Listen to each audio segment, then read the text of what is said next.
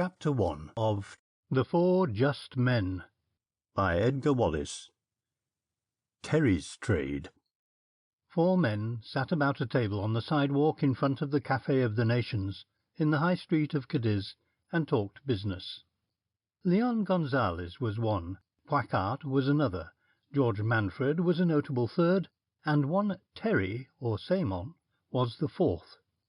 Of this quartet, only Thery requires no introduction to the student of contemporary history. In the Bureau of Public Affairs you will find his record.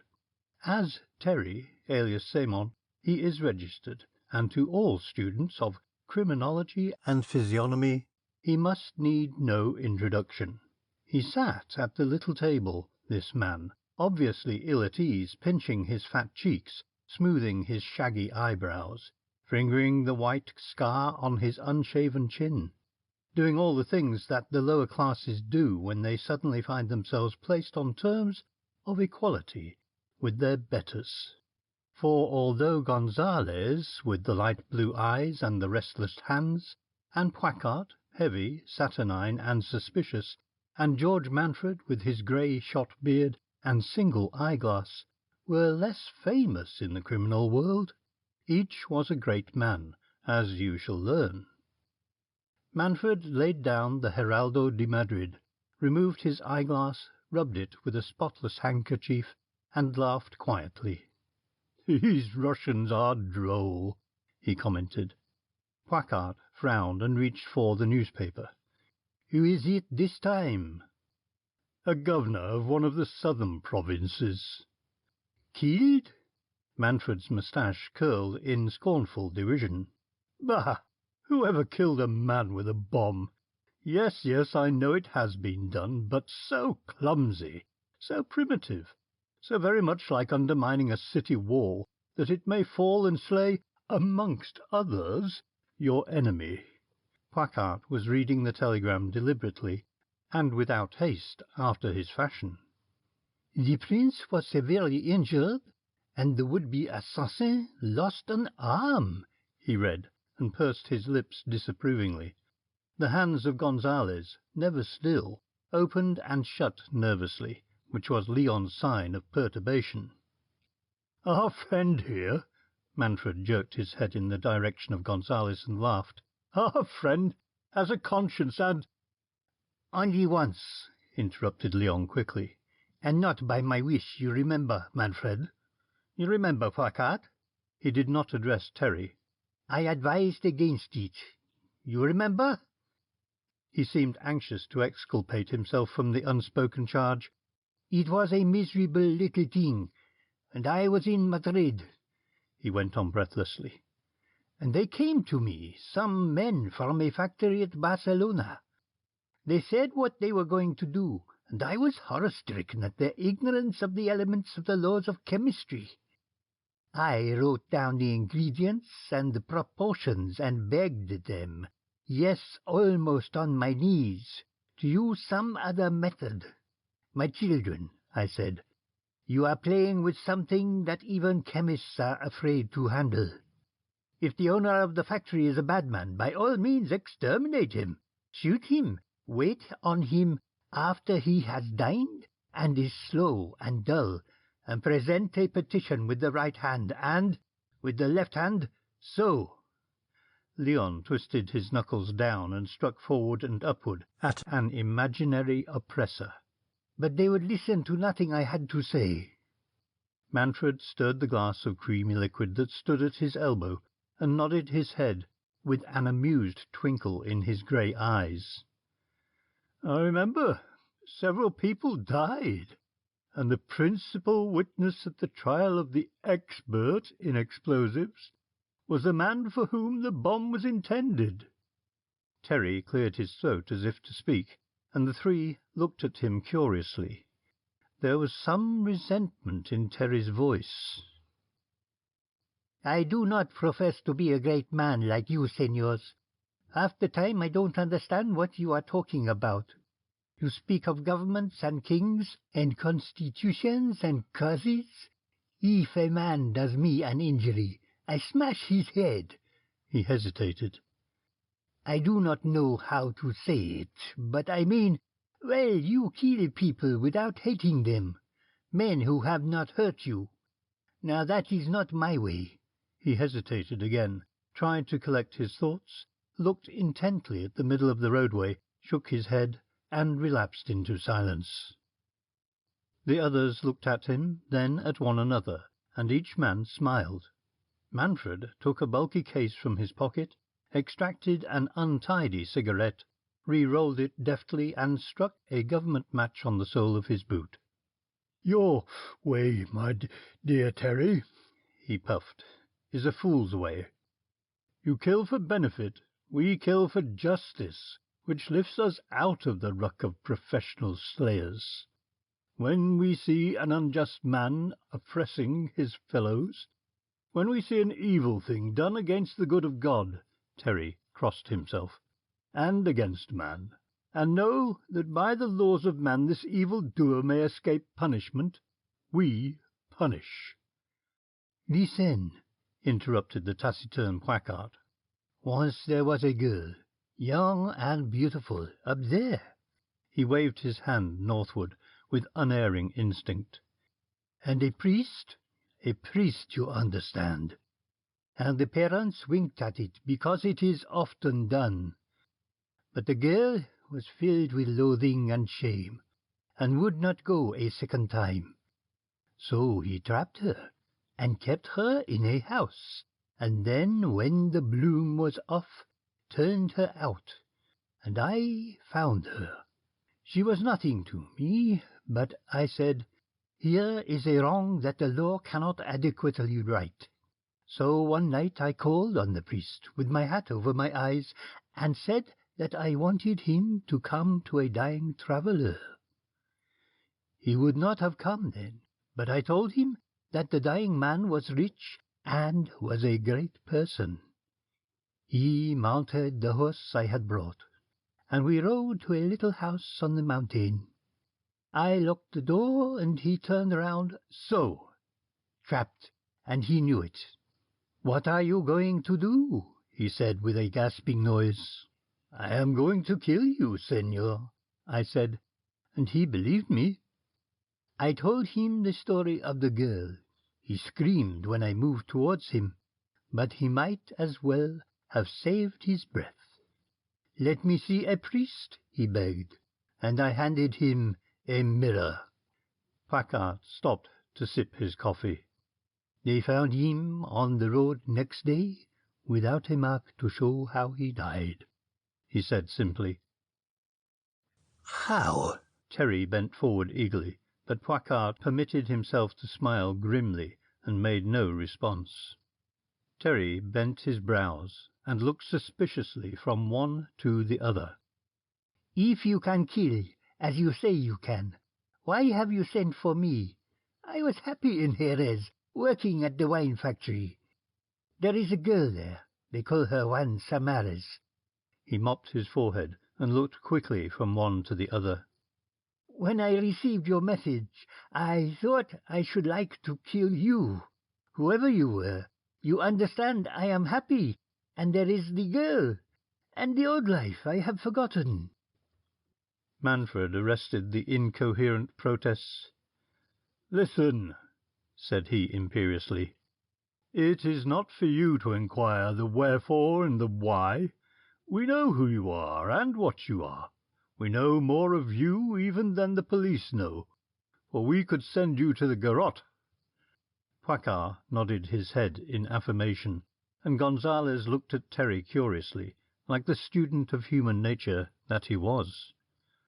"We want a fourth man," went on Manfred, "for something we wish to do.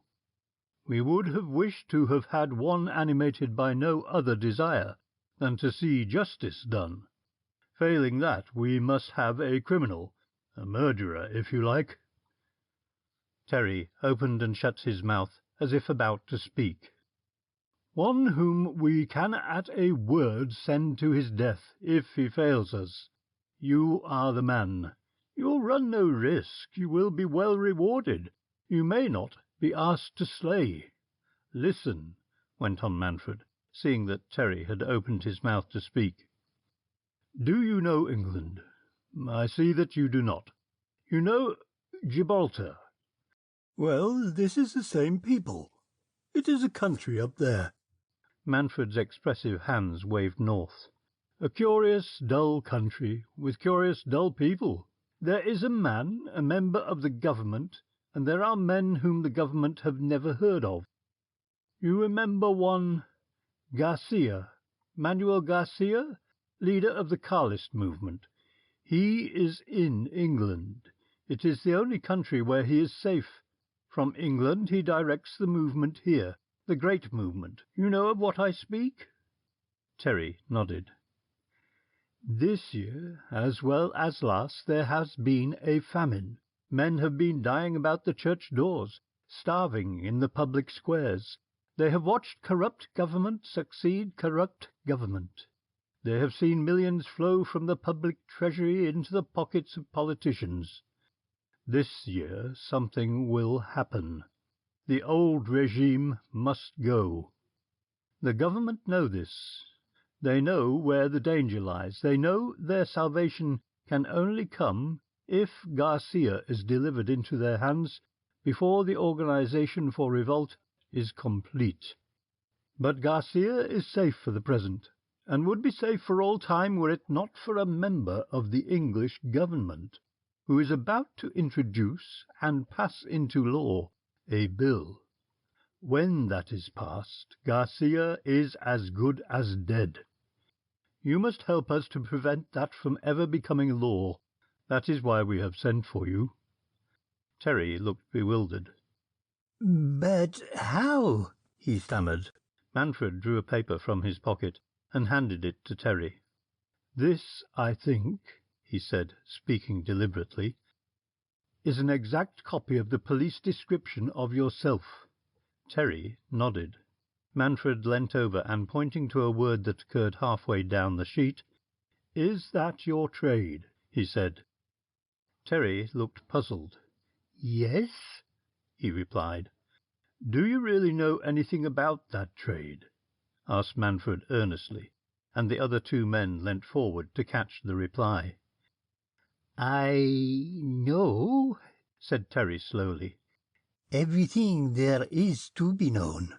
Had it not been for a mistake, I might have earned great money."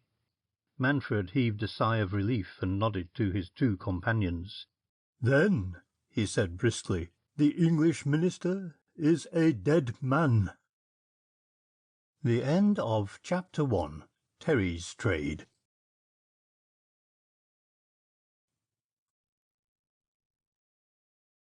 Chapter 2. A Newspaper Story. On the 14th day of August, 19-odd, a tiny paragraph appeared at the foot of an unimportant page in London's most sober journal, to the effect that the Secretary of State for Foreign Affairs had been much annoyed by the receipt of a number of threatening letters, and was prepared to pay a reward of £50 to any person who would give such information as would lead to the apprehension and conviction of the person or persons, etc. The few people who read London's most sober journal thought, in their ponderous Athenaeum Club way, that it was a remarkable thing that a Minister of State should be annoyed at anything, more remarkable that he should advertise his annoyance, and most remarkable of all that he could imagine for 1 minute that the offer of a reward would put a stop to the annoyance. News editors of less sober but larger circulated newspapers, wearily scanning the dull columns of Old Sobriety, read the paragraph with a newly acquired interest. "Hello, what's this?" asked Smiles of the Comet, and cut out the paragraph with huge shears, pasted it upon a sheet of copy paper, and headed it, "Who is Sir Philip's correspondent?" As an afterthought, the Comet being in opposition, he prefixed an introductory paragraph, humorously suggesting that the letters were from an intelligent electorate grown tired of the shilly-shallying methods of the government. The news editor of the Evening World, a white-haired gentleman of deliberate movement, read the paragraph twice, cut it out carefully, read it again, and placing it under a paperweight, very soon forgot all about it.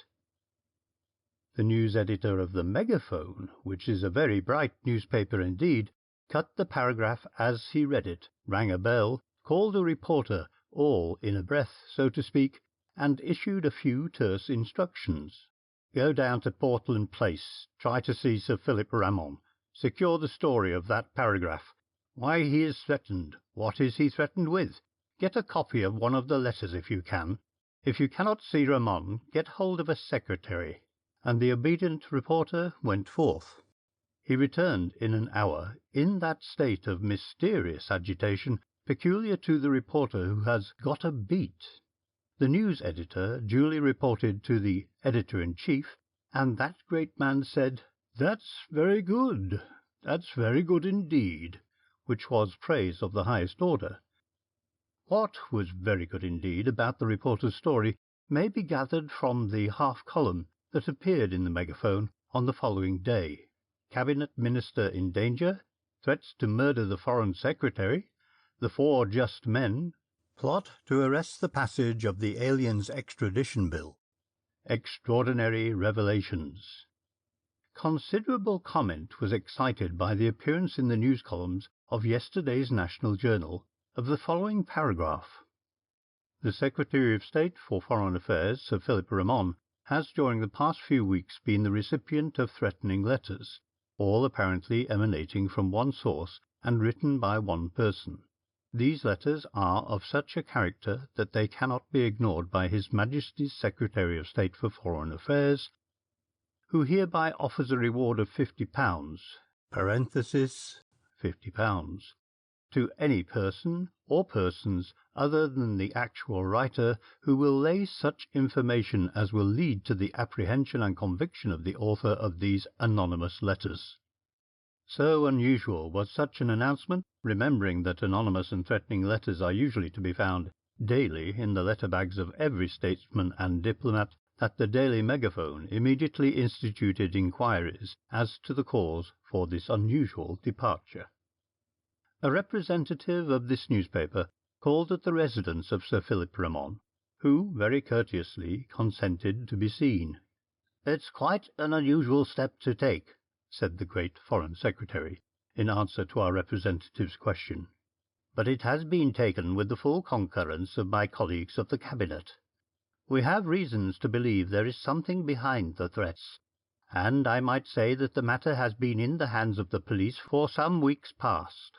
Here is one of the letters," and Sir Philip produced a sheet of foreign notepaper from a portfolio, and was good enough to allow our representative to make a copy. It was undated, and beyond the fact that the handwriting was of the flourishing effeminate variety that is characteristic of the Latin races, it was written in good English. It ran, "Your Excellency, the bill that you are about to pass into law is an unjust one. It is calculated to hand over to a corrupt and vengeful government men who now in England find an asylum from the persecutions of despots and tyrants. We know that in England opinion is divided upon the merits of your bill, and that upon your strength, and your strength alone, depends the passing into law of the Aliens Political Offences Bill. Therefore, it grieves us to warn you that unless your government withdraws this bill, it will be necessary to remove you, and not alone you, but any other person who undertakes to carry into law this unjust measure. Signed, 4 just men." "The bill referred to," Sir Philip resumed, "is, of course, the Aliens Extradition Political Offences Bill, which, had it not been for the tactics of the opposition, might have passed quietly into law last session." Sir Philip went on to explain that the bill was called into being by the insecurity of the succession in Spain. "It is imperative that neither England nor any other country should harbour propagandists who, from the security of these or other shores, should set Europe ablaze. Coincident with the passage of this measure, similar acts or proclamations have been made in every country in Europe. In fact, they are all in existence, having been arranged to come into law simultaneously with ours last session." "Why do you attach importance to these letters?" asked the Daily Megaphone representative. "Because we are assured, both by our own police and the Continental Police, that the writers are men who are in deadly earnest. The four just men, as they sign themselves, are known collectively in almost every country under the sun. Who they are individually we should all very much like to know. Rightly or wrongly, they consider that justice, as meted out here on earth, is inadequate, and have set themselves about correcting the law. They were the people who assassinated General Trelovitch, the leader of the Servian regicides. They hanged the French army contractor, Conrad, in the Place de la Concorde, with 100 policemen within call. They shot Herman Lebois, the poet-philosopher, in his study, for corrupting the youth of the world with his reasoning." The Foreign Secretary then handed to our representative a list of the crimes committed by this extraordinary quartet. Our readers will recollect the circumstance of each murder, and it will be remembered that until to-day, so closely have the police of the various nationalities kept the secret of the four men, no one crime has been connected with the other, and certainly none of the circumstances which, had they been published, would have assuredly revealed the existence of this band have been given to the public before to-day.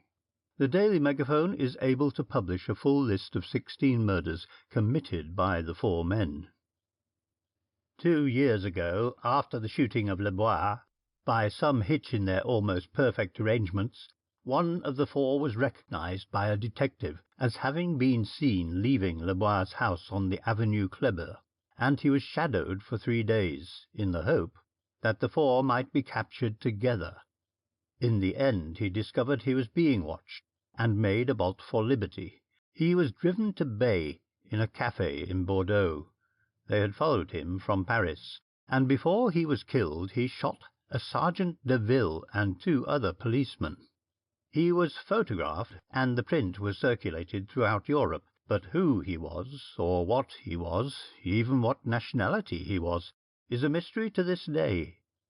But the four are still in existence? Sir Philip shrugged his shoulders. They have either recruited another, or they are working short-handed, he said.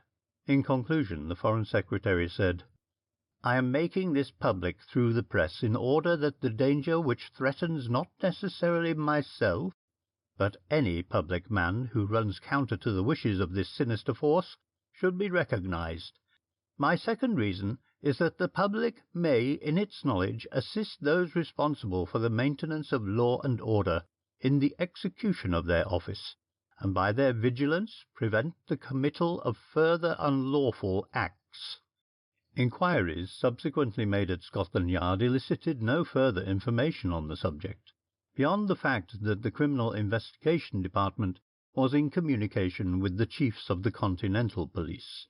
The following is a complete list of the murders committed by the four just men, together with such particulars as the police have been able to secure regarding the cause for the crimes.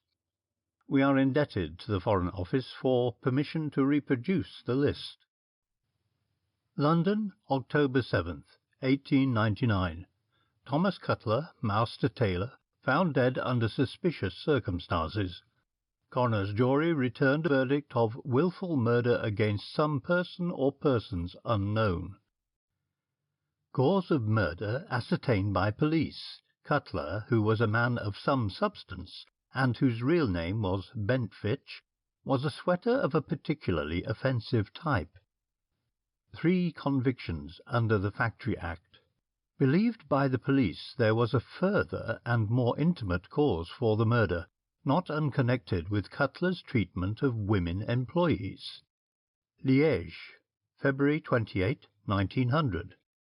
Jacques Ellerman, prefect, shot dead returning from the Opera House. Ellerman was a notorious evil-liver, and upon investigating his affairs after his death it was found that he had embezzled nearly 250,000 francs of the public funds. Sattel, Kentucky, October 1900. Judge Anderson, found dead in his room, strangled. Anderson had thrice been tried for his life on charges of murder. He was the leader of the Anderson faction in the Anderson-Harrer feud, had killed in all 7 of the Harrer clan, was 3 times indicted and 3 times released on a verdict of not guilty. It will be remembered that on the last occasion, when charged with the treacherous murder of the editor of the Sattel Star, he shook hands with the packed jury and congratulated them. New York, October 30, 1900. Patrick Welsh, a notorious grafter and stealer of public moneys, sometime city treasurer, moving spirit in the infamous street paving syndicate, exposed by the New York Journal. Welsh was found hanging in a little wood on Long Island, believed at the time to have been suicide. Paris, March 4, 1901. Madame d'Espard asphyxiated. This also was regarded as suicide till certain information came to hands of French police. Of Madame d'Espard nothing good can be said. She was a notorious dealer in souls. Paris, March 4, 1902, exactly a year later. Monsieur Gabriel Lanfine, Minister of Communication, found shot in his brougham in the Bois de Boulogne. His coachman was arrested but eventually discharged. The man swore he heard no shot or cry from his master. It was raining at the time, and there were few pedestrians in the Bois. Here followed 10 other cases, all on a par with those quoted above, including the cases of Trelevitch and Leblois. It was, undoubtedly, a great story. The editor-in-chief, seated in his office, read it over again, and said, "Very good indeed." The reporter, whose name was Smith, read it over and grew pleasantly warm at the consequences of his achievement. The Foreign Secretary read it in bed as he sipped his morning tea, and frowningly wondered if he had said too much. The chief of the French police read it, translated and telegraphed in Le Temps, and furiously cursed the talkative Englishman who was upsetting his plans. In Madrid, at the Café de la Paix, in the Place of the Sun, Manfred, cynical and smiling and sarcastic, reads extracts to 3 men, 2 pleasantly amused, the other heavy-jowled and pasty of face, with the fear of death in his eyes. The end of Chapter 2. Read by Andy Sames.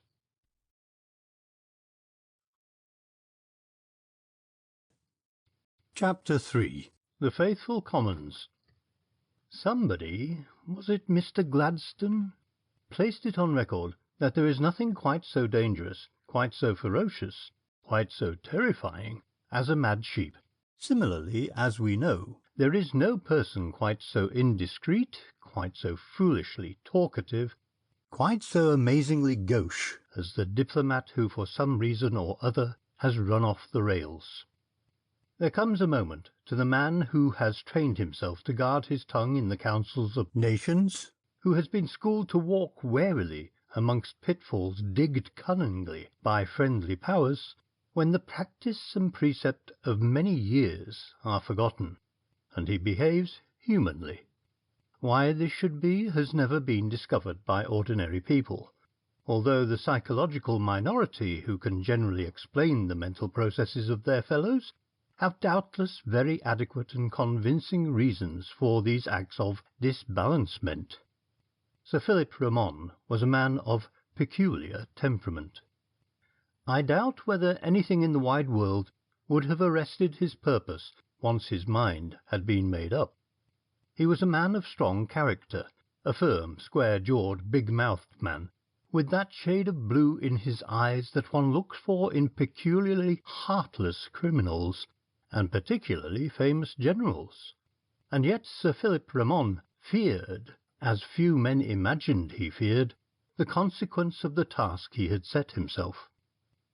There are thousands of men who are physically heroes and morally poltroons, men who would laugh at death and live in terror of personal embarrassment. Coroners' courts listen daily to the tale of such men's lives and deaths. The Foreign Secretary reversed these qualities. Good animal men would unhesitatingly describe the minister as a coward, for he feared pain and he feared death. "If this thing is worrying you so much," the Premier said kindly — it was at the Cabinet Council 2 days following the publication of the Megaphone story — "why don't you drop the bill? After all, there are matters of greater importance to occupy the time of the House, and we are getting near the end of the session." An approving murmur went round the table. "We have every excuse for dropping it. There must be a horrible slaughtering of innocents. Braithwaite's unemployed bill must go, and what the country will say to that, heaven only knows." "No, no!" The Foreign Secretary brought his fist down on the table with a crash.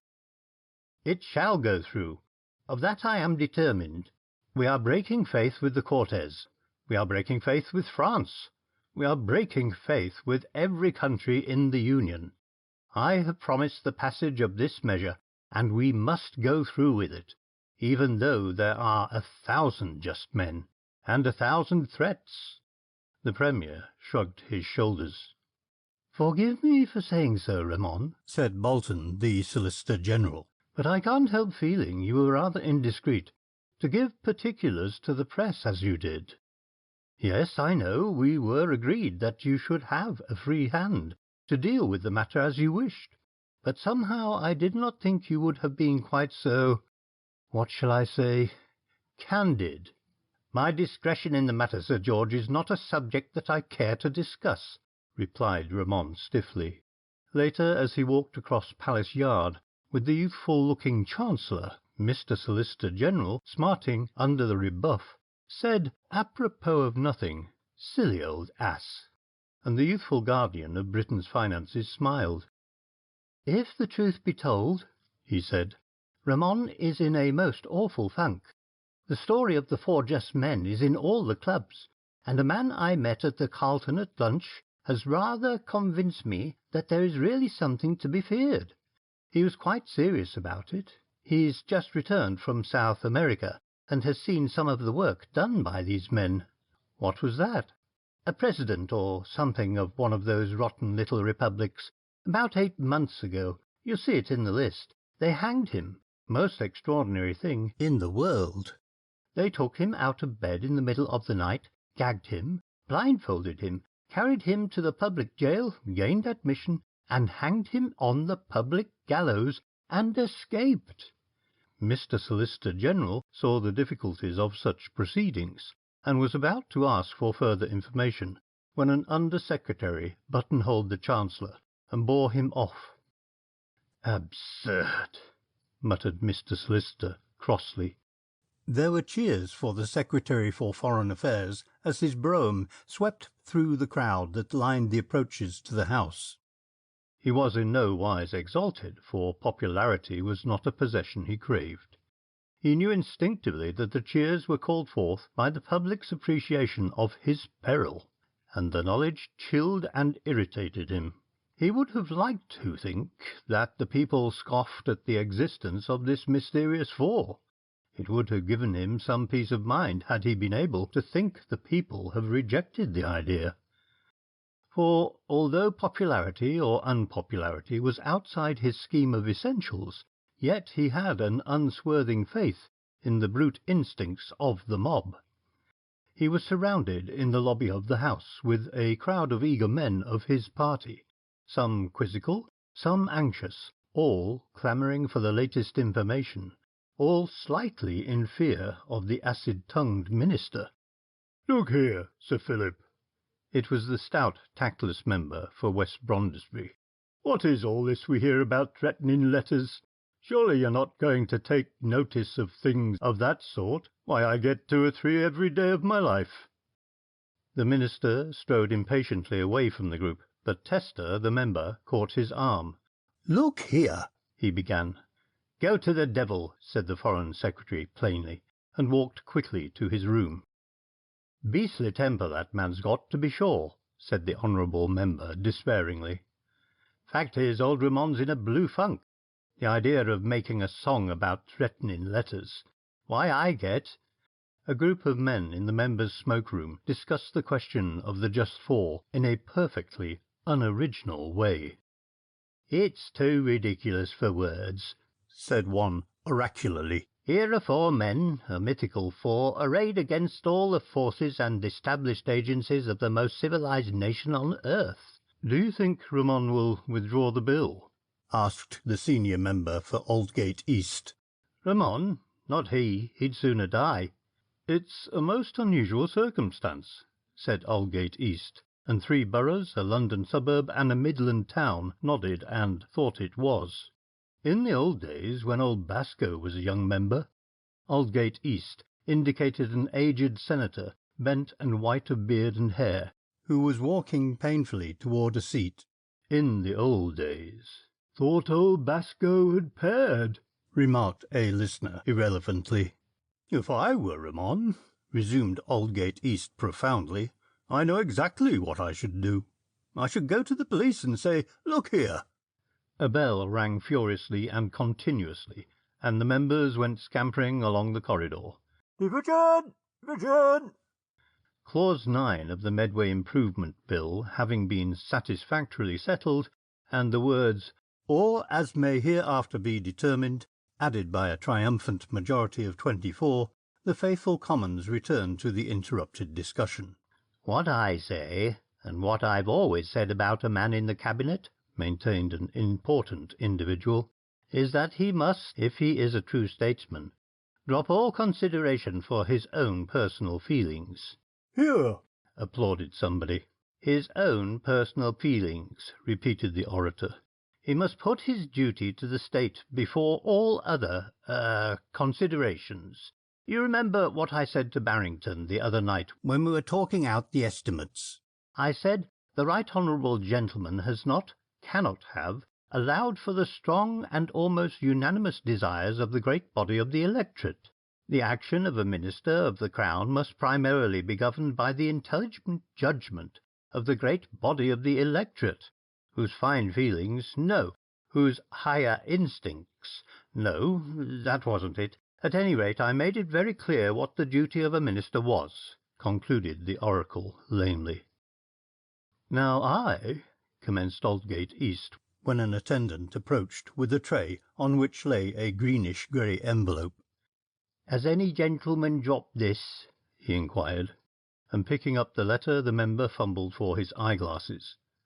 "To the members of the House of Commons," he read, and looked over his pince-nez at the circle of men about him. "Company prospectus?" said the stout member for West Brondesbury, who had joined the party. "I get hundreds. Only the other day—" "Too thin for a prospectus," said Aldgate East, weighing the letter in his hand. "Patent medicine, then?" persisted the light of Brondesbury. "I get one every morning. Don't burn the candle at both ends and all that sort of rot. Last week a fellow sent me—" "Open it," someone suggested, and the member obeyed. He read a few lines and turned red. "Well, I'm damned!" he gasped, and read aloud. "Citizens, the Government is about to pass into law a measure which will place in the hands of the most evil government of modern times men who are patriots and who are destined to be the saviours of their countries. We have informed the Minister in charge of this measure, the title of which appears in the margin, that unless he withdraws this bill we will surely slay him. We are loath to take this extreme step, knowing that otherwise he is an honest and brave gentleman, and it is with a desire to avoid fulfilling our promise that we ask the members of the Mother of Parliaments to use their every influence to force the withdrawal of this bill. Were we common murderers or clumsy anarchists, we could with ease wreak a blind and indiscriminate vengeance on the members of this assembly, and in proof thereof, and as an earnest that our threat is no idle one, We beg you to search beneath the table near the recess in this room. There you will find a machine sufficiently charged to destroy the greater portion of this building. Signed, 4 Just Men. Postscript, we have not placed either detonator or fuse in the machine, which may therefore be handled with impunity. As the reading of the letter proceeded, the faces of the listeners grew pallid. There was something very convincing about the tone of the letter, and instinctively all eyes sought the table near the recess. Yes, there was something, a square black something, and the crowd of legislators shrank back. For a moment they stood spellbound, and then there was a mad rush for the door. "Was it a hoax?" asked the Prime Minister anxiously, but the hastily summoned expert from Scotland Yard shook his head. "Just as the letter described it," he said gravely, "even to the absence of fuses." "Was it really?" "Enough to wreck the house, sir," was the reply. The Premier, with a troubled face, paced the floor of his private room. He stopped once to look moodily through the window that gave a view of a crowded terrace and a mass of excited politicians, gesticulating and evidently all speaking at once. "Very, very serious. Very, very serious," he muttered. Then aloud, "We said so much, we might as well continue. Give the newspapers as full an account of this afternoon's happenings as you think necessary. Give them the text of the letter." He pushed a button, and his secretary entered noiselessly. "Write to the Commissioner, telling him to offer a reward of £1,000 for the arrest of the man who left this thing, and a free pardon and the reward to any accomplice." The secretary withdrew, and the Scotland Yard expert waited.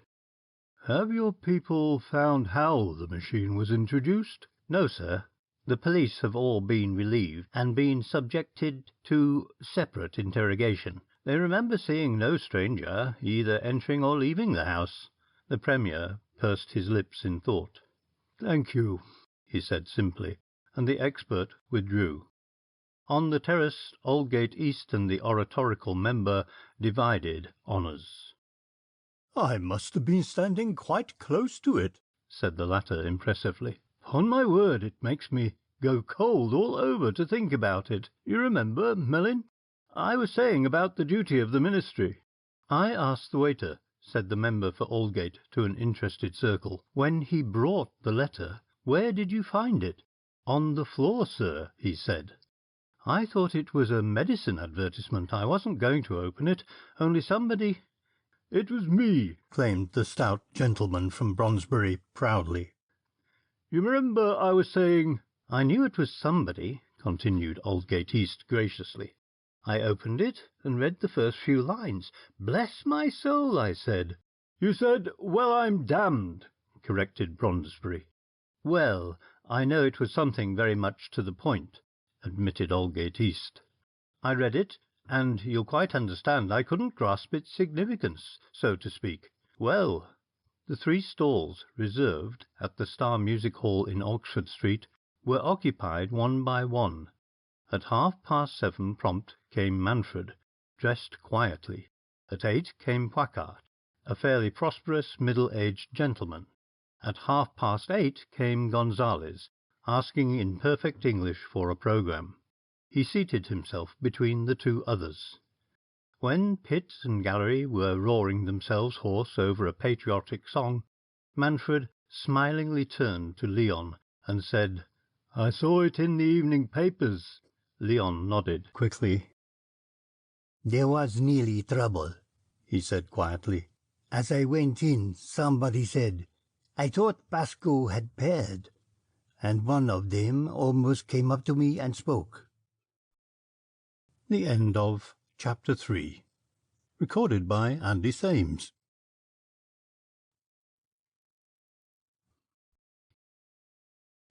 Chapter 4. £1,000 Reward. To say that England was stirred to its depths, to quote more than one leading article on the subject, by the extraordinary occurrence in the House of Commons, would be stating the matter exactly. The first intimation of the existence of the four just men had been received with pardonable derision, particularly by those newspapers that were behindhand with the first news. Only the daily Megaphone had truly and earnestly recognized how real was the danger which threatened the minister in charge of the obnoxious act. Now, however, even the most scornful could not ignore the significance of the communication that had so mysteriously found its way into the very heart of Britain's most jealously guarded institution. The story of the bomb outrage filled the pages of every newspaper throughout the country, and the latest daring venture of the four was placarded the length and breadth of the Isles. Stories, mostly apocryphal, of the men who were responsible for the news sensation made their appearance from day to day, and there was no other topic in the mouths of men, wherever they met, but the strange quartet who seemed to hold the lives of the mighty in the hollows of their hands. Never since the days of the Fenian outrages had the mind of the public been so filled with apprehension as it was during the 2 days following the appearance in the Commons of the blank bomb, as one journal felicitously described it. Perhaps there was not exactly the same kind of apprehension, since there was a general belief which grew out of the trend of the letters that the four menaced none other than one man. The first intimation of their intentions had excited widespread interest, but the fact that the threat had been launched from a small French town, and that in consequence the danger was very remote, had somehow robbed the threat of some of its force. Such was the vague reasoning of an ungeographical people that did not realize that Dax is no farther from London than Aberdeen. But here was the hidden terror in the metropolis itself. Why, argued London, with suspicious sidelong glances, every man we rub elbows with may be one of the four, and we none the wiser.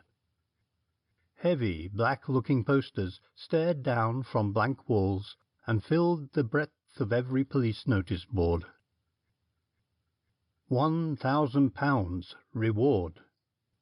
Whereas on August 18, at about 4:30 o'clock in the afternoon, an infernal machine was deposited in the members' smoke-room by some person or persons unknown, and whereas there is reason to believe that the person or persons implicated in the disposal of the aforesaid machine are members of an organized body of criminals known as the Four Just Men, against whom warrants have been issued on charges of wilful murder in London, Paris, New York, New Orleans, Sattel, USA, Barcelona, Tomsk, Belgrade, Christiania, Cape Town, and Caracas.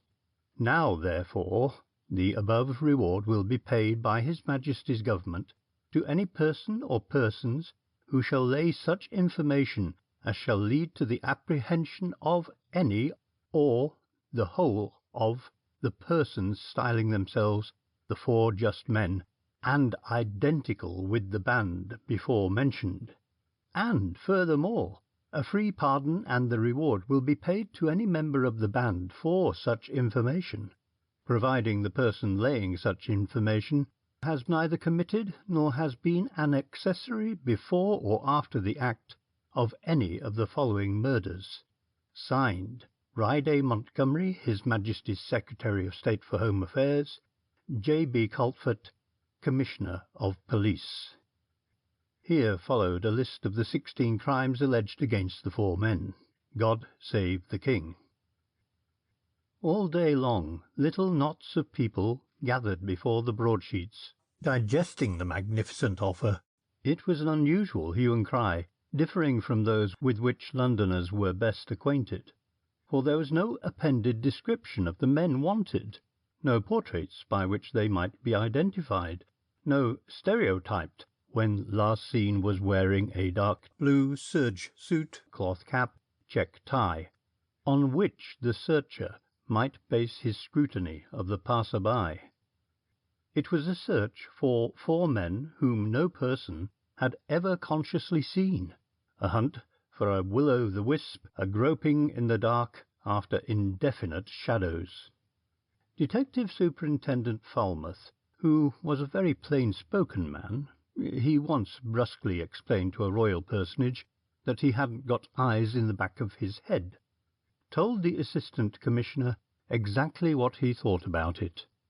You can't catch men when you haven't got the slightest idea who or what you're looking for. For the sake of argument, they might be women, for all we know. They might be Chinamen or niggers. They might be tall or short. They might... why, we don't even know their nationality. They've committed crimes in almost every country in the world. They're not French because they killed a man in Paris, or Yankee because they strangled Judge Anderson. "The writing?"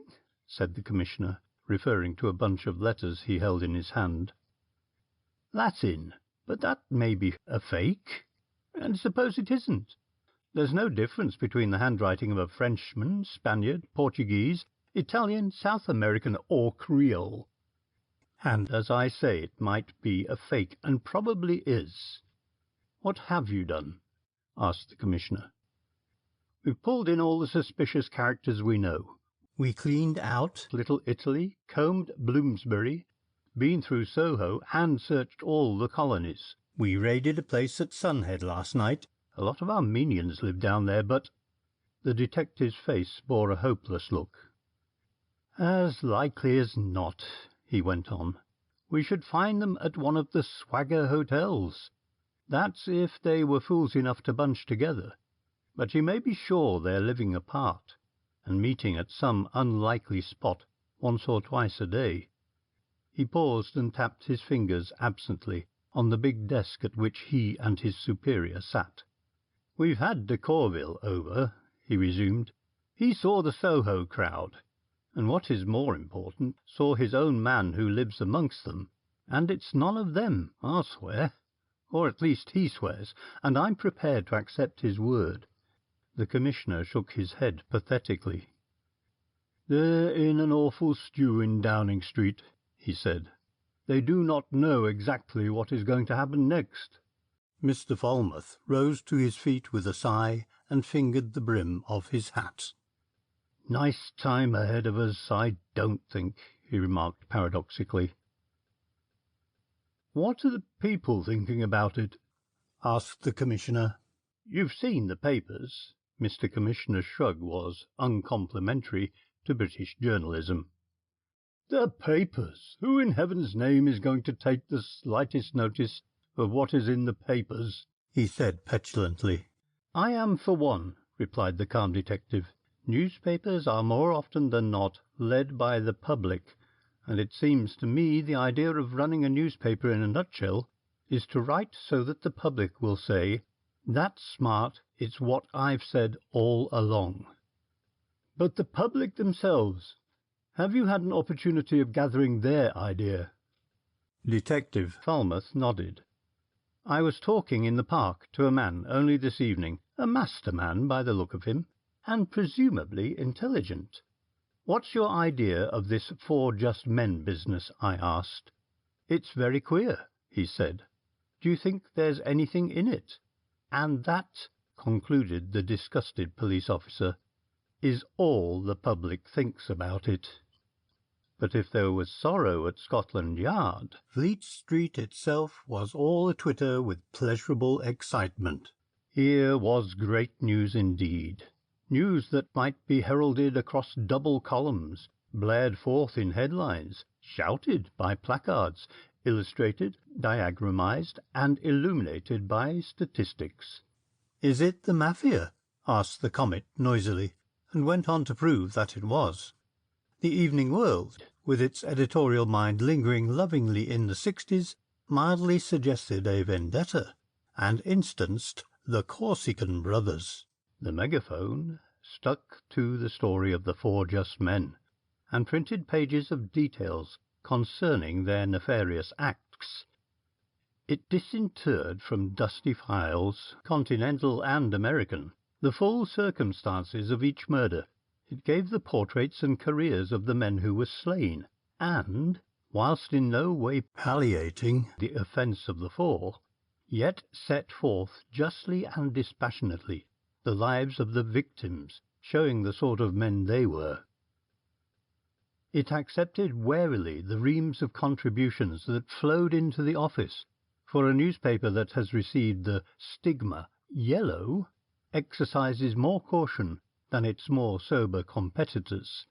In newspaperland a dull lie is seldom detected, but an interesting exaggeration drives an unimaginative rival to hysterical denunciations.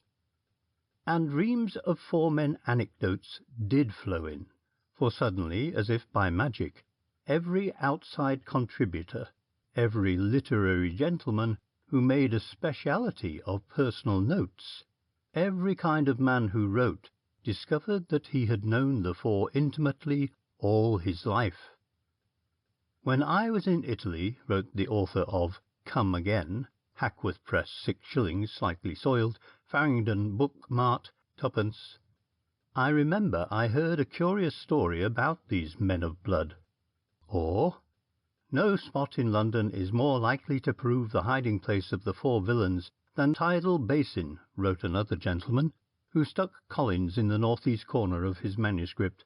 Tidal Basin in the reign of Charles II was known as... "Who's Collins?" asked the super-chief of the Megaphone of his hard-worked editor. "A liner," described the editor wearily, thereby revealing that even the newer journalism had not driven the promiscuous contributor from his hard-fought field. "He does police courts, fires, inquests and things. Lately he's taken to literature, and writes picturesque bits of old London and famous tombstones of Hornsey epics."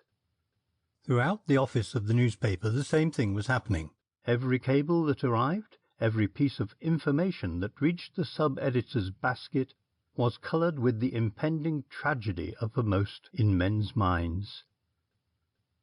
Even the police court reports contained some allusion to the four. It was the overnight drunk and disorderly's justification for his indiscretion.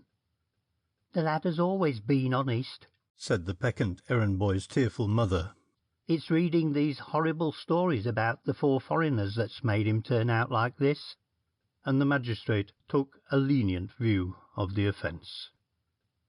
To all outward showing, Sir Philip Ramon, the man mostly interested in the development of the plot, was the least concerned.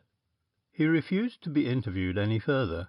He declined to discuss the possibilities of assassination, even with the Premier, and his answer to letters of appreciation that came to him from all parts of the country was an announcement in the Morning Post asking his correspondents to be good enough to refrain from persecuting him with picture postcards, which found no other repository than his waste-paper basket.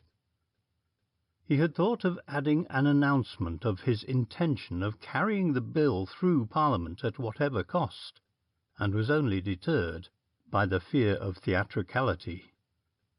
To Falmouth, upon whom had naturally devolved the duty of protecting the Foreign Secretary from harm, Sir Philip was unusually gracious, and incidentally permitted that astute officer to get a glimpse of the terror in which a threatened man lives.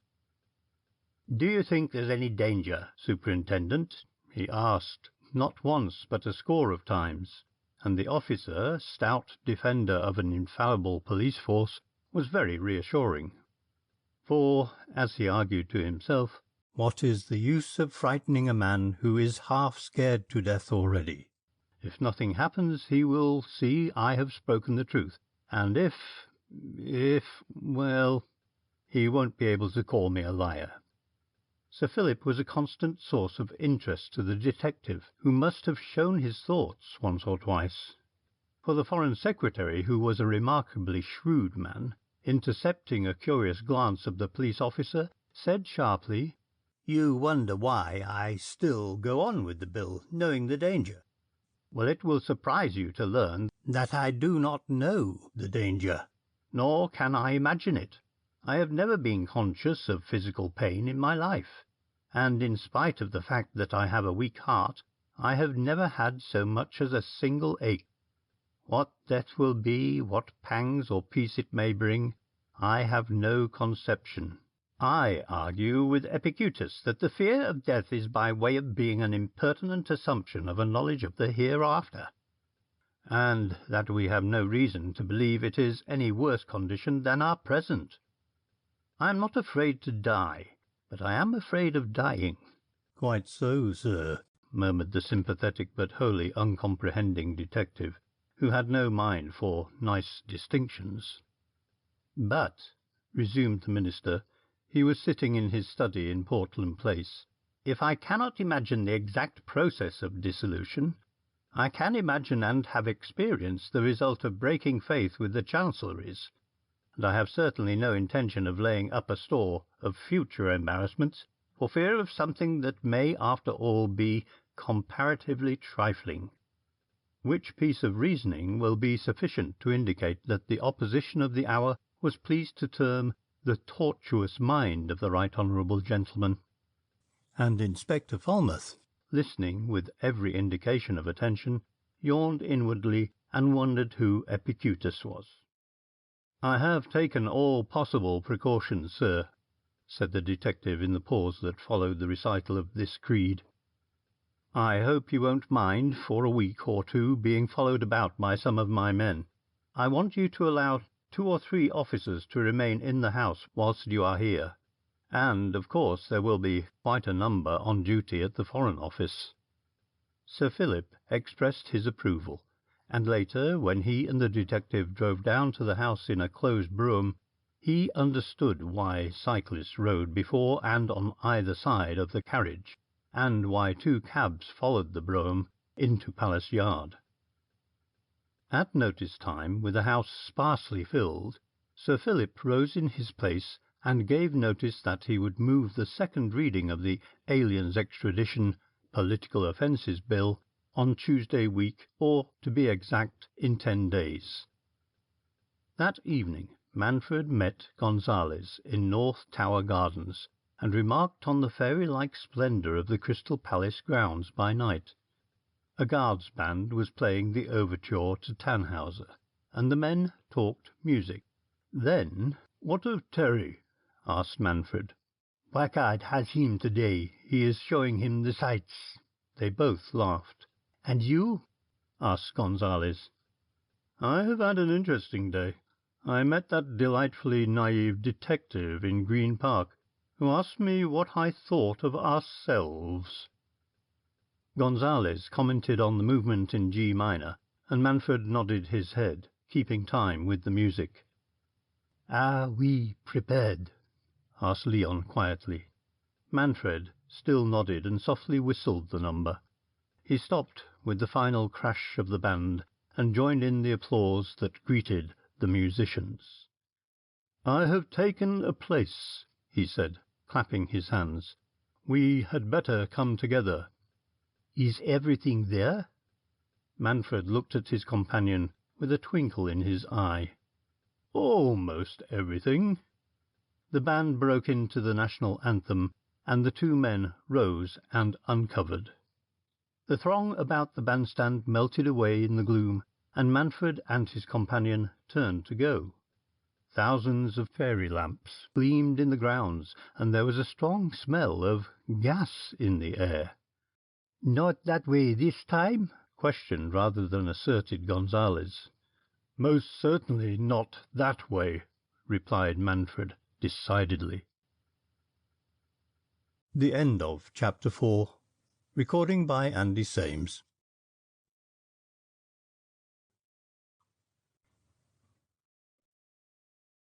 Chapter 5. Preparations. When an advertisement appeared in the newspaper Proprietor announcing that there was, for sale, an old established Zinco engraver's business with a splendid new plant and a stock of chemicals, everybody in the printing world said, "That's Etherington's." To the uninitiated, a photo engraver's is a place of buzzing saws and lead shavings, and noisy lathes and big bright arc lamps. To the initiated, a photo-engraver's is a place where works of art are reproduced by photography on zinc plates and consequently used for printing purposes. To the very knowing people of the printing world, Etherington's was the worst of its kind, producing the least presentable of pictures at a price slightly above the average. Etherington's had been in the market, by order of the trustees, for 3 months, but partly owing to its remoteness from Fleet Street (it was in Carnaby Street), and partly to the dilapidated condition of the machinery, which shows that even an official receiver has no moral sense when he starts advertising, there had been no bids. Manfred, who interviewed the trustee in Carey Street, learnt that the business could be either leased or purchased, that the immediate possession in either circumstance was to be had, and that there were premises at the top of the house which had served as a dwelling-place to generations of caretakers, and that a banker's reference was all that was necessary in the way of guarantee. "Rather a crank," said the trustee at a meeting of creditors. "Thinks that he is going to make a fortune turning out photogravures of Murillo at a price within reach of the inartistic. He tells me that he is forming a small company to carry on the business, and that so soon as it is formed he will buy the plant outright."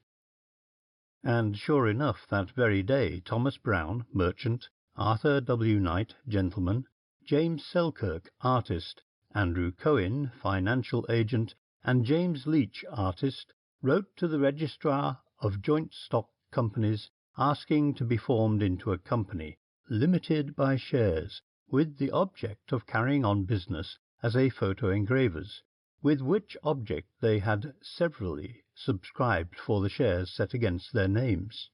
In parenthesis, Manfred was a great artist. And 5 days before the second reading of the Aliens Extradition Act, the company had entered into occupation of their new premises in preparation to starting business. "Years ago, when I first came to London," said Manfred, "I learned the easiest way to conceal one's identity was to disguise oneself as a public company. There's a wealth of respectability behind the word limited, and the pomp and circumstance of a company directorship diverts suspicion, even as it attracts attention." Gonzales printed a neat notice to the effect that the Fine Arts Reproduction Syndicate would commence business on October the 1st, and a further neat label that no hands were wanted, and a further terse announcement that travellers and others could only be seen by appointment, and that all letters must be addressed to the manager. It was a plain-fronted shop, with a deep basement crowded with the dilapidated plant left by the liquidated engraver. The ground floor had been used as offices, and neglected furniture and grimy files predominated. There were pigeonholes filled with old plates, pigeonholes filled with dusty invoices, pigeonholes in which all the debris that is accumulated in an office by a clerk with salary in arrear was deposited. The first floor had been a workshop, the second had been a store, and the third and most interesting floor of all was that on which were the huge cameras and the powerful arc lamps that were so necessary an adjunct to the business. In the rear of the house on this floor were 3 small rooms that had served the purpose of the bygone caretaker. In one of these, 2 days after the occupation, sat the 4 men of Cadiz. Autumn had come early in the year. A cold driving rain was falling outside, and the fire that burnt in the Georgian grate gave the chamber an air of comfort. This room alone had been cleared of litter, the best furniture of the establishment had been introduced, and on the ink-stained writing-table that filled the centre of the apartment stood the remains of a fairly luxurious lunch. Gonzales was reading a small red book, and it may be remarked that he wore gold-rimmed spectacles. Poicart was sketching at a corner of the table, and Manfred was smoking a long thin cigar and studying a manufacturing chemist's price list. Thery, or as some prefer to call him, Saymont, alone, did nothing, sitting a brooding heap before the fire, twiddling his fingers and staring absently at the leaping little flames in the grate. Conversation was carried on spasmodically, as between men whose minds were occupied by different thoughts. Thery concentrated the attentions of the three by speaking to the point. Turning from his study of the fire with a sudden impulse, he asked, "How much longer am I to be kept here?" Quackar looked up from his drawing and remarked, "That is the third time he has asked today." "Speak Spanish!" cried Thery passionately. "I'm tired of this new language. I cannot understand it any more than I can understand you." "You will wait till it is finished," said Manfred in the staccato patois of Andalusia. "We have told you that." Thery growled and turned his face to the grate. "I am tired of this life," he said sullenly. "I want to walk about without a guard. I want to go back to Jerez, where I was a free man. I am sorry I came away." "So am I," said Manfred quietly. "Not very sorry, though. I hope for your sake I shall not be." "Who are you?" burst forth Thery, after a momentary silence. "What are you? Why do you wish to kill? Are you anarchists? What money do you make out of this? I want to know." Neither Quackar nor Gonzales nor Manfred showed any resentment at the peremptory demand of their recruit. Gonzales' clean-shaven, sharp-pointed face twitched with pleasurable excitement, and his cold blue eyes narrowed. "Perfect, perfect," he murmured, watching the other man's face. "Pointed nose, small forehead, and articulorum se hippos torquentium sonus gemitus, mugitus parum explanatis." The physiognomist might have continued Seneca's picture of the angry man, but Thery sprang to his feet and glowered at the three. "Who are you?" he asked slowly. "How do I know that you are not to get money for this?" "I want to know why you keep me a prisoner, why you will not let me see the newspapers, why you never allow me to walk alone in the street or speak to somebody who knows my language. You are not from Spain, nor you, nor you. Your Spanish is, yes, but you are not of the country I know. You want me to kill, but you will not say how." Manfred rose and laid his hand on the other's shoulder. "Señor," he said, and there was nothing but kindness in his eyes, "restrain your impatience, I beg of you. I again assure you that we do not kill for gain. These two gentlemen whom you see have each fortunes exceeding 6,000,000 pesetas, and I am even richer. We kill, and we kill because we are each sufferers through acts of injustice, for which the law gave us no remedy. If he hesitated, still keeping his grey eyes fixed unflinchingly on the Spaniard. Then he resumed gently, "If we kill you, it will be the first act of the kind." Thery was on his feet, white and snarling, with his back to the wall, a wolf at bay, looking from one to the other with fierce suspicion. Me, he breathed. "Kill me." Neither of the three men moved, save Manfred, who dropped his outstretched hand to his side. "Yes, you," he nodded as he spoke. "It would be new work for us, for we have never slain except for justice, and to kill you would be an unjust thing." Paccard looked at Thery pityingly. "That is why we chose you," said Paccard, "because there was always a fear of betrayal, and we thought it had better be you."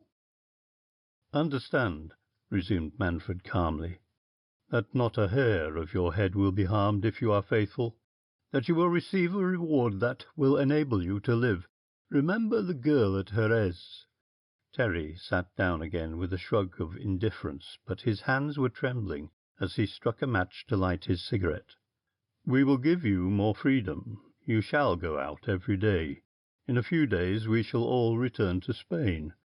They called you the silent man in the prison at Granada. We shall believe that you will remain so." After this the conversation became Greek to the Spaniard, for the men spoke in English. "He gives very little trouble," said Gonzales. "Now that we have dressed him like an Englishman, he does not attract attention. He doesn't like shaving every day, but it is necessary, and luckily he is fair. I do not allow him to speak in the street, and this tries his temper somewhat." Manfred turned the talk into a more serious channel. "I shall send 2 more warnings, and one of those must be delivered in his very stronghold. He is a brave man." "What of Garcia?" asked Poicart. Manfred laughed. "I saw him on Sunday night, a fine old man, fiery and oratorical. I sat at the back of a little hall whilst he pleaded eloquently in French for the rights of man. He was a Jean-Jacques Rousseau, a Mirabeau, a broad-viewed Bright, and the audience was mostly composed of Cockney youths, who had come that they might boast that they had stood in the temple of anarchism." Poicart tapped the table impatiently. "Why is it, George, that an element of bathos comes into all these things?" Manfred laughed. "You remember Anderson, when we had gagged him and bound him to the chair, and had told him why he had to die, when there were only the pleading eyes of the condemned, and the half-dark room with a flickering lamp, and you and Leon and poor Clarisse masked and silent, and I had just sentenced him to death. You remember how there crept into the room the scent of frying onions from the kitchen below?" "I too remember," said Leon. "The case of regicide." Poicart made a motion of agreement. "You mean the corsets?" he said, and the two nodded and laughed. "There will always be bathos," said Manfred. "Poor Garcia, with a nation's destinies in his hand, an amusement for shop-girls, tragedy and the scent of onions, a rapier, thrust and the whalebone corsets. It is inseparable." And all the time Thery smoked cigarettes, looking into the fire with his head on his hands. "Going back to this matter we have on our hands," said Gonzales, "I suppose that there is nothing more to be done till the day." "Nothing." "And after?" "There are our fine art reproductions." "And after?" persisted Poicart. "There is a case in Holland, Hermanus van der Bill, to wit, but it will be simple, and there will be no necessity to warn." Poicart's face was grave. "I am glad you have suggested Van der Bill. He should have been dealt with before Hook of Holland or Flushing." "If we have time, the Hook by all means." "And Thery?" "I will see to him," said Gonzales easily. "We will go overland to Jerez, where the girl is," he added laughingly. The object of their discussion finished his 10th cigarette and sat up in his chair with a grunt. "I forgot to tell you," Leon went on, "that today, when we were taking our exercise walk, Thery was considerably interested in the posters he saw everywhere, and was particularly curious to know why so many people were reading them. I had to find a lie on the spur of the minute, and I hate lying." Gonzales was perfectly sincere. "I invented a story about racing or lotteries or something of the sort, and he was satisfied." Thery had caught his name in spite of its anglicised pronunciation, and looked inquiry. "We will leave you to amuse our friend," said Manfred, rising. "Poicart and I have a few experiments to make." The two left the room, traversed the narrow passage, and paused before a small door at the end. A larger door on the right, padlocked and barred, led to the studio. Drawing a small key from his pocket, Manfred opened the door, and stepping into the room switched on a light that shone dimly through a dust-covered bulb. There had been some attempt at restoring order from the chaos. 2 shelves had been cleared of rubbish, and on these stood rows of bright little files, each bearing a number. A rough table had been pushed against the wall beneath the shelves, and on the green baize with which the table was covered was a litter of graduated measures, test tubes, condensers, delicate scales, and 2 queer-shaped glass machines, not unlike gas generators. Poincare pulled a chair to the table and gingerly lifted a metal cup that stood in a dish of water. Manfred, looking over his shoulder, remarked on the consistency of the liquid that half filled the vessel, and Poincare bent his head, acknowledging the remark as though it were a compliment. "Yes," he said, satisfied, "it is a complete success. The formula is quite right. Some day we may want to use this." He replaced the cup in its bath, and, reaching beneath the table, produced from a pail a handful of ice dust, with which he carefully surrounded the receptacle. "I regard that as the multum in parvo of explosives," he said, and took down a small phial from the shelf, lifted the stopper with the crook of his little finger, and poured a few drops of a whitish liquid into the metal cup. "That neutralizes the elements," said Poincare, and gave a sigh of relief. "I am not a nervous man, but the present is the first comfortable moment I have had for 2 days." "It makes an abominable smell," said Manfred, with his handkerchief to his nose. A thin smoke was rising from the cup. "I never noticed those things," Poincare replied, dipping a thin glass rod into the mess. He lifted the rod and watched reddish drops dripping from the end. "That's all right," he said. "And it is an explosive no more?" asked Manfred. "It is as harmless as a cup of chocolate."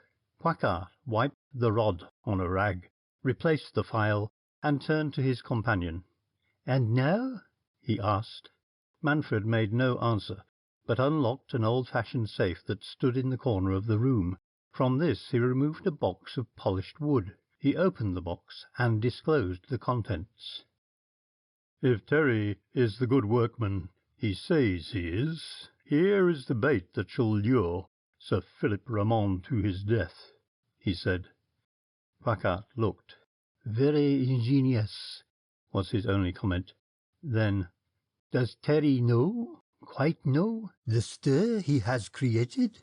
Manfred closed the lid and replaced the box before he replied. "Does Thery know that he is the 4th just man?" he asked. Then slowly, "I think not, and it is as well as he does not know. £1,000 is roughly 33,000 pesetas, and there is the free pardon and the girl at Jerez," he added thoughtfully. A brilliant idea came to Smith the reporter, and he carried it to the chief. "Not bad," said the editor, which meant that the idea was really very good. "Not bad at all." "It occurred to me," said the gratified reporter, "that 1 or 2 of the 4 might be foreigners who don't understand a word of English." "Quite so," said the chief. "Thank you for the suggestion. I'll have it done tonight." Which dialogue accounts for the fact that the next morning the Megaphone appeared with the police notice printed in French, Italian, German, and Spanish. The end of Chapter 5, read by Andy Sames.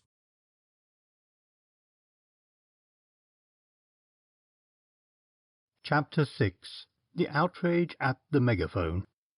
The editor of the Megaphone, returning from dinner, met the Super-Chief on the stairs. The Super-Chief, boyish of face, withdrew his mind from the mental contemplation of a new project — Megaphone House is the home of new projects — and inquired after the 4 just men. "The excitement is keeping up," replied the editor. "People are talking of nothing else but the coming debate on the extradition bill, and the government is taking every precaution against an attack upon Ramond." "What is the feeling?" The editor shrugged his shoulders. "Nobody really believes that anything will happen in spite of the bomb. The super-chief thought for a moment, and then asked quickly, "What do you think?" The editor laughed. "I think the threat will never be fulfilled, for once the four have struck against a snag. If they hadn't warned Ramon, they might have done something, but forewarned—" "We shall see," said the super-chief, and went home. The editor wondered as he climbed the stairs how much longer the four would fill the contents bill of his newspaper, and rather hoped that they would make their attempt, even though they met with a failure, which he regarded as inevitable. His room was locked and in darkness, and he fumbled in his pocket for the key, found it, turned the lock, opened the door, and entered. "I wonder," he mused, reaching out his hand and pressing down the switch of the light. There was a blinding flash and a quick splutter of flame, and the room was in darkness again. Startled, he retreated to the corridor and called for a light. "Send for the electrician," he roared. "One of these damned fuses has gone." A lamp revealed the room to be filled with a pungent smoke. The electrician discovered that every globe had been carefully removed from its socket and placed on the table. From one of the brackets suspended a curly length of thin wire, which ended in a small black box, and it was from this that thick fumes were issuing. "Open the windows," directed the editor, and a bucket of water having been brought, the little box was dropped carefully into it.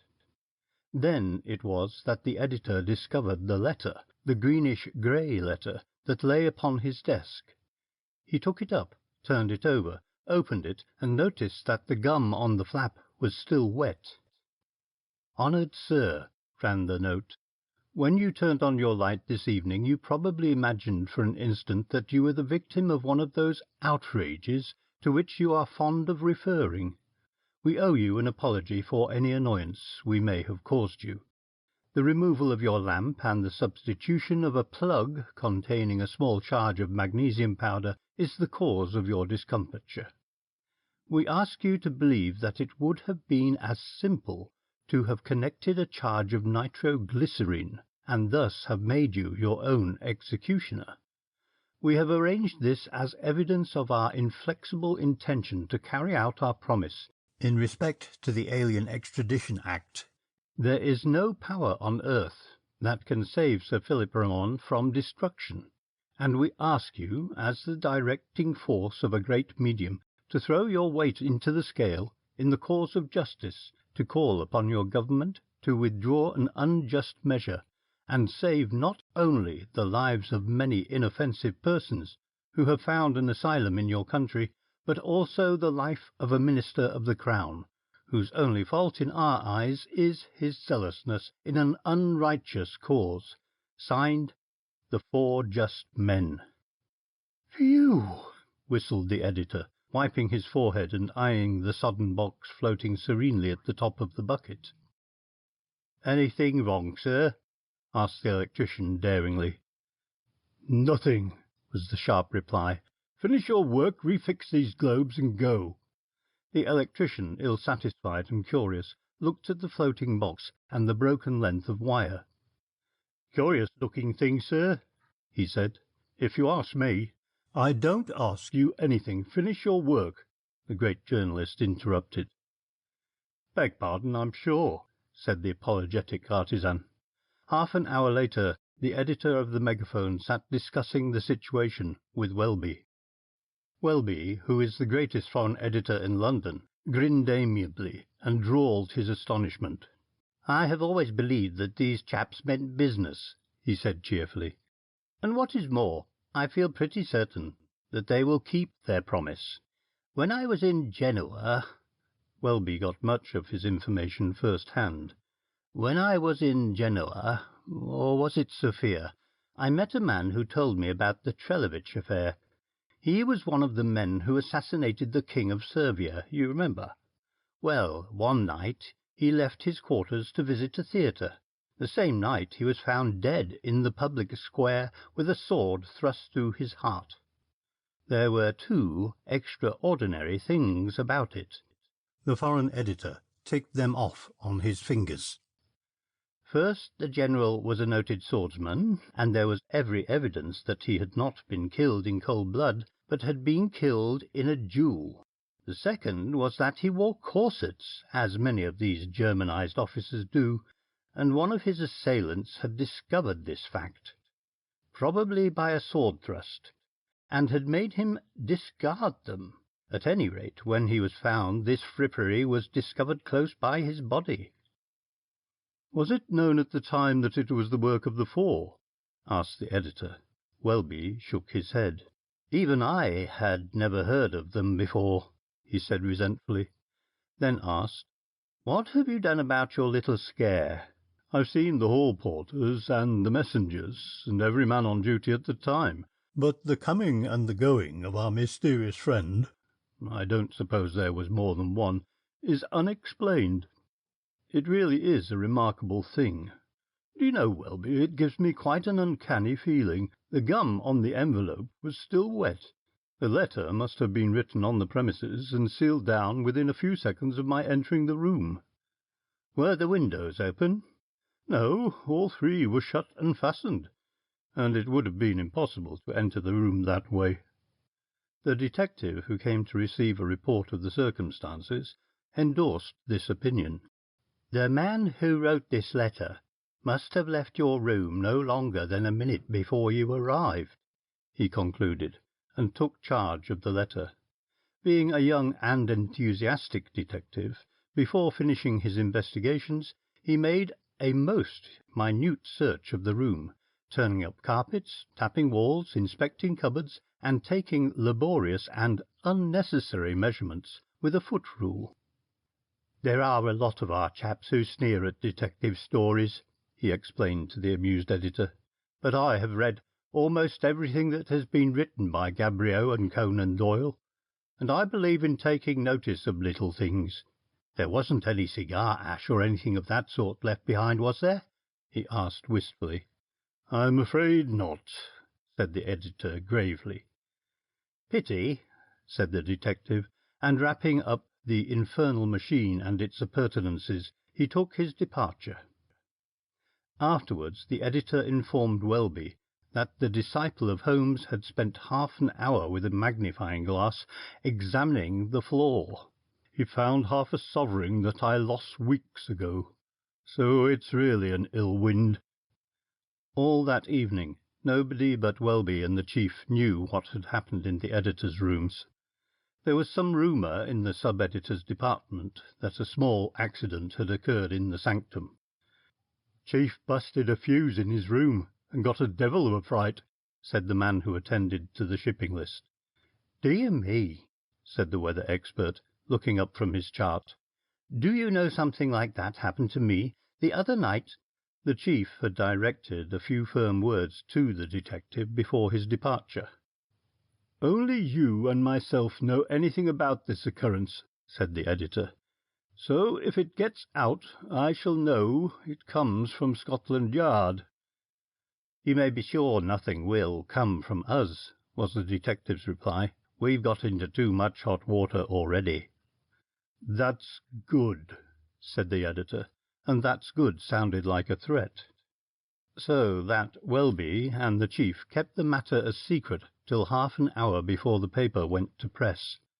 This may seem to the layman an extraordinary circumstance, but experience has shown most men who control newspapers that news has an unlucky knack of leaking out before it appears in type. Wicked compositors, and even compositors can be wicked, have been known to screw up copies of important and exclusive news, and to throw them out of a convenient window, where they have fallen close to a patient man standing in the street below, and have been immediately hurried off to the office of a rival newspaper, and sold for more than their weight in gold. Such cases have been known. But at 11:30 the buzzing hive of Megaphone House began to hum, for then it was that the sub-editors learnt for the first time of the Outrage. It was a great story. Still another Megaphone scoop, headlined half down the page with the just for again outrage at the office of the Megaphone, devilish ingenuity, another threatening letter, the four will keep their promise, remarkable document, will the police save Sir Philip Ramon? A very good story, said the chief complacently, reading the proofs. He was preparing to leave, and was speaking to Welby by the door. Not bad, said the discriminating Welby. What I think... Hello! The last was addressed to a messenger who appeared with a stranger. Gentleman wants to speak to somebody, sir. Bit excited, so I brought him up. He's a foreigner, and I can't understand him, so I brought him to you. This to Welby. What do you want? Asked the chief in French. The man shook his head and said a few words in a strange tongue. Ah, said Welby. Spanish. What do you wish? He said in that language. Is this the office of that paper? The man produced a grimy copy of the Megaphone. Yes. Can I speak to the editor? The chief looked suspicious. I am the editor, he said. The man looked over his shoulder, then leant forward. I am one of the 4 just men, he said hesitatingly. Welby took a step towards him and scrutinized him closely.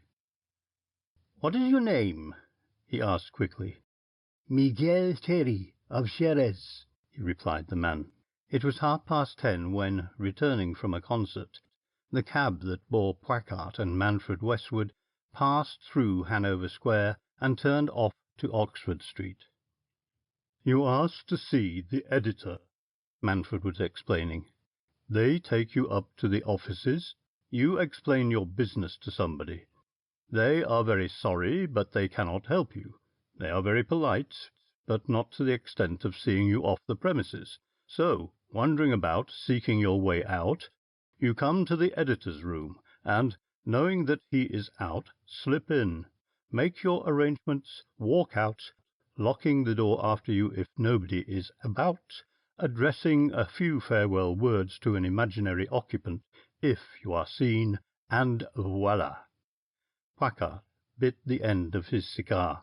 Use for your envelope a gum that will not dry under an hour, and you heighten the mystery, he said quietly, and Manfred was amused. The envelope just fastened is an irresistible attraction to an English detective. The cab, speeding along Oxford Street, turned into the Edgware Road, when Manfred put up his hand and pushed open the trap in the roof. Get down here, he called, and the driver pulled up to the sidewalk. I thought ye said Pembridge Gardens, he remarked as Manfred paid him. So I did, said Manfred. Good night. They waited, chatting on the edge of the pavement, until the cab had disappeared from view, then turned back to the Marble Arch, crossed to Park Lane, walked down that plutocratic thoroughfare, and round into Piccadilly. Near the Circus they found a restaurant with a long bar and many small alcoves where men sat round marble tables, drinking, smoking, and talking. In one of these, alone, sat Gonzales, smoking a long cigarette and wearing on his clean-shaven, mobile face a look of meditative content. Neither of the men evinced the slightest sign of surprise at meeting him, yet Manfred's heart missed a beat, and into the pallid cheeks of Poicart crept 2 bright red spots.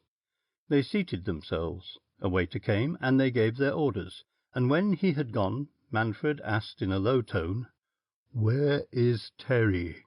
Leon gave the slightest shrug. Thery has made his escape, he answered calmly. For a minute neither man spoke, and Leon continued. This morning, before you left, you gave him a bundle of newspapers? Manfred nodded. They were English newspapers, he said. Thery does not know a word of English. There were pictures in them. I gave them to amuse him. You gave him, amongst others, the Megaphone? Yes. Ha! Manfred remembered. The offer of reward was in it, and the free pardon, printed in Spanish. Manfred was gazing into vacancy. I remember, he said slowly. I read it afterwards. It was very ingenious, remarked Poicart commendingly. I noticed he was rather excited, but I accounted for this by the fact that we had told him last night of the method we intended adopting for the removal of Ramon and the part he was to play. Leon changed the topic to allow the waiter to serve the refreshments that had been ordered.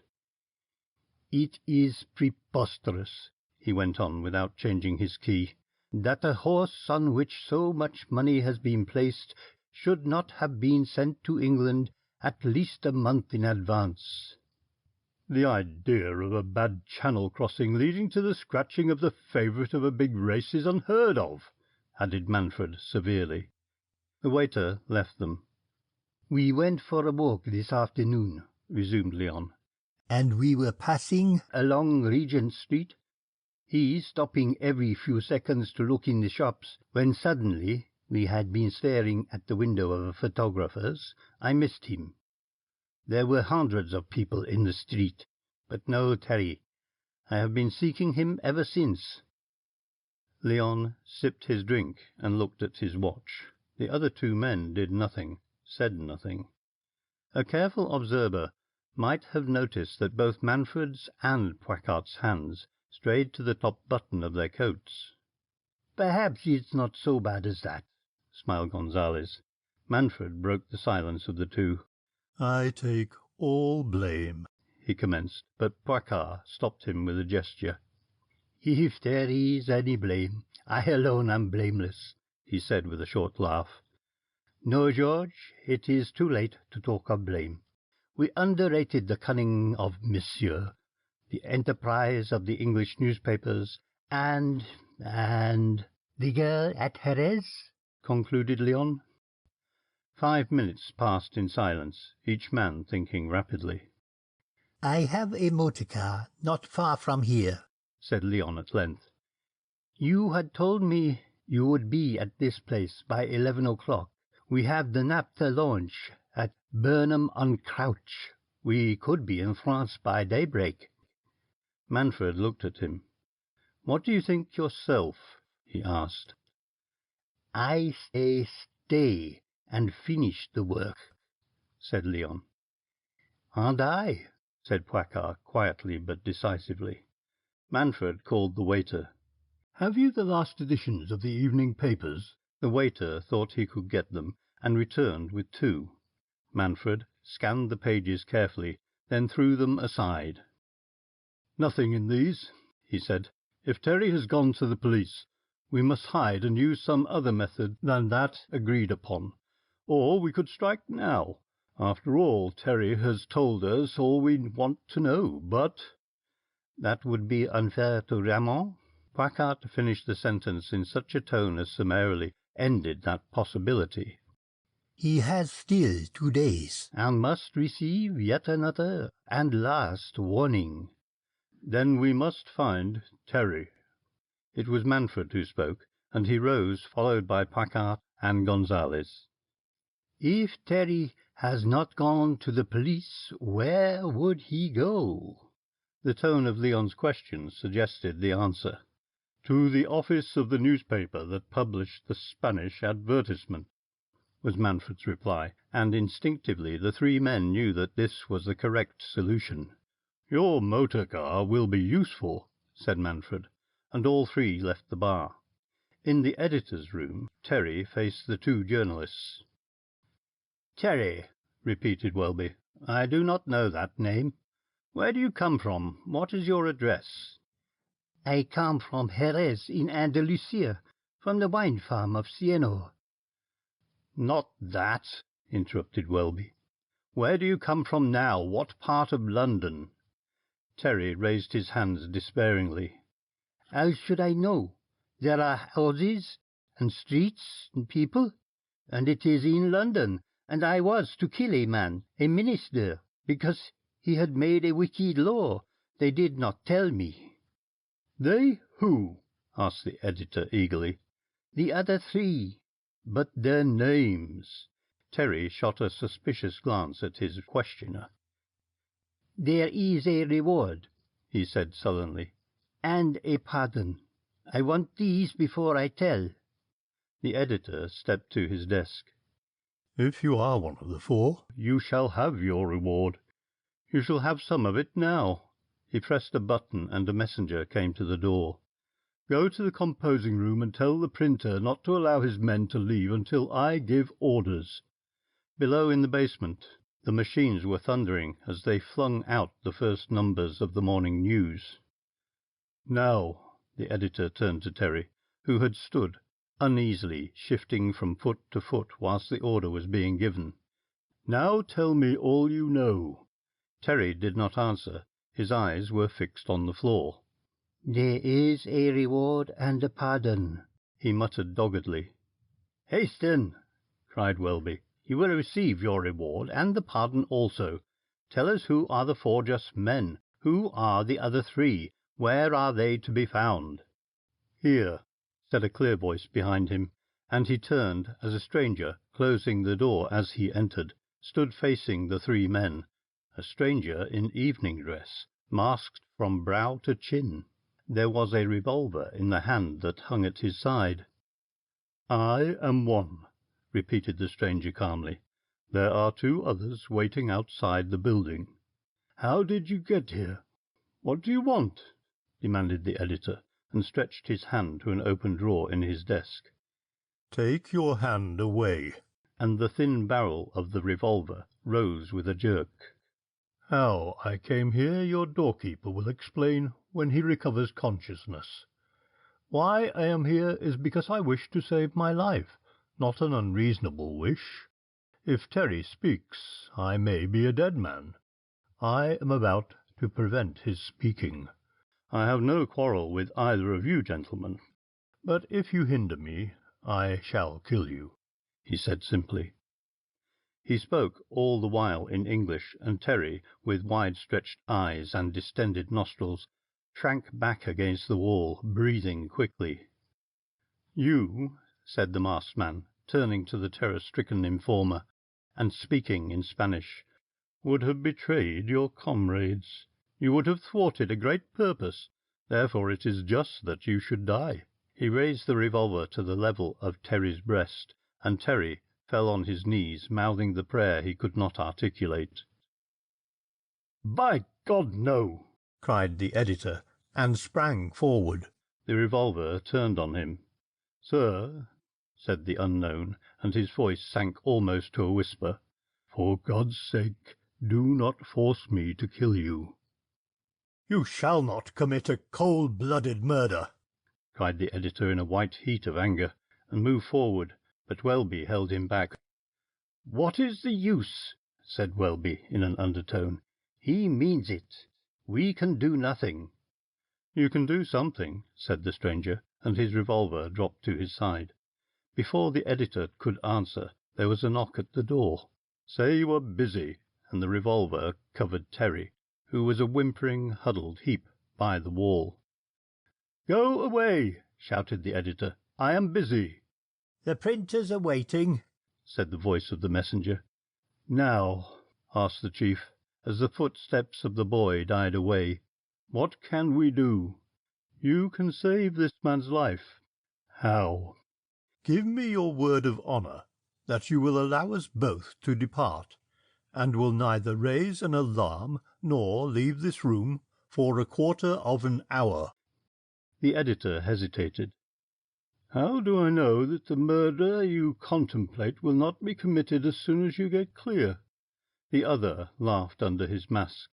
"How do I know that as soon as I have left the room you will not raise an alarm?" "I should have given my word, sir," said the editor stiffly. "And I mine," was the quiet response, "and my word has never been broken." In the editor's mind a struggle was going on. Here in his hand was the greatest story of the century. Another minute and he would have extracted from Thery the secret of the 4. Even now a bold dash might save everything, and the printers were waiting. But the hand that held the revolver was the hand of a resolute man, and the chief yielded. "I agree, but under protest," he said. "I warn you that your arrest and punishment is inevitable." "I regret," said the masked man with a slight bow, "that I cannot agree with you. Nothing is inevitable save death. Come, Thery, he said, speaking in Spanish. On my word as a caballero, I will not harm you. Thery hesitated, then slunk forward with his head bowed and his eyes fixed on the floor. The masked man opened the door an inch, listened, and in the moment came the inspiration of the editor's life. "Look here," he said quickly, the man giving place to the journalist. "When you get home, will you write us an article about yourselves? You needn't give us any embarrassing particulars.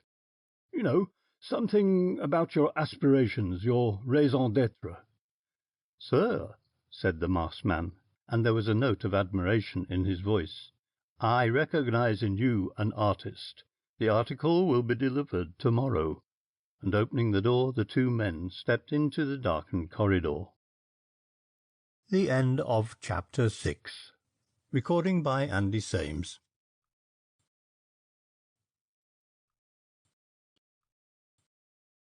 Chapter 7. The Clues.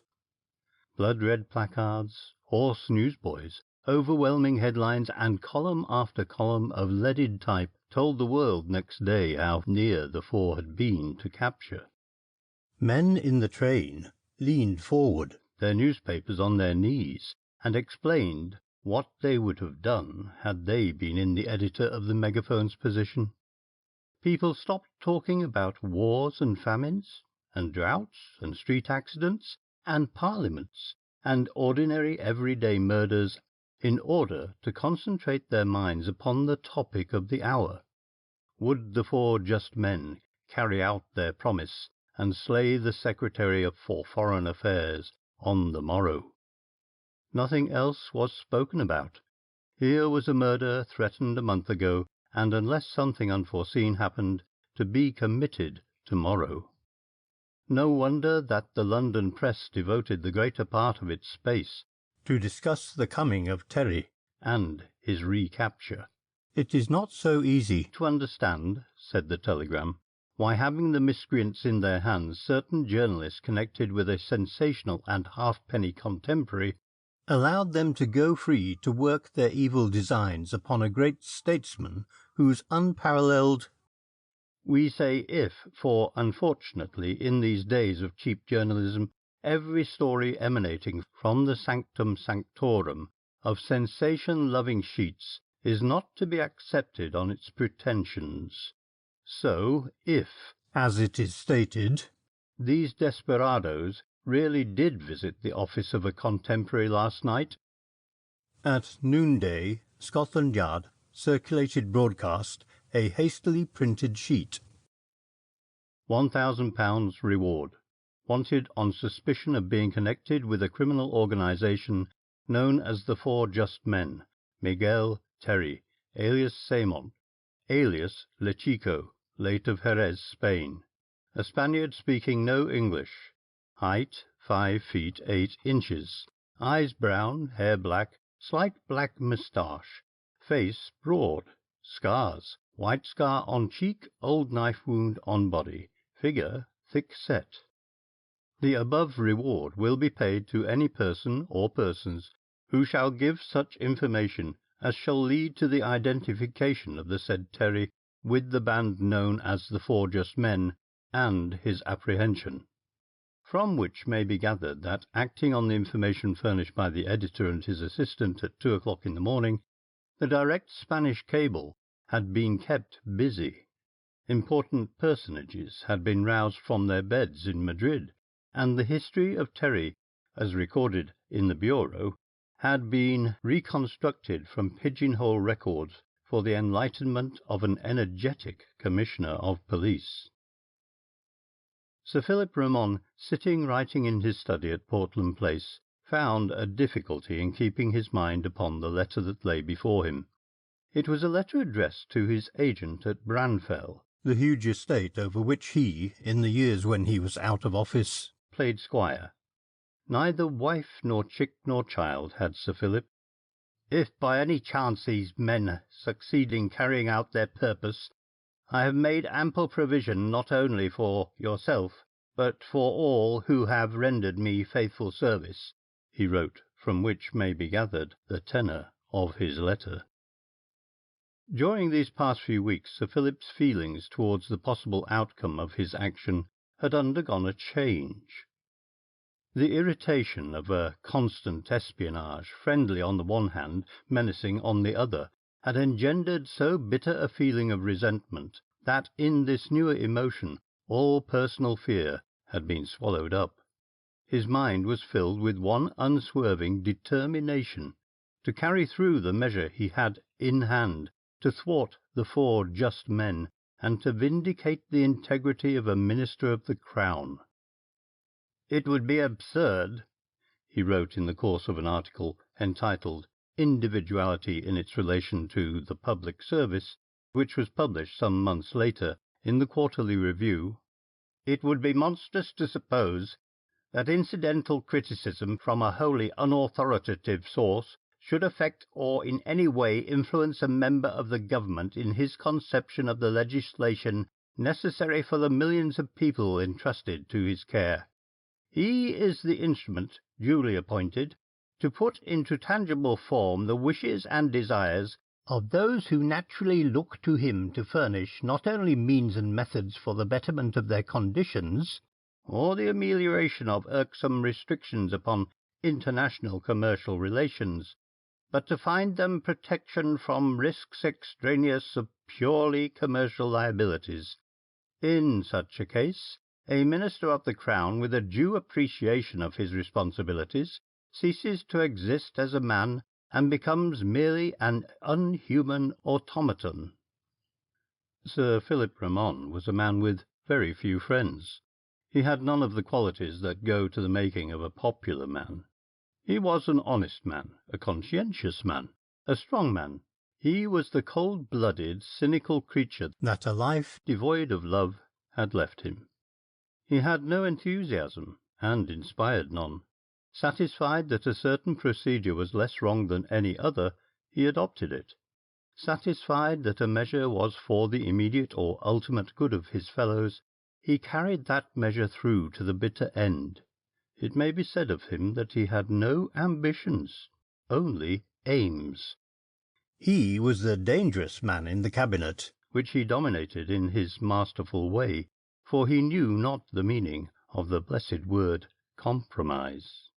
If he held views on any subject under the sun, those views were to be the views of his colleagues. 4 times in the short history of the administration had rumoured resignation of a cabinet minister filled the placards of the newspapers, and each time the minister whose resignation was ultimately recorded was the man whose views had clashed with the Foreign Secretary. In small things, as in great, he had his way. His official residence he absolutely refused to occupy, and number 44 Downing Street was converted into half office, half palace. Portland Place was his home, and thence he drove every morning, passing the Horse Guards clock as it finished the last stroke of 10. A private telephone wire connected his study in Portland Place with the official residence, and with the exception of this, Sir Philip had cut himself adrift from the house in Downing Street, to occupy which had been the ambition of the great men of his party. Now, however, with the approach of the day on which their every effort would be taxed, the police insisted upon his taking up his quarters in Downing Street. Here, they said, the task of protecting the minister would be simplified. Number 44 Downing Street they knew. The approaches could be better guarded, and, moreover, the drive, that dangerous drive, between Portland Place and the Foreign Office would be obviated. It took a considerable amount of pressure and pleading to induce Sir Philip to take even this step, and it was only when it was pointed out that the surveillance to which he was being subjected would not be so apparent to himself that he yielded. "You don't like to find my men outside your door with your shaving water," said Superintendent Falmouth bluntly. "You objected to one of my men being in your bathroom when you went in the other morning, and you complained about a plainclothes officer driving on your box. Well, Sir Philip, in Downing Street I promise that you shan't even see them." This clinched the argument. It was just before leaving Portland Place to take up his new quarters that he sat writing to his agent, whilst the detective waited outside the door. The telephone at Sir Philip's elbow buzzed. He hated bells, and the voice of his private secretary asked with some anxiety how long he would be. "We have got 60 men on duty at 44, said the secretary, zealous and young. "And today and tomorrow we shall—" And Sir Philip listened with growing impatience to the recital. "I wonder you have not got an iron safe to lock me in," he said petulantly, and closed the conversation. There was a knock at the door, and Falmouth put his head inside. "I don't want to hurry you, sir," he said, "but—" So the Foreign Secretary drove off to Downing Street in something remarkably like a temper. For he was not used to being hurried, or taken charge of, or ordered hither and thither. It irritated him further to see the now familiar cyclists on either side of the carriage, to recognize at every few yards an obvious policeman in plain clothes admiring the view from the sidewalk, and when he came to Downing Street and found it barred to all carriages but his own, and an enormous crowd of morbid sightseers gathered to cheer his ingress, he felt as he had never felt before in his life, humiliated. He found his secretary waiting in his private office with the rough draft of the speech that was to introduce the second reading of the extradition bill. "We are pretty sure to meet with a great deal of opposition," informed the secretary, "but Mainland has sent out 3-line whips, and expects to get a majority of 36 at the very least." Ramon read over the notes and found them refreshing. They brought back the old feeling of security and importance. After all, he was a great Minister of State. Of course the threats were too absurd. The police were to blame for making so much fuss, and of course the press, yes, that was it, a newspaper sensation. There was something buoyant, something almost genial in his air when he turned with a half-smile to his secretary. "Well, what about my unknown friends? What do the blackguards call themselves? The 4 just men?" Even as he spoke he was acting a part. He had not forgotten their title. It was with him day and night. The secretary hesitated between his chief and himself. The 4 just men had been a tabooed subject. "We've heard nothing more than you have read," he said lamely. "We know now who Thery is, but we can't place his 3 companions." The minister pursed his lips. "They give me till tomorrow night to recant," he said. "You have heard from them again?" "The briefest of notes," said Sir Philip lightly. "And otherwise?" Sir Philip frowned. "They will keep their promise," he said shortly, for the otherwise of his secretary had sent a coldness into his heart that he could not quite understand. In the top room in the workshop at Carnaby Street, Thery, subdued, sullen, fearful, sat facing the 3. "I want you to understand," said Manfred, "that we bear you no ill will for what you have done. I think, and Senor Poicard thinks, that Senor Gonzales did right to spare your life and bring you back to us." Thery dropped his eyes before the half-quizzical smile of the speaker. "Tomorrow night you will do as you agreed to do, if the necessity still exists. Then you will go—" He paused. "Where?" demanded Thery in sudden rage. "Where, in the name of heaven? I have told them my name. They will know who I am. They will find that by writing to the police. Where am I to go?" He sprang to his feet, glowering on the 3 men, his hands trembling with rage, his great frame shaking with the intensity of his anger. "You betrayed yourself," said Manfred quietly. "That is your punishment. But we will find a place for you. a new Spain under other skies, and the girl at Jerez shall be there waiting for you." Thery looked from one to the other suspiciously. Were they laughing at him? There was no smile on their faces. Gonzales alone looked at him with keen, inquisitive eyes, as though he saw some hidden meaning in the speech. "Will you swear that?" asked Thery hoarsely. "Will you swear that by the—" "I promise "That?" if you wish it, I will swear it," said Manfred. "And now," he went on, his voice changing, "you know what is expected of you tomorrow night. What have you to do?" Thery nodded.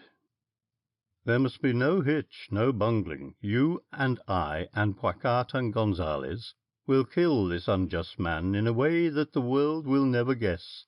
Such an execution as shall appall mankind. A swift death, a sure death, a death that will creep through cracks that will pass by the guards unnoticed. Why, there never has been such a thing done. Such—" He stopped dead with flushed cheeks and kindling eyes, and met the gaze of his two companions, Poicart impassive, sphinx-like, Leon interested and analytic. Manfred's face went a duller red. "I am sorry," he said almost humbly. "For the moment I had forgotten the cause and the end in the strangeness of the means." He raised his hand deprecatingly. "It is understandable," said Poicart gravely, and Leon pressed Manfred's arm. The three stood in embarrassed silence for a moment. Then Manfred laughed.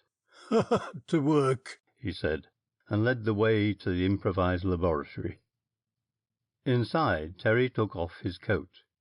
Here was his province, and from being the cowed dependent, he took charge of the party, directing them, instructing, commanding, until he had the men of whom a few minutes before he had stood in terror, running from studio to laboratory, from floor to floor.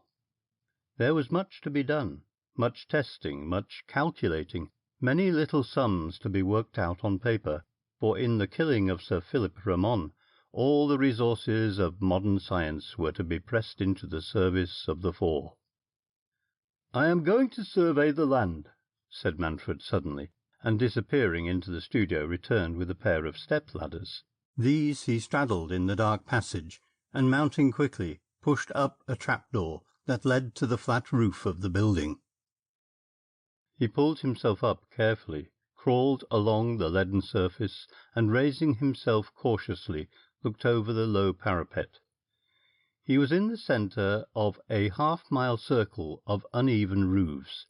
Beyond the circumference of his horizon, London loomed murkily through smoke and mist. Below was the busy street.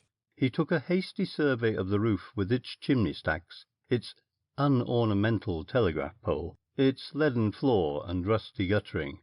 Then, through a pair of field-glasses, he made a long, careful survey southward. He crawled slowly back to the trapdoor, raised it, and let himself down very gingerly till his feet touched the top of the ladder. Then he descended rapidly, closing the door after him. "Well," said Thery, with something of triumph in his voice. "I see you have labelled it," said Manfred. "It is better so, since we shall work in the dark," said Thery. "Did you see then?" began Poicart. Manfred nodded. "Very indistinctly one could just see the Houses of Parliament dimly, and Downing Street is a jumble of roofs." Thery had turned to the work that was engaging his attention. Whatever was his trade, he was a deft workman. Somehow he felt that he must do his best for these men.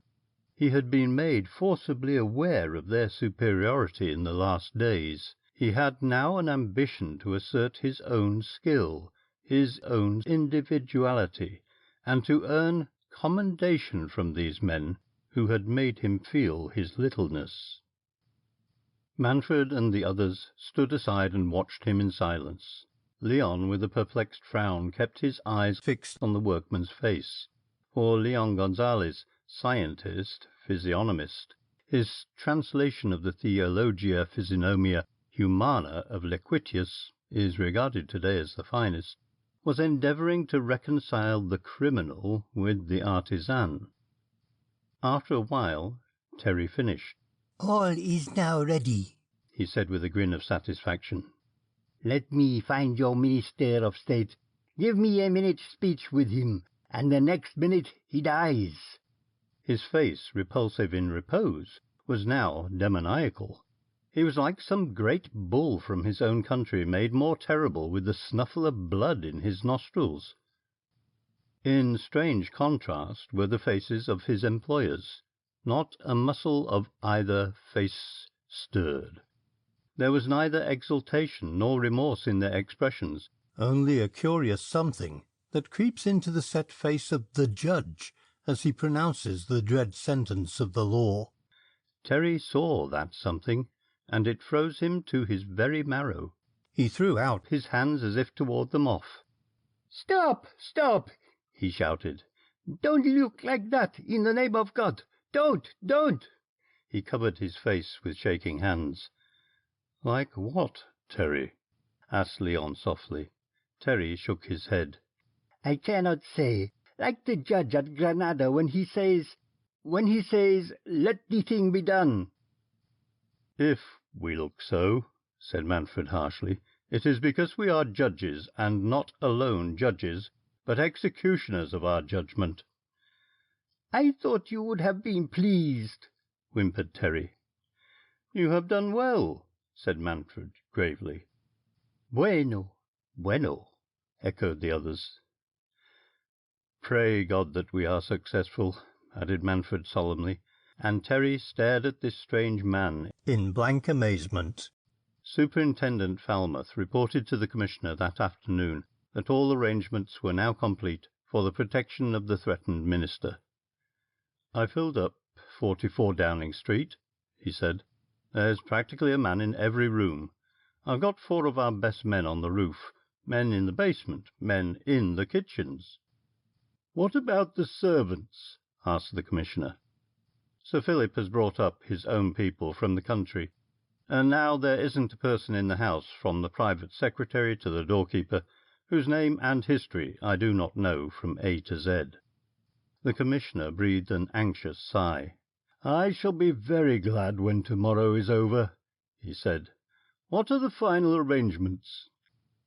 "There has been no change, sir, since we fixed things up the morning Sir Philip came over. He remains at 44 all day tomorrow until 8:30, goes over to the House at 9 to move the reading of the bill, returns at 11. I have given orders for the traffic to be diverted along the embankment between 9:15 and 15:15, and the same at 11, said the Commissioner. 4 closed carriages will drive from Downing Street to the House. Sir Philip will drive down on a motor car immediately afterwards. There was a rap at the door. The conversation took place in the Commissioner's office, and a police officer entered. He bore a card in his hand, which he laid upon the table. "Senor José de Silva," read the Commissioner. "The Spanish Chief of Police," he explained to the Superintendent. "Show him in, please." Senor de Silva, a lithe little man with a pronounced nose and a beard, greeted the Englishman with the exaggerated politeness that is peculiar to Spanish official circles. "I am sorry to bring you over," said Mr. Commissioner, after he had shaken hands with the visitor and had introduced him to Falmouth. "We thought you might be able to help us in our search for Thery." "Luckily I was in Paris," said the Spaniard. "Yes, I know Thery, and I am astounded to find him in such distinguished company. Do I know the 4? His shoulders went up to his ears. "Who does? I know of them. There was a case at Malaga, you know.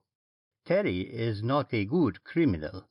I was astonished to learn that he had joined the band."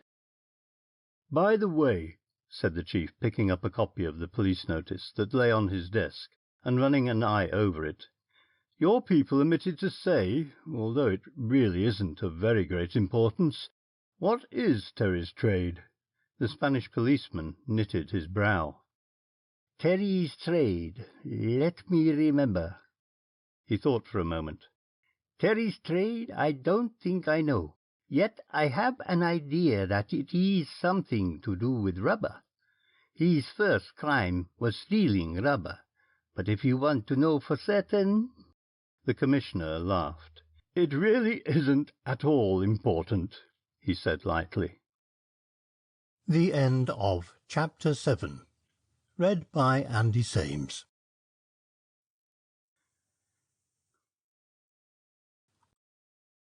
Chapter 8. The Messenger of the Four. There was yet another missive to be handed to the doomed minister. In the last he had received there had occurred the sentence, "One more warning you shall receive, and so that we may be assured it shall not go astray, our next and last message shall be delivered into your hands by one of us in person." This passage afforded the police more comfort than had any episode since the beginning of the scare. They placed a curious faith in the honesty of the four men. They recognized that these were not ordinary criminals, and that their pledge was inviolable. Indeed, had they thought otherwise, the elaborate precautions that they were taking to ensure the safety of Sir Philip would not have been made. The honesty of the four was their most terrible characteristic. In this instance it served to raise a faint hope that the men who were setting at defiance the establishment of the law would overreach themselves. The letter conveying this message was the one to which Sir Philip had referred so airily in his conversation with his secretary. It had come by post, bearing the date mark Balham 1215. "The question is, shall we keep you absolutely surrounded, so that these men cannot by any possible chance carry out their threat?" asked the Superintendent Falmouth, in some perplexity. "Or shall we apparently relax our vigilance in order to lure one of the four to his destruction?" The question was directed to Sir Philip Ramon, as he sat huddled up in the capacious depths of his office chair. "You want to use me as bait?" he asked sharply. The detective expostulated. "Not exactly that, sir. We want to give these men a chance." "I understand perfectly," said the minister with some show of irritation. The detective resumed. "We know how the infernal machine was smuggled into the house. On the day on which the outrage was committed, an old member, Mr. Basco, the member for North Torrington, was seen to enter the house." "Well?" asked Sir Philip in surprise. "Mr. Basco was never within 100 miles of the House of Commons on that date," said the detective quietly. "We might never have found it out, for his name did not appear in the division list. We've been working quietly on that House of Commons affair ever since, and it was only a couple of days ago that we made the discovery." Sir Philip sprang from his chair and nervously paced the floor of his room. "Then they are evidently well acquainted with the conditions of life in England," he asserted rather than asked. "Evidently. They've got the lay of the land, and that is one of the dangers of the situation." "But," frowned the other, "you have told me there were no dangers, no real dangers." "There is this danger, sir," replied the detective, eyeing the minister steadily and dropping his voice as he spoke. "Men who are capable of making such disguise are really outside the ordinary run of criminals. I don't know what their game is, but whatever it is, they are playing it thoroughly. One of them is evidently an artist at that sort of thing, and he's the man I'm afraid of today." Sir Philip's head tossed impatiently. "I'm tired of all this, tired of it." He thrashed the edge of his desk with an open palm. "Detectives and disguises and masked murderers, until the atmosphere is for all the world like that of a melodrama." "You must have patience for a day or two," said the plain-spoken officer.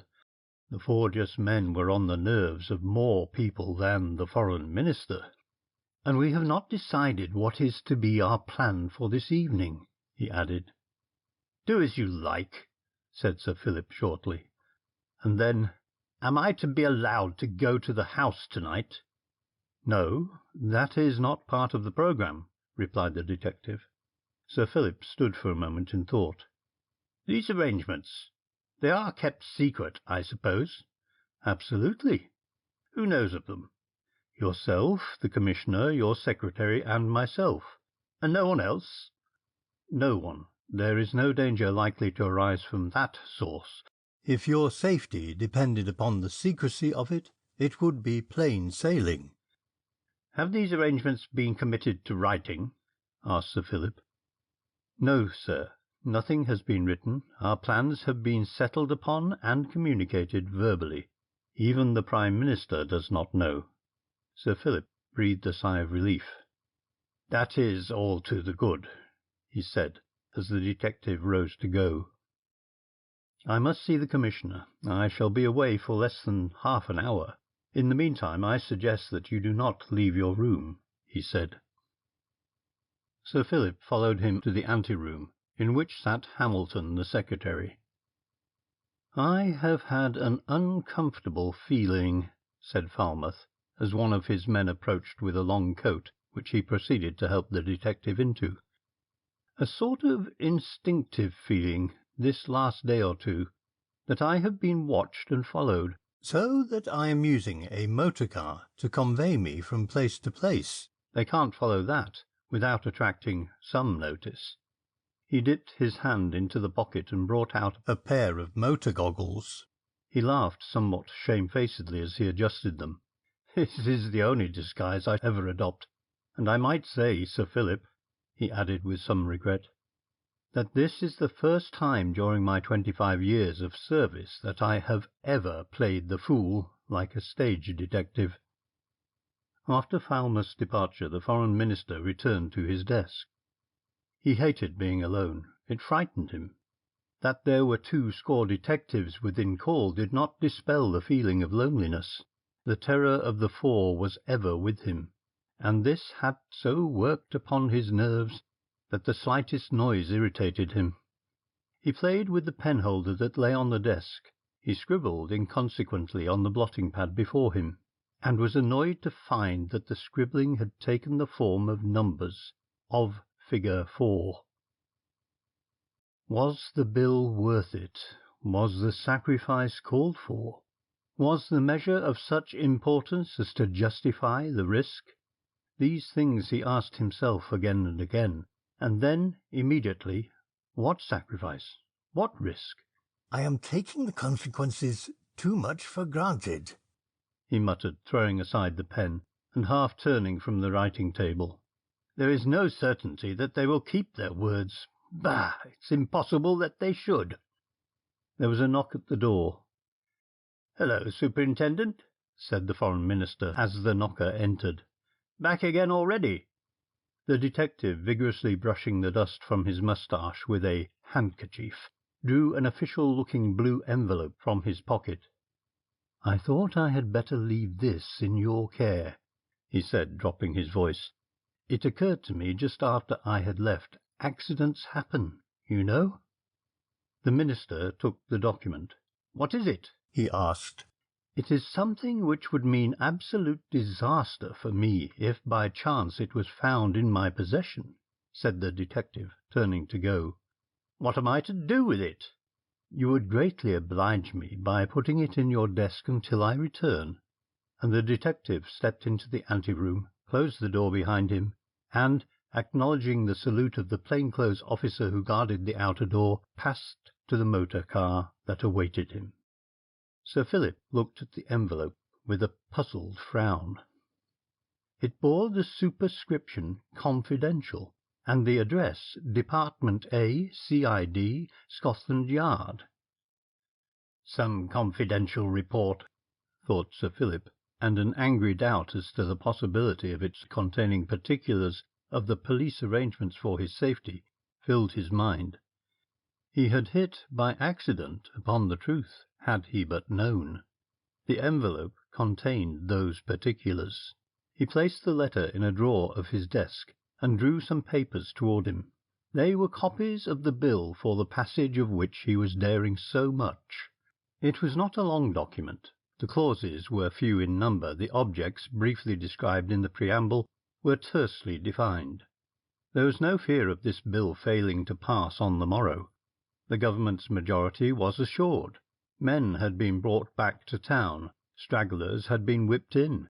Prayers and threats alike had assisted in concentrating the rapidly dwindling strength of the administration on this one effort of legislation, and what the frantic entreaties of the whips had failed to secure, curiosity had accomplished, for members of both parties were hurrying to town to be present at a scene which might perhaps be history, and, as many feared, tragedy. As Sir Philip conned the paper, he mechanically formed in his mind the line of attack, for, tragedy or no, the bill struck at too many interests in the House to allow of its passage without a stormy debate. He was a master of dialectics, a brilliant causist, a coiner of phrases that stuck and stung. There was nothing for him to fear in the debate, if only it hurt him to think of the 4 just men.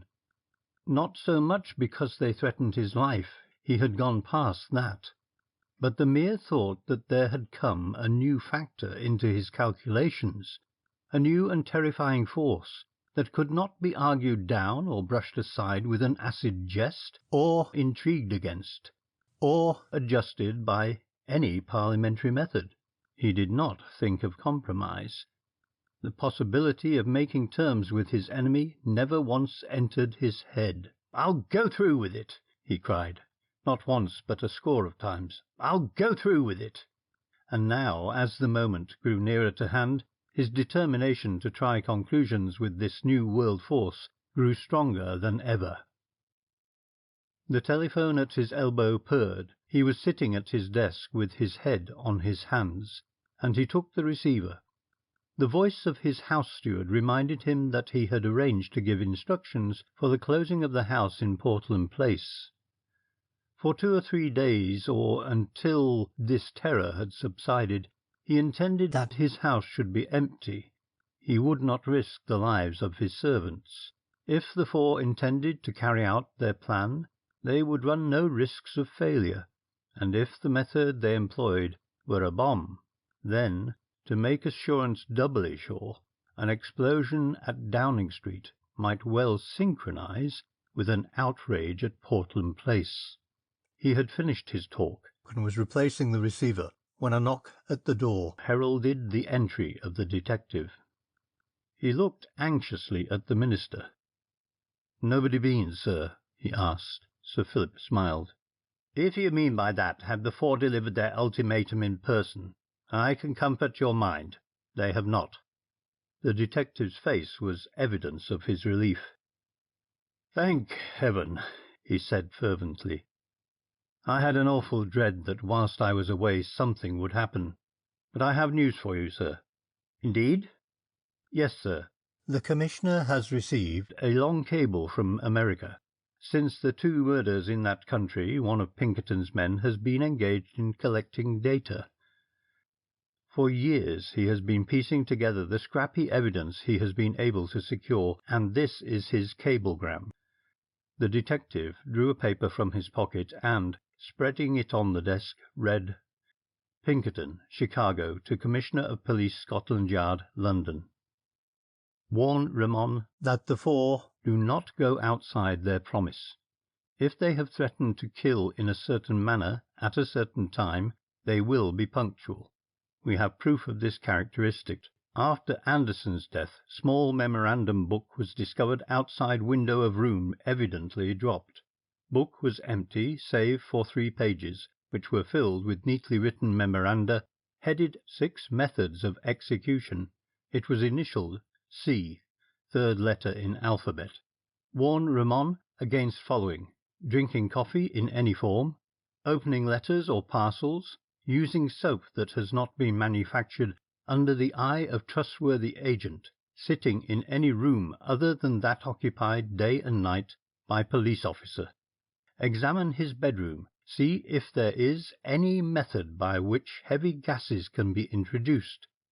We are sending 2 men by Lucania to watch." The detective finished reading. Watch was not the last word in the original message, as he knew. There had been an ominous postscript. "Afraid they will arrive too late." "Then you think," asked the statesman, "that your danger lies in doing one of the things that Pinkerton warns us against?" replied the detective.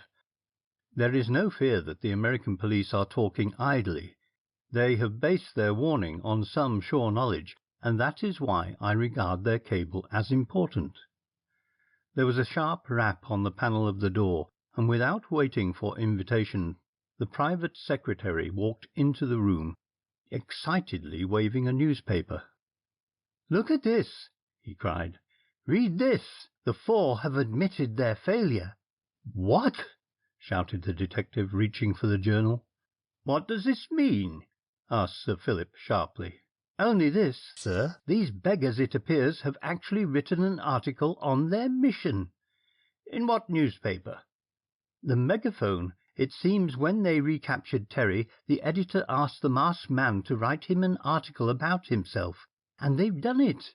And it's here. And they've admitted defeat. And... The detective had seized the paper and broke in upon the incoherent secretary's speech. "The creed of the 4 just men," he read. "Where is their confession of failure?" "Halfway down the column. I have marked the passage here," and the young man pointed with a trembling finger to a paragraph. "We leave nothing to chance," read the detective. "If the slightest hitch occurs, if the least detail of our plan miscarries, we acknowledge defeat. So assured are we that our presence on earth is necessary for the carrying out of a great plan, so certain are we that we are the indispensable instruments of a divine providence, that we dare not, for the sake of our very cause, accept unnecessary risks. It is essential, therefore, that the various preliminaries to every execution should be carried out to the full.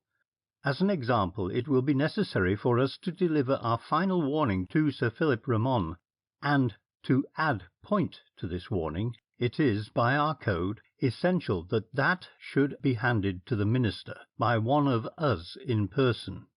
All arrangements have been made to carry this portion of our programme into effect.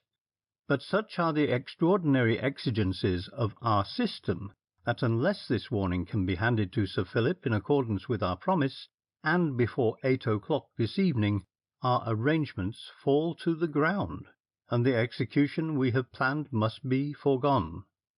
The detective stopped reading, with disappointment visible on every line of his face.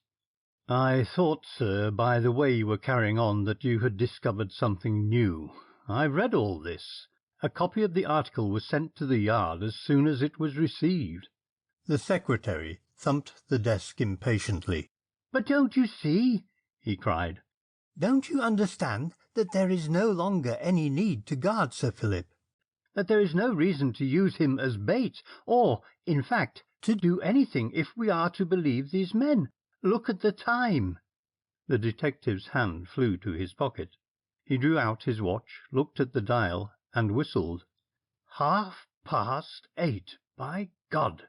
he muttered in astonishment, and the 3 stood in surprised silence. Sir Philip broke the silence. "Is it a ruse to take us off our guard?" he said hoarsely. "I don't think so," replied the detective slowly. "I feel sure that it is not, nor shall I relax my watch.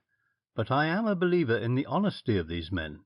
I don't know why I should say this, for I have been dealing with criminals for the past 25 years, and never once have I put an ounce of faith in the word of the best of them. But somehow I can't disbelieve these men. If they have failed to deliver their message, they will not trouble us again."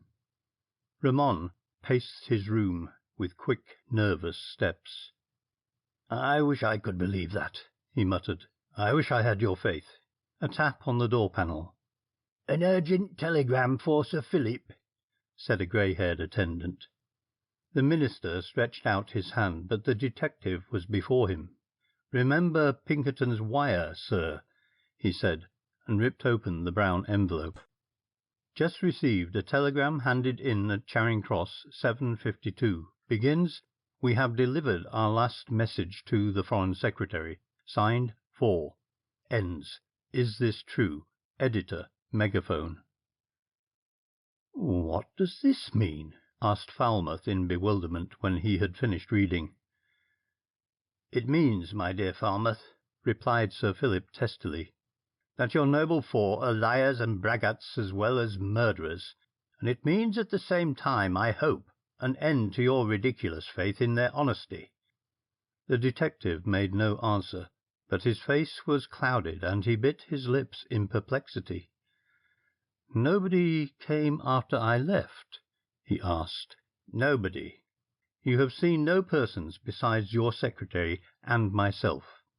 "Absolutely nobody has spoken to me or approached within a dozen yards of me," Ramon answered shortly. Falmouth shook his head despairingly. "Well, where are we?" he asked, speaking more to himself than to anybody in the room, and moved towards the door. Then it was that Sir Philip remembered the package left in his charge. "You had better take your precious documents," he said, opening his drawer and throwing the package left in his charge onto the table. The detective looked puzzled. "What is this?" he asked, picking up the envelope. "I'm afraid the shock of finding yourself deceived in your estimate of my persecutors has dazed you," said Sir Philip, and added pointedly, "I must ask the Commissioner to send an officer who has a better appreciation of the criminal mind, and a less childlike faith in the honour of murderers." "As to that," said Falmouth, unmoved by the outburst, "you must do as you think best. I have discharged my duty to my own satisfaction, and I have no more critical taskmaster than myself. But what I am more anxious to hear is exactly what you mean by saying that I handed any papers into your care." The Foreign Secretary glared across the table at the imperturbable police officer. "I am referring, sir," he said harshly, "to the packet which you returned to leave in my charge." The detective stared. "I did not return," he said in a strained voice. "I have left no papers in your hands." He picked up the package from the table, tore it open, and disclosed yet another envelope. As he caught sight of the grey-green cover, he gave a sharp cry. "This is the message of the four," said Falmouth. The Foreign Secretary staggered back a pace, white to the lips. "And the man who delivered it," he gasped, "was one of the four just men," said the detective grimly. "They have kept their promise." He took a quick step to the door, passed through into the anteroom, and beckoned the plainclothes officer who stood on guard at the outer door. "Do you remember my going out?" he asked. "Yes, sir, both times." "Both times, eh?" said Falmouth bitterly. "And how did I look the second time?" His subordinate was bewildered at the form the question took. "As usual, sir," he stammered. "How was I dressed?" The constable considered. "In your long dust coat." "I wore my goggles, I suppose?" "Yes, sir." "I thought so," muttered Falmouth savagely, and raced down the broad marble stairs that led to the entrance hall. There were four men on duty, who saluted him as he approached. "Do you remember my going out?" he asked of the sergeant in charge. "Yes, sir, both times," the officer replied. "Damn your both times!" snapped Falmouth. "How long had I been gone the first time before I returned?" 5 minutes, sir," was the astonished officer's reply. "They just gave themselves time to do it," muttered Falmouth, and then aloud, "Did I return in my car?" "Yes, sir." "Ah!" Hope sprang into the detective's breast. "Did you notice the number?" he asked, almost fearful to hear the reply. "Yes." The detective could have hugged the stolid officer. Good. What was it? A17164. The detective made a rapid note of the number. Jackson, he called, and one of the men in plain clothes stepped forward and saluted. Go to the yard, find out the registered owner of this car. When you have found this, go to the owner. Ask him to explain the movements. If necessary, take him into custody. Falmouth retraced his steps to Sir Philip's study. He found the statesman still agitatedly walking up and down the room, the secretary nervously drumming his fingers on the table, and the letter still unopened. "As I thought," explained Falmouth, "the man you saw was one of the four impersonating me. He chose his time admirably. My own men were deceived. They managed to get a car exactly similar in build and colour to mine, and, watching their opportunity, they drove to Downing Street a few minutes after I had left. There is one last chance of our catching him. Luckily the sergeant on duty noticed the number of the car, and we might be able to trace him through that. Hello?" An attendant stood at the door. Would the superintendent see Detective Jackson? Falmouth found him waiting in the hall below. "I beg your pardon, sir," said Jackson, saluting. "but is there not some mistake in this number?" "Why?" asked the detective sharply. "Because," said the man, "A17164 is the number of your own car."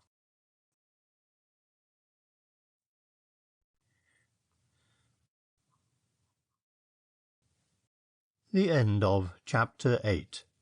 Read by Andy Sames.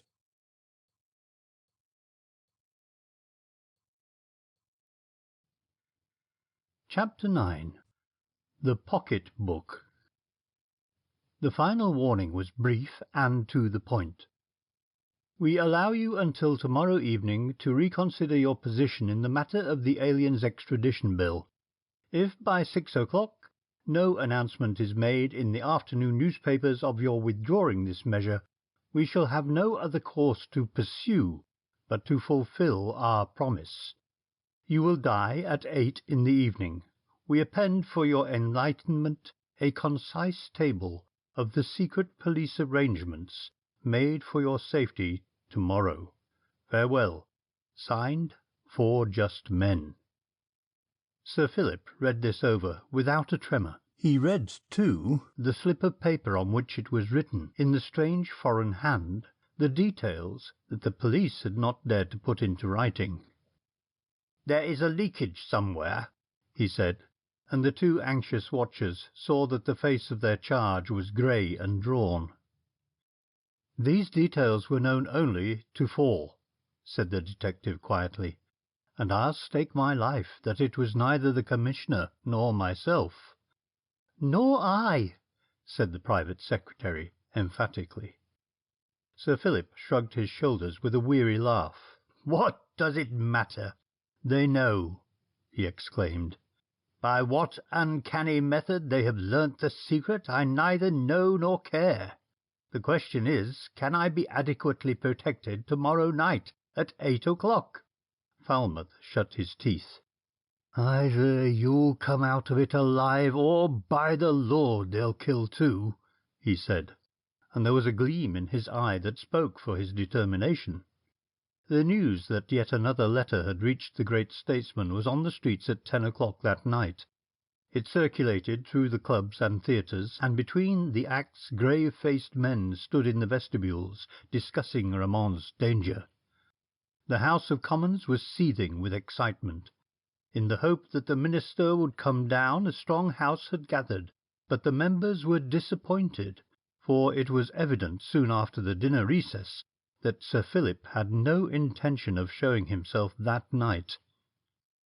"Might I ask the Right Honourable the Prime Minister whether it is the intention of His Majesty's Government to proceed with the Aliens Extradition Political Offence Bill?"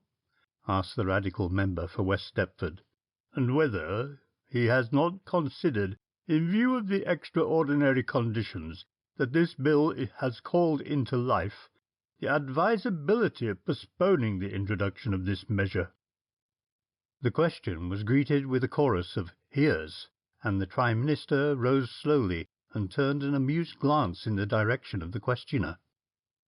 "I know of no circumstance that is likely to prevent my right honourable friend, who is unfortunately not in his place to-night, from moving the second reading of the bill to-morrow," he said, and sat down.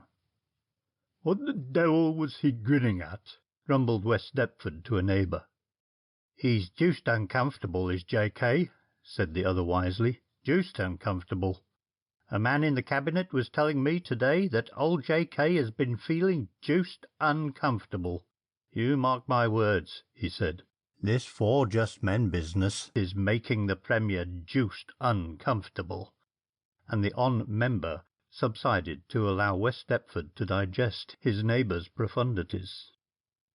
"I've done my best to persuade Ramon to drop the bill," the Premier was saying, "but he is adamant, and the pitiable thing is that he believes in his heart of hearts that these fellows intend keeping faith." "It is monstrous," said the Colonial Secretary hotly. "It is inconceivable that such a state of affairs can last. Why, it strikes at the root of everything. It unbalances every adjustment of civilization." "It's a poetical idea," said the phlegmatic Premier, "and the standpoint of the four is quite a logical one. Think of the enormous power for good or evil often vested in one man, a capitalist controlling the markets of the world, a speculator cornering cotton or wheat whilst mills stand idle and people starve, tyrants and despots with the destinies of nations between their thumb and finger. And then think of the four men, known to none, vague, shadowy figures stalking tragically through the world, condemning and executing the capitalist, the corner-maker, the tyrant, evil forces all, and all beyond reach of the law. We have said of these people, such of us as are touched with mysticism, that God would judge them. Here are men arrogating to themselves the divine right of superior judgment. If we catch them, they will end their lives unpicturesquely, in a matter-of-fact, commonplace manner, in a little shed in Pentonville jail, and the world will never realize how great the artists who perish." "But Ramon?" The Premier smiled. "Here I think these men have just overreached themselves. Had they been content to slay first and explain their mission afterwards, I have little doubt that Ramon would have died. But they have warned and exposed their hand a dozen times over. I know nothing of the arrangements that are being made by the police, but I should imagine that by tomorrow night it will be as difficult to get within a dozen yards of Ramon as it would be for a Siberian prisoner to dine with the Tsar." "Is there no possibility of Ramon withdrawing the bill?" asked the colonies. The Premier shook his head. "Absolutely none," he said. The rising of a member of the Opposition front bench at that moment to move an amendment to a clause under discussion cut short the conversation. The House rapidly emptied when it became generally known that Ramon did not intend appearing, and the members gathered in the smoking-room and lobby to speculate upon the matter which was uppermost in their minds. In the vicinity of Palace Yard a great crowd had gathered, as in London crowds will gather, on the off-chance of catching a glimpse of the man whose name was in every mouth. Street vendors sold his portrait, frowsy men purveying the real life and adventures of the four just men did a roaring trade, and itinerant street singers introducing extemporized verses into their repertoire declined the courage of that statesman bold who dared for to resist the threats of coward, alien, and deadly anarchist. There was praise in these poor lyrics for Sir Philip, who was trying to prevent the foreigner from taking the bread out of the mouths of honest working men, the humour of which appealed greatly to Manfred. He and Poicard had driven to the Westminster end of the Embankment, and having dismissed their cab were walking to Whitehall. I think the verse about the deadly foreign anarchist taking the bread out of the mouth of the home-made variety is distinctly good," chuckled Manfred. Both men were in evening dress, and Poicart wore in his buttonhole the silken button of a Chevalier of the Legion d'Honneur. Manfred continued, "I doubt whether London has had such a sensation since... when?" Poicart's grim smile caught the other's eye, and he smiled in sympathy. "Well?" "I asked the same question of the maître d'hôtel," he said slowly, like a man loath to share a joke. "He compared the agitation to the atrocious East End murders." Manfred stopped dead and looked with horror on his companion. "Great heavens!" he exclaimed in distress. "It never occurred to me that we should be compared with him." They resumed their walk. "It is part of the eternal bathos," said Poicart serenely. "Even De Quincey taught the English nothing." They were traversing that portion of Whitehall from which Scotland Yard runs. A man, slouching along with bent head, his hands thrust deep into the pockets of his tattered coat, gave them a swift sidelong glance, stopped when they had passed, and looked after them. Then he turned and, quickening his shuffle, followed on their trail. A press of people and a seemingly ceaseless string of traffic at the corner of Cockspur Street brought Manfred and Poicart to a standstill, waiting for an opportunity to cross the road. They were subjected to a little jostling as the knot of waiting people thickened, but eventually they crossed and walked towards St. Martin's Lane. The comparison which Poicart had quoted still rankled with Manfred. "There will be people at His Majesty's tonight," he said, "applauding Brutus as he asks, 'What villain touched his body and not for justice?' You will not find a serious student of history, or any commonplace man of intelligence, for the matter of that, who, if you asked, would it not have been God's blessing for the world if Bonaparte had been assassinated on his return from Egypt, would not answer without hesitation, 'Yes, but we are murderers.'" "They would not have erected a statue to Napoleon's assassin," said Poicart easily, "any more than they have enshrined Felton, who slew a profligate and debauched minister of Charles I. Posterity may do us justice." He spoke half mockingly. "For myself, I am satisfied with the approval of my conscience."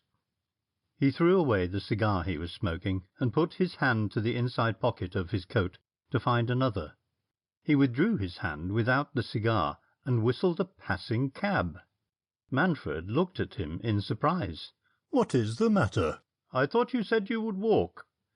Nevertheless he entered the hansom, and Poicart followed, giving his direction through the trap. "Baker Street Station." The cab was rattling through Shaftesbury Avenue before Poicart gave any explanation. "I have been robbed," he said, sinking his voice. "My watch has gone, but that does not matter. The pocket-book with the notes I made for the guidance of Thery has gone, and that matters a great deal." "It may have been a common thief," said Manfred. "He took the watch." Poicart was feeling his pockets rapidly. "Nothing else has gone," he said.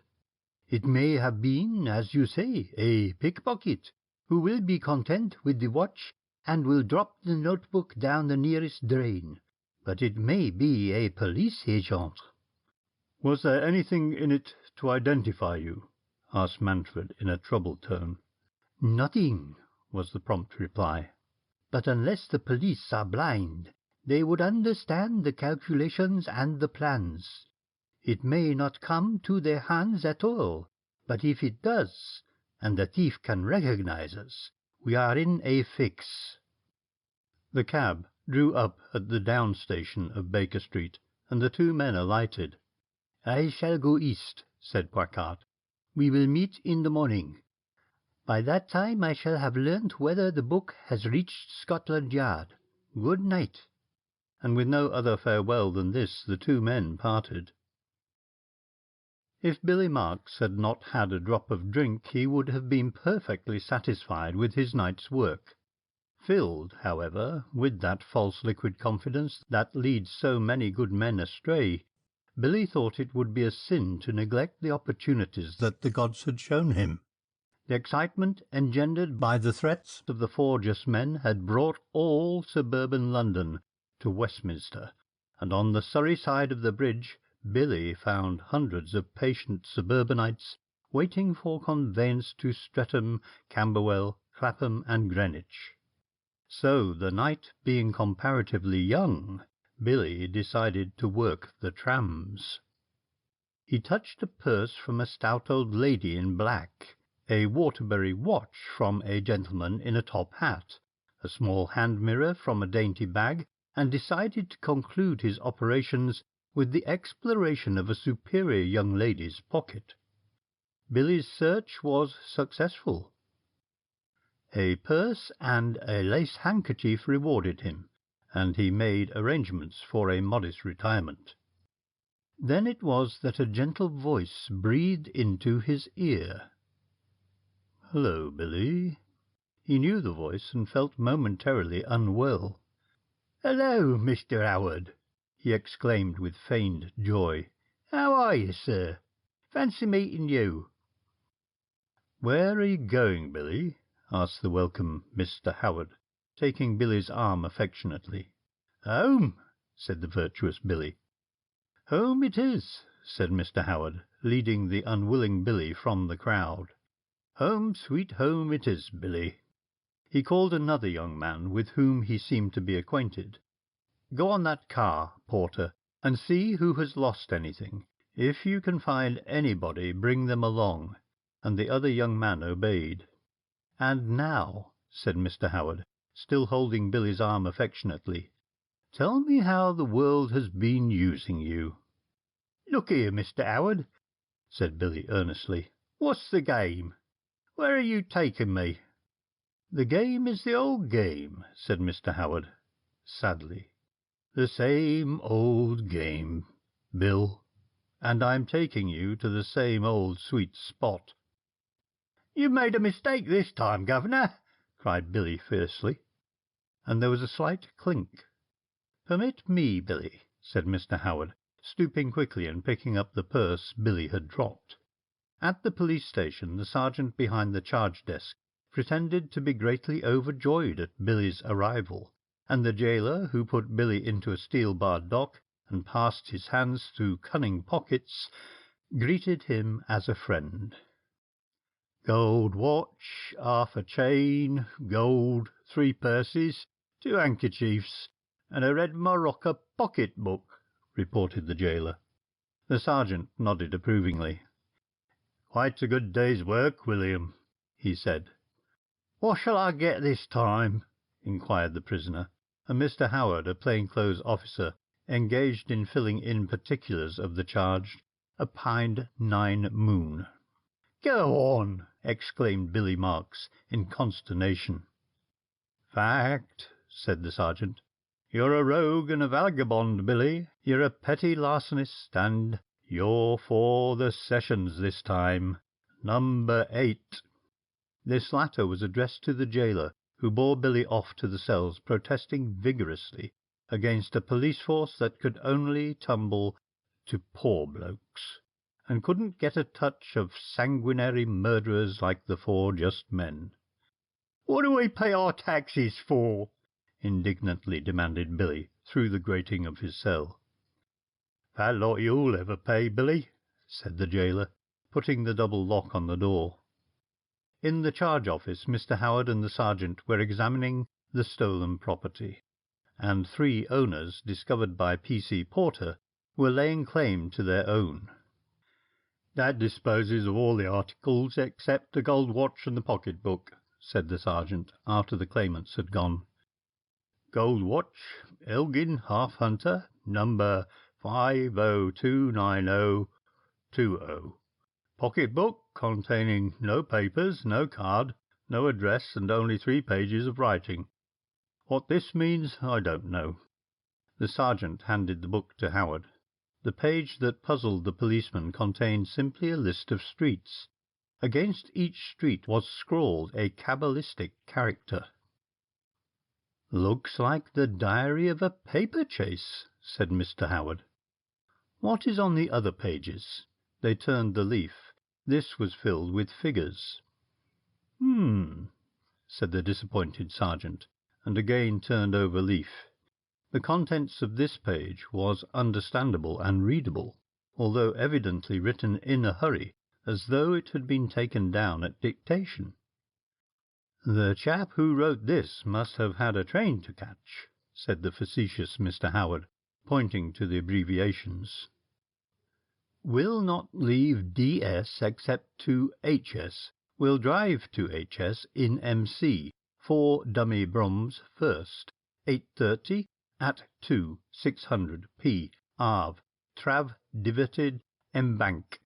80 spools inside DS, 1 each room, 3 each core. 6 basement, 6 roof. All doors wide open, allow each off see another. All spools will carry river. Nobody except F and H to approach R. In house, strange gal filled with pull.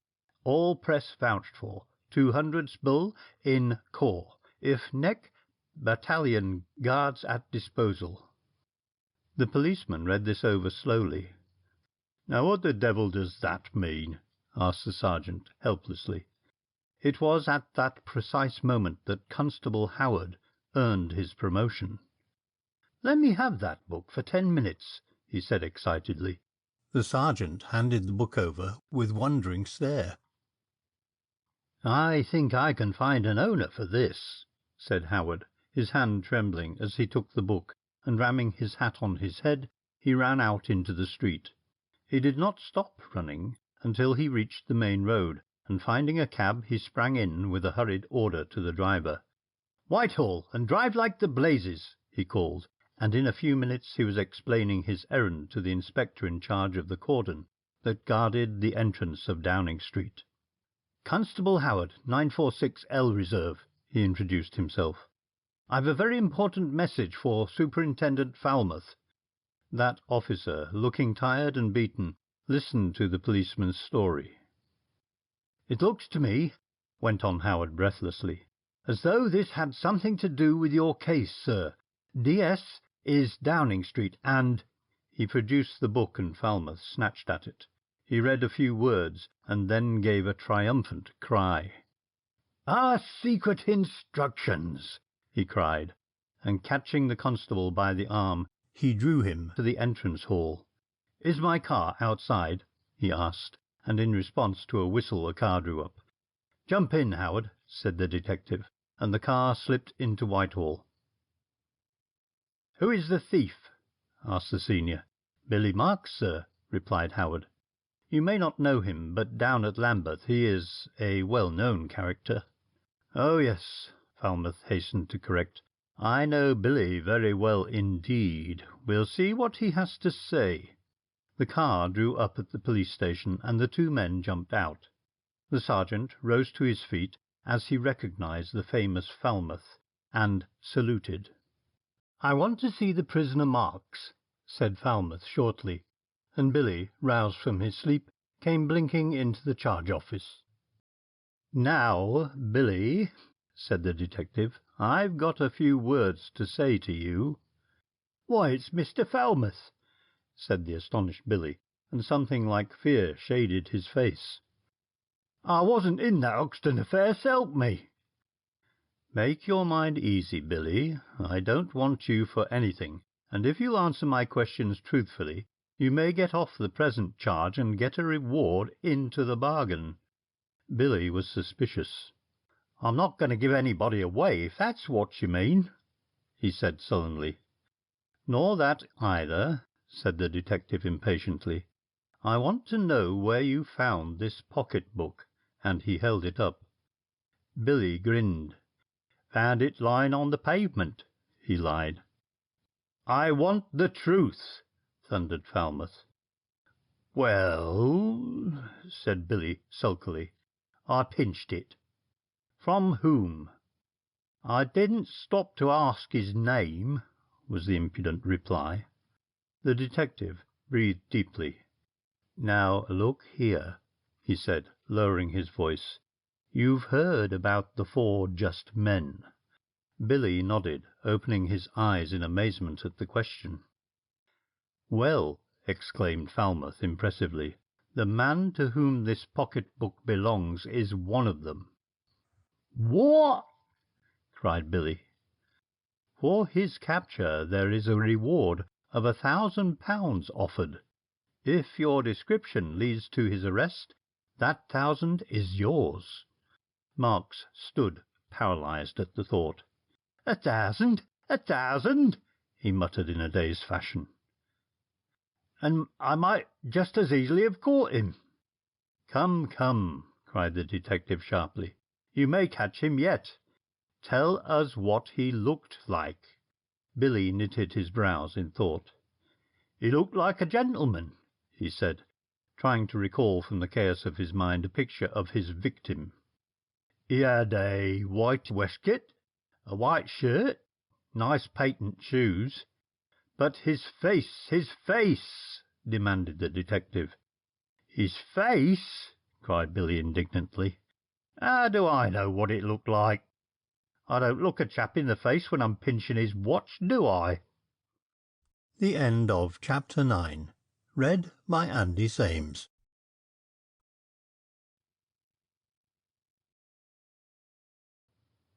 Chapter 10. The Cupidity of Marks. "You cursed dolt, you infernal fool!" stormed the detective, catching Billy by the collar and shaking him like a rat. "Do you mean to tell me that you had one of the 4 just men in your hand and did not even take the trouble to look at him?" Billy wrenched himself free.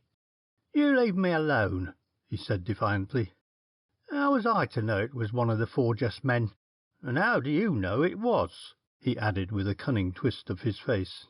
Billy's mind was beginning to work rapidly. He saw in this staggering statement of the detective a chance of making capital out of the position which to within a few minutes he had regarded as singularly unfortunate. "I did get a bit of a glance at them," he said. "They?" said the detective quickly. "How many were there?" "Never mind," said Billy sulkily. He felt the strength of his position. "Billy," said the detective earnestly, "I mean business. If you know anything, you've got to tell us." "Oh!" cried the prisoner in defiance. "Got to, have I? Well, I know the law as well as you. You can't make a chap speak if he don't want.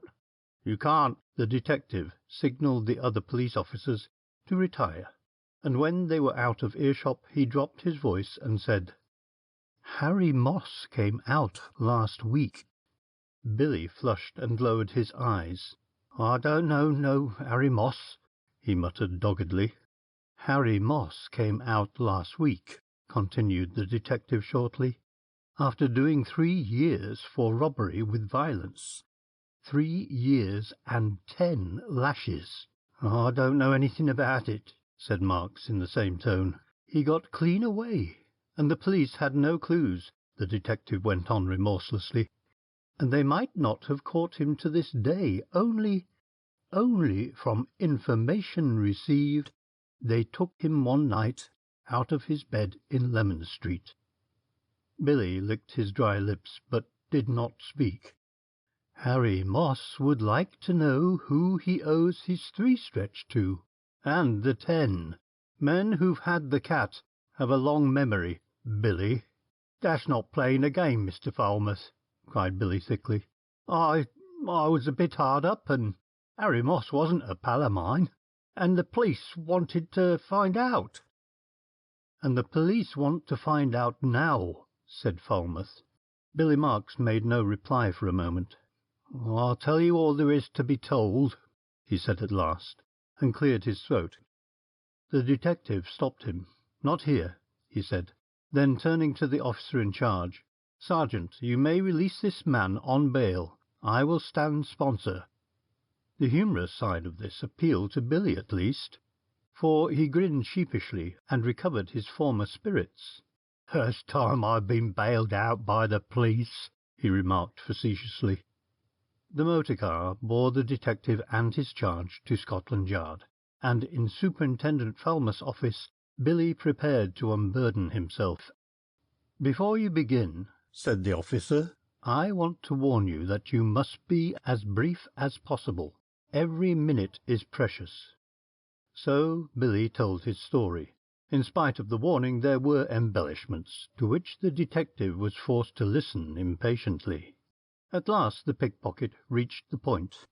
"There was two of 'em, one a tall chap and one not so tall. I heard one say, 'My dear George.' The little one said that, the one I took the ticker from and the pocket-book." "Was there anything in the notebook?" Billy asked suddenly. "Go on," said the detective. "Well," resumed Billy, "I followed 'em up to the end of the street, and they was waiting to cross towards Charing Cross Road when I lifted the clock. You understand?" "What time was this?" "10:30, or it might have been 11. "And you did not see their faces?" The thief shook his head emphatically. "If I never get up from where I'm sitting, I didn't, Mr. Falmouth," he said earnestly. The detective rose with a sigh. "I'm afraid you're not much use to me, Billy," he said ruefully. "Did you notice whether they wore beards, or were they clean-shaven, or—" Billy shook his head mournfully. "I could easily tell you a lie, Mr. Falmouth," he said frankly, "and I could easily pitch a tale that would take you in, but I'm playing it square with you." The detective recognized the sincerity of the man, and nodded. "You've done your best, Billy," he said, and then, "I'll tell you what I'm going to do. You are the only man in the world who has ever seen one of the four just men, and lived to tell the story. Now, although you cannot remember his face, perhaps if you met him again in the street, you would know him. There may be some little trick of walking, some habit of holding the hands that you cannot recall now, but if you saw again, you would recognize. I shall therefore take upon myself the responsibility of releasing you from custody until the day after tomorrow. I want you to find this man you robbed. Here is a sovereign. Go home, get a little sleep, turn out as early as you can, and go west." The detective went to his desk and wrote a dozen words on a card. "Take this. If you see the man or his companion, follow them. Show this card to the first policeman you meet, point out the man, and you'll go to bed £1,000 richer than when you woke." Billy took the card. "If you want me at any time, you will find somebody here who will know where I am. Good night." And Billy passed into the street, his brain in a whirl, and a warrant written on a visiting card in his waistcoat pocket. The morning that was to witness great events broke bright and clear over London. Manfred, who, contrary to his usual custom, had spent the night at the workshop in Carnaby Street, watched the dawn from the flat roof of the building. He lay face downwards, a rug spread beneath him, his head resting on his hands. Dawn, with its white pitiless light, showed his strong face, seamed and haggard. The white streaks in his trim beard were accentuated in the light of morning. He looked tired and disheartened, so unlike his usual self that Gonzales, who crept up through the trap just before the sun rose, was as near alarmed as it was possible for that phlegmatic man to be. He touched him on the arm, and Manfred started. "What is the matter?" asked Leon softly. Manfred's smile and shake of head did not reassure the questioner. "Is it Flacard and the thief?" "Yes," nodded Manfred. Then, speaking aloud, he asked, "Have you ever felt over any of our cases as you feel in this?" They spoke in such low tones as almost to approach whispering. Gonzales stared ahead thoughtfully. "Yes," he admitted. "Once. The woman at Warsaw. You remember how easy it all seemed? And how circumstance after circumstance thwarted us. till I began to feel as I feel now, that we should fail." "No, no, no," said Manfred fiercely. "There must be no talk of failure, Leon. No thought of it." He crawled to the trapdoor and lowered himself into the corridor, and Gonzales followed. "Thery?" he asked. "Asleep." They were entering the studio, and Manfred had his hand on the door-handle, when a footstep sounded on the bottom floor. "Who's there?" cried Manfred, and a soft whistle from below sent him flying downstairs. "Packard!" he cried. Packard it was, unshaven, dusty, weary. "Well?" Manfred's ejaculation was almost brutal in its bluntness. "Let us go upstairs," said Packard shortly. The three men ascended the dusty stairway, not a word being spoken, until they had reached the small living-room. Then Packard spoke. "The very stars in their courses are fighting against us," he said, throwing himself into the only comfortable chair in the room, and flinging his hat into a corner. "The man who stole my pocket-book has been arrested by the police. He is a well-known criminal of a sneak-thief order, and unfortunately he had been under observation during the evening. The pocket-book was found in his possession, and all might have been well, but an unusually smart police officer associated the contents with us. After I had left you, I went home and changed, then made my way to Downing Street. I was one of the curious crowd that stood watching the guarded entrance.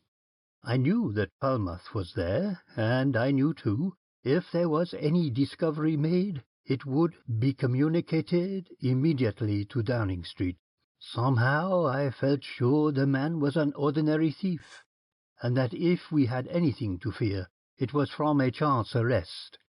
Whilst I was waiting, a cab dashed up, and out an excited man jumped. He was obviously a policeman, and I had just time to engage a hansom when Falmouth and the new arrival came flying out.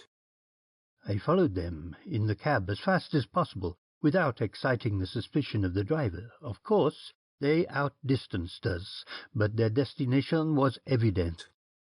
I dismissed the cab at the corner of the street in which the police station is situated, and walked down and found, as I expected, the car drawn up at the door.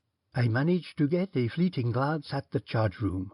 I was afraid that any interrogation there might be would have been conducted in the cell, but by the greatest of good luck, they had chosen the charge-room.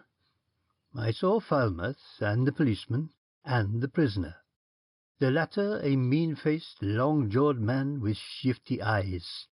No, Leon, don't question me about the physiognomy of the man. My view was for photographic purposes. I wanted to remember him. In that second I could see the detective's anger, the thief's defiance, and I knew that the man was saying that he could not recognize us. "Ah!" It was Manfred's sigh of relief that put a period to Packard's speech. "But I wanted to make sure," resumed the latter.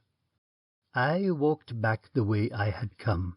Suddenly I heard the hum of the car behind me, and it passed me with another passenger. I guessed that they were taking the man back to Scotland Yard.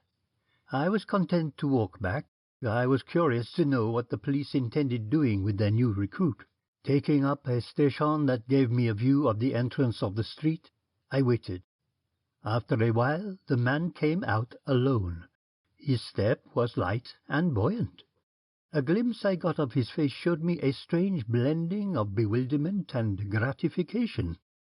He turned onto the embankment, and I followed close behind. There was a danger that he was being shadowed by the police too, said Gonzales warningly. Of that I was well satisfied, Packard rejoined. I took a very careful survey before I acted. Apparently the police were content to let him roam free. When he was abreast of the temple steps, he stopped and looked undecidedly left and right, as though he were not quite certain as to what he should do next. At that moment I came abreast of him, passed him, and then turned back, fumbling in my pockets. "Can you oblige me with a match?" I asked. He was most affable, produced a box of matches, and invited me to help myself. I took a match, struck it, and lit my cigar, holding the match so that he could see my face. "That was wise," said Manfred gravely. It showed his face, too, and out of the corner of my eye I watched him searching every feature. But there was no sign of recognition, and I began a conversation. We lingered where we had met for a while, and then, by mutual consent, we walked in the direction of Blackfriars, crossed the bridge, chatting on inconsequent subjects, the poor, the weather, the newspapers. On the other side of the bridge is a coffee stall. I determined to make my next move. I invited him to take a cup of coffee, and when the cups were placed before us, I put down a sovereign. The storekeeper shook his head, said he could not change it. "Hasn't your friend any small change?" he asked. It was here that the vanity of the little thief told me what I wanted to know. He drew from his pocket, with a nonchalant air, a sovereign. "This is all I have got," he drawled. I found some coppers. I had to think quickly. He had told the police something worth paying for. What was it? It could not have been a description of ourselves, for if he had recognized us then, he would have known me when I struck the match, and when I stood there as I did, in the full glare of the light of the coffee stall. And then a cold fear came to me. Perhaps he had recognized me, and with a thief's cunning was holding me in conversation until he could get assistance to take me. Packard paused for a moment and drew a small phial from his pocket. This he placed carefully on the table. "He was as near to death then as ever he has been in his life," he said quietly. But somehow the suspicion wore away. In our walk we had passed 3 policemen. There was an opportunity if he had wanted it. He drank his coffee and said, "I must be going home." "Indeed," I said. "I suppose I really ought to go home too. I have a lot of work to do tomorrow." He leered at me. "So have I," he said with a grin. "But whether I can do it or not, I don't know." We had left the coffee stall, and now stopped beneath a lamp that stood at the corner of the street. I knew that I had only a few seconds to secure the information I wanted, so I played boldly and led directly to the subject. "What of these 4 just men?" I asked, just as he was about to slouch away. He turned back instantly. "What about them?" he asked quickly. I led him on from that by gentle stages to the identity of the 4. He was eager to talk about them, anxious to know what I thought, but most concerned of all about the reward. He was engrossed in the subject, and then suddenly he leaned forward, and, tapping me on the chest with a grimy forefinger, he commenced to state a hypothetical case. Packard stopped to laugh. His laugh ended in a sleepy yawn. "You know these sort of questions," said he, "and you know how very naive the illiterate are when they are seeking to disguise their identities by elaborate hypotheses. Well, this is the story. He, Marks is his name, thinks he may be able to recognize one of us by some extraordinary trick of memory. To enable him to do this, he has been granted freedom. Tomorrow he would search London, he said." "A full day's work!" laughed Manfred. "Indeed," agreed Packard soberly. "But hear the sequel. We parted, and I walked westward perfectly satisfied of our security. I made for Covent Garden Market, because that is one of the places in London where a man may be seen at 4 o'clock in the morning without exciting suspicion. I had strolled through the market, idly watching the busy scene, when, for some cause that I cannot explain, I turned suddenly on my heel and came face to face with Marks. He grinned sheepishly and recognized me with a nod of his head. He did not wait for me to ask him his business, but started in to explain his presence. I accepted his explanation easily, and for the second time that night invited him to coffee. He hesitated at first, then accepted. When the coffee was brought, he pulled it to him as far from my reach as possible, and then I knew that Mr. Marks had placed me at fault, that I had underestimated his intelligence, that all the time he had been unburdening himself, he had recognized me. He had put me off my guard. "But why—" began Manfred. "That is what I thought," the other answered. "Why did he not have me arrested?" He turned to Leon, who had been a silent listener. "Tell us, Leon, why?" "The explanation is simple," said Gonzales quietly. "Why did not Thery betray us? Cupidity, the second most potent force of civilization. He has some doubt of the reward. He may fear the honesty of the police. Most criminals do. He may want witnesses." Leon walked to the wall where his coat hung. He buttoned it thoughtfully, ran his hand over his smooth chin, then pocketed the little file that stood on the table. "You have slipped him, I suppose?" he asked. Quackart nodded. "He lives at 700 Red Cross Street in the Borough. It is a common lodging-house." Leon took a pencil from the table and rapidly sketched a head upon the edge of a newspaper. "Like this?" he asked. Quackart examined the portrait. "Yes," he said in surprise. "Have you seen him?" "No," said Leon carelessly. "But such a man would have such a head." He paused on the threshold. "I think it is necessary." There was a question in his assertion. It was addressed rather to Manfred, who stood with his folded arms and knit brow staring at the floor. For answer, Manfred extended his clenched fist. Leon saw the down-turned thumb and left the room. Billy Marks was in a quandary. By the most innocent device in the world, his prey had managed to slip through his fingers. When Quackart, stopping at the polished doors of the best hotel in London, whither they had strolled, casually remarked that he would not be a moment, and disappeared into the hotel, Billy was nonplussed. This was a contingency for which he was not prepared. He had followed the suspect from Blackfriars. He was almost sure that this was the man he had robbed. He might, had he wished, have called upon the first constable he met to take the man into custody, but the suspicion of the thief, the fear that he might be asked to share the reward with the man who assisted him, restrained him. And besides, it might not be the man at all, argued Billy, and yet...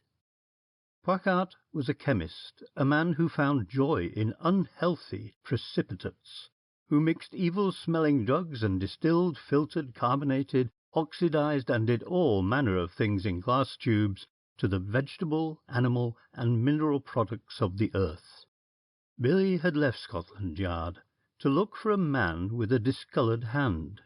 Here again he might, had he been less fearful of treachery, have placed in the hands of the police a very valuable mark of identification. It seems a very lame excuse to urge on Billy's behalf that his cupidity alone stayed his hand when he came face to face with the man he was searching for, and yet it was so. Then again, there was a sum in simple proportion to be worked out. If one just man was worth £1,000, what was the commercial value of 4? Billy was a thief with a business head. So that when Quackart disappeared within the magnificent portals of the Royal Hotel in Northumberland Avenue, Billy was hipped. He realized in a flash that his captive had gone whither he could not follow without exposing his hand, that the chances were he had gone forever. He looked up and down the street. There was no policeman in sight. In the vestibule a porter in shirt-sleeves was polishing brasses.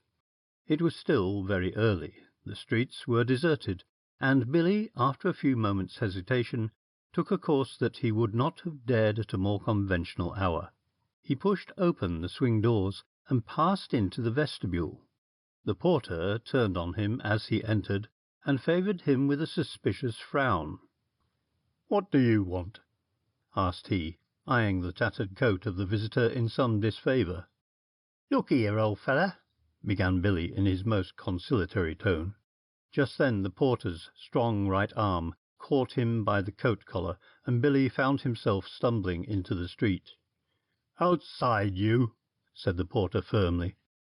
It needed this rebuff to engender in Marks the necessary self-assurance to carry him through. Straightening his ruffled clothing, he pulled Falmouth's card from his pocket and returned to the charge with dignity. "I'm a police officer," he said, adopting the opening that he knew so well. "And if you interfere with me, look out, young feller." The porter took the card and scrutinized it. "What do you want?"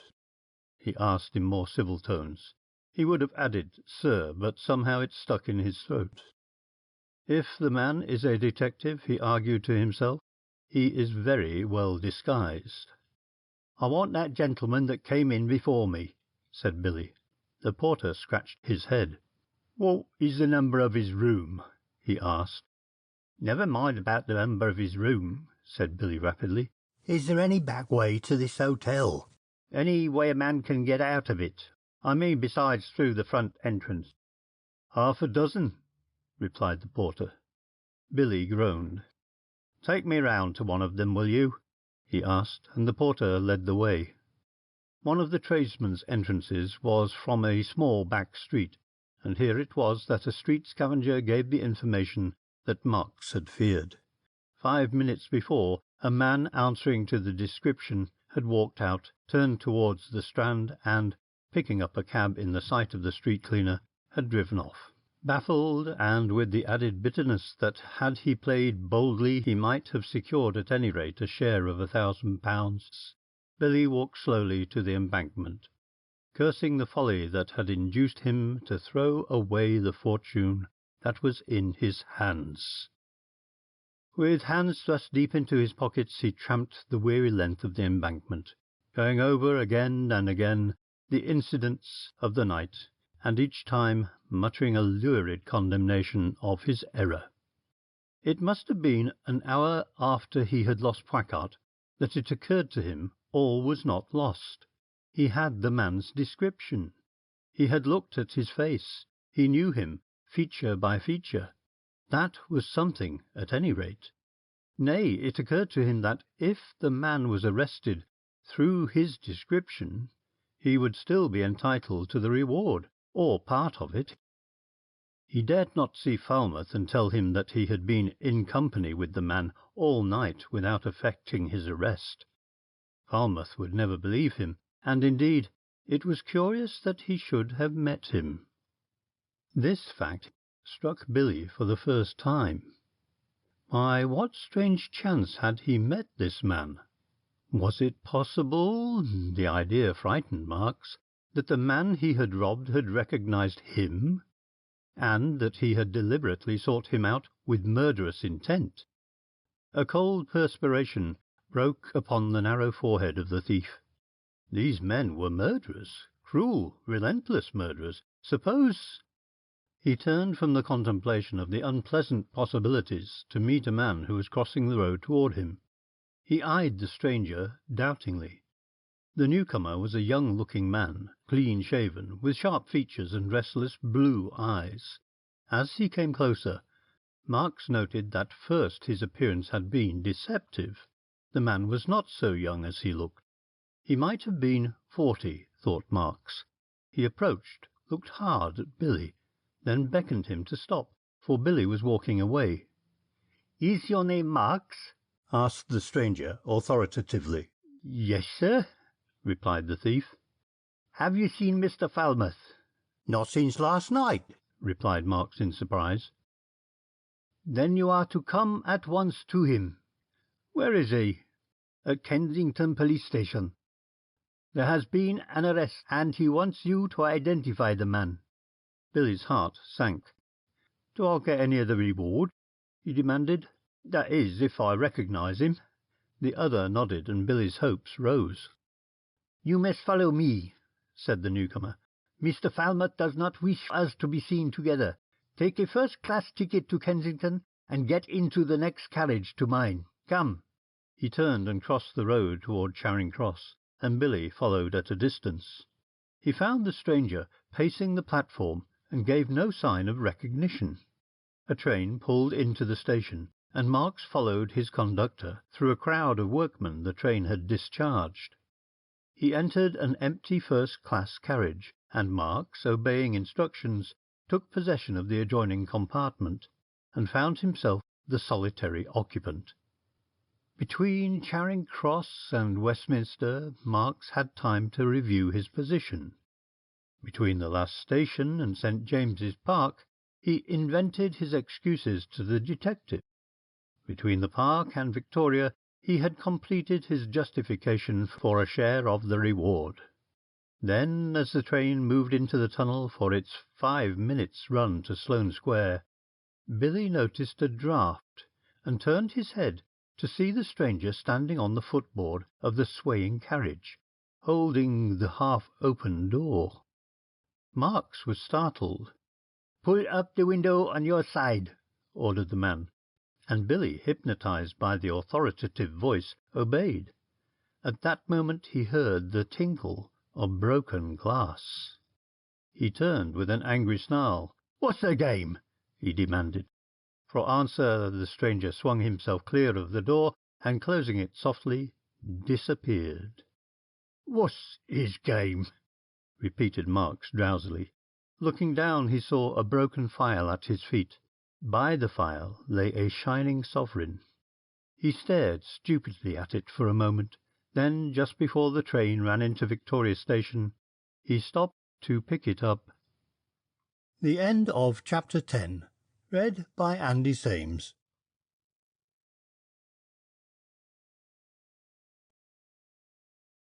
Chapter 11. 3 Who Died.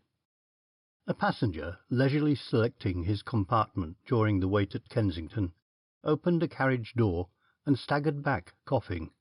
A solicitous porter and an alarmed station official ran forward and pulled open the door, and the sickly odour of almonds pervaded the station. A little knot of passengers gathered and peered over one another's shoulders, whilst the station inspector investigated.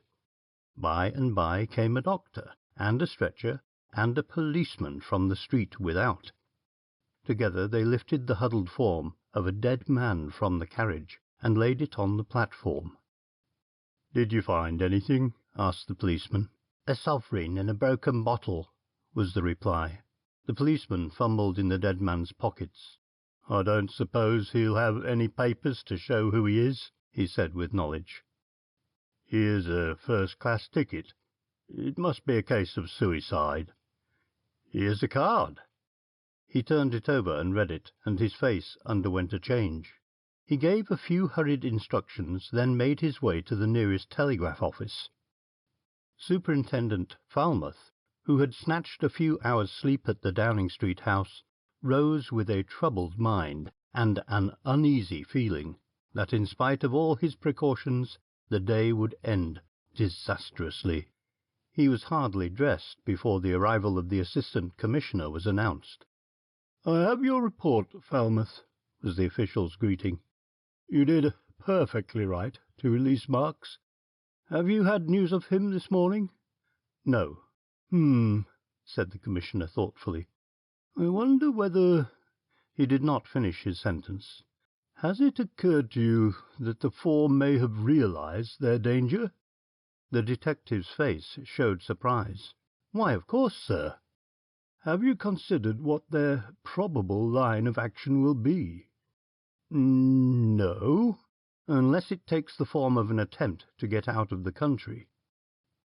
"Has it struck you that whilst this man Marks is looking for them, they are probably seeking him?" "Bill is smart," said the detective uneasily. "So are they," said the Commissioner, with an emphatic nod. "My advice is get in touch with Marks and put 2 of your best men to watch him." "That shall be done at once," replied Falmouth. "I'm afraid that it is a precaution that should have been taken before." "I am going to see Sir Philip," the Commissioner went on, and he added with a dubious smile, "I shall be obliged to frighten him a little." "What is the idea?" "We wish him to drop this bill. Have you seen the morning papers?"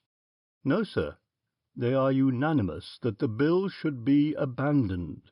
They say because it is not sufficiently important to warrant the risk that the country itself is divided on its merit. But as a matter of fact they are afraid of the consequence, and upon my soul I'm a little afraid too." He mounted the stairs, and was challenged at the landing by one of his subordinates. This was a system introduced after the episode of the disguised detective. The Foreign Minister was now in a state of siege. Nobody was to be trusted. A password had been initiated, and every precaution taken to ensure against a repetition of the previous mistake. His hand was raised to knock upon the panel of the study, when he felt his arm gripped. He turned to see Falmouth with white face and startled eyes. "They've finished Billy," said the detective breathlessly. "He has just been found in a railway carriage at Kensington." The Commissioner whistled. "How was it done?" he asked. Falmouth was the picture of haggard despair. "Prussic acid gas," he said bitterly. "They are scientific. Look you, sir, persuade this man to drop his damned bill." He pointed to the door of Sir Philip's room. "We shall never save him. I have got the feeling in my bones that he is a doomed man." "Nonsense," the Commissioner answered sharply. "You're growing nervous. You haven't had enough sleep, Falmouth. That isn't spoken like your real self. We must save him." He turned from the study and beckoned one of the officers who guarded the landing. "Sergeant, tell Inspector Collins to send an emergency call throughout the area for reserves to gather immediately. I will put such a cordon round Ramon today," he went on, addressing Falmouth, "so that no man shall reach him without the fear of being crushed to death." And within an hour there was witnessed in London a scene that has no parallel in the history of the metropolis. From every district there came a small army of policemen. They arrived by train, by tramway car, by motor bus, by every vehicle and method of traction that could be requisitioned or seized. They streamed from the stations, they poured through the thoroughfares, till London stood aghast at the realization of the strength of her civic defences. Whitehall was soon packed from end to end. St. James's Park was black with them. Automatically, Whitehall, Charles Street, Birdcage Walk, and the eastern end of the Mall were barred to all traffic by solid phalanxes of mounted constables. St. George's Street was in the hands of the force. The roof of every house was occupied by a uniformed man. Not a house or room that overlooked in the slightest degree the Foreign Secretary's residence, but was subjected to a rigorous search. It was as though martial law had been proclaimed, and indeed 2 regiments of guards were under arms the whole of the day, ready for any emergency.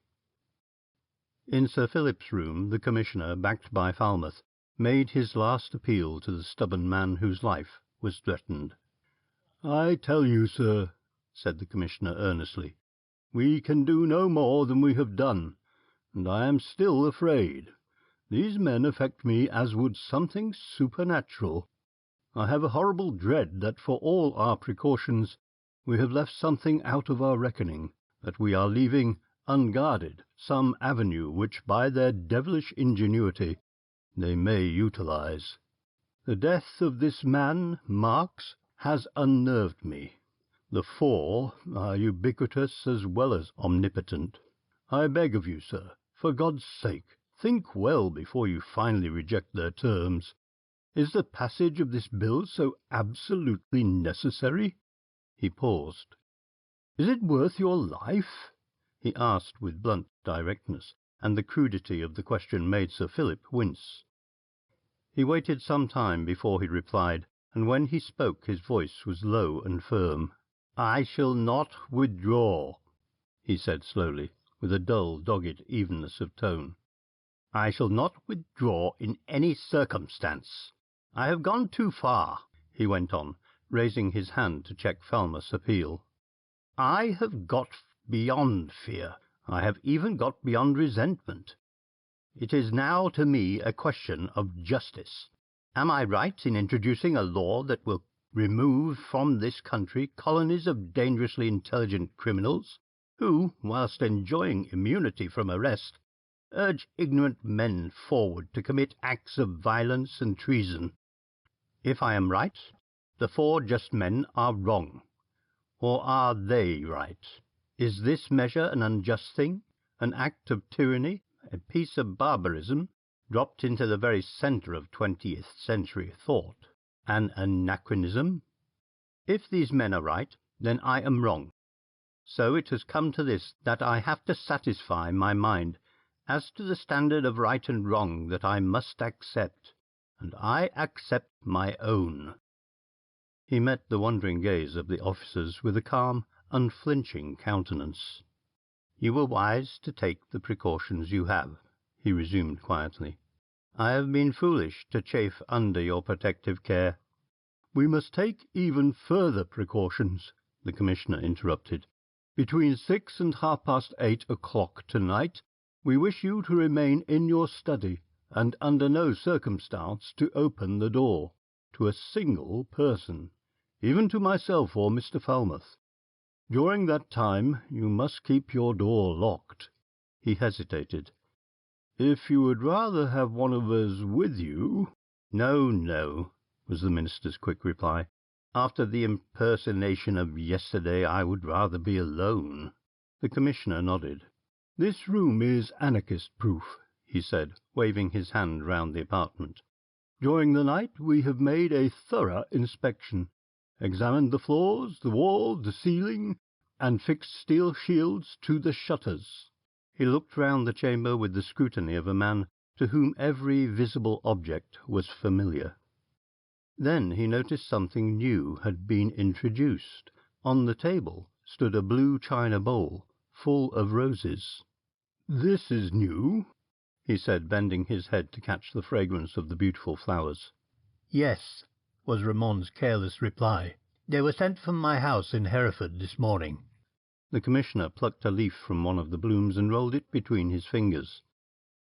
"They look so real," he said paradoxically, "that they might even be artificial." As he spoke he was conscious that he associated the roses in some way with what? He passed slowly down the noble marble stairway. A policeman stood on every other step, and gave his views to Falmouth.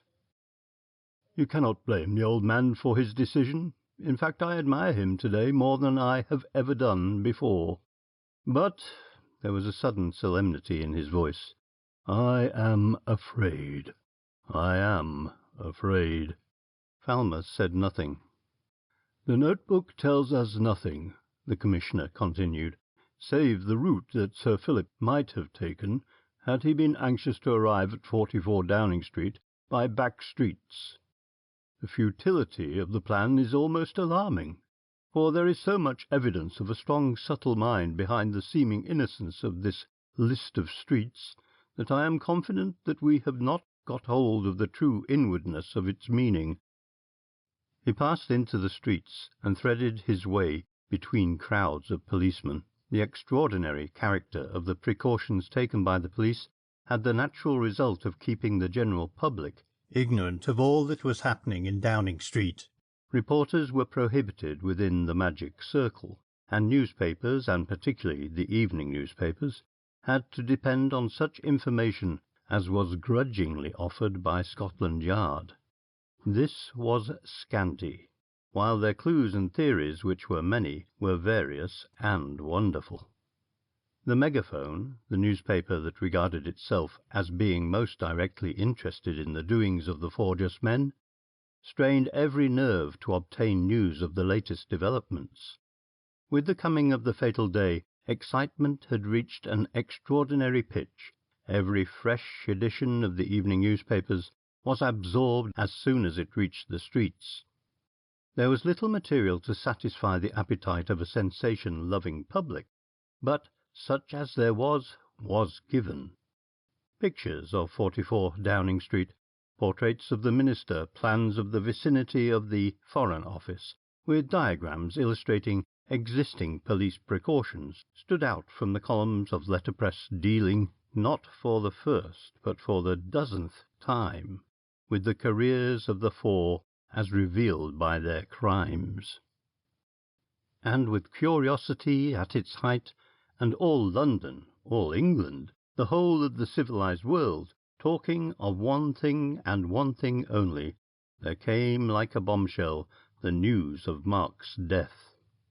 Variously described as one of the detectives engaged in the case, as a foreign police officer, as Falmouth himself, the death of Marks grew from suicide in a railway carriage to its real importance. Within an hour the story of tragedy, inaccurate in detail, true in substance, filled the columns of the press. Mystery on mystery. Who was this ill-dressed man? What part was he playing in the great game? How came he by his death? Asked the world instantly. And little by little, pieced together by ubiquitous newsmen, the story was made known.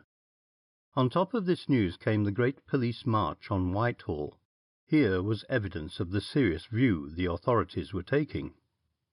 "From my vantage place," wrote Smith in the Megaphone, "I could see the length of Whitehall. It was the most wonderful spectacle that London has ever witnessed.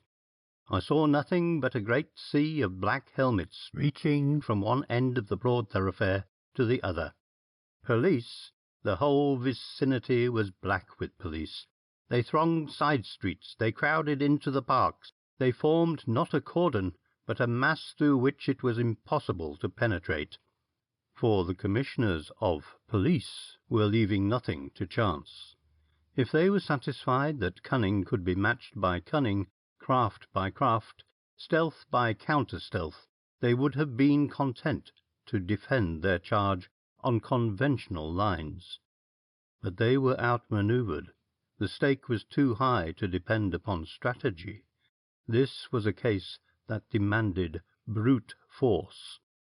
It is difficult, writing so long after the event, to realize how the terror of the four had so firmly fastened upon the finest police organization in the world, to appreciate the panic that had come upon a body renowned for its clear-headedness. The crowd that blocked the approaches to Whitehall soon began to grow as the news of Billy's death circulated, and soon after 2 o'clock that afternoon, by order of the Commissioner, Westminster Bridge was closed to all traffic, vehicular or passenger. The section of the embankment that runs between Westminster and Hungerford Bridge was next swept by the police and cleared of curious pedestrians. Northumberland Avenue was barred, and before 3 o'clock there was no space within 500 yards of the official residence of Sir Philip Ramon that was not held by a representative of the law. Members of Parliament on their way to the House were escorted by mounted men, and, taking on a reflected glory, were cheered by the crowd. All that afternoon 100,000 people waited patiently, seeing nothing save, towering above the heads of a host of constabulary, the spires and towers of the Mother of Parliaments, or the blank faces of the buildings.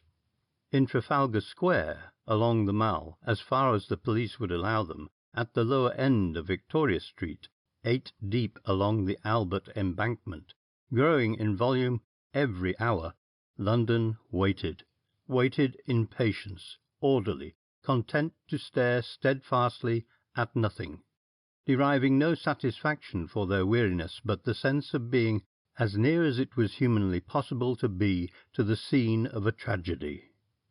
A stranger arriving in London, bewildered by this gathering, asked for the cause. A man standing on the outskirts of the embankment throng pointed across the river with the stem of his pipe.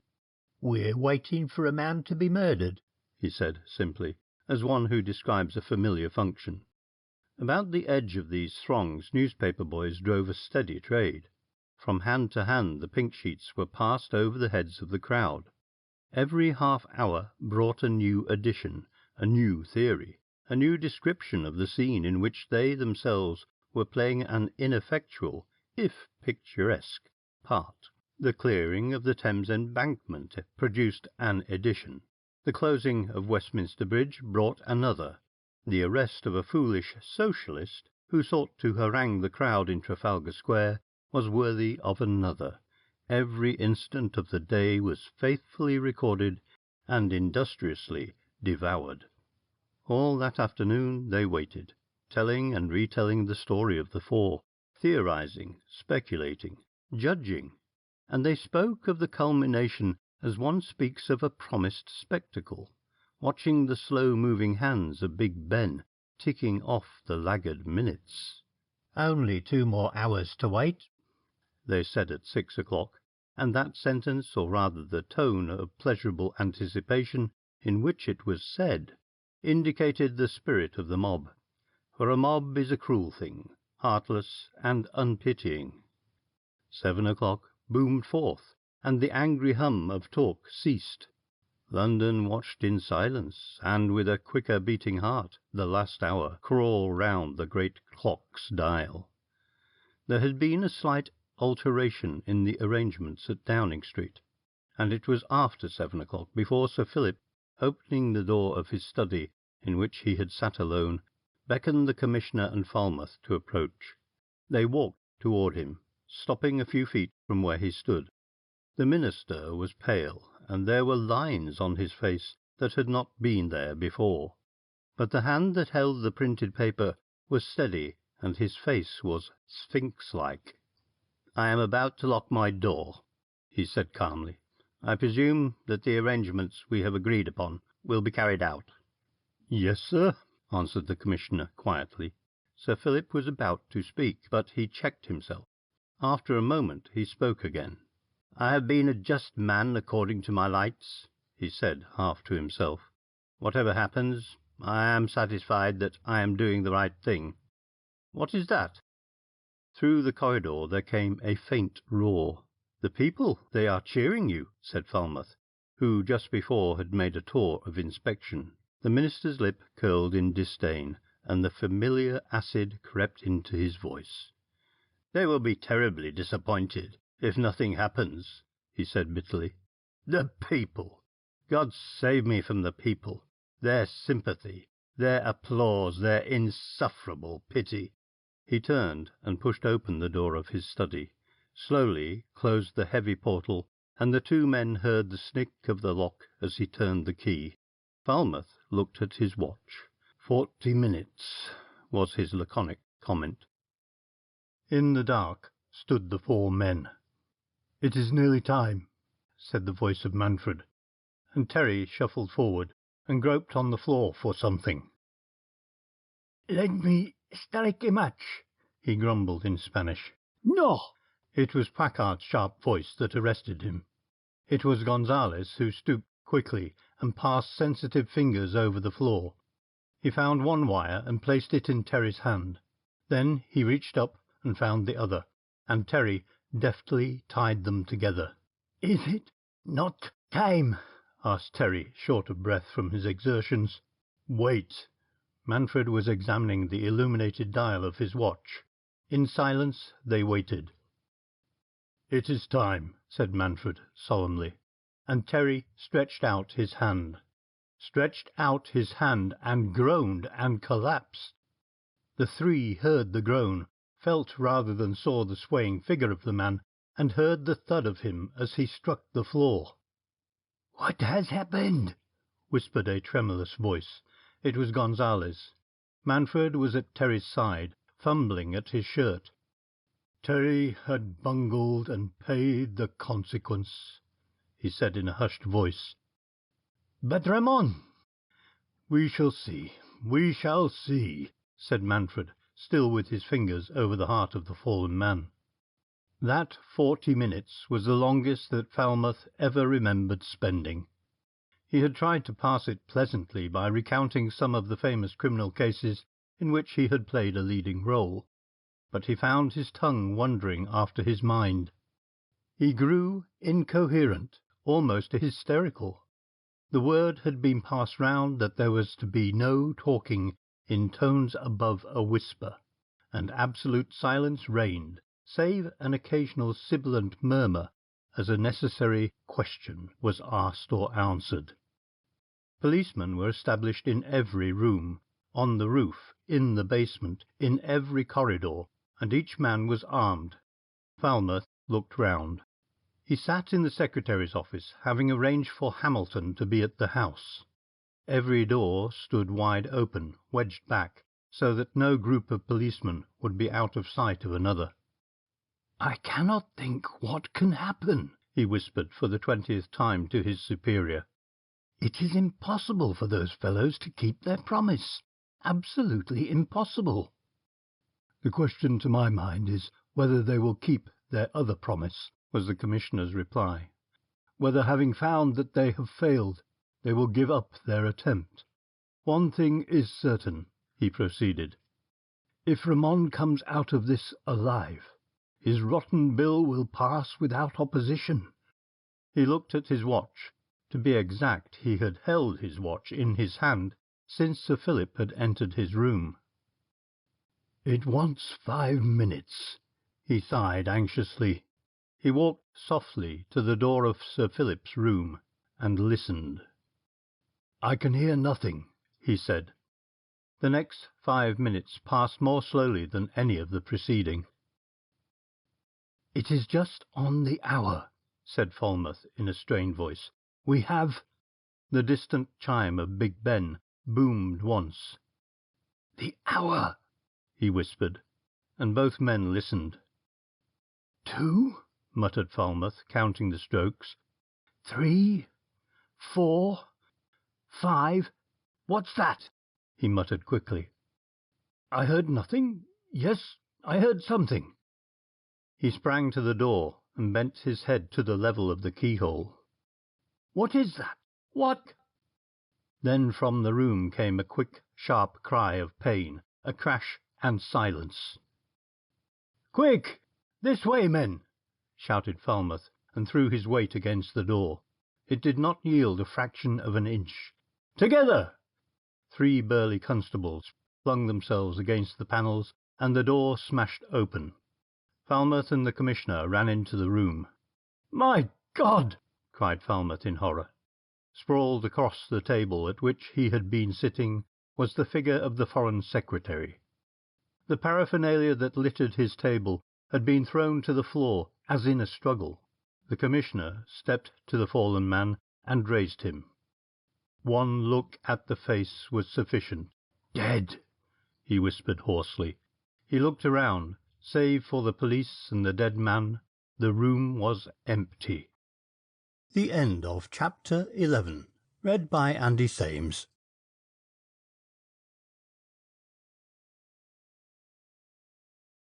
Chapter 12. A newspaper cutting.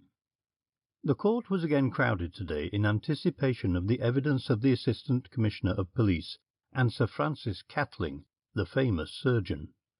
Before the proceedings recommenced, the coroner remarked that he had received a great number of letters from all kinds of people, containing theories, some of them peculiarly fantastic, as to the cause of Sir Philip Ramon's death.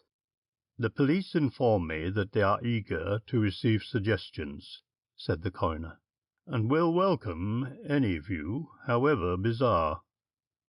The Assistant Commissioner of Police was the first witness called, and gave in detail the story of the events that had led up to the finding of the late Secretary's dead body.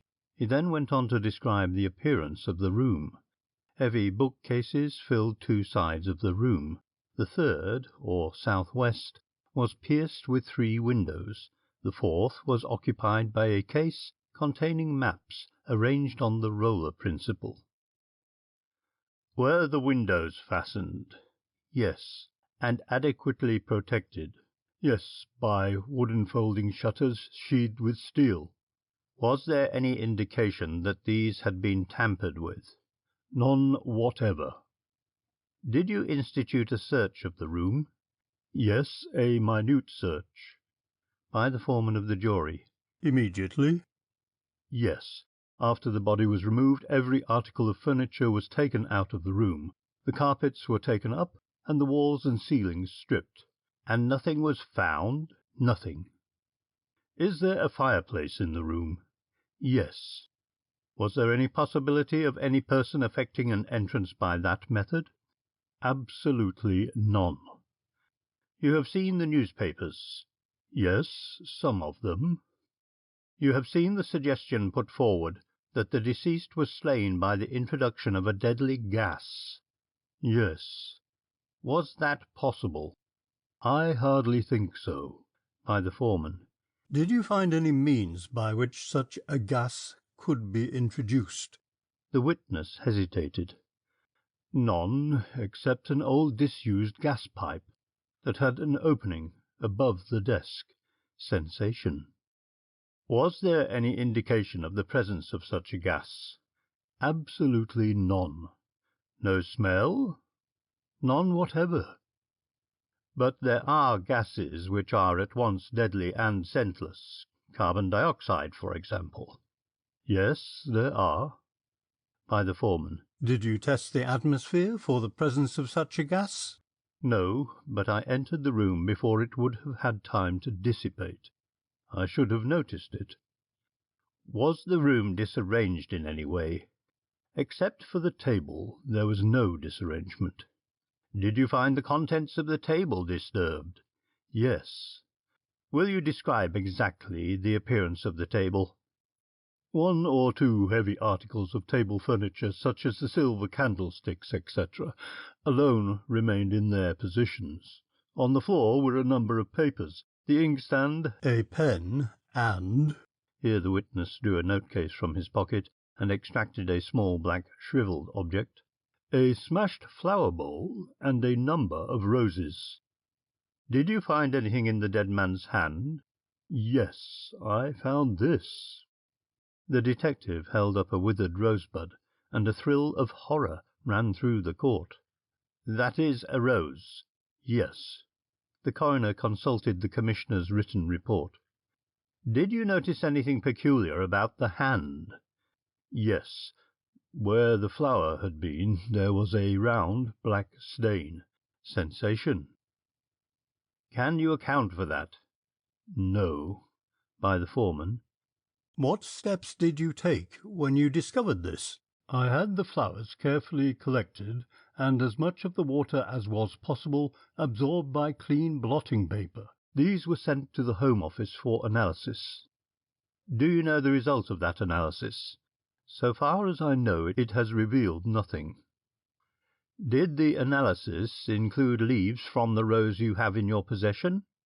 Yes. The Assistant Commissioner then went on to give details of the police arrangements for the day. It was impossible, he emphatically stated, for any person to have entered or left 44 Downing Street without being observed. Immediately after the murder, the police on duty were ordered to stand fast. Most of the men, said the witness, were on duty for 26 hours at a stretch. At this stage there was revealed the most sensational feature of the inquiry.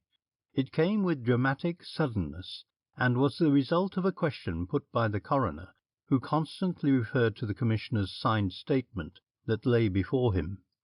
You know of a man called Thery? Yes. He was one of a band calling themselves the 4 Just Men. I believe so. A reward was offered for his apprehension. Yes. He was suspected of complicity in the plot to murder Sir Philip Ramon? Yes. Has he been found? Yes. This monosyllabic reply drew a spontaneous cry of surprise from the crowded court.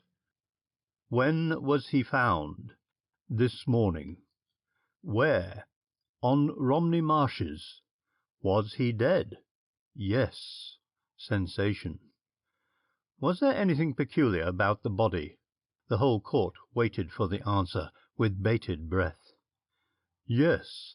On his right palm was a stain similar to that found on the hand of Sir Philip Ramon. A shiver ran through the crowd of listeners. Was a rose found in his hand also? No. By the foreman. Was there any indication as to how Thery came to be where he was found? None. The witness added that no papers or documents of any kind were found upon the man. Sir Francis Catling was the next witness. He was sworn and was accorded permission to give his evidence from the solicitor's table, on which he had spread the voluminous notes of his observations. For half an hour he devoted himself to a purely technical record of his examinations. There were 3 possible causes of death. It might have been natural. The man's weak heart was sufficient to cause such. It might have been by asphyxiation. It might have been the result of a blow that by some extraordinary means left no contusion. There were no traces of poison. None. You have heard the evidence of the last witness? Yes. And that portion of the evidence that dealt with a black stain? Yes. Did you examine that stain? Yes. Have you formed any theories regarding it? Yes. It seems to me as if it were formed by an acid. Carbolic acid, for instance? Yes, but there was no indication of any of the acids of commerce. You saw the man Thery's hand? Yes. Was the stain of a similar character? Yes, but larger and more irregular. Were there any signs of acid? None. By the foreman. You have seen many of the fantastic theories put forward by the press and public? Yes, I have paid careful attention to them. And you see nothing in them that would lead you to believe that the deceased met his end by the methods suggested? No. Gas? Impossible. It must have been immediately detected. The introduction into the room of some subtle poison that would asphyxiate and leave no trace? Such a drug is unknown to medical science. You have seen the rose found in Sir Philip's hand? Yes. How do you account for that? I cannot account for it. Nor for the stain? No. By the foreman. You have formed no definite opinion regarding the cause of death? No. I merely submit one of the 3 suggestions I have offered. Are you a believer in hypnotism? Yes, to a certain extent. In hypnotic suggestion? Again, to a certain extent. Is it possible that the suggestion of death coming at a certain hour, so persistently threatened, might have led to death? I do not quite understand you. Is it possible that the deceased is a victim to hypnotic suggestion? I do not believe it possible. By the foreman. You speak of a blow leaving no contusion. In your experience, have you ever seen such a case? Yes, twice. But a blow sufficient to cause death? Yes. Without leaving a bruise or any mark whatever? Yes. I saw a case in Japan where a man, by exerting a peculiar pressure on the throat, produced instant death. Is that ordinary? No, it is very unordinary, sufficiently so to create a considerable stir in medical circles. The case was recorded in the British Medical Journal in 1896. And there was no contusion or bruise? Absolutely none whatever. The famous surgeon then read a long extract from the British Medical Journal, bearing out this statement. Would you say that the deceased died in this way? It is possible. By the foreman. Do you advance that as a serious possibility? Yes. With a few more questions of a technical character, The examination closed. As the great surgeon left the box, there was a hum of conversation, and keen disappointment was felt on all sides. It had been hoped that the evidence of the medical expert would have thrown light into dark places, but it left the mystery of Sir Philip Ramon's death as far from explanation as ever. Superintendent Falmouth was the next witness called. The detective, who gave his evidence in clear tones, was evidently speaking under stress of very great emotion. He seemed to appreciate very keenly the failure of the police to safeguard the life of the dead minister. It is an open secret that immediately after the tragedy both the officer and the assistant commissioner tendered their resignations, which, at the express instruction of the Prime Minister, were not accepted. Mr. Falmouth repeated a great deal of the evidence already given by the Commissioner, and told the story of how he had stood on duty outside the Foreign Secretary's door at the moment of the tragedy. As he detailed the events of that evening, a deathly silence came upon the court. "You say you heard a noise proceeding from the study?" "Yes." "What sort of a noise?" "Well, it's hard to describe what I heard. It was one of those indefinite noises that sounded like a chair being pulled across a soft surface." "Would it be a noise like the sliding of a door or panel?" "Yes." Sensation. "That is the noise as you described it in your report?" "Yes." "Was any panel discovered?" "No." "Or any sliding door?" "No." "Would it have been possible for a person to have secreted himself in any of the bureau or bookcases?" "No, these were examined." "What happened next?" "I heard a click and a cry from Sir Philip, and endeavoured to burst open the door." By the foreman.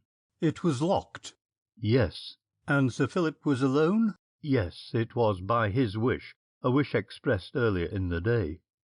"After the tragedy, did you make a systematic search, both inside and outside of the house?" "Yes." "Did you make any discovery?"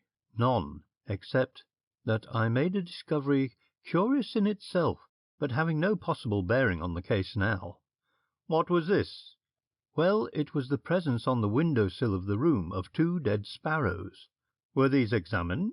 "Yes, but the surgeon who dissected them gave the opinion that they died from exposure, and had fallen from the parapet above." "Was there any trace of poison in those birds?" "None that could be discovered." At this point Sir Francis Catling was recalled. He had seen the birds. He could find no trace of poison. Granted the possibility of such a gas as we have already spoken of, a deadly gas with the property of rapid dissipation, might not the escape of a minute quantity of such a fume bring about the death of these birds?" Yes, if they were resting on the window-sill. By the foreman. "Do you connect these birds with the tragedy?" I do not," replied the witness emphatically. Superintendent Falmouth resumed his evidence. "Were there any other curious features that struck you?" "None." The coroner proceeded to question the witness concerning the relations of Marks with the police.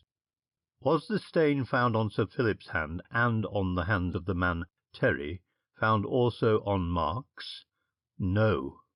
It was as the court was dispersing, and little groups of men stood discussing the most extraordinary verdict ever given by a coroner's jury, death from some unknown cause, and wilful murder against some person or persons unknown, that the coroner himself met on the threshold of the court a familiar face. "Hello, Carson," he said in surprise. "You here too? I should have thought that your bankrupts kept you busy, even on a day like this. Extraordinary case." "Extraordinary," agreed the other. "Were you there all the time?" "Yes," replied the spectator. "Did you notice what a bright foreman we had?" "Yes, I think he would make a smarter lawyer than a company promoter." "You know him, then?" "Yes," yawned the official receiver. "Poor devil. He thought he was going to set the Thames on fire, Floated a company to reproduce photogravures and things. Took Etherington's off our hands, but it's back again." "Has he failed?" asked the coroner in surprise. "Not exactly failed. He's just given it up. Says the climate doesn't suit him. What is his name again?" "Manfred," said the coroner. The end of chapter 12. Read by Andy Sames.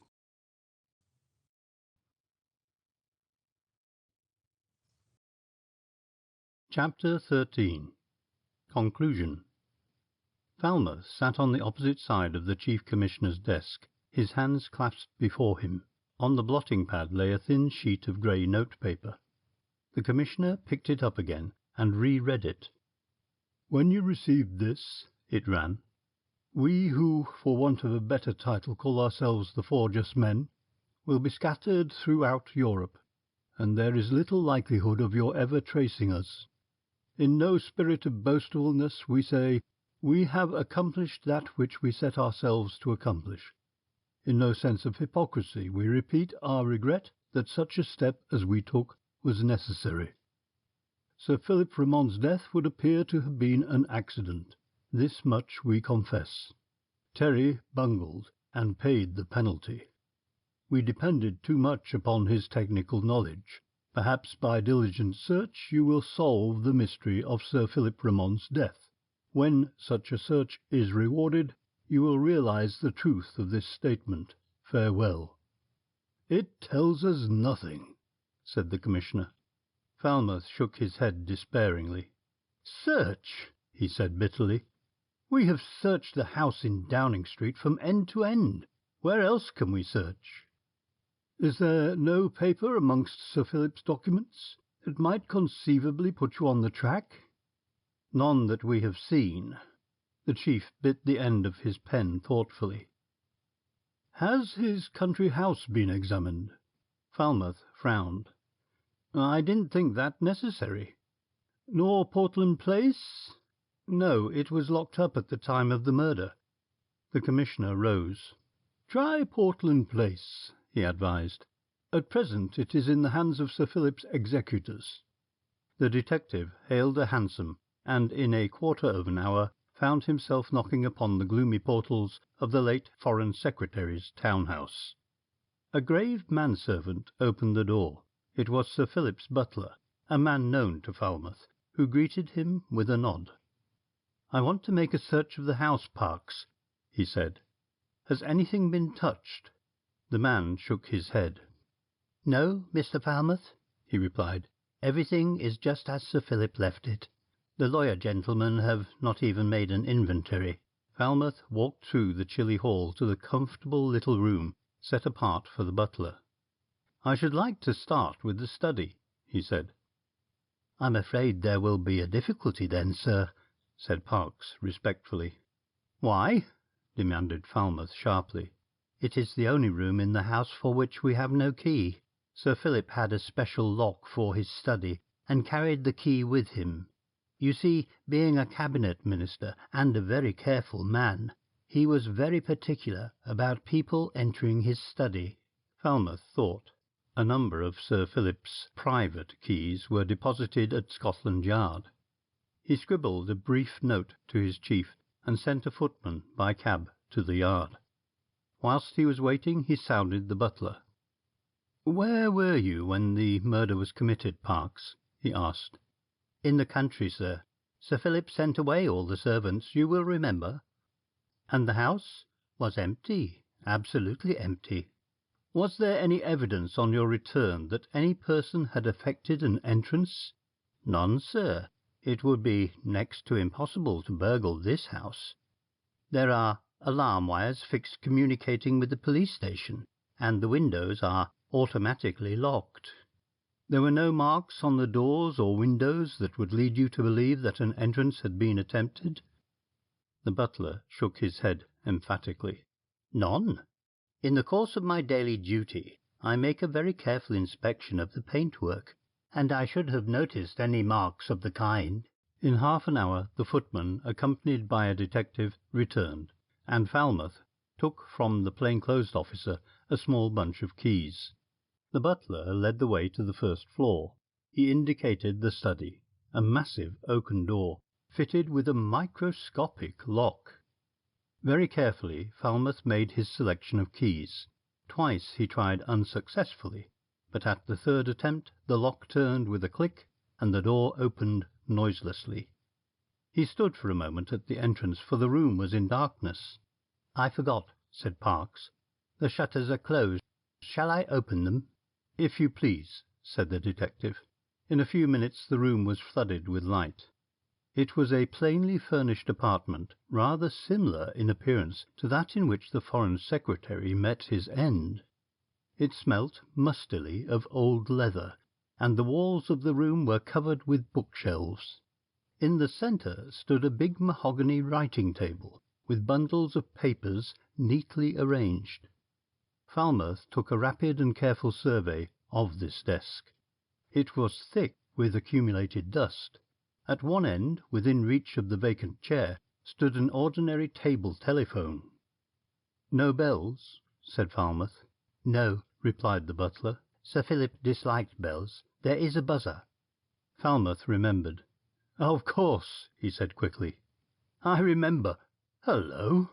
He bent forward eagerly. "Why, what has happened to the telephone?"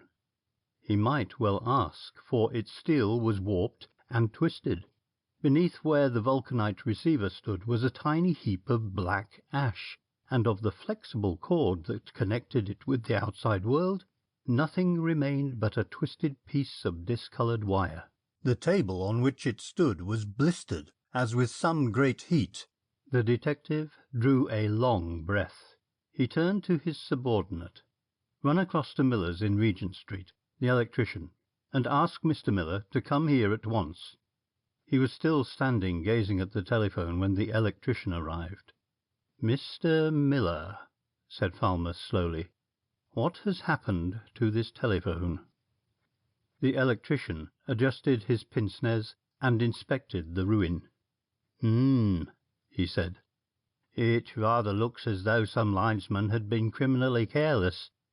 "Linesman? What do you mean?" demanded Falmouth. "I mean the workmen engaged to fix telephone wires." He made another inspection. "Cannot you see?" He pointed to the battered instrument. "I see that the machine is entirely ruined, but why?" The electrician stooped and picked up the scorched wire from the ground. "What I mean is this," he said. "Somebody has attached a wire carrying a high voltage, probably an electric lighting wire, to this telephone line, and if anybody had happened to be at—" He stopped suddenly, and his face went white. "Good God!" he whispered. "Sir Philip Ramon was electrocuted." For a while not one of the party spoke. Then Falmouth's hand darted into his pocket, and he drew out the little notebook which Billy Marks had stolen. "That is the solution," he cried. "Here is the direction the wires took.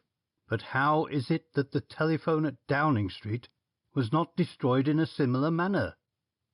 The electrician, white and shaking, shook his head impatiently. "I have given up trying to account for the vagaries of electricity," he said. "Besides, the current, the full force of the current, might have been diverted.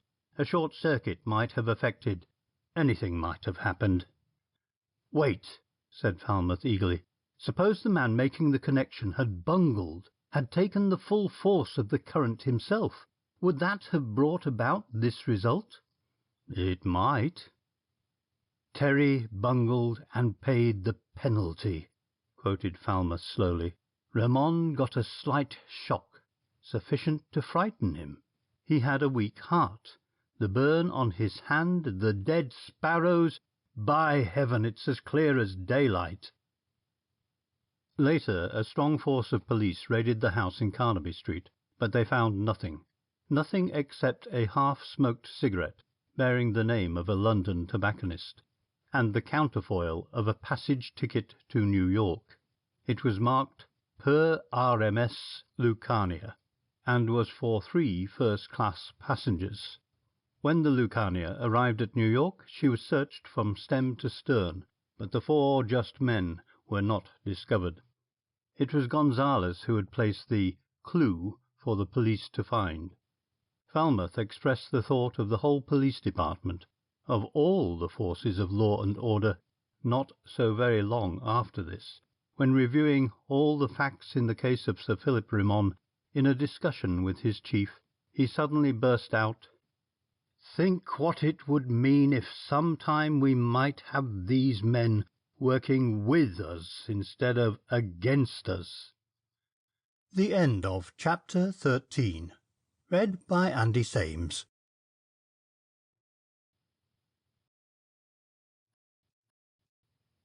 Part 2. Chapter 1. The Red 100. It is not for you or me to judge Manfred and his works. I say Manfred, though I might as well have said Gonzales, or for the matter of that, Quackart, since they are equally guilty or great according to the light in which you view their acts. The most lawless of us would hesitate to defend them, but the greater humanitarian could scarcely condemn them. From the standpoint of us who live within the law, going about our business in conformity with the code, and unquestioningly keeping to the left or to the right as the police direct, their methods were terrible, indefensible, revolting. It does not greatly affect the issue that, for want of a better word, we call them criminals. Such would be mankind's unanimous designation. But I think, indeed I know, that they were indifferent to the opinions of the human race. I doubt very much whether they expected posterity to honour them. Their action towards the cabinet minister was murder, pure and simple. Yet, in view of the large humanitarian problems involved, who would describe it as pernicious? Frankly, I say of the 3 men who killed Sir Philip Rimon, and who slew ruthlessly in the name of justice, that my sympathies are with them. There are crimes for which there is no adequate punishment, and offences that the machinery of the written law cannot efface. Therein lies the justification for the 4 just men, the Council of Justice, as they presently came to call themselves, a council of great intellects, passionless.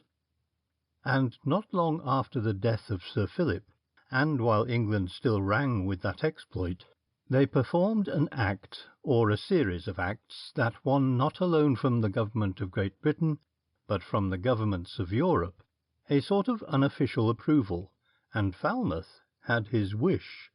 For here they waged war against great world criminals. They pitted their strength, their cunning, and their wonderful intellects against the most powerful organization of the underworld, against past masters of villainous arts, and brains equally agile. It was the day of days for the Red 100. The wonderful International Congress was meeting in London, the first great Congress of recognized anarchism. This was no hole and corner gathering of hurried men speaking furtively, but one open and unafraid, with 3 policemen specially retained for duty outside the hall, a commissionaire to take tickets at the outer lobby, and a shorthand writer with a knowledge of French and Yiddish to make notes of remarkable utterances. The wonderful Congress was a fact. When it had been broached, there were people who laughed at the idea. Nilov of Vitebsk was one, because he did not think such openness possible. But little Peter, his preposterous name was Konoplanikova, and he was a reporter on the staff of the foolish Ruskoe Znamazar.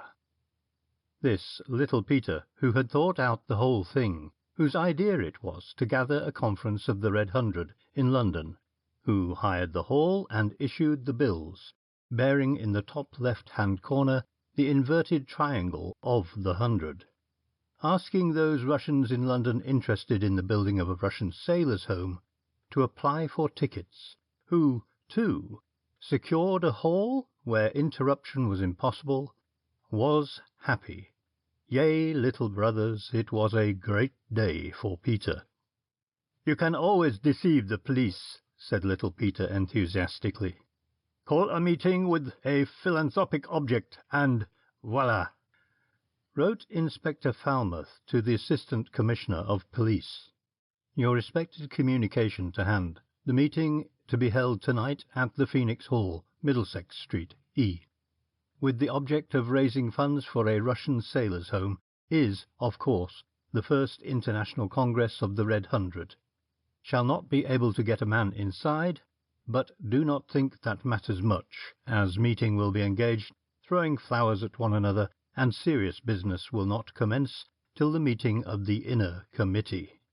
I enclose a list of men already arrived in London, and have the honour to request that you will send me portraits of undermentioned men. There were 3 delegates from Baden, Herr Schmidt from Freiburg, Herr Blaumau from Karlsruhe, and Herr von Dunlop from Mannheim. They were not considerable persons, even in the eyes of the world of anarchism. They called for no particular notice, and therefore the strange thing that happened to them on the night of the Congress is all the more remarkable. Herr Schmidt had left his pension in Bloomsbury, and was hurrying eastward. It was a late autumn evening, and a chilly rain fell, and Herr Schmidt was debating in his mind whether he should go direct to the rendezvous, where he had promised to meet his 2 compatriots, or whether he should call a taxi and drive direct to the hall, when a hand grasped his arm. He turned quickly and reached for his hip pocket. 2 men stood behind him, and but for themselves the square through which he was passing was deserted. Before he could grasp the Browning pistol, his other arm was seized, and the taller of the 2 men spoke. "You are Augustus Schmidt?" he asked. "That is my name. You are an anarchist?" "That is my affair." "You are at present on your way to a meeting of the Red Hundred?" Herr Schmidt opened his eyes in genuine astonishment. "How did you know that?" he asked. "I am Detective Simpson from Scotland Yard, and I shall take you into custody," was the quiet reply. "On what charge?" demanded the German. "As to that, I shall tell you later." The man from Baden shrugged his shoulders. "I have yet to learn that it is an offence in England to hold opinions." A closed motor car entered the square, and the shorter of the 2 whistled, and the chauffeur drew up near the group. The anarchist turned to the man who had arrested him. "I warn you that you shall answer for this," he said wrathfully. "I have an important engagement that you have made me miss through your foolery, and—" "Get in," interrupted the tall man tersely. Schmidt stepped into the car, and the door snapped behind him. He was alone, and in darkness. The car moved on, and then Schmidt discovered that there were no windows to the vehicle. A wild idea came to him that he might escape. He tried the door of the car. It was immovable. He cautiously tapped it. It was lined with thin sheets of steel.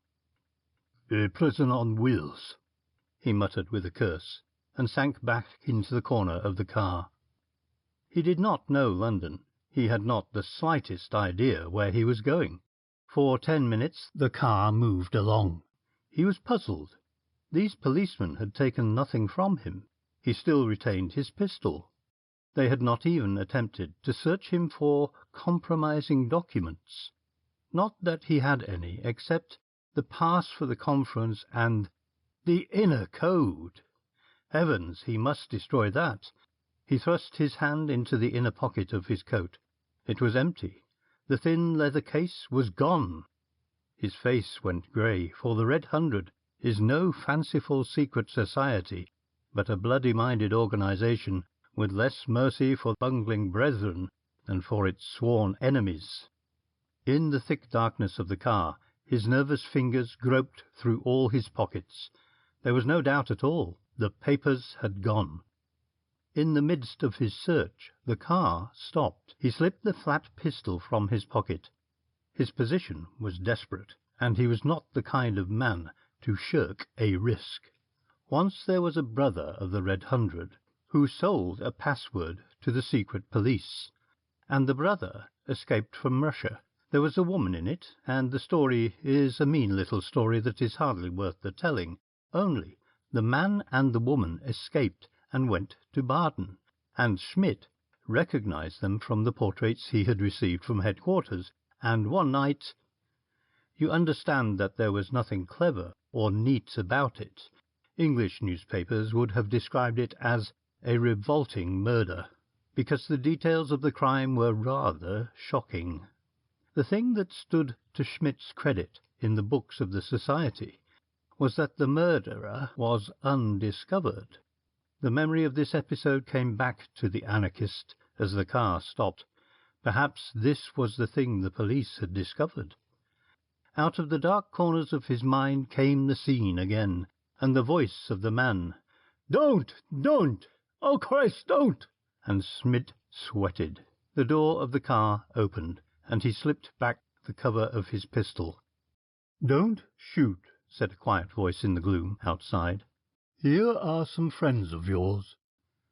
He lowered his pistol, for his quick ears detected a wheezing cough. "Buongiorno," he cried in astonishment.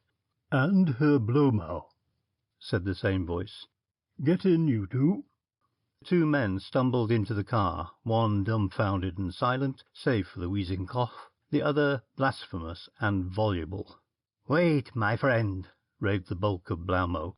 "Wait, I will make you sorry." The door shut, and the car moved on. The two men outside watched the vehicle, with its unhappy passengers, disappear round a corner, and then walked slowly away. "Extraordinary men," said the taller. "Most," replied the other, and then, "Von Dummup?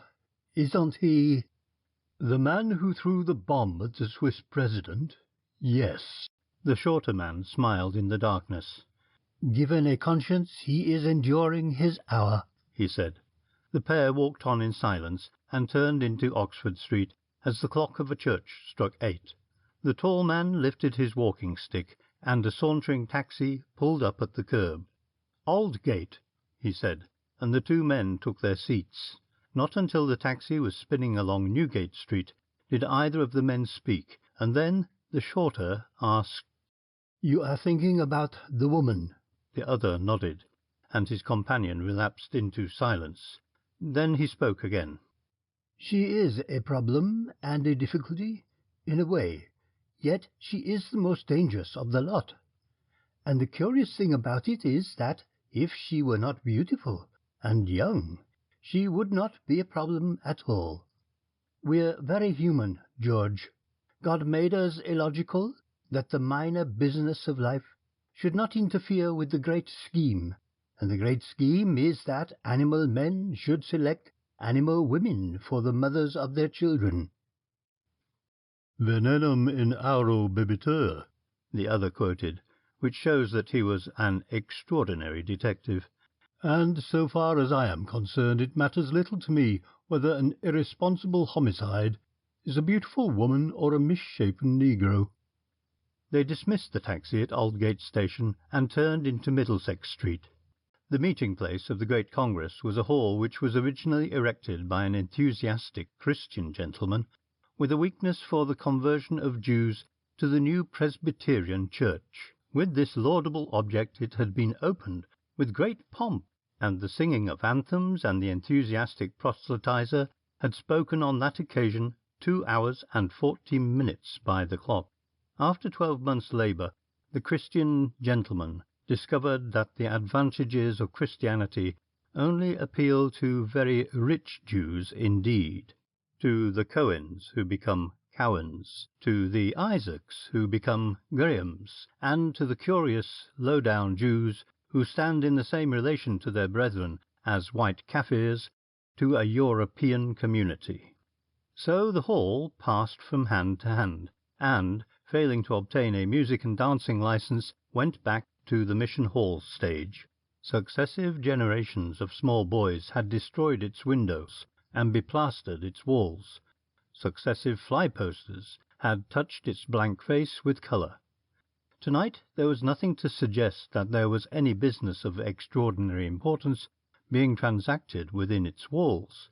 A Russian or a Yiddish or any kind of reunion does not greatly excite Middlesex Street, and had little Peter boldly announced that the Congress of the Red Hundred were to meet in full session, there would have been no local excitement, and if the truth be told, he might still have secured the services of his 3 policemen and commissionaire. To this worthy, a neat, cleanly gentleman in uniform, wearing on his breast the medals for the relief of Chitral and the Sudan campaigns, the 2 men delivered the perforated halves of their tickets and passed through the outer lobby into a small room. By a door at the other end stood a thin man with a straggling beard. His eyes were red-rimmed and weak. He wore long, narrow, buttoned boots, and he had a trick of pecking his head forward and sideways, like an inquisitive hen. "You have the word, brothers?" he asked, speaking German like one unaccustomed to the language. The taller of the 2 strangers shot a swift glance at the sentinel that absorbed the questioner from his cracked patent leather boots to his flamboyant watch-chain. Then he answered in Italian, "Nothing." The face of the guardian flushed with pleasure at the familiar tongue. "Pass, brother. It is very good to hear that language." The air of the crowded hall struck the 2 men in the face like the blast from a destructor. It was unclean, unhealthy, the scent of an early morning doss-house. The hall was packed, the windows were closed and curtained, and, as a precautionary measure, little Peter had placed thick blankets before the ventilators. At one end of the hall was a platform on which stood a semicircle of chairs, and in the centre was a table draped with red. On the wall behind the chairs, every one of which was occupied, was a huge red flag bearing in the centre a great white C. It had been tacked to the wall, but one corner had broken away, revealing a part of the painted scroll of the mission workers. "Are the meek, for they shall inherit the earth." The 2 intruders pushed their way through a group that were gathered at the door. 3 aisles ran the length of the building, and they made their way along the central gangway and found seats near the platform. A brother was speaking. He was a good and zealous worker, but a bad orator. He spoke in German, and enunciated commonplace with hoarse emphasis. He said all the things that other men had said and forgotten. "This is the time to strike," was his most notable sentence, and notable only because it evoked a faint buzz of applause. The audience stirred impatiently. The good Bentwich had spoken beyond his allotted time, and there were other people to speak, and prosy at that. And it would be 10 o'clock before the woman of Gratz would rise. The babel was greatest in the corner of the hall, where little Peter, all eyes and startled eyebrows, was talking to an audience of his own. "It is impossible, it is absurd, it is most foolish." His thin voice rose almost to a scream. "I should laugh at it. We should all laugh, but the woman of Gratz has taken the matter seriously, and she is afraid." "Afraid? Nonsense! Oh, Peter, the fool!" There were other things said, because everybody in the vicinity expressed an opinion. Peter was distressed, but not by the epithets. He was crushed, humiliated, beaten by his tremendous tidings. He was nearly crying at the horrible thought. The woman of Gratz was afraid? The woman of Gratz who... It was unthinkable. He turned his eyes toward the platform, but she was not there. "Tell us about it, Peter," pleaded a dozen voices, but the little man with the tears twinkling on his fair eyelashes waved them off. So far from his incoherent outburst, they had learnt only this, that the woman of Gratz was afraid. And that was bad enough. For this woman, she was a girl really, a slip of a child who should have been finishing her education somewhere in Germany. This same woman had once risen and electrified the world. There had been a meeting in a small Hungarian town to discuss ways and means, and when the men had finished their denunciation of Austria, she rose and talked. A short-skirted little girl with 2 long flaxen braids of hair, thin-legged, flat-chested, angular, hipless. That is what the men of Graz noticed as they smiled behind their hands and wondered why her father had brought her to the meeting. But her speech— 2 hours she spoke, and no man stirred. A little flat-chested girl, full of sonorous phrases. Mostly she had collected them from the talk in old Joseph's kitchen, but with some power of her own she had spun them together, these inconsiderable truisms, and had endowed them with a wondrous vitality. They were old platitudes, if the truth be told, but at some time in the history of revolution some long-dead genius had coined them, and newly fashioned in the furnace of his soul they had shaped men's minds, and directed their great and dreadful deeds. So the woman of Graz arrived, and they talked about her and circulated her speeches in every language, and she grew. The hollow face of this lank girl filled, and the flat bosom rounded, and there came softer lines and curves to her angular figure. And almost before they realized the fact, she was beautiful. So her fame had grown, until her father died, and she went to Russia. Then came a series of outrages which may be categorically and briefly set forth. 1. General Maloff shot dead by an unknown woman in his private room at the police bureau, Moscow. 2. Prince Hazalakov shot dead by an unknown woman in the streets of Petrograd. 3. Colonel Kavadaskov killed by a bomb thrown by a woman who made her escape. And the woman of Graz leapt to a greater fame. She had been arrested 6 times and whipped twice, but they could prove nothing against her, and elicit nothing from her, and she was very beautiful. Now, to the thundering applause of the waiting delegates, she stepped upon the platform and took the last speaker's place by the side of the red-covered table. She raised her hand, and absolute and complete silence fell on the hall, so much so that her first words sounded strident and shrill, for she had attuned her voice to the din. She recovered her pitch and dropped her voice to a conversational tone. She stood easily, with her hands clasped behind her, and made no gesture. The emotion that was within her she conveyed through her wonderful voice. Indeed, the power of the speech lay rather in its delivery than in its substance, for only now and then did she depart from the unwritten text of anarchism, the right of the oppressed to overthrow the oppressor, the divinity of violence, the sacredness of sacrifice and martyrdom in the cause of enlightenment. One phrase alone stood apart from the commonplace of her oratory. She was speaking of the theorists who counsel reform and condemn violence. These Christs who deputize their Calvaries, she called them, with fine scorn, and the hall roared its approval of the imagery. It was the fury of the applause that disconcerted her.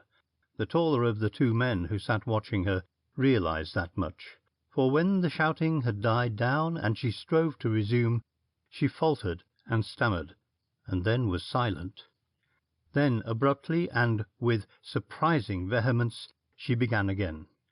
But she had changed the direction of her oratory, and it was upon another subject that she now spoke, a subject nearer to her at that moment than any other, for her pale cheeks flushed, and a feverish light came to her eyes as she spoke. And now, with all our perfect organization, with the world almost within our grasp, there comes somebody who says, "Stop!" And we, who by our acts have terrorized kings and dominated the councils of empires, are ourselves threatened. The audience grew deadly silent. They were silent before, but now the silence was painful. The 2 men who watched her stirred a little uneasily, as though something in her speech had jarred. Indeed, the suggestion of braggadocio in her assertion of the Red Hundred's power had struck a discordant note. The girl continued speaking rapidly. We have heard, you have heard, we know of these men who have written to us. They say," her voice rose, "that we shall not do what we do. They threaten us. They threaten me, that we must change our methods or they will punish us, as we punish, kill, as we kill." There was a murmuring in the audience, and men looked at one another in amazement, for terror, unmistakable and undisguised, was written on her pale face, and shone from those wondrous eyes of hers. "But we will defy." Loud voices and the sound of scuffling in the little ante-room interrupted her, and a warning word shouted brought the audience to its feet. "The police!" 100 stealthy hands reached for cunning pockets, but somebody leapt upon a bench near the entrance and held up an authoritative hand. "Gentlemen, there is no occasion for alarm. I am Detective Superintendent Falmouth from Scotland Yard, and I have no quarrel with the Red 100. Little Peter, transfixed for the moment, pushed his way towards the detective. "Who do you want? What do you want?" he asked. The detective stood with his back to the door and answered, "I want 2 men who were seen to enter this hall, 2 members of an organization that is outside the Red 100. They—" "Ha!" The woman, who still stood upon the platform, leant forward with blazing eyes. I know, she cried breathlessly. "The men who threatened us, who threatened me, the 4 just men." The end of Part 2, Chapter 1. Read by Andy Sames.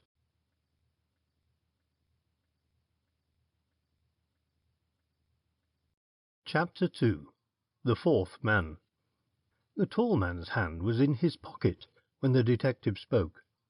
When he had entered the hall, he had thrown a swift glance round the place and taken in every detail. He had seen the beaded strip of unpainted wood which guarded the electric light cables, and had improved the opportunity whilst the Prossy brother was speaking to make a further reconnaissance. There was a white porcelain switchboard with 6 switches at the left-hand side of the platform. He judged the distance and threw up the hand that held the pistol. Bang! Bang!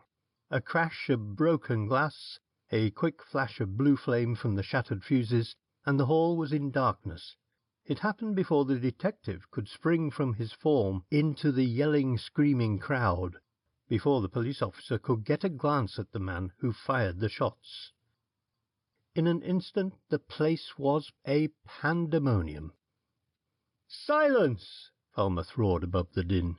"Silence! Keep quiet, you miserable cowards! Show a light here, Brown, Curtis, Inspector, where are your men's lanterns?" The rays of 12 bull's-eye lamps waved over the struggling throng.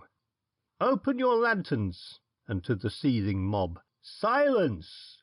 Then a bright young officer remembered that he had seen gas brackets in the room, and struggled through the howling mob till he came to the wall and found the gas fitting with his lantern. He struck a match and lit the gas, and the panic subsided as suddenly as it had begun.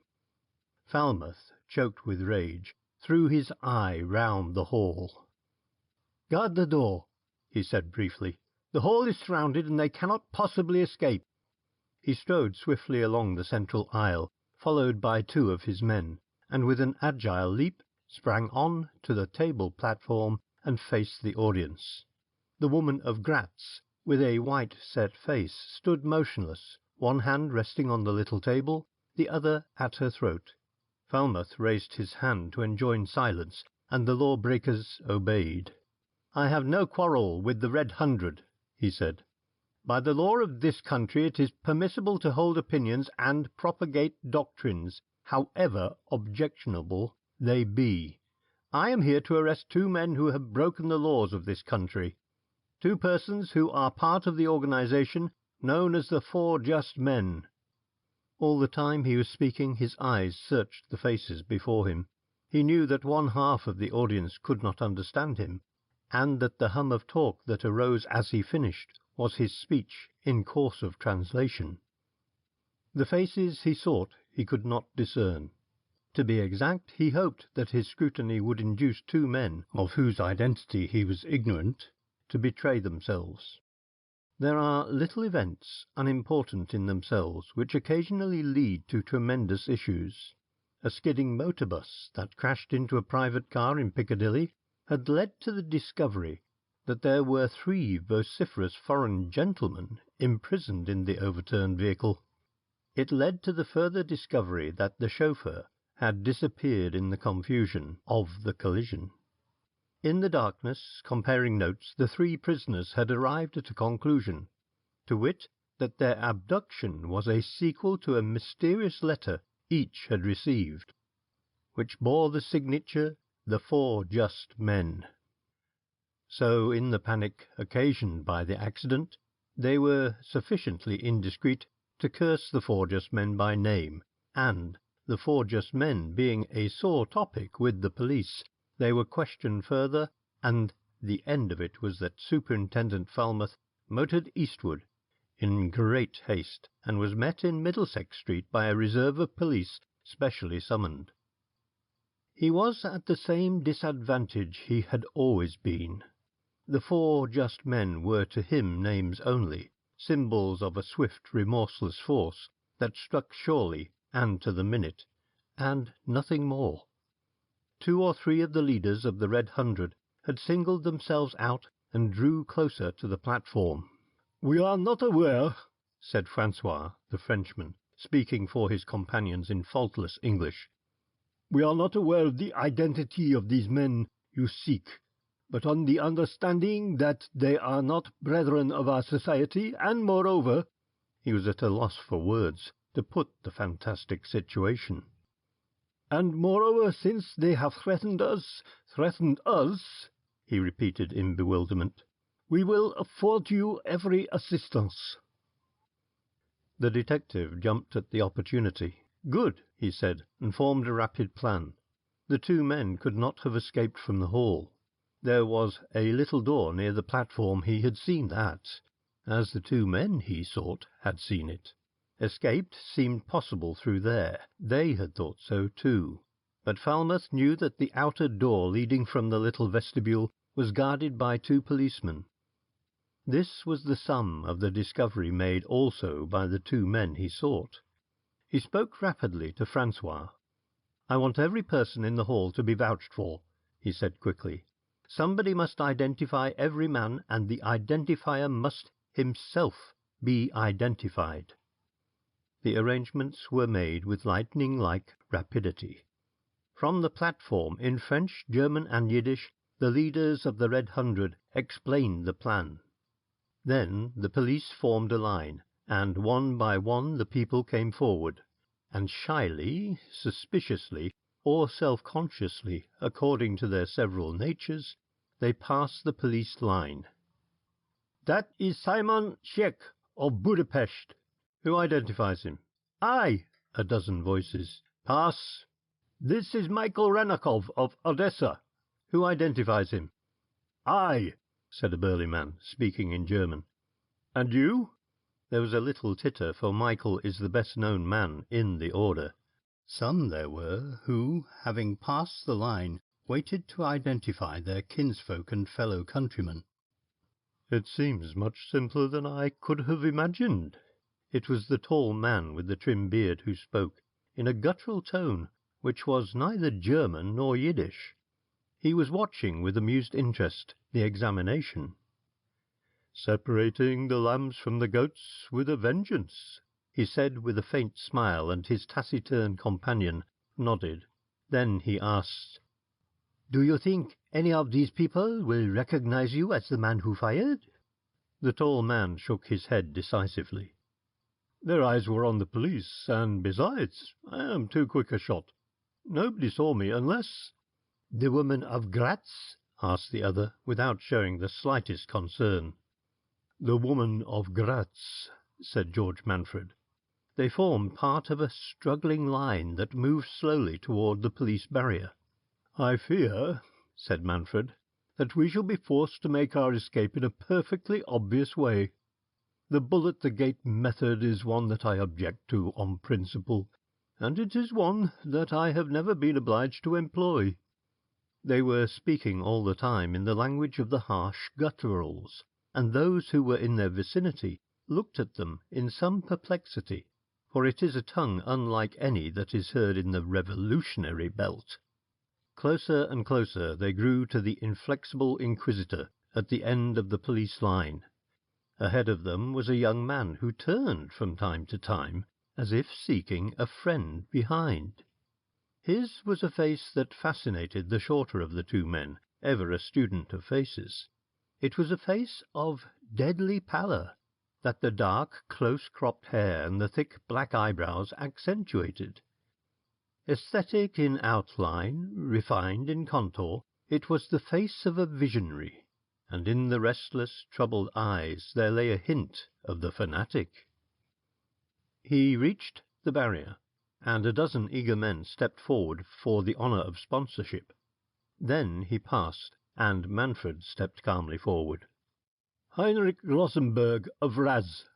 He mentioned the name of an obscure Transylvanian village. "Who identifies this man?" asked Falmouth monotonously. Manfred held his breath and stood ready to spring.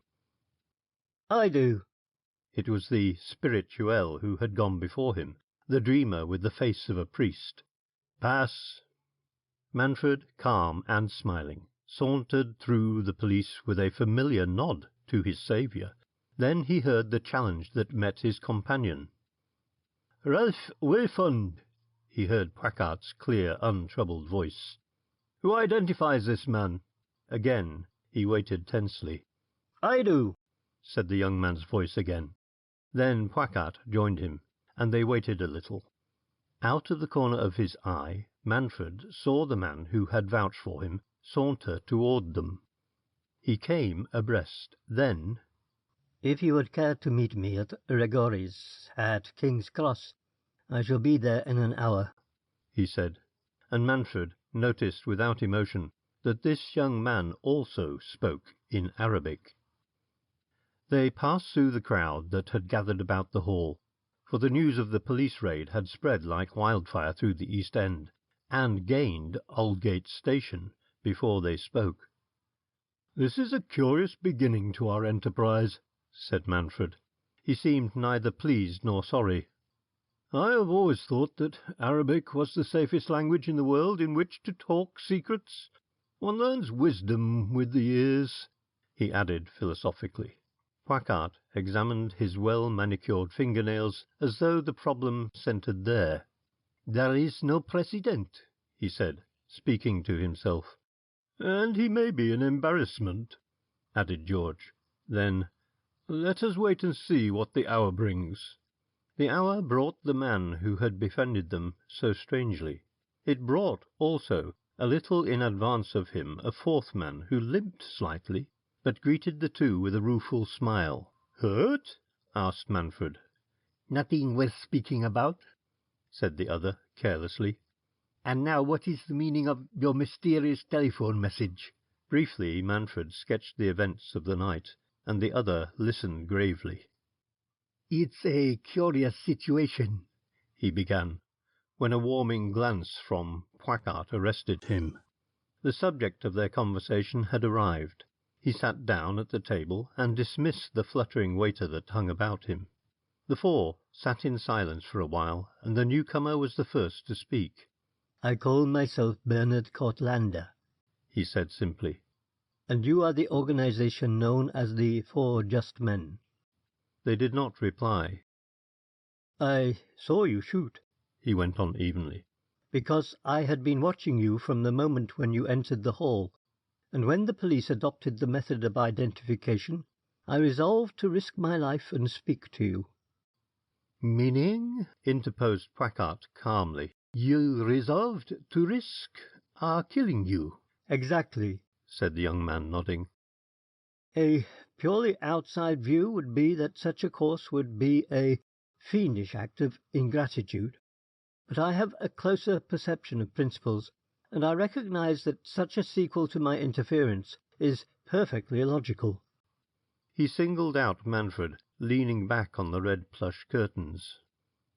"You have so often shown that human life is the least considerable factor in your plan, and have given such evidence of your singleness of purpose, that I am fully satisfied that if my life, or the life of any one of you, stood before the fulfilment of your objects, that life would go so. He snapped his fingers.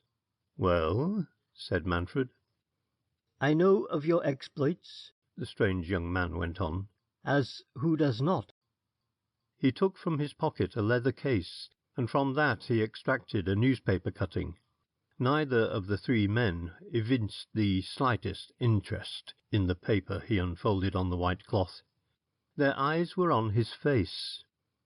Here is a list of people slain for justice' sake, Courtlander said, smoothing the creases from a cutting from the Megaphone.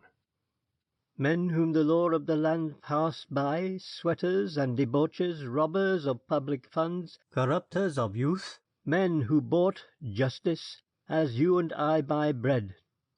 He folded the paper again. I have prayed God that I might one day meet you. Well, it was Manfred's voice again. I want to be with you. To be one of you, to share your campaign, and...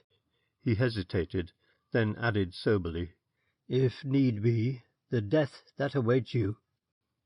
Manfred nodded slowly, then looked toward the man with the limp. What do you say, Gonzales? He asked. This Leon Gonzales was a famous reader of faces. That much the young man knew, and he turned for the test, and met the other's appraising eyes. Enthusiast, dreamer, and intellectual, of course, said Gonzales slowly. There is reliability, which is good, and balance, which is better, but... But? Asked Courtlander steadily. There is passion, which is bad, was the verdict. It is a matter of training, answered the other quietly. My lot has been thrown with people who think in a frenzy and act in madness. It is the fault of all the organizations that seek to right wrong by indiscriminate crime, who sense our senses, who have debased sentiment to sentimentality, and who muddle kings with kingship. You are of the Red 100? Asked Manfred. Yes, said the other. Because the Red 100 carries me a little way along the road I wish to travel. In the direction? Who knows? Replied the other. There are no straight roads, and you cannot judge where lies your destination by the direction the first line of path takes.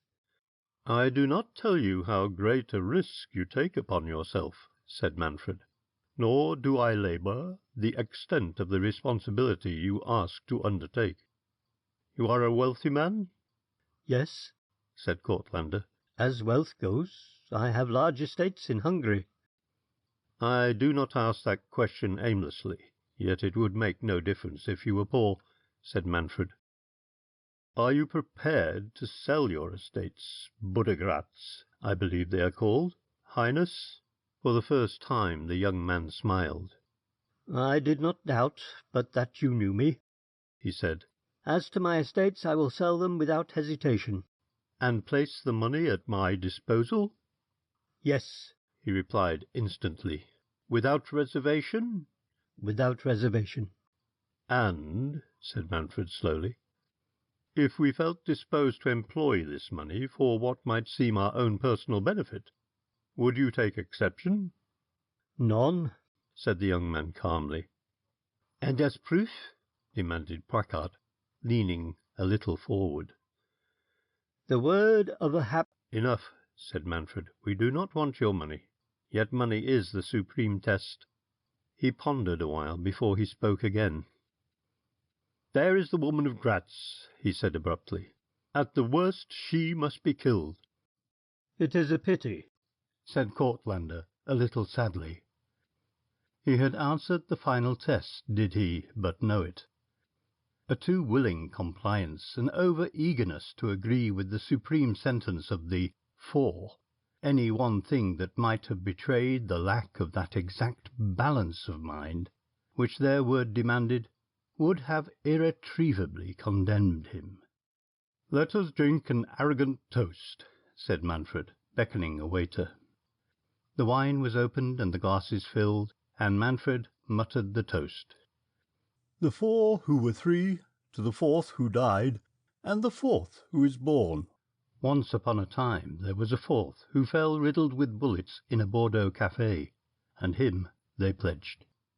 In Middlesex Street, in the almost emptied hall, Falmouth stood at bay before an army of reporters. "Were they the four just men, Mr. Falmouth? Did you see them? Have you any clue?" Every second brought a fresh batch of newspapermen. Taxi after taxi came into the dingy street, and the string of vehicles lined up outside the hall was suggestive of a fashionable gathering. The telephone tragedy was still fresh in the public mind, and it needed no more than the utterance of the magical words, "four just men," to fan the spark of interest to flame again. The delegates of the Red Hundred formed a privileged throng in the little wilderness of a forecourt, and through these the journalists circulated industriously. Smith of the Megaphone and his youthful assistant, Maynard, slipped through the crowd and found their taxi. Smith shouted a direction to the driver and sank back in the seat with a whistle of weariness. "Did you hear those chaps talking about police protection?" he asked. "All the blessed anarchists from all over the world, and talking like a mothers' meeting. To hear 'em you would think they were the most respectable members of society that the world had ever seen. Our civilization is a wonderful thing," he added cryptically. "One man," said Maynard, "asked me in very bad French if the conduct of the four just men was actionable." At that moment another question was being put to Falmouth by a leader of the Red Hundred, and Falmouth, a little ruffled in his temper, replied with all the urbanity that he could summon.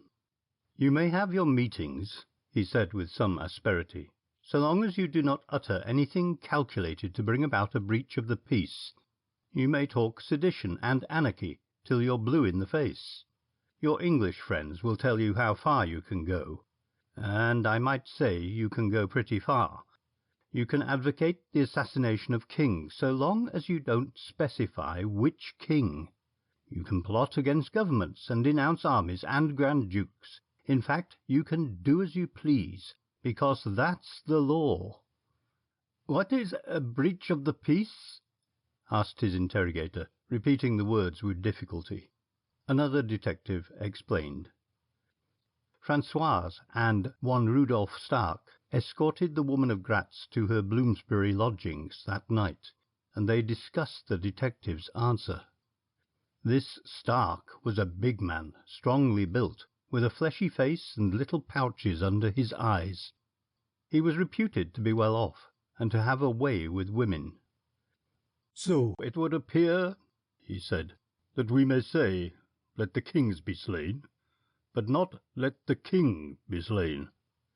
Also that we may preach the downfall of governments, but if we say, 'Let us go into this café,' how do you call it, public house, and be rude to the propriétaire, we commit a breach of the peace, n'est-ce pas?" "It is so," said François. "That is the English way." "It is a mad way," said the other. They reached the door of the girl's pension. She had been very quiet during the walk, answering questions that were put to her in monosyllables. She had ample food for thought in the events of the night. François bade her a curt good night and walked a little distance. It had come to be regarded as Stark's privilege to stand nearest the girl. Now he took her slim hands in his and looked down at her. Someone has said that the East begins at Bucharest, but there is a touch of the Eastern in every Hungarian, and there is a crudeness in their whole attitude to womankind that shocks the more tender susceptibilities of the Western. "Good night, little Maria," he said in a low voice. "Some day you will be kinder, and you will not leave me at the door." She looked at him steadfastly. "That will never be," she replied without a tremor. The end of Part 2, Chapter 2. Read by Andy Sames.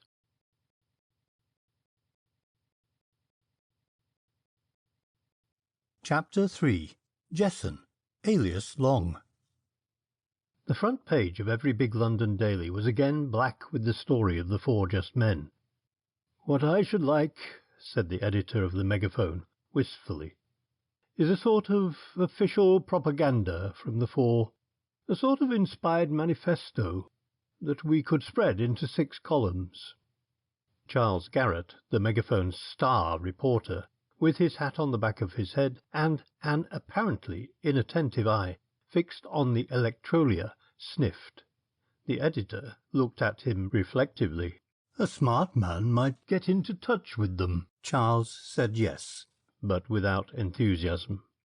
"If it wasn't that I knew you," mused the editor, "I should say you were afraid." "I am," said Charles shamelessly.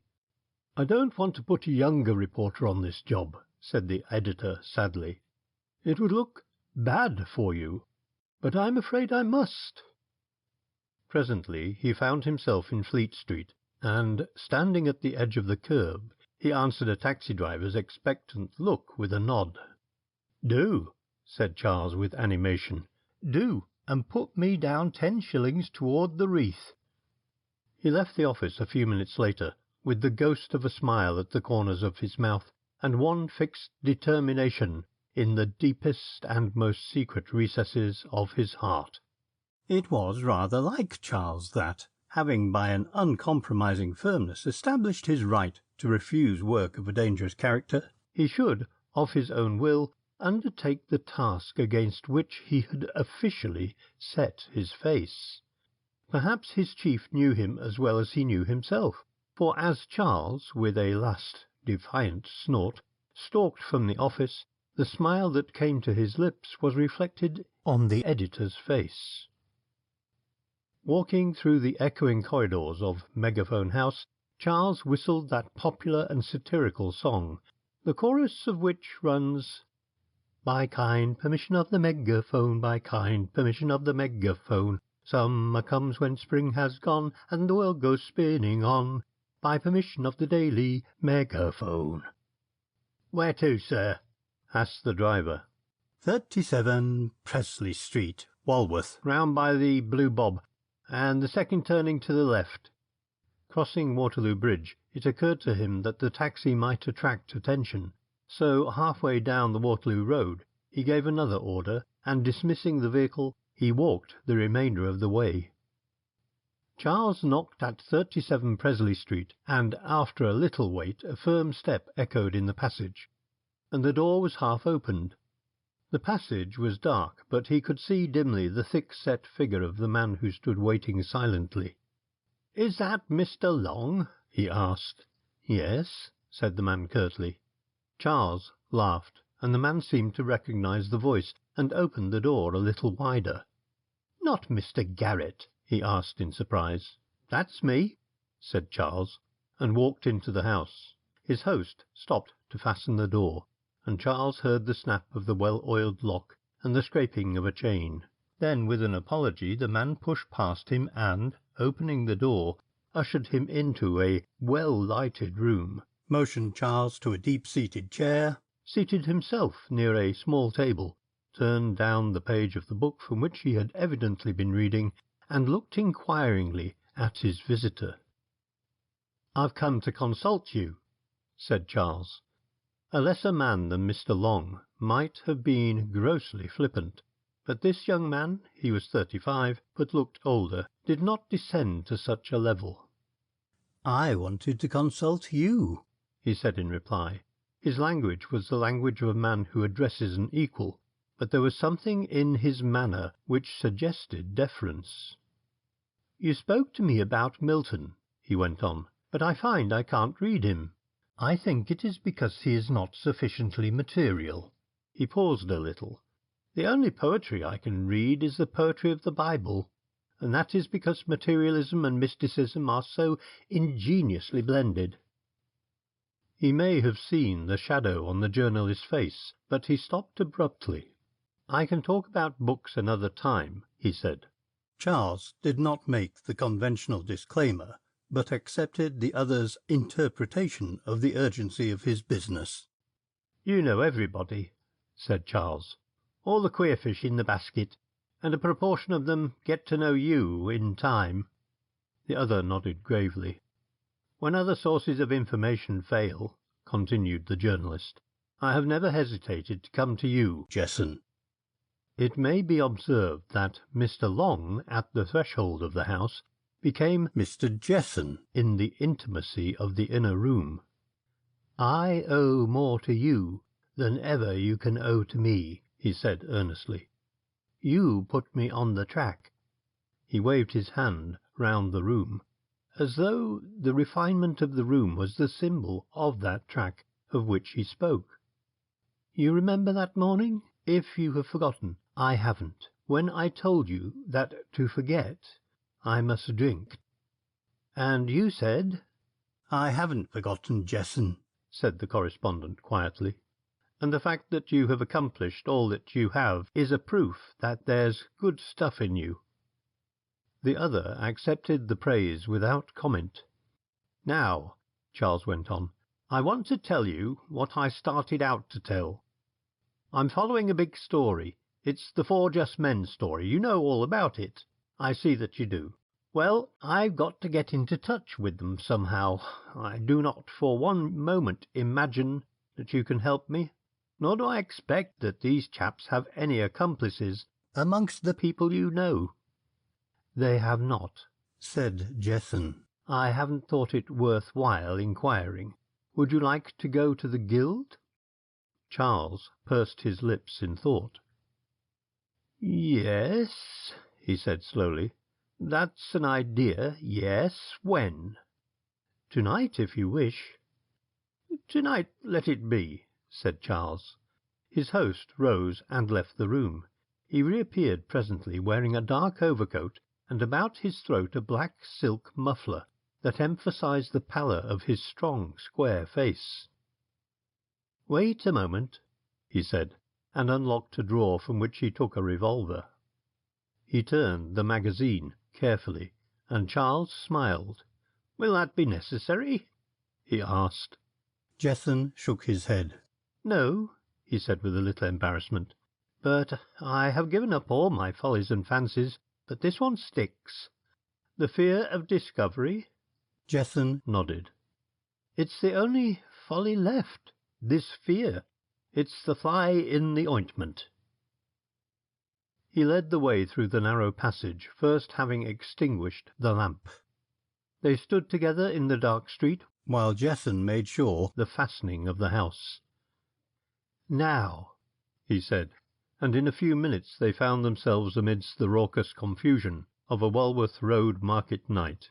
They walked on in silence, then turning into East Street, they threaded a way between loitering shoppers, dodged between stalls overhung by flaring naphtha lamps, and turned sharply into a narrow street.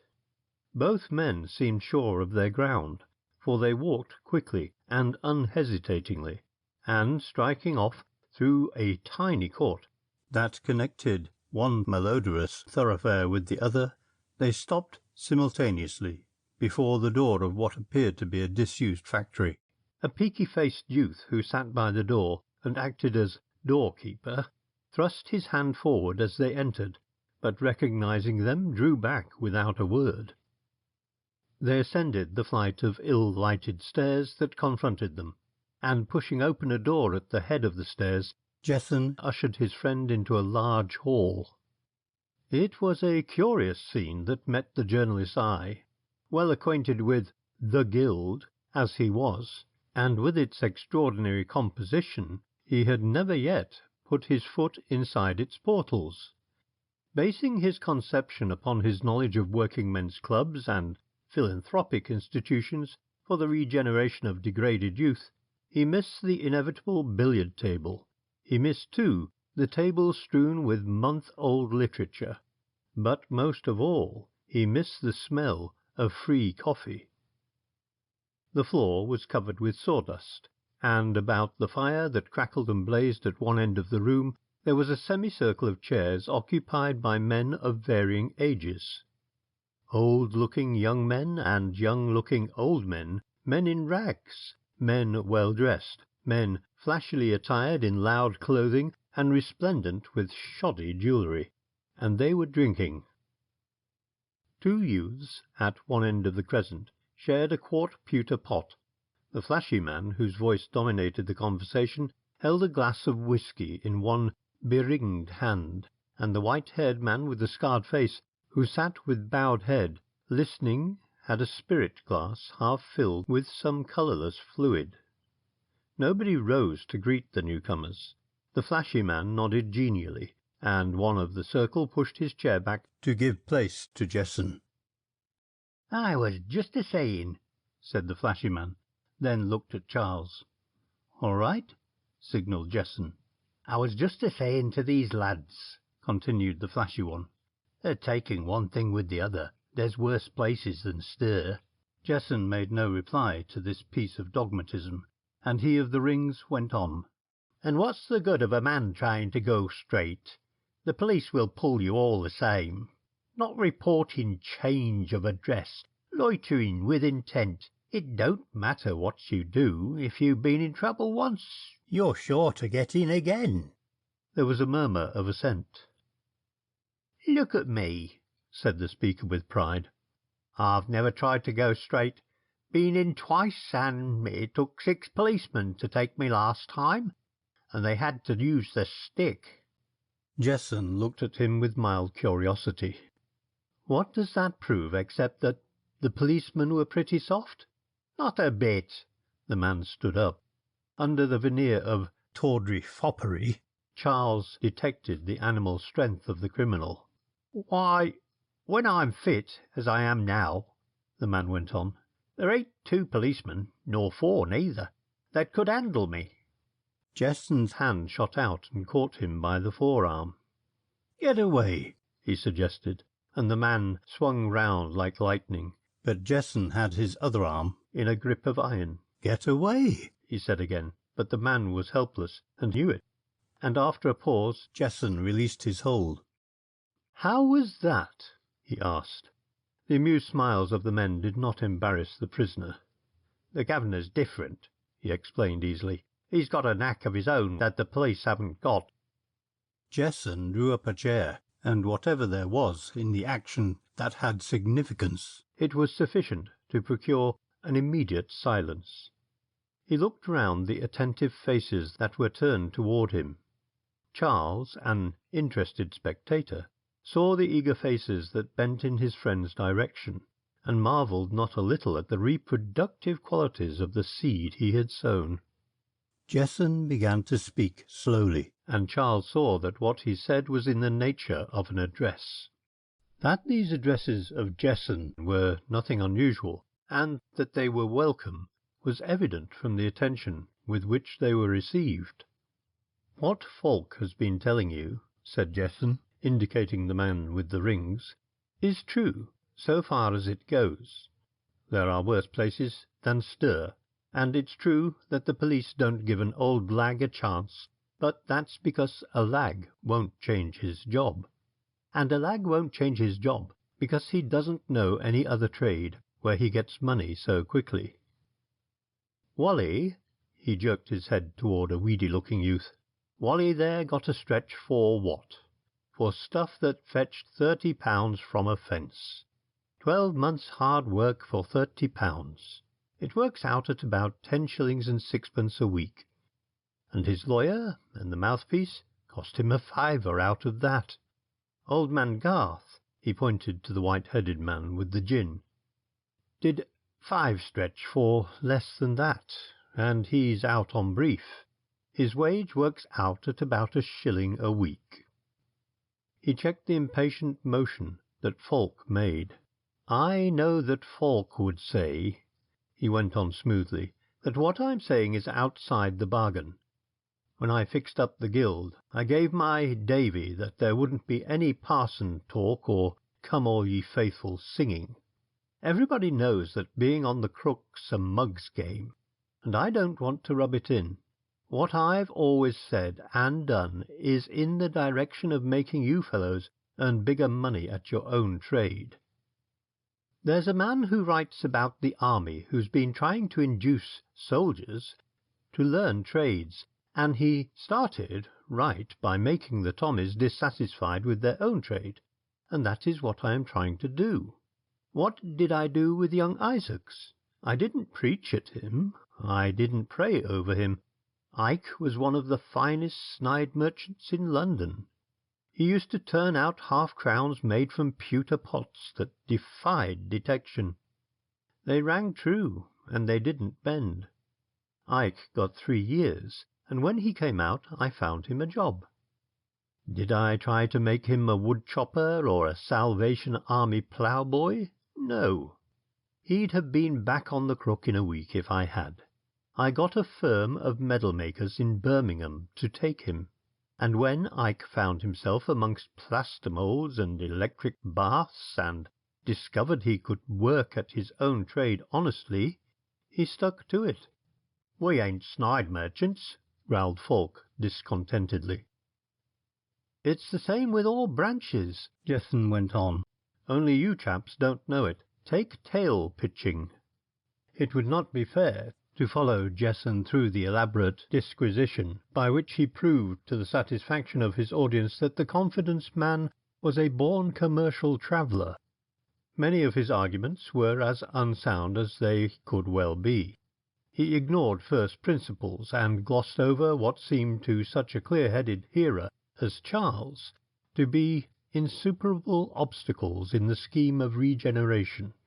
But his audience was convinced.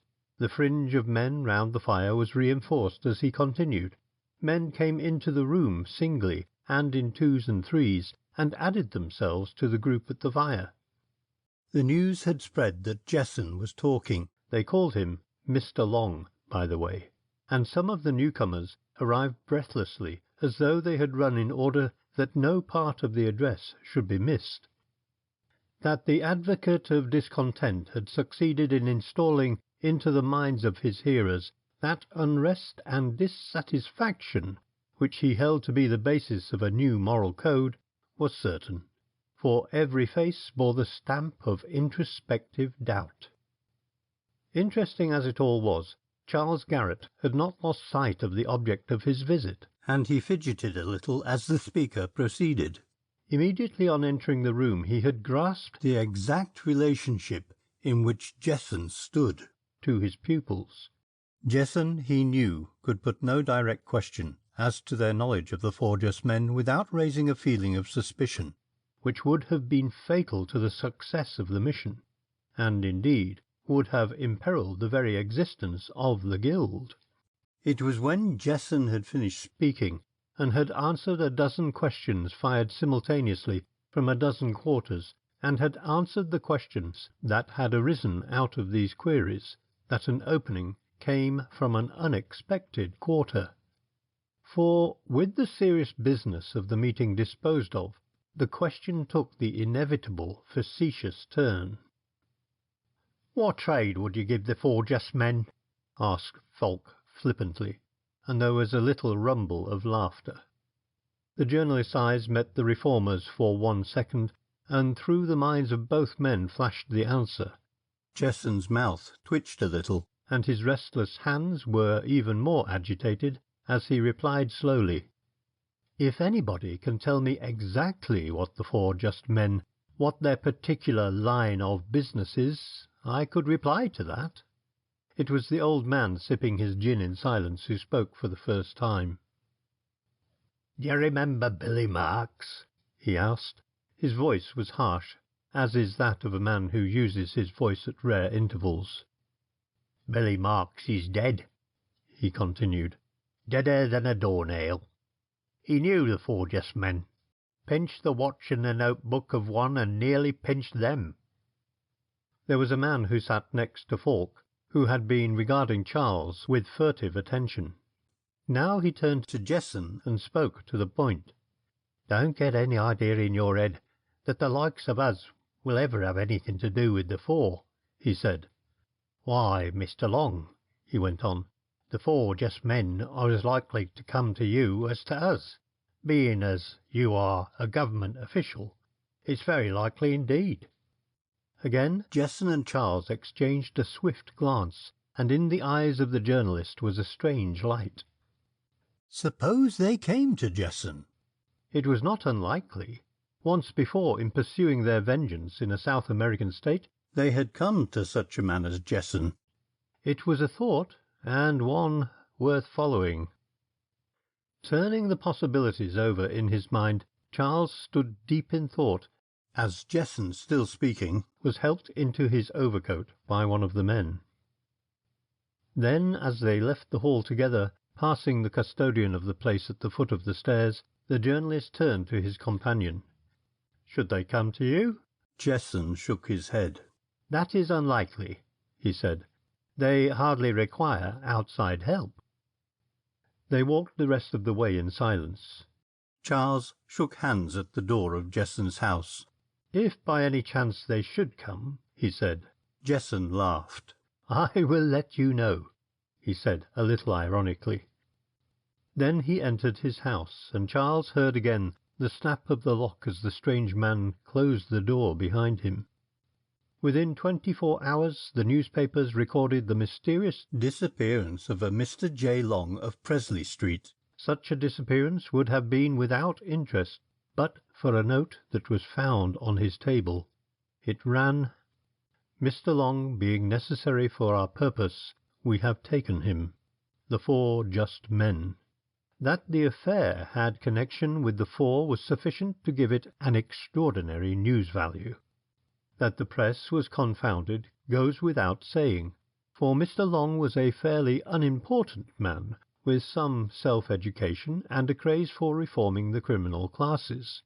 But the Home Office, which knew Mr. Long as Mr. Jessen, was greatly perturbed, and the genius of Scotland Yard was employed to discover his whereabouts.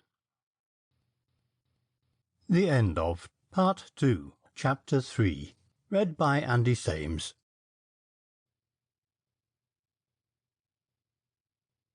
Chapter 4. The Red Bean.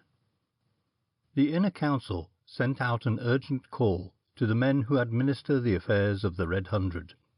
Stark came, Francois the Frenchman came, Holland the Italian, Paul Mertisky, George Grabe the American, and Lord Bartholomew, the ex-captain of irregular cavalry, came also. Bartholomew was the best dressed of the men who gathered about the green table in Greek Street, for he had held the King's Commission, which is of itself a sartorial education. People who met him vaguely remembered his name and frowned. They had a dim idea that there was something against him, but were not quite sure what it was. It had to do with the South African War and a surrender, not an ordinary surrender, but an arrangement with the enemy on a cash basis, and the transference of stores. There was a court-martial and a cashiering, and afterwards Bartholomew came to England and bombarded first the War Office and then the press with a sheaf of typewritten grievances. Afterwards he went into the theatrical line of business and appeared in music-hall sketches as Captain Lauder Bartholomew, the hero of Dopfontein.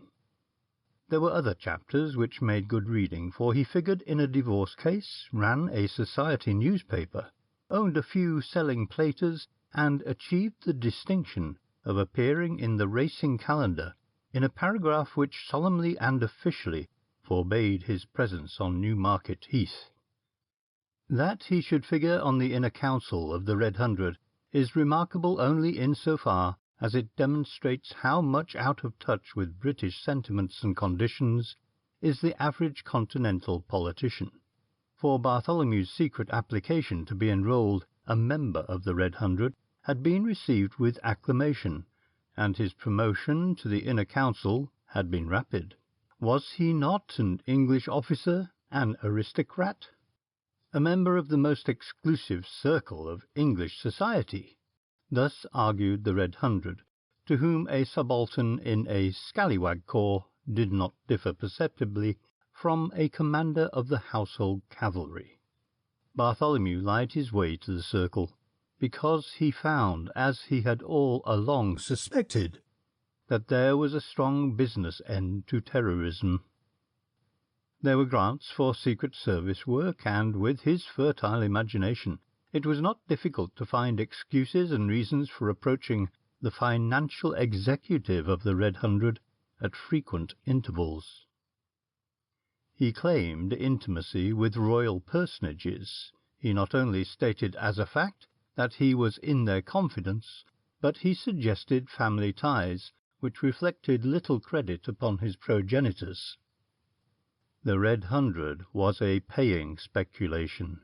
Membership of the Inner Council was handsomely profitable.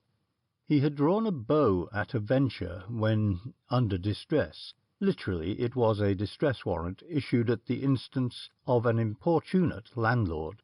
He had indited a letter to a revolutionary offering to act as London agent for an organisation which was then known as the Friends of the People, but which has since been absorbed into the body corporate of the Red Hundred. It is necessary to deal fully with the antecedents of this man, because he played a part in the events that are chronicled in the Council of Justice that had effects further reaching than Bartholomew the mercenary of anarchism could in his wildest moments have imagined. He was one of the 7 that gathered in the dingy drawing-room of a Greek Street boarding-house, and it was worthy of note that 5 of his fellows greeted him with a deference amounting to humility. The exception was Stark, who, arriving late, found an admiring circle hanging upon the words of this young man with the shifty eyes, and he frowned his displeasure. Bartholomew looked up as Stark entered, and nodded carelessly. Stark took his place at the head of the table, and motioned impatiently to the others to be seated. One whose duty it was rose from his chair and locked the door. The windows were shuttered, but he inspected the fastenings. Then, taking from his pocket 2 packs of cards, he scattered them in a confused heap upon the table. Every man produced a handful of money and placed it before him. Stark was an ingenious man, and had learnt many things in Russia. Men who gather round a green baize-covered table with locked doors are apt to be dealt with summarily, if no adequate excuse for their presence is evident, and it is more satisfactory to be fined 100 roubles for gambling than to be dragged off at a moment's notice to an indefinite period of labour in the mines on suspicion of being concerned in a revolutionary plot. Stark now initiated the business of the evening. If the truth be told, there was little in the earlier proceedings that differed from the procedure of the typical committee. There were moneys to be voted.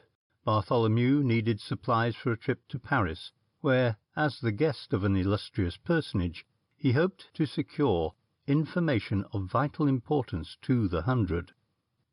"This is the 4th vote in 2 months, comrade," said Stark testily. "Last time it was for information from your Foreign Office, which proved to be inaccurate." Bartholomew shrugged his shoulders with an assumption of carelessness. "If you doubt the wisdom of voting the money, let it pass," he said. "My men fly high. I am not bribing policemen or sous-officers of diplomacy." "It is not a question of money," said Stark sullenly. "It is a question of results. Money we have in plenty, but the success of our glorious demonstration depends upon the reliability of our information." The vote was passed, and with its passing came a grim element into the council. Stark leant forward and lowered his voice.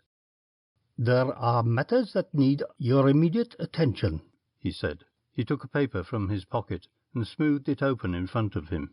"We have been so long inactive that the tyrants to whom the name of Red Hundred is full of terror have come to regard themselves as immune from danger. Yet," his voice sank lower, "yet we are on the eve of the greatest of our achievements, when the oppressors of the people shall be moved at one blow, and we will strike a blow at kingship, as shall be remembered in the history of the world.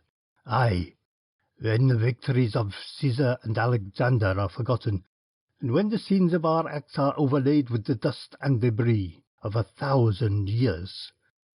But that great day is not yet. First we must remove the lesser men, that the blow may fall surer. First the servant, then the master." He stabbed the list before him with a thick forefinger. "Fritz von Hedlitz, he read. Chancellor to the Duchy of Hamburg-Altona. He looked round the board and smiled. A man of some initiative, comrades. He foiled our attempt on his master with some cunning. Do I interpret your desire when I say death? Death. It was a low-murmured chorus. Bartholomew, renegade and adventurer, said it mechanically. It was nothing to him a brave gentleman should die for no other reason than that he had served his master faithfully. Marquis de Santo Strato, private secretary to the Prince of the Escorial, read Stark. Death, again, the murmured sentence. One by one Stark read the names, stopping now and again to emphasize some enormity of the man under review. Here is Hendrik Hausmann, he said, tapping the paper, of the Berlin Secret Police, an interfering man and a dangerous one. He has already secured the arrest and punishment of one of our comrades. Death, murmured the council mechanically. The list took half an hour to dispose of. There is another matter, said Stark. The council moved uneasily, for that other matter was uppermost in every mind. By some means we have been betrayed, the chairman went on, and his voice lacked that confidence which characterized his earlier speech. There is an organization of reaction which has set itself to thwart us. That organization has discovered our identity. He paused a little. This morning I received a letter which named me president of the Inner Council and threatened me. Again he hesitated. It was signed the 4 Just Men. His statement was received in dead silence, a silence that perplexed him, for his compensation for the shock he had received had been the anticipation of the sensation his announcement would make. He was soon enlightened as to the cause of the silence. I also have received a letter, said Francois quietly. And I. Only Bartholomew did not speak, and he felt the unspoken accusations of the others. I have received no letter, he said with an easy laugh. Only these. He fumbled in his waistcoat pocket and produced 2 beans. There was nothing peculiar in these, save one was a natural black and the other had been dyed red.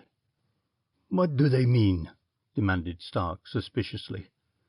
I have not the slightest idea, said Bartholomew, with a contemptuous smile.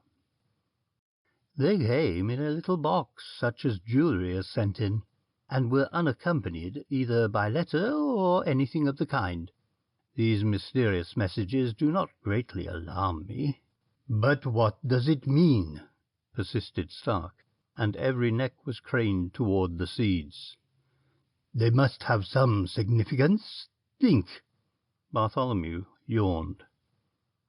So far as I know, they are beyond explanation, he said carelessly. Neither red nor black beans have played any conspicuous part in my life, so far as I...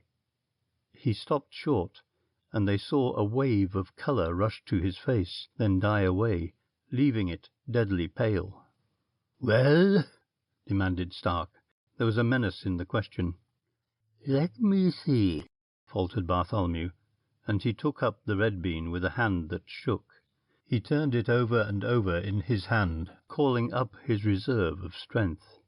He could not explain, that much he realized. The explanation might have been possible had he realized earlier the purport of the message he had received. But now, with 6 pairs of suspicious eyes turned upon him, and with his confusion duly noted, his hesitation would tell against him.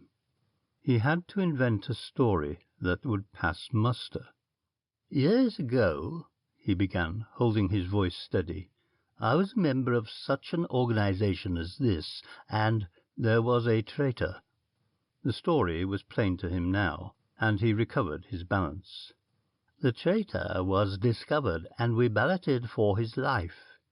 There was an equal number for death and immunity, and I, as president, had to give the casting vote. A red bean was for life and a black for death, and I cast my vote for the man's death." He saw the impression his invention had created, and elaborated the story. Stark, holding the red bean in his hand, examined it carefully. "I have reason to think that by my action I made many enemies, one of whom probably sent this reminder." He breathed an inward sigh of relief as he saw the clouds of doubt lifting from the faces about him. Then, "And the £1,000? asked Stark quietly. Nobody saw Bartholomew bite his lip, because his hand was caressing his soft black moustache. What they all observed was the well-simulated surprise expressed in the lift of his eyebrows. "The £1,000?" he said, puzzled. Then he laughed. "Oh, I see you, too, have heard the story. We found the traitor had accepted that sum to betray us, and this we confiscated for the benefit of the society, and rightly so," he added indignantly. The murmur of approbation relieved him of any fear as to the result of his explanation. Even Stark smiled. "I did not know the story," he said, "but I did see the £1,000 which had been scratched on the side of the red bean. But this brings us no nearer the solution of the mystery. Who has betrayed us to the 4 just men?" There came, as he spoke, a gentle tapping on the door of the room. Francois, who sat at the president's right hand, rose stealthily and tiptoed to the door. "Who is there?" he asked in a low voice. Somebody spoke in German, and the voice carried so that every man knew the speaker. "The woman of Graz," said Bartholomew, and in his eagerness he rose to his feet. If one sought for the cause of friction between Stark and the ex-captain of irregular cavalry, here was the end of the search. The flame that came to the eyes of these two men as she entered the room told the story. Stark, heavily made, animal man to his fingertips, rose to greet her, his face aglow. "Madonna," he murmured, and kissed her hand. She was dressed well enough, with a rich sable coat that fitted tightly to her sinuous figure, and a fur toque upon her beautiful head. She held a gloved hand toward Bartholomew and smiled. Bartholomew, like his rival, had a way with women, but it was a gentle way, overladen with Western conventions and hedged about with set proprieties. That he was a contemptible villain, according to our conceptions, is true, but he had received a rudimentary training in the world of gentlemen. He had moved amongst men who took their hats off to their womenkind, and who controlled their actions by a nebulous code. Yet he behaved with greater extravagance than did Stark, for he held her hand in his, looking into her eyes, while Stark fidgeted impatiently. "Comrade," At last he said testily, "we will postpone our talk with our little Maria. It would be bad for her to think that she is holding us from our work, and there are the 4. He saw her shiver. "The 4?" she repeated. "Then they have written to you also?" Stark brought his fist with a crash down on the table. You! They have dared threaten you, by heaven!" "Yes," she went on, and it seemed that her rich, sweet voice grew a little husky. "They have threatened me." She loosened the furs at her throat as though the room had suddenly become hot and the atmosphere unbreathable. The torrent of words that came stumbling to the lips of Stark was arrested by the look in her face. "It isn't death that I fear," she went on slowly. "Indeed, I scarcely know what I fear." Bartholomew, superficial and untouched by the tragic mystery of her voice, broke in upon their silence, for silenced they were by the girl's distress. "With such men as we about, why need you notice the theatrical play of these 4 just men?" he asked with a laugh. Then he remembered the 2 little beans, and became suddenly silent with the rest. So complete and inexplicable was the chill that had come to them with the pronouncement of the name of their enemy, and so absolutely did the spectacle of the woman of Graz on the verge of tears move them, that they heard then what none had heard before, the ticking of the clock. It was the habit of many years that carried Bartholomew's hand to his pocket. Mechanically he drew out his watch, and automatically he cast his eyes about the room for the clock wherewith to check the time. It was one of those incongruous pieces of commonplace that intrude upon tragedy, but it loosened the tongues of the council, and they all spoke together. It was Stark who gathered the girl's trembling hands between his plump palms. "Maria, he chided softly. "This is folly. What, the woman of Graz who defied all Russia, who stood before Mertautsky and bade him defiance? What is it?" The last words were sharp and angry, and were directed to Bartholomew. For the second time that night the Englishman's face was white, and he stood clutching the edge of the table, with staring eyes, and with his lower jaw drooping. "Godman!" cried Stark, seizing him by the arm. "What is it? Speak, you are frightening her." "The clock," gasped Bartholomew in a hollow voice. Where is the clock?" His staring eyes wandered helplessly from side to side. "Listen," he whispered, and they held their breath. Very plainly indeed did they hear the tick, tick, tick. "It is under the table," muttered Francois. Stark seized the cloth and lifted it. Underneath in the shadow he saw the black box and heard the ominous whir of clockwork. "Out!" he roared, and sprang to the door. It was locked, and from the outside. Again and again he flung his huge bulk against the door, but the men who pressed round him, whimpering and slobbering in their pitiable fright, crowded about him and gave him no room. With his strong arms he threw them aside left and right, and leapt at the door, bringing all his weight and strength to bear, and the door crashed open. Alone of the party, the woman of Graz preserved her calm. She stood by the table, her foot almost touching the accursed machine, and she felt the faint vibrations of its working. Then Stark caught her up in his arms, and through the narrow passage he half led, half carried her, till they reached the street in safety. The passing pedestrians saw the dishevelled group, and, scenting trouble, gathered about them. "What was it? What was it?" whispered Francois, but Stark pushed him aside with a snarl. A taxi was passing, and he called it, and lifting the girl inside he shouted directions and sprang in after her. As the taxi whirled away, the bewildered council looked from one to the other. They had left the door of the house wide open, and in the hall a flickering gas-jet gyrated wildly. "Get away from here," said Bartholomew beneath his breath. "But the papers, the records," said the other, wringing his hands. Bartholomew thought quickly. The records were such as could not be left lying about with impunity. For all he knew, these madmen had implicated him in their infernal writings. He was not without courage, but it needed all he possessed to re-enter the room where a little machine in a black box ticked mysteriously. "Where are they?" he demanded. "On the table," almost whispered the other. "Mon Dieu, what a disaster!" The Englishman made up his mind. He sprang up the 3 steps into the hall. 2 paces brought him to the door, another stride to the table. He heard the tick of the machine. He gave one glance to the table and another to the floor, and was out again in the street before he had taken 2 long breaths. Francois stood waiting. The rest of the men had disappeared. "The papers! The papers!" cried the Frenchman. "Gone!" replied Bartholomew between his teeth. Less than 100 yards away another conference was being held.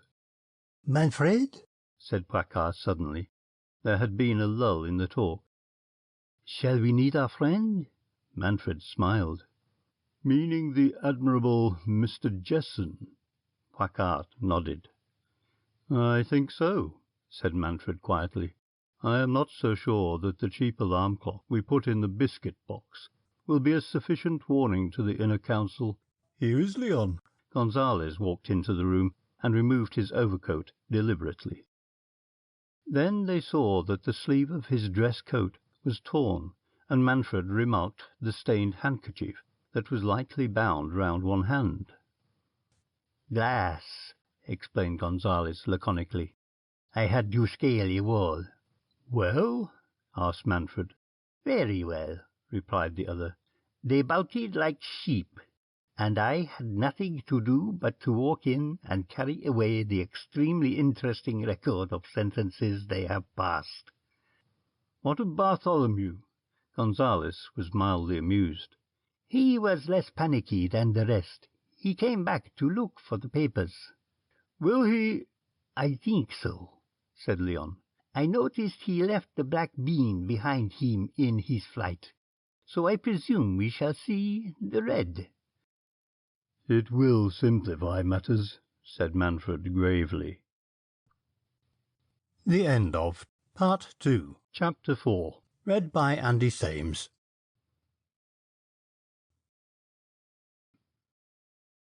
Chapter 5.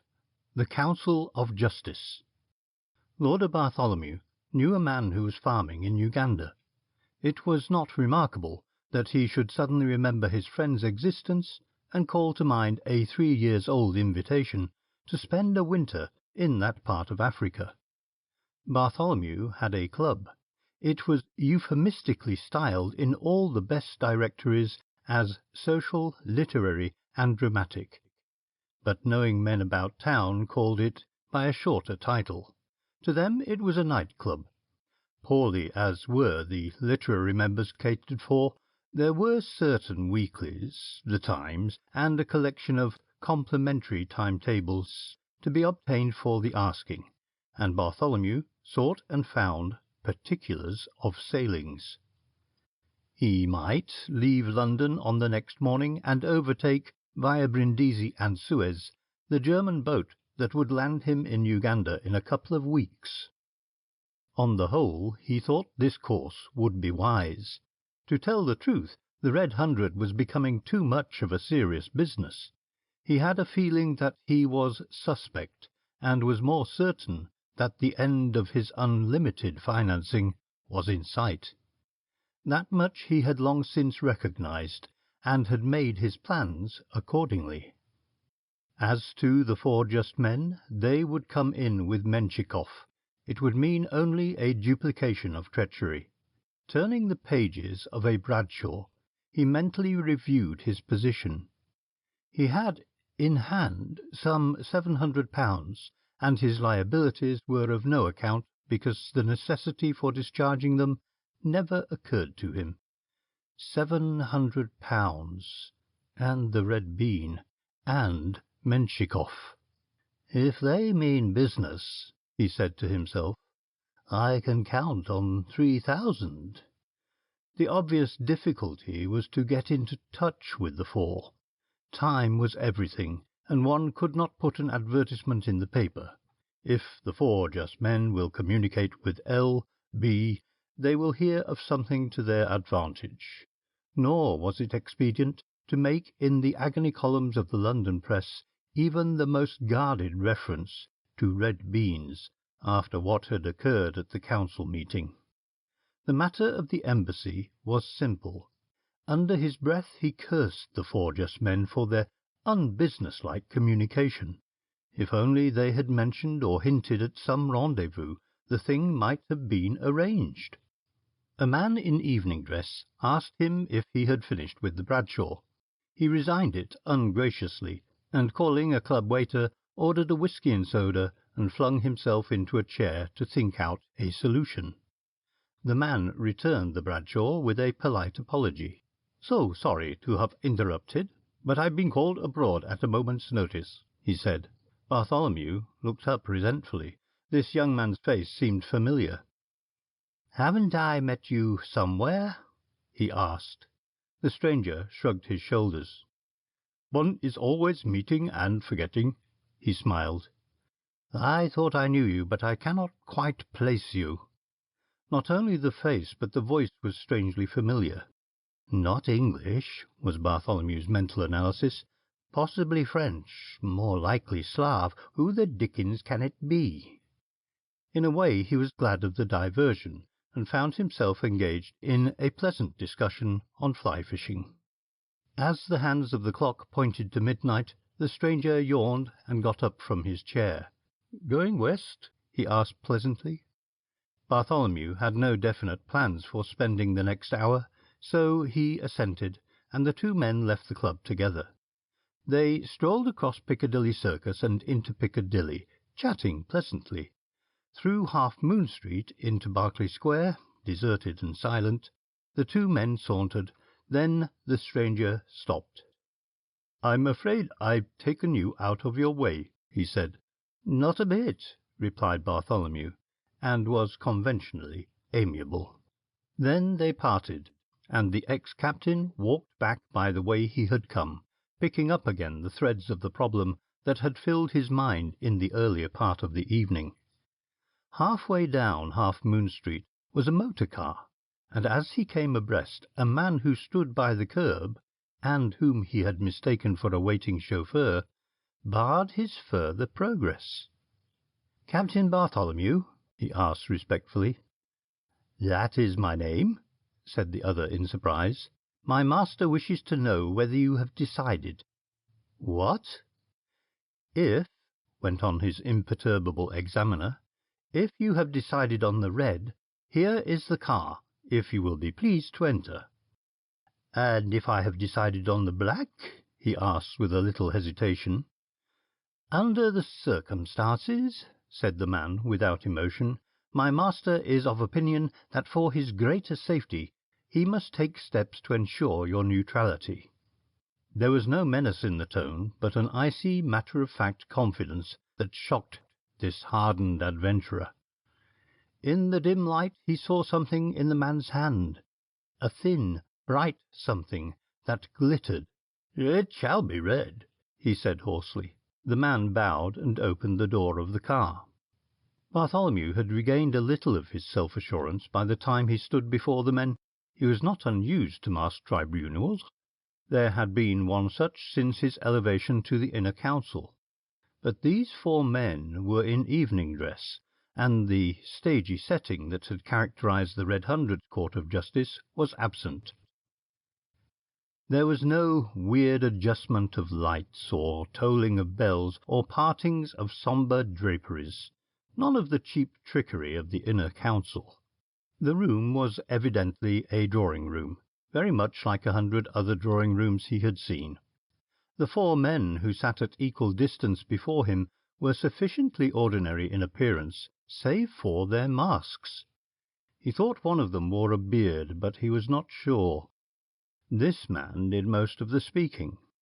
"I understand," he said smoothly. "You have chosen the red." "You seem to know a great deal about my private affairs," replied Bartholomew. "You have chosen the red again," said the man. "Why again?" demanded the prisoner. The masked man's eyes shone steadily through the holes in the mask. "Years ago," he said quietly, "there was an officer who betrayed his country and his comrades."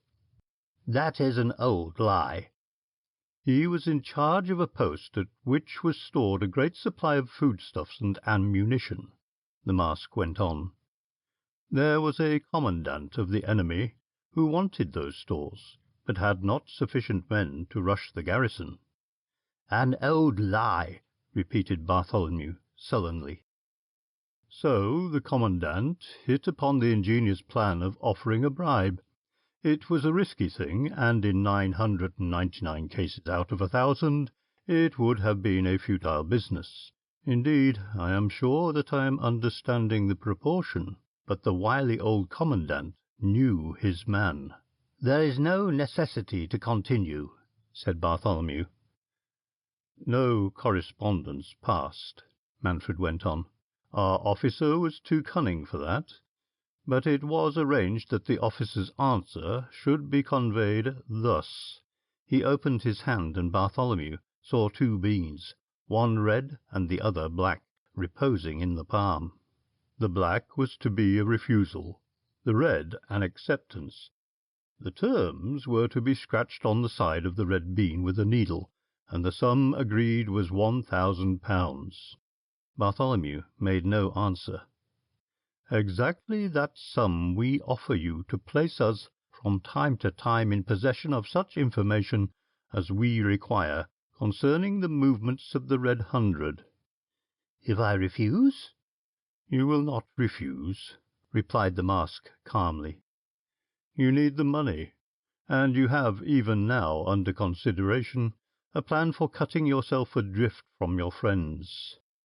You know so much, began the other with a shrug. I know a great deal. For instance, I know that you contemplate immediate flight. By the way, are you aware that the Lucas Woolman is in dock at Naples with a leaking boiler? Bartholomew started, as well he might, for nobody but himself knew that the Lucas Woolman was the ship he had hoped to overtake at Suez. Manfred saw his bewilderment and smiled. I do not ask credit for supernatural powers, he said. Frankly, it was the merest guesswork, but you must abandon your trip. It is necessary for our greater success that you should remain. Bartholomew bit his lips. This scheme did not completely fall in with his plans. He affected a sudden geniality. Well, if I must, I must, he said heartily. And since I agree, may I ask whom I have the honour of addressing, and further, since I am now your confidential agent, that I may see the faces of my employers? He recognized the contempt in Manfred's laugh.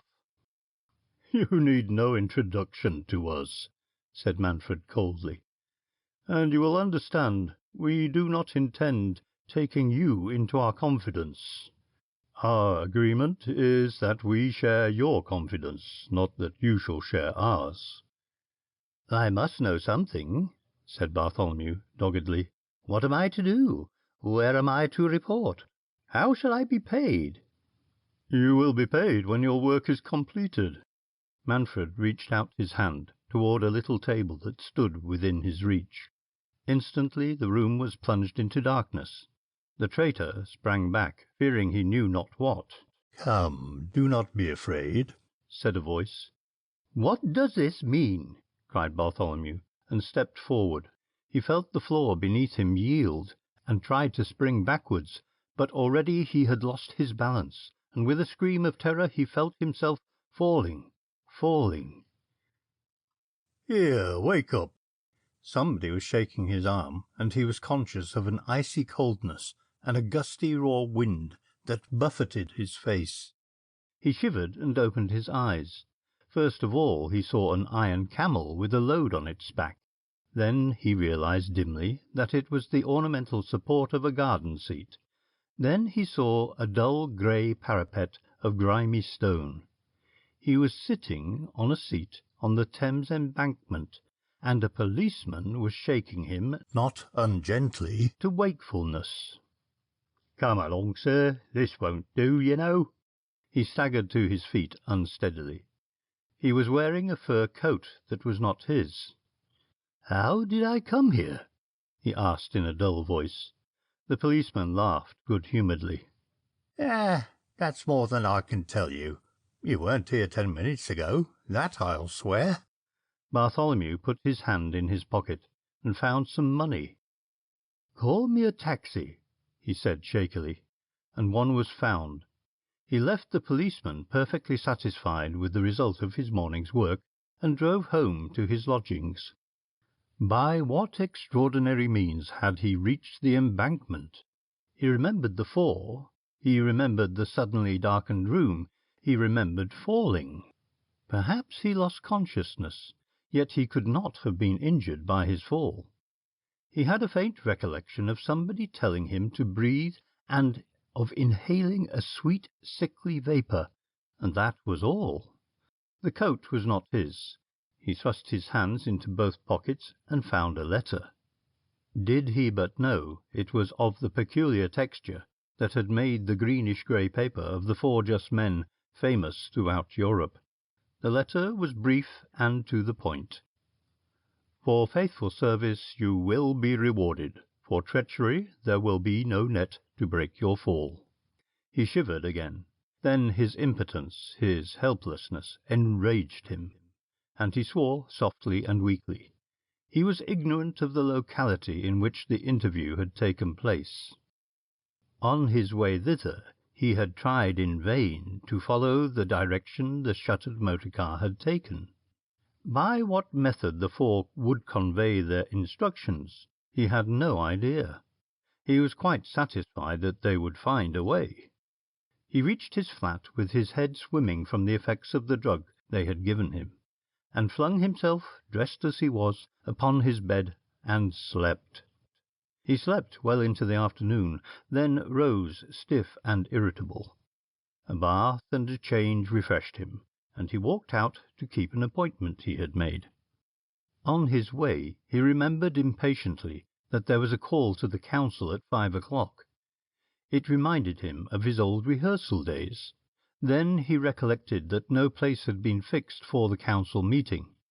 He would find the quiet Francois in Leicester Square, so he turned his steps in that direction.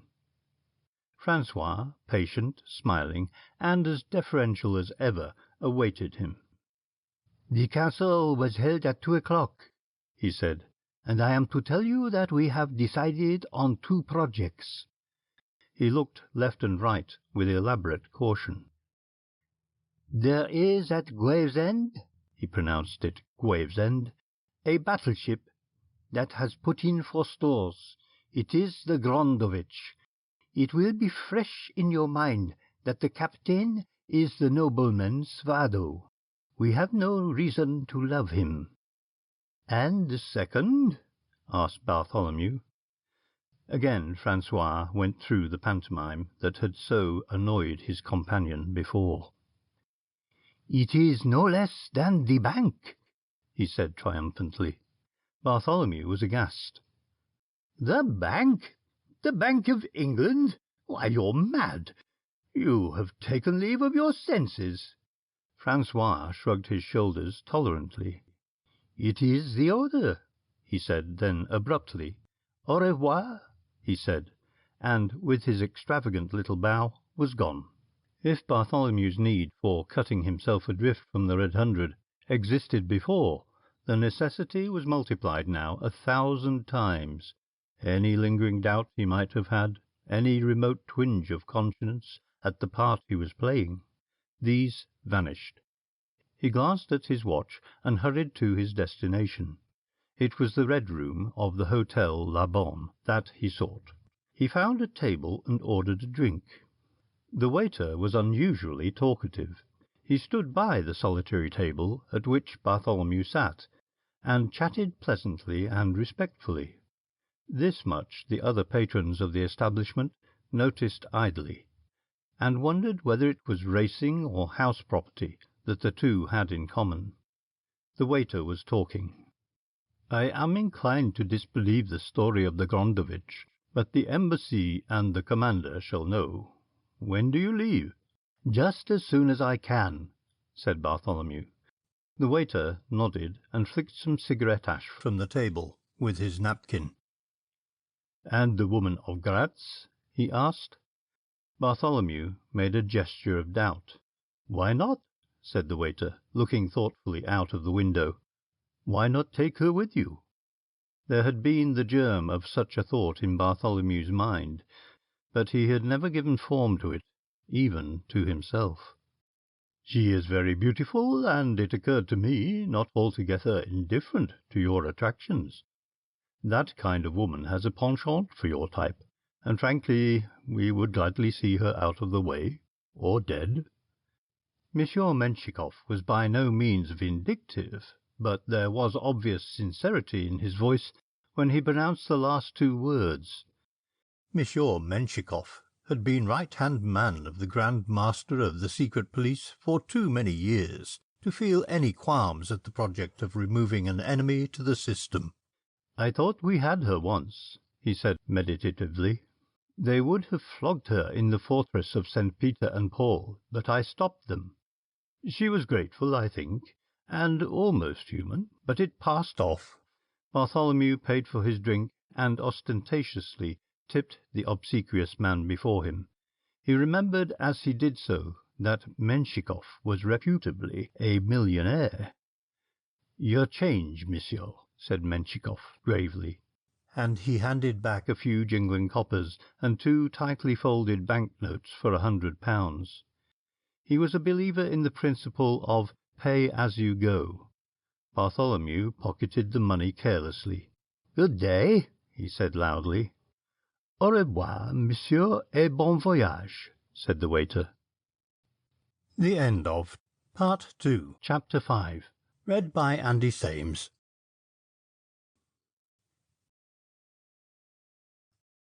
Chapter 6, Princess Revolutionary.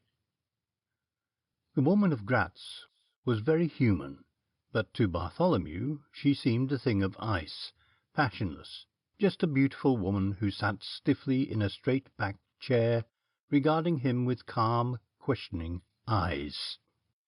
They were in her flat in Bloomsbury on the evening of the day following his interview with Menshikov. Her coolness chilled him, and strangled the very passion of his speech, and what he said came haltingly, and sounded lame and unconvincing. "But why?" That was all she asked. Thrice he had paused appealingly, hoping for encouragement, but her answer had been the same. He spoke incoherently, wildly, the fear of the Four on the one hand, and the dread of the Reds on the other, were getting on his nerves. He saw a chance of escape from both, freedom from the four-walled control of these organizations, and before him the wide expanse of a trackless wilderness, where the vengeance of neither could follow. Eden in sight, he pleaded for an Eve. The very thought of the freedom ahead overcame the depression her coldness laid upon him. "Maria, don't you see? You are wasting your life doing this man's work, this assassin's work. You were made for love and for me." He caught her hand, and she did not withdraw it, but the palm he pressed was unresponsive, and the curious searching eyes did not leave his face. "But why?" she asked again. "And how? I do not love you. I shall never love any man. And there is the work for you and the work for me. There is the cause and your oath, your comrades." He started up and flung away her hand. For a moment he stood over her, glowering down at her upturned face. "Work? Comrades?" he grated with a laugh. "Do you think I'm going to risk my precious neck any further?" He did not hear the door open softly, nor the footfall of the 2 men who entered. "Are you blind as well as mad?" he went on brutally. "Don't you see that the thing is finished? The 4 just men have us all in the hollow of their hands. They've got us like that." He snapped his fingers contemptuously. "They know everything, even to the attempt that is to be made on the Prince of the Escorials. Ha! That startles you, yet it is true, every word I say. They know." "If it is true," she said slowly, "there has been a traitor." He waved his hand carelessly, admitting and dismissing the possibility. "There are traitors always, when the pay for treachery is good," he said easily. "But traitor or no traitor, London is too hot for you and me." "For you," corrected the girl. "And for you," he said savagely. He snatched up her hand again. "You've got to come, do you hear? You beautiful snow woman, you've got to come with me." He drew her to him, but a hand grasped his arm, and he turned to meet the face of Stark, livid and puckered, and creased with silent anger. Stark was prepared for the knife or for the pistol, but not for the blow that caught him full in the face and sent him staggering back to the wall. He recovered himself quickly and motioned to Francois, who turned and locked the door. "Stand away from that door. Wait!" Stark, breathing quickly, wiped the blood from his face with the back of his hand. "Wait," he said in his guttural tone. "Before you go, there is a matter to be settled." "At any time, in any place," said the Englishman. "It is not the blow," breathed Stark. "That is nothing. It is the matter of the inner council, traitor." He thrust out his chin as he hissed the last word. Bartholomew had very little time to decide upon his course of action. He was unarmed, but he knew instinctively that there would be no shooting. It was the knife he had to fear, and he grasped the back of a chair. If he could keep them at a distance, he might reach the door and get safely away. He cursed his folly that he had delayed making the coup that would have so effectively laid Stark by the heels. "You have betrayed us to the four just men, but that we might never have known, for the four have no servants to talk. But you sold us to the embassy, and that was your undoing." He had recovered his calm. "We sent you a message telling you of our intention to destroy the Bank of England. The bank was warned by the four. We told you of the attempt to be made on the Grondovich. The captain was warned by the embassy. You are doubly convicted. No such attempts were ever contemplated. They were invented for your particular benefit, and you fell into the trap." Bartholomew took a fresh grip of the chair. He realized vaguely that he was face to face with death, and for 1 second he was seized with a wild panic. "Last night," Stark went on deliberately, "the council met secretly, and your name was read from the list." The Englishman's mouth went dry. "And the council said with one voice—" Stark paused to look at the woman of Gratz. Imperturbable, she stood with folded hands, neither approving nor dissenting. Momentarily Bartholomew's eyes, too, sought her face, but he saw neither pity nor condemnation. It was the face of fate, inexorable, unreasoning, inevitable. "Death was the sentence," said Stark, in so soft a voice that the man facing him could scarcely hear him. "Death." With a lightning motion he raised his hand and threw the knife. "Damn you!" whispered the stricken man, and his helpless hands groped at his chest. Then he slid to his knees, and Francois struck precisely. Again Stark looked at the woman. "It is the law," he stammered, but she made no reply. Only her eyes sought the huddled figure on the floor, and her lips twitched. "We must get away from here," whispered Stark. He was shaking a little, for this was new work for him. The forces of jealousy and fear for his personal safety had caused him to take upon himself the office that on other occasions he left to lesser men. "Who lives in the opposite flat?" He had peeped through the door.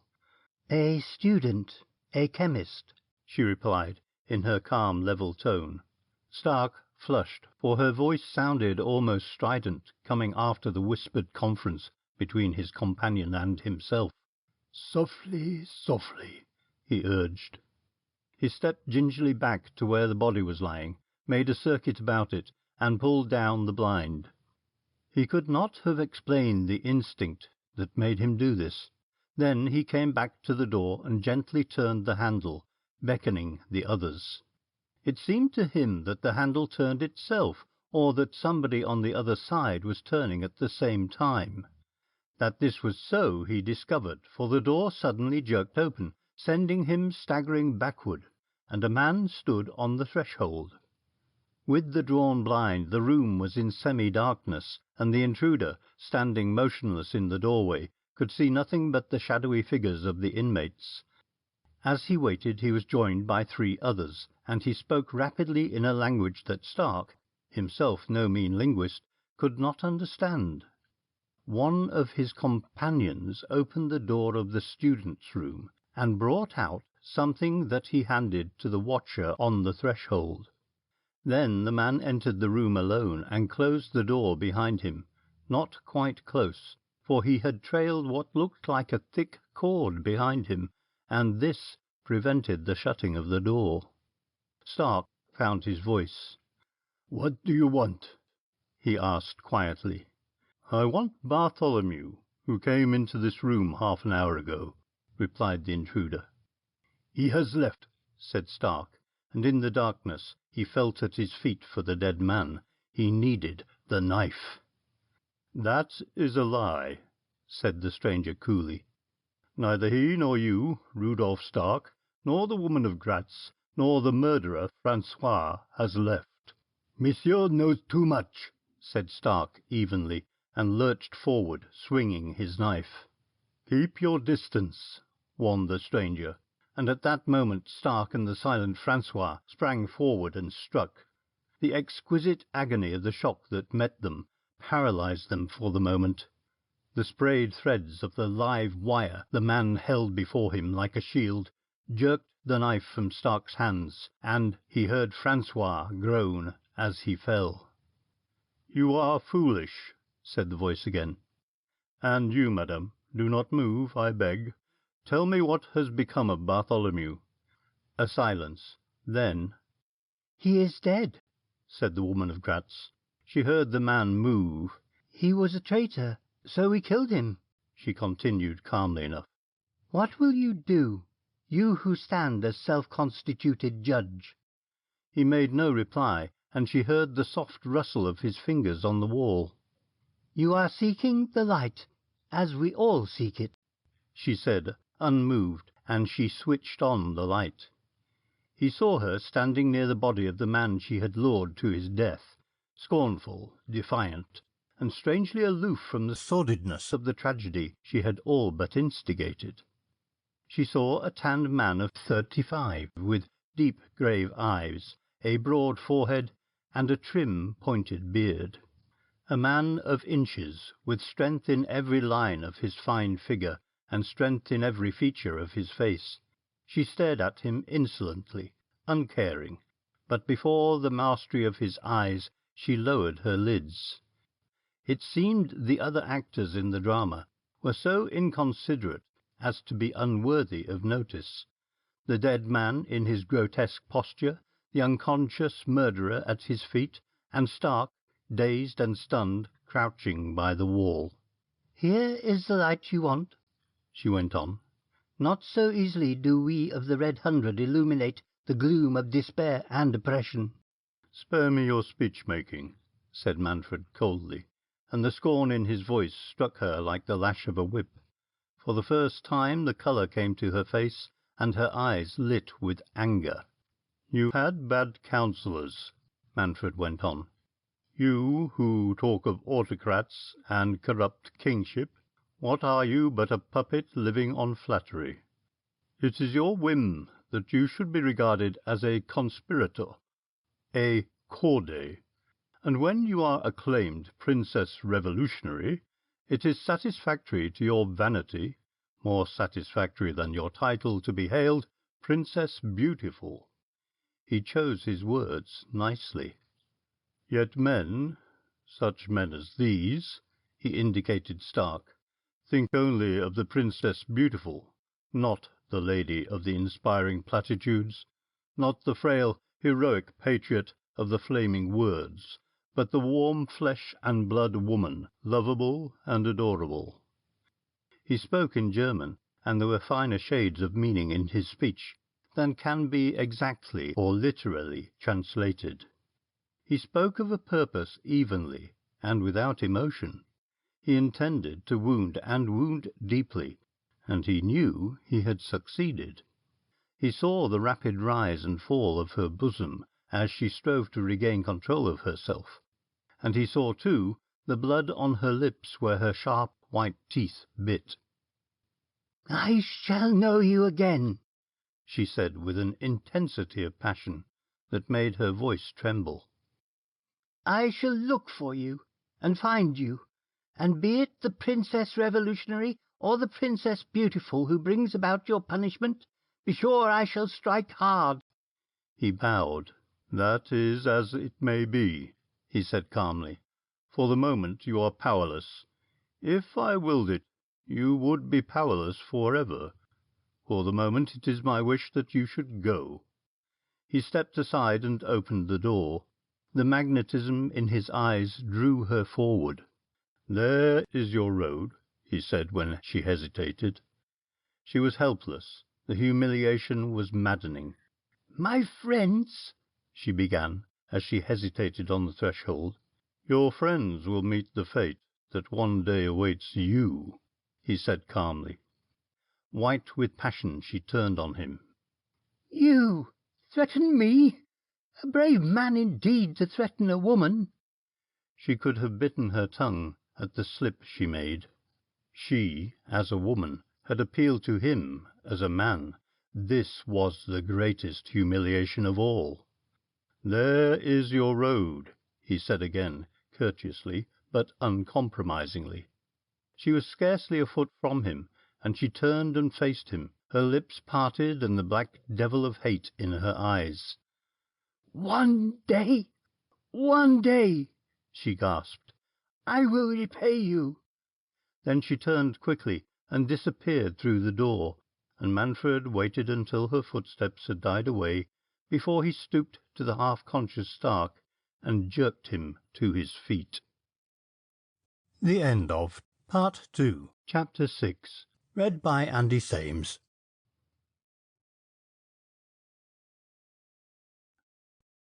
Chapter 7. The Government and Mr. Jessen.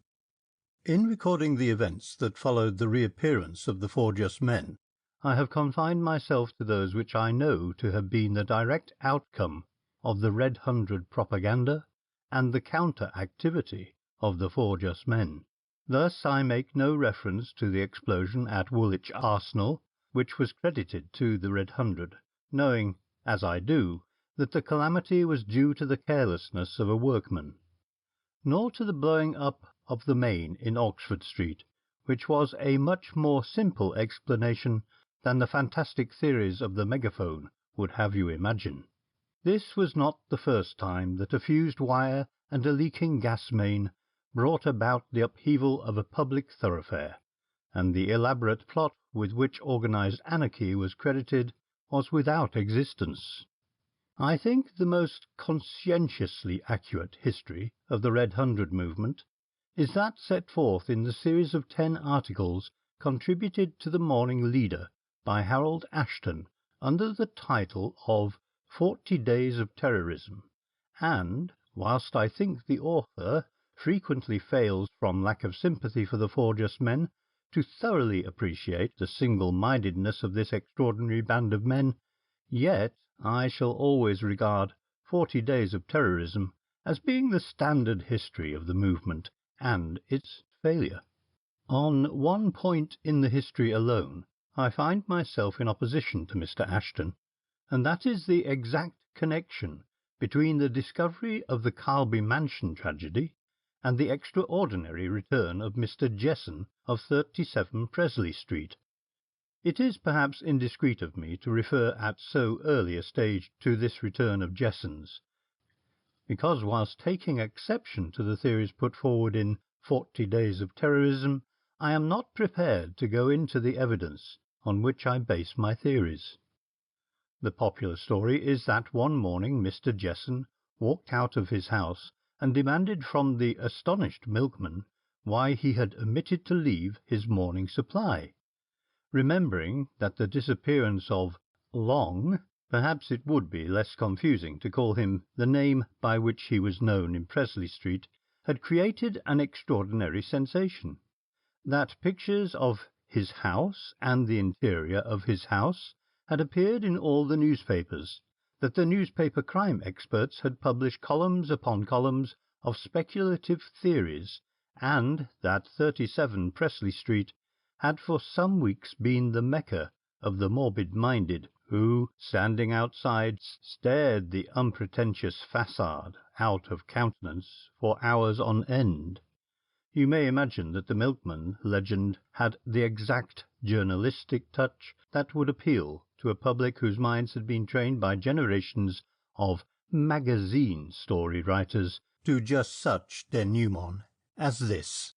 The truth is that Mr. Long, upon coming to life, went immediately to the Home Office and told his story to the Under-Secretary.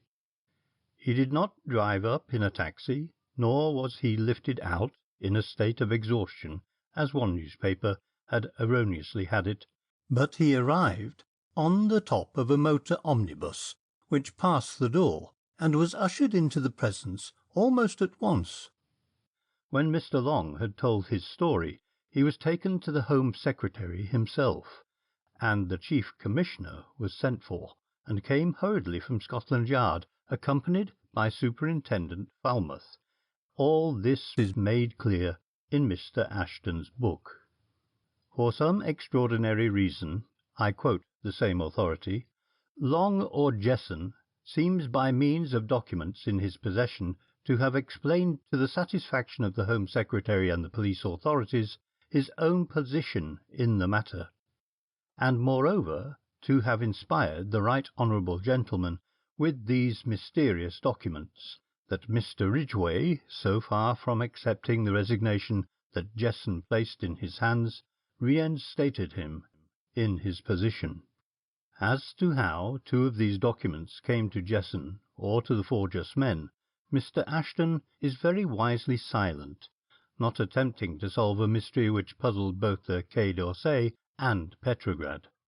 For these two official forms, signed in one case by the French President and in the other with the sprawling signature of Tsar Nicholas, were supposed to be incorporated with other official memoranda in well-guarded national archives. It was subsequent to Mr. Jessen's visit to the Home Office that the discovery of the Carby Mansions tragedy was made, and I cannot do better than quote the Times, since that journal, jealous of the appearance in its columns of any news of a sensational character, reduced the intelligence to its most constricted limits.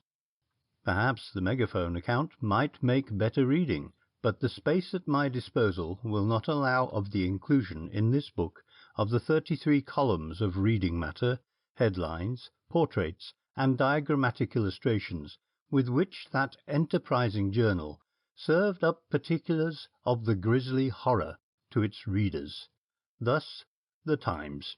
Shortly after 1 o'clock yesterday afternoon, and in consequence of information received, Superintendent Falmouth of the Criminal Investigation Department, accompanied by Detective Sergeants Boyle and Lawley, effected an entrance into number 69 Carby Mansions, occupied by the Countess Slienvich, a young Russian lady of independent means. Lying on the floor were the bodies of 3 men, who have since been identified as Lauder Bartholomew, aged 33, late of the Kuhndorp Mounted Rifles; Rudolf Stark, aged 40, believed to be an Austrian and a prominent revolutionary propagandist; Henri Delay Francois, aged 36, a Frenchman, also believed to have been engaged in propaganda work. The cause of death in the case of Bartholomew seems to be evident, but with the other 2 men some doubts exist, and the police, who preserve an attitude of rigid reticence, will await the medical examination before making any statement. One unusual feature of the case is understood to be contained in a letter found in the room, accepting, on behalf of an organization known as the Four Just Men, full responsibility for the killing of the 2 foreigners, and another, writes a correspondent, is the extraordinary structural damage to the room itself. The tenant, the Countess Slienvich, had not, up to a late hour last night, been traced. Superintendent Falmouth, standing in the centre of the room from which most traces of the tragedy had been removed, was mainly concerned with the structural damage that the Times so lightly passed over. At his feet yawned a great square hole, and beneath in the empty flat below was a heap of plaster and laths, and the debris of destruction. The curious thing is, and it shows how thorough these men are, explained the superintendent to his companion, that the first thing we found when we got there was a £20 note pinned to the wall with a brief note in pencil, saying that this was to pay the owner of the property for the damage. It may be added that by the expressed desire of the young man at his side, he dispensed with all ceremony of speech.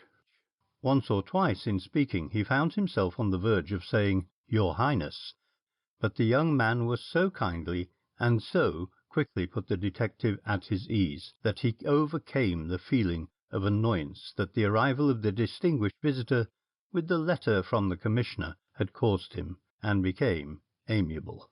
"Of course I have an interest in all this," said the young man quietly. "These people for some reason have decided I am not fit to encumber the earth." "What have you done to the Red Hundred, sir?" The young man laughed. "Nothing. On the contrary," he added with a whimsical smile, "I have helped them." The detective remembered that this hereditary prince of the Escorial bore a reputation for eccentricity. With a suddenness that was confusing, the prince turned with a smile on his lips. "You are thinking of my dreadful reputation." "No, no," disclaimed the embarrassed Mr. Falmouth. "Oh yes, I've done lots of things," said the other, with a little laugh. "It's in the blood, my illustrious cousin." "I assure your Highness," said Falmouth impressively, "my reflections were not reflections on yourself. There is a story that you have dabbled in socialism, but that, of course—" "Is perfectly true," concluded the prince calmly. He turned his attention to the hole in the floor. "Have you any theory?" he asked. The detective nodded. "It's more than a theory. It's knowledge. You see, we've seen Jessen, and the threads of the story are all in hand." "What will you do?" "Nothing," said the detective stolidly. "Hush up the inquest until we can lay the four just men by the heels." "And the manner of killing?" "That must be kept quiet," replied Falmouth emphatically. This conversation may furnish a clue as to the unprecedented conduct of the police at the subsequent inquest. In the little coroner's court there was accommodation for 3 pressmen and some 50 of the general public. Without desiring in any way to cast suspicion upon the cleanest police force in the world, I can only state that the jury were remarkably well disciplined, that the general public found the body of the court so densely packed with broad-shouldered men that they were unable to obtain admission. As to the press, the confidential circular had done its work, and the 3 shining lights of journalism that occupied the reporter's desk were careful to carry out instructions. The proceedings lasted a very short time. A verdict, some person or persons unknown, was recorded, and another London mystery was added, I quote from the Evening News, to the already alarming and formidable list of unpunished crimes. Charles Garrett was one of the 3 journalists admitted to the inquest, and after it was all over he confronted Falmouth. "Look here, Falmouth," he said pugnaciously. "what's the racket?" Falmouth, having reason to know, and to an extent stand in awe of, the little man, waggled his head darkly. "Oh, rot," said Charles rudely. "Don't be so disgustingly mysterious. Why aren't we allowed to say these chaps died?" "Have you seen Jessen?" asked the detective. "I have," said Charles bitterly, "and after what I've done for that man, after I've put his big feet on the rungs of culture—" "Wouldn't he speak?" asked Falmouth innocently. "He was as close," said Charles sadly, "as the inside washer of a vacuum pump." The detective was considering. Sooner or later the connection must occur to Charles, and he was the only man who would be likely to surprise Jessen's secret. Better that the journalist should know now. "If I were you," said Falmouth quietly, "I shouldn't worry Jessen. You know what he is, and in what capacity he serves the government. Come along with me." He did not speak a word in reply to the questions Charles put, until they had passed through the showy portals of Carlby Mansions, and a lift had deposited them on the door of the flat. Falmouth opened the door with the key, and Charles went into the flat at his heels. He saw the hole in the floor. "This wasn't mentioned at the inquest," he said. "But what's this to do with Jessen?" He looked up at the detective in perplexity. Then a light broke upon him, and he whistled. "Well, he said. Then he added softly, "But what does the government say to this?" "The government," said Falmouth in his best official manner, smoothing the nap of his hat the while, "the government regard the circumstances as unusual, but they have accepted the situation with great philosophy." That night Mr. Long, or Jessen, reappeared at the Guild as though nothing whatever had happened, and addressed his audience for half an hour on the subject of "Do burglars make good caretakers?" The end of Part 2, Chapter 7, read by Andy Sames.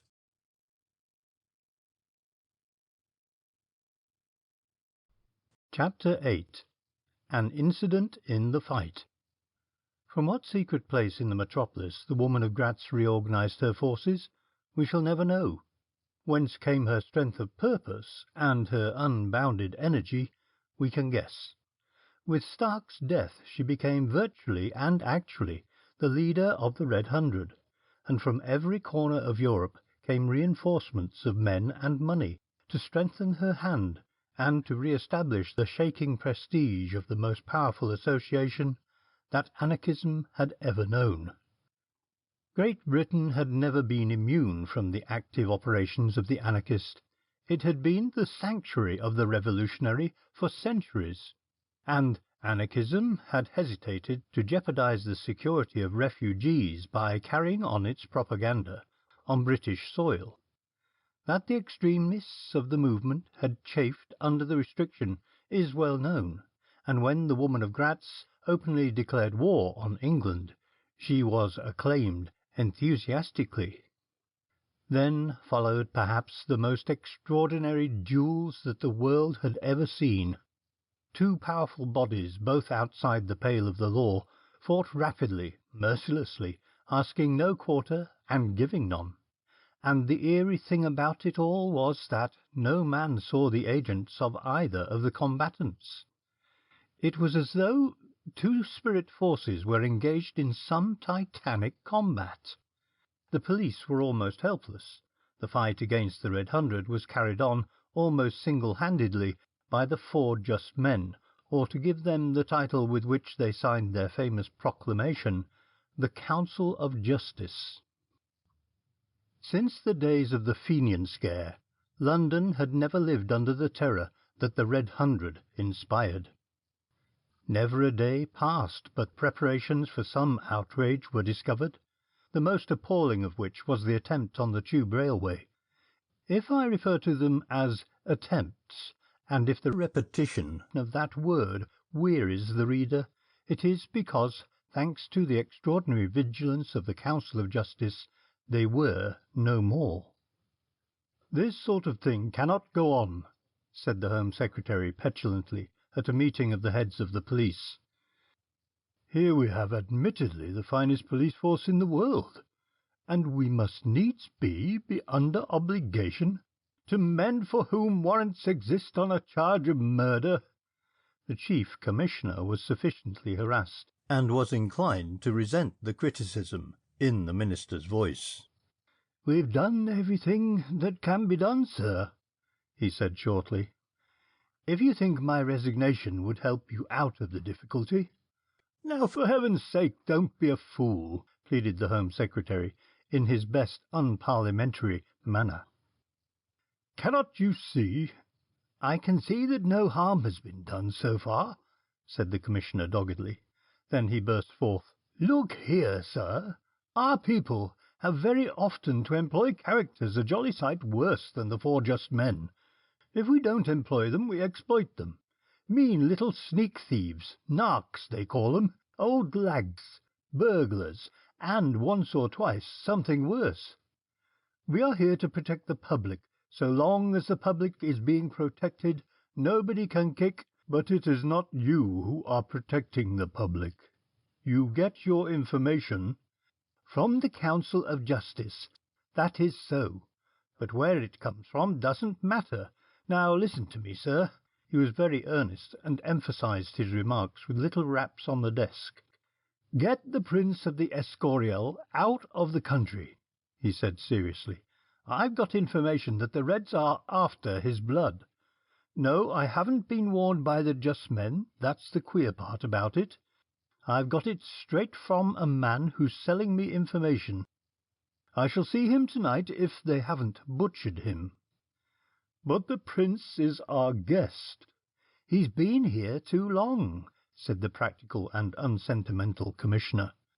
"Let him go back to Spain. He's to be married in a month. Let him go home and buy his trousseau, or whatever he buys." "Is that a confession that you cannot safeguard him?" The Commissioner looked vexed. "I could safeguard a child of 6 or a staid gentleman of 60, but I cannot be responsible for a young man who insists on seeing London without a guide, who takes solitary motor-car drives, and refuses to give us any information beforehand as to his plans for the day, or, if he does, breaks them." The Minister was pacing the apartment with his head bent in thought. "As to the Prince of the Escorial," he said presently, "advice has already been conveyed to His Highness from the highest quarter to make his departure at an early date. Tonight, indeed, is his last night in London." The Commissioner of Police made an extravagant demonstration of relief. "He's going to the auditorium tonight," he said, rising. He spoke a little pityingly, and, indeed, the auditorium, although a very first-class music hall, had a slight reputation. "I shall have a dozen men in the house, and we'll have his motor-car at the stage door at the end of the show." That night His Highness arrived promptly at 8 o'clock, and stood chatting pleasantly with the bare-headed manager in the vestibule. Then he went alone to his box, and sat down in the shadow of the red velvet curtain. Punctually at 8 there arrived 2 other gentlemen, also in evening dress. Antonio Cellini was one, and Karl Ullmans was the other. They were both young men, and before they left the motor-car they completed their arrangement. "You will occupy the box on the opposite side, but I will endeavour to enter the box. If I succeed, it will be finished. The knife is best." There was pride in the Italian's tone. "If I cannot reach him, the honour will be yours." He had the stilted manner of the young Latin. The other man grunted. He replied in halting French. "Once I shot an egg from between fingers. So," he said. They made their entry separately. In the manager's office, Superintendent Falmouth relieved the tedium of waiting by reading the advertisements in an evening newspaper. To him came the manager with a message that under no circumstances was His Highness in Box A to be disturbed until the conclusion of the performance. In the meantime, Signor Cellini made a cautious way to Box A. He found the road clear, turned the handle softly, and stepped quickly into the dark interior of the box.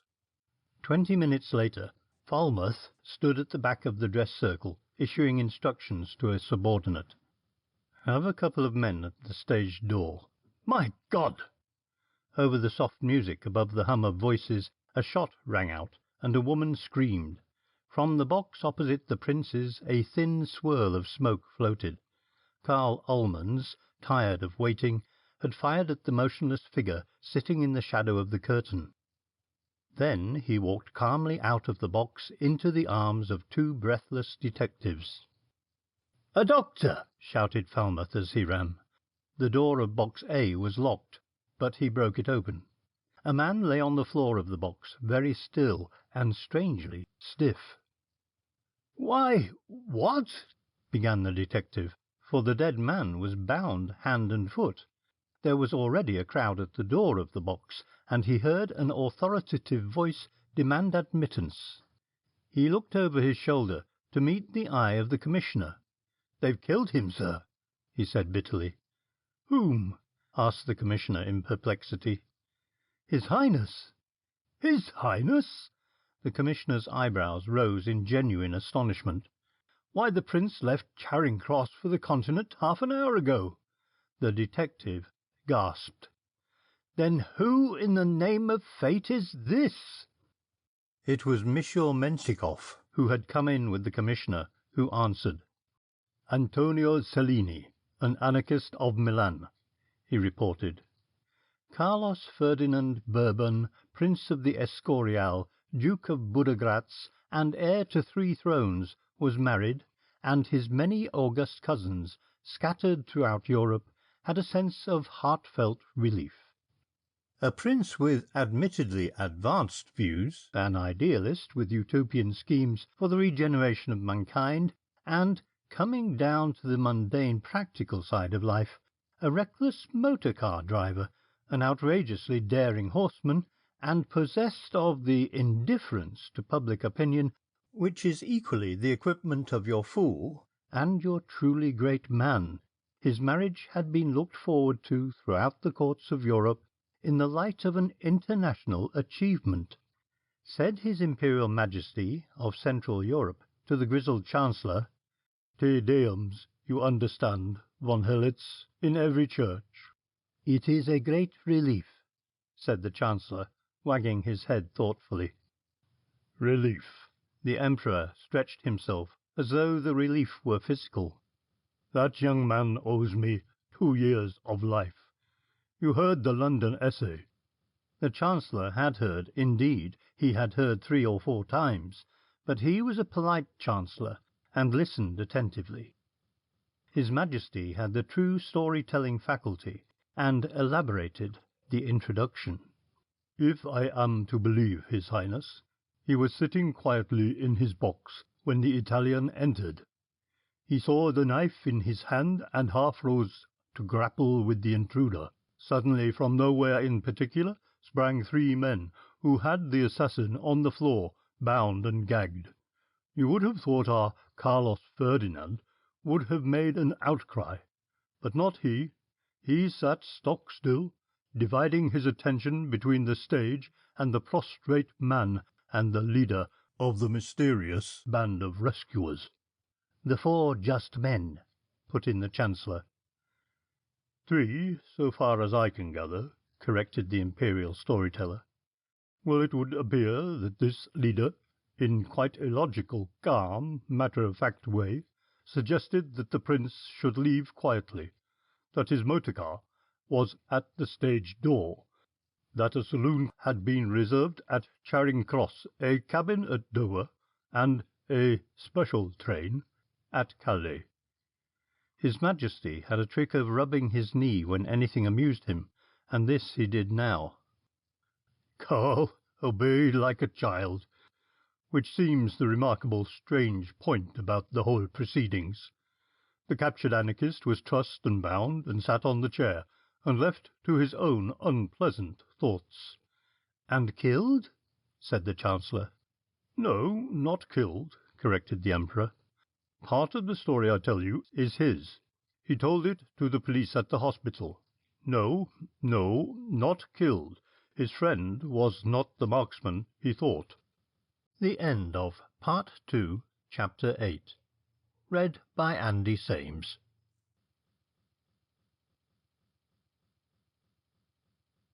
Chapter 9. The 4 versus the 100.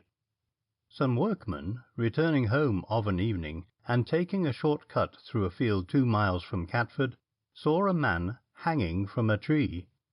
They ran across, and found a fashionably dressed gentleman of foreign appearance. One of the labourers cut the rope with his knife, but the man was dead when they cut him down. Beneath the tree was a black bag, to which somebody had affixed a label bearing the warning, "Do not touch. This bag contains explosives. Inform the police." More remarkable still was the luggage label tied to the lapel of the dead man's coat. It ran, "This is Franz Kitzinger, convicted at Prague in 1904 for throwing a bomb, escaped from prison March 17, 1905, was one of the 3 men responsible for the attempt on the Tower Bridge today, executed by order of the Council of Justice. "It's a humiliating confession," said the Chief Commissioner when they brought the news to him, "but the presence of these men takes a load off my mind." But the Red Hundred were grimly persistent. That night a man smoking a cigar strolled aimlessly past the policeman on point duty at the corner of Kensington Park Gardens and walked casually into Ladbroke Square. He strolled on, turned a corner and crossing a road till he came to where one great garden served for a double row of middle-class houses. The backs of these houses opened on to the square. He looked round and, seeing the coast clear, he clambered over the iron railings and dropped into the big pleasure ground, holding very carefully an object that bulged in his pocket. He took a leisurely view of the houses before he decided on the victim. The blinds of this particular house were up, and the French windows of the dining-room were open, and he could see the laughing group of young people about the table. There was a birthday party or something of the sort in progress, for there was a great parade of Parthian caps and paper sunbonnets. The man was evidently satisfied with the possibilities for tragedy, and he took a pace nearer. 2 strong arms were about him, arms with muscles like cords of steel. "Not that way, my friend," whispered a voice in his ear. The man showed his teeth in a dreadful grin. The sergeant on duty at Notting Hill Gate Station received a note at the hands of a grimy urchin, who for days afterwards maintained a position of enviable notoriety. "A gentleman told me to bring this," he said. The sergeant looked at the small boy sternly and asked him if he ever washed his face. Then he read the letter. "The second man of the 3 concerned in the attempt to blow up the Tower Bridge will be found in the garden of Maydham Crescent, under the laurel bushes, opposite number 72. It was signed the Council of Justice." The Commissioner was sitting over his coffee at the Ritz when they brought him the news. Falmouth was a deferential guest, and the chief passed him the note without comment. "This is going to settle the Red Hundred," said Falmouth. "These people are fighting them with their own weapons. Assassination with assassination. Terror with terror. Where do we come in?" "We come in at the end," said the Commissioner, choosing his words with great niceness, "to clean up the mess, and take any scraps of credit that are going." He paused and shook his head. "I should be sorry," he began. "So should I," said the detective sincerely, for he knew that his chief was concerned for the ultimate safety of the men whose arrest it was his duty to effect. The Commissioner's brows were wrinkled thoughtfully. 2, he said musingly. "Now, how on earth do the 4 just men know the number in this? And how did they track them down? And who is the 3rd? Heavens, one could go on asking questions the whole of the night." On one point the Commissioner might have been informed earlier in the evening. He was not told until 3 o'clock the next morning. The 3rd man was Von Dunnup. Ignorant of the fate of his fellow terrorists, he sallied forth to complete the day notably. The crowd at a theatre door started a train of thought, but he rejected that outlet to ambition. It was too public, and the chance of escape was nil. These British audiences did not lose their heads so quickly. They refused to be confounded by noise and smoke and a writhing figure here and there.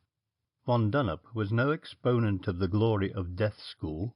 He greatly desired glory, but the smaller the risk, the greater the glory.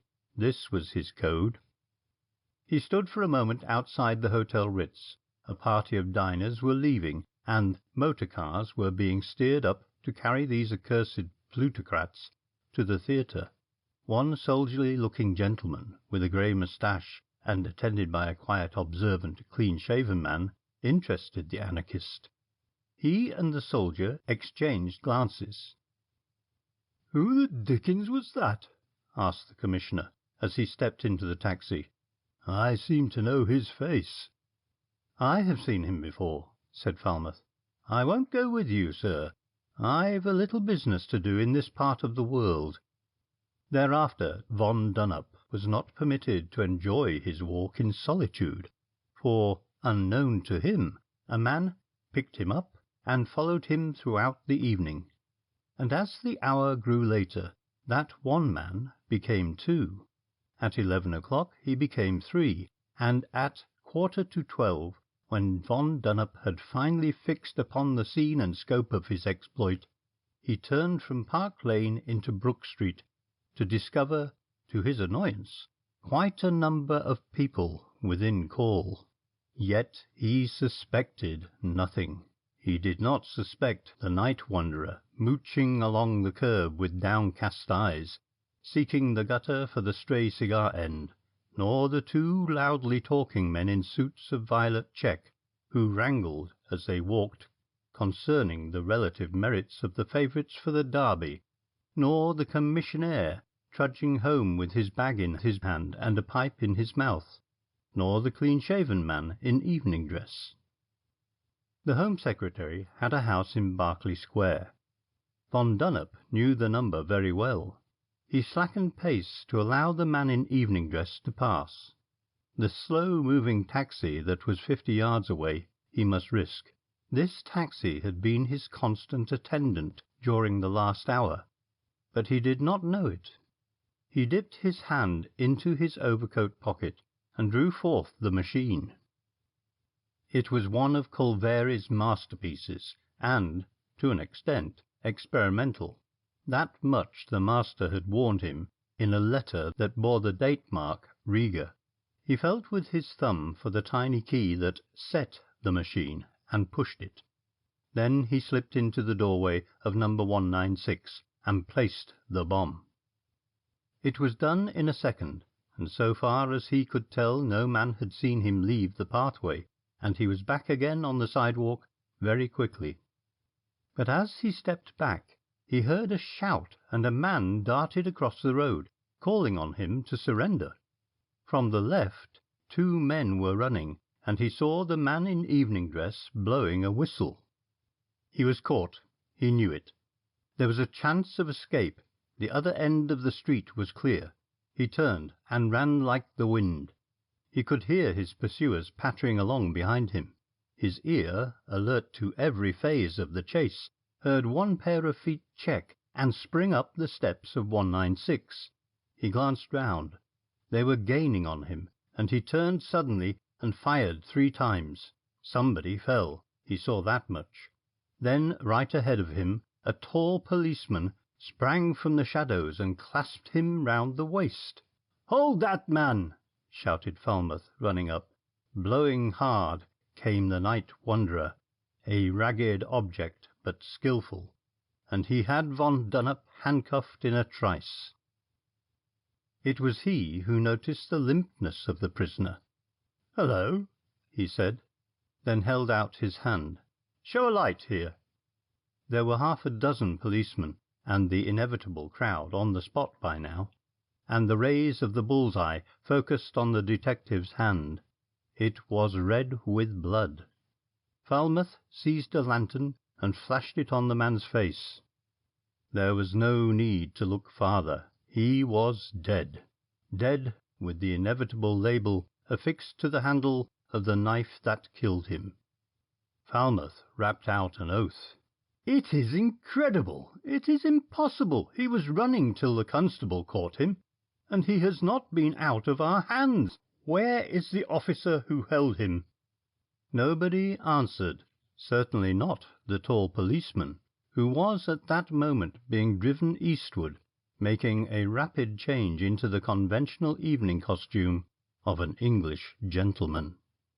The end of Part 2, Chapter 9, read by Andy Sames.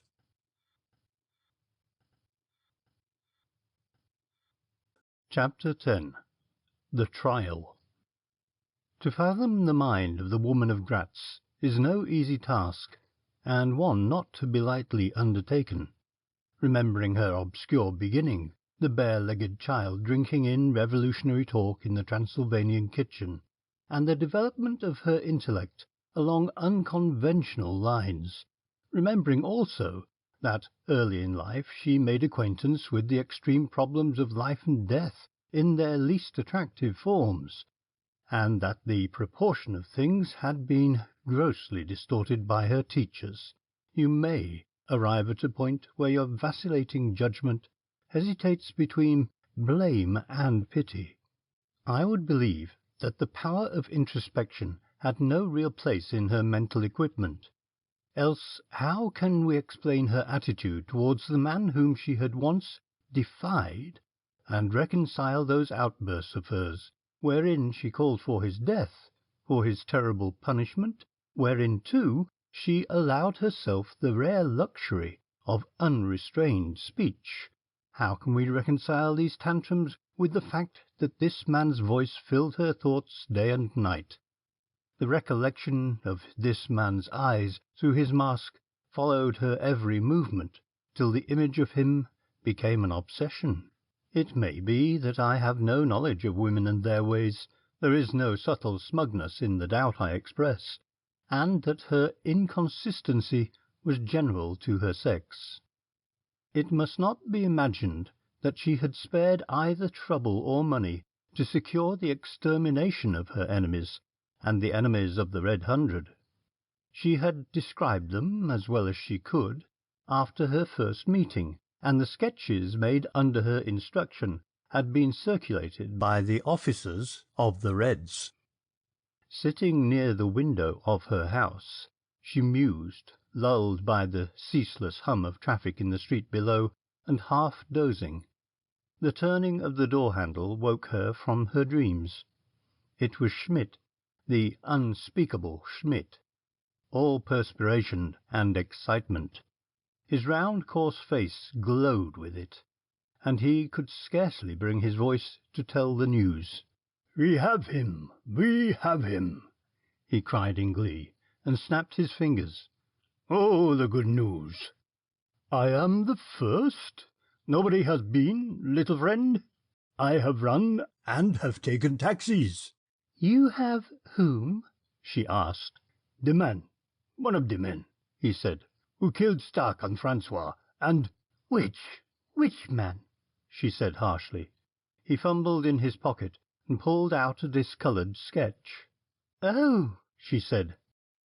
It could not be the man whom she had defied. Why, she asked stormily, why only this man? Why not the others? Why not the leader? Have they caught him and lost him?" Chagrin and astonishment sat on Schmidt's round face. His disappointment was almost comic. "But, little mother," he said, crestfallen and bewildered, "this is one. We did not hope even for one, and—" The storm passed over. Yes, she said wearily. "One, even one is good. They shall learn that the Red Hundred can still strike. This leader shall know. This man shall have a death," she said, looking at Schmidt, "worthy of his importance. Tell me how he was captured." "It was the picture," said the eager Schmidt. "The picture you had drawn. One of our comrades thought he recognized him and followed him to his house." "He shall be tried tonight," and she spent the day anticipating her triumph. Conspirators do not always choose dark arches for their plottings. The Red Hundred especially were notorious for the likeliness of their rendezvous. They went to Nature for a precedent, and as she endows the tiger with stripes that are undistinguishable from the jungle grass, so the Red Hundred would choose for their meetings such a place where meetings were usually held. It was in the lodge room of the Pride of Millwall, AOSA, which may be amplified as the Associated Order of the Sons of Abstinence that the trial took place. The financial position of the Pride of Millwall was not strong. An unusual epidemic of temperate seafaring men had called the lodge into being. The influx of capital from eccentric bequests had built the tiny hall, and since the fiasco attending the first meeting of the League of London, much of its public business had been skilfully conducted in these riverside premises. It had been raided by the police during the days of terror, but nothing of an incriminating character had been discovered. Because of the success with which the open policy had been pursued, the woman of Gratz preferred to take the risk of an open trial in a hall liable to police raid. The man must be so guarded that escape was impossible. Messengers sped in every direction to carry out her instructions. There was a rapid summoning of leaders of the movement, the choice of the place of trial, the preparation for a ceremony which was governed by well-established precedent, and the arrangement of the properties which played so effective a part in the trials of the 100. In the black-draped chamber of trial the woman of Gratz found a full company: Malice Grivona, Chesky, Valentini, de Romans, to name a few who were there, sitting all together, side by side on the low forms, and they buzzed a welcome as she walked into the room and took her seat at the higher place.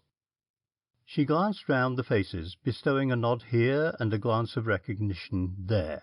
She remembered the last time she had made an appearance before the rank and file of the movement. She missed many faces that had turned to her in those days. Stark, Francois, Kitzinger, dead at the hands of the 4 just men. It fitted her mood to remember that, tonight, she would judge one who had at least helped in the slaying of Stark.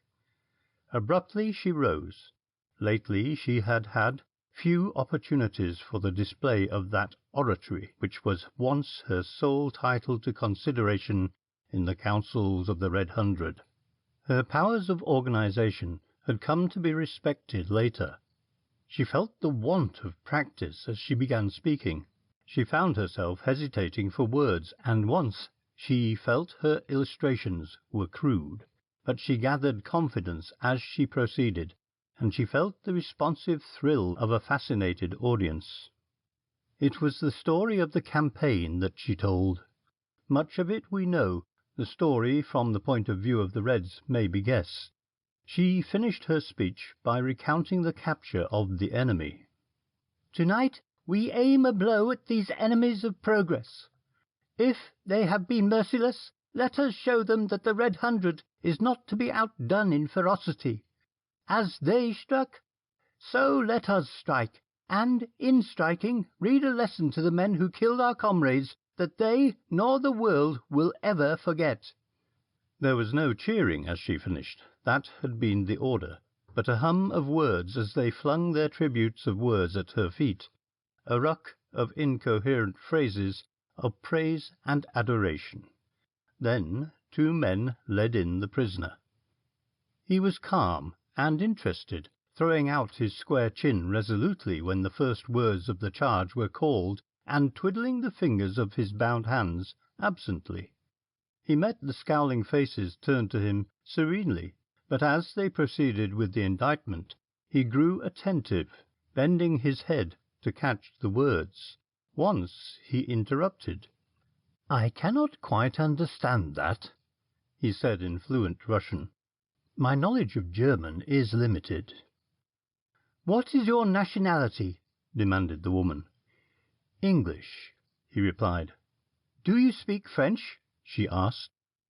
"I am learning," he said naively, and smiled. "You speak Russian?" she said.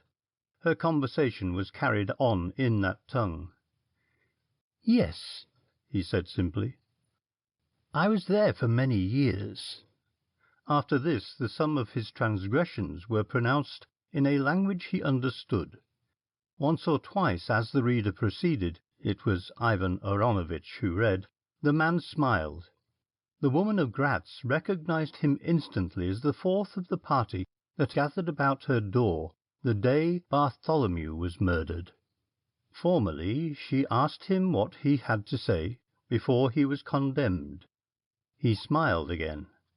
"I am not one of the 4 just men," he said. "Whoever says I am lies." "And is that all you have to say?" she asked scornfully. "That is all," was his calm reply. "Do you deny that you helped slay our comrade Stark?" "I do not deny it," he said easily. "I did not help. I killed him." "Ah!" The exclamation came simultaneously from every throat. "Do you deny that you have killed many of the Red Hundred?" He paused before he answered. "As to the Red Hundred, I do not know, but I have killed many people." He spoke with the grave air of a man filled with a sense of responsibility, and again the exclamatory hum ran through the hall. Yet the woman of Gratz had a growing sense of unrest, in spite of the success of the examination. "You have said you were in Russia. Did men fall to your hand there?" He nodded. "And in England?" "Also in England," he said. "What is your name?" she asked. By an oversight it was a question she had not put before. The man shrugged his shoulders. "Does it matter?" he asked. A thought struck her. In the hall she had seen Magnus the Jew. He had lived for many years in England, and she beckoned him. "Of what class is this man?" she asked in a whisper. "Of the lower orders," he replied. "It is astounding. Did you not notice when... No, you did not see his capture. But he spoke like a man of the streets, dropping his aspirates." He saw she looked puzzled, and explained. "It is a trick of the order, just as the mujik says." He treated her to a specimen of colloquial Russian. "What is your name?" she asked again. He looked at her slyly. "In Russia they call me Father Kopab." Footnote: literally, head off. The majority of those who were present were Russian, and at the word they sprang to their feet, shrinking back with ashen faces, as though they feared contact with the man who stood bound and helpless in the middle of the room. The woman of Gratz had risen with the rest. Her lips quivered, and her wide-open eyes spoke her momentary terror. "I killed Stark," he went on, "by authority. Francois also. Some day," he looked leisurely about the room, "I shall also—" "Stop!" she cried, and then, "Release him," she said, and wonderingly Schmidt cut the bonds that bound him. He stretched himself. "When you took me," he said, "I had a book.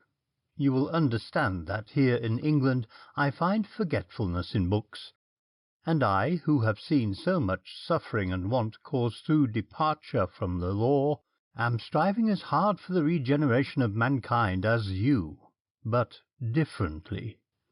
Somebody handed him a book. He looked at it, nodded, and slipped it into his pocket. "Farewell," he said, as he turned to open the door. "In God's name," said the woman of Gratz, trembling, "go in peace, little father." And the man, Jessen, sometime headsman to the Supreme Council, and latterly public executioner of England, walked out, no man barring his exit. The power of the Red Hundred was broken. This much Falmouth knew. He kept an ever-vigilant band of men on duty at the great termini of London, and to these were attached the members of a dozen secret police forces of Europe. Day by day there was the same report to make. Such and such a man, whose very presence in London had been unsuspected, had left via Harwich. So and so, surprisingly sprung from nowhere, had gone by the 11 o'clock train from Victoria. By the Hull and Stockholm route 20 had gone in one day, and there were others who made Liverpool, Glasgow, and Newcastle their port of embarkation. I think that it was only then that Scotland Yard realised the strength of the force that had lain inert in the metropolis, or appreciated the possibilities for destruction that had been to hand in the days of the Terror. Certainly every batch of names that appeared on the Commissioner's desk made him more thoughtful than ever. "Arrest them?" he said in horror, when the suggestion was made. "Arrest them? Look here, have you ever seen driver ants attack a house in Africa? Marching in endless battalions at midnight, and clearing out everything living, from chicken to beetles? Have you ever seen them reform in the morning and go marching home again? You wouldn't think of arresting 'em, would you? No, you just sit down quietly out of their reach and be happy when the last little red leg has disappeared round the corner." Those who knew the Red Hundred best were heartily in accord with his philosophy. "They caught Jessen," reported Falmouth. "Oh," said the Commissioner. "When he disclosed his identity, they got rid of him quick." "I've often wondered why the four just men didn't do the business of Stark themselves," mused the Commissioner. "It was rather rum," admitted Falmouth, "but Stark was a man under sentence, as also was Francois. By some means they got hold of the original warrants, and it was on these that Jessen did what he did." The Commissioner nodded. "And now," he asked, "what about them?" Falmouth had expected this question sooner or later. "Do you suggest that we should catch them, sir?" he asked with thinly veiled sarcasm. "Because if you do, sir, I have only to remind you that we've been trying to do that for some years." The Chief Commissioner frowned. "It's a remarkable thing," he said, "that as soon as we get a situation such as the Red Hundred scare and the Four Just Men scare, for instance, we're completely at sea, and that's what the papers will say." It doesn't sound creditable. But it's so. I place the Superintendent's defence of Scotland Yard on record in extenso. "What the papers say," said Falmouth, "never keeps me awake at night. Nobody's quite got the hang of the police force in this country. Certainly the writing people haven't. There are two ways of writing about the police, sir. One way is to deal with them in the newspaper fashion with the headline, 'Another Police Blunder,' or 'The Police and the Public,' and the other way is to deal with them in the magazine style, which is to show them as softies on the wrong scent, whilst an ornamental civilian is showing them their business, or as a mysterious people with false beards who pop up at the psychological moment and say, in a loud voice, 'In the name of the law I arrest you.' Well, I don't mind admitting that I know neither kind. I've been a police officer for 23 years, and the only assistance I've had from a civilian was from a man named Blackie, who helped me to find the body of a woman that had disappeared. I was rather prejudiced against him, but I don't mind admitting that he was pretty smart, and followed his clues with remarkable ingenuity. The day we found the body I said to him, 'Mr. Blackie, you have given me a great deal of information about this woman's movements. In fact, you know a great deal more than you ought to know.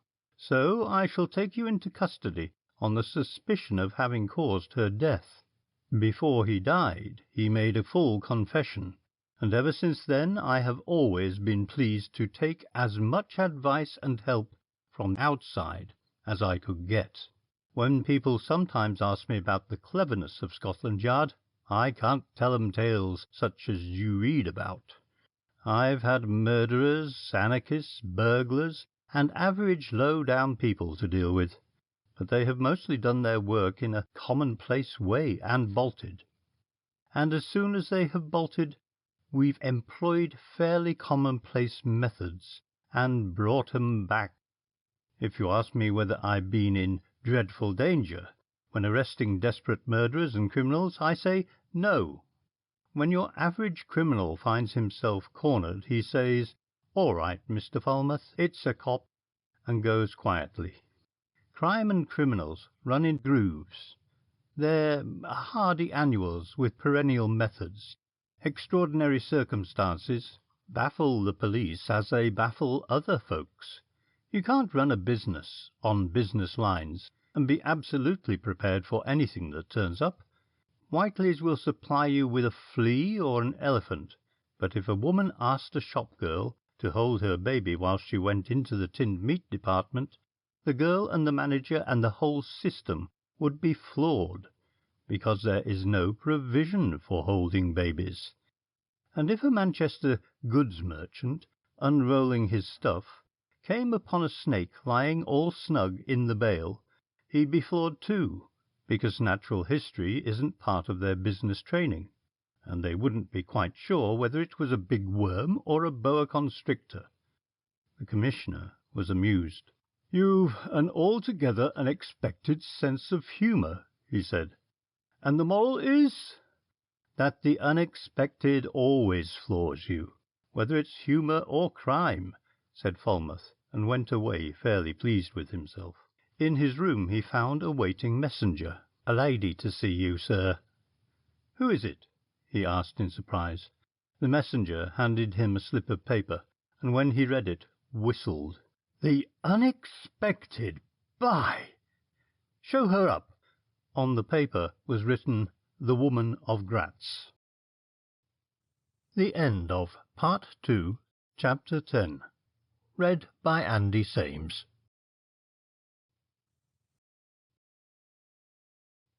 Chapter 11. Manfred. Manfred sat alone in his Lewisham house.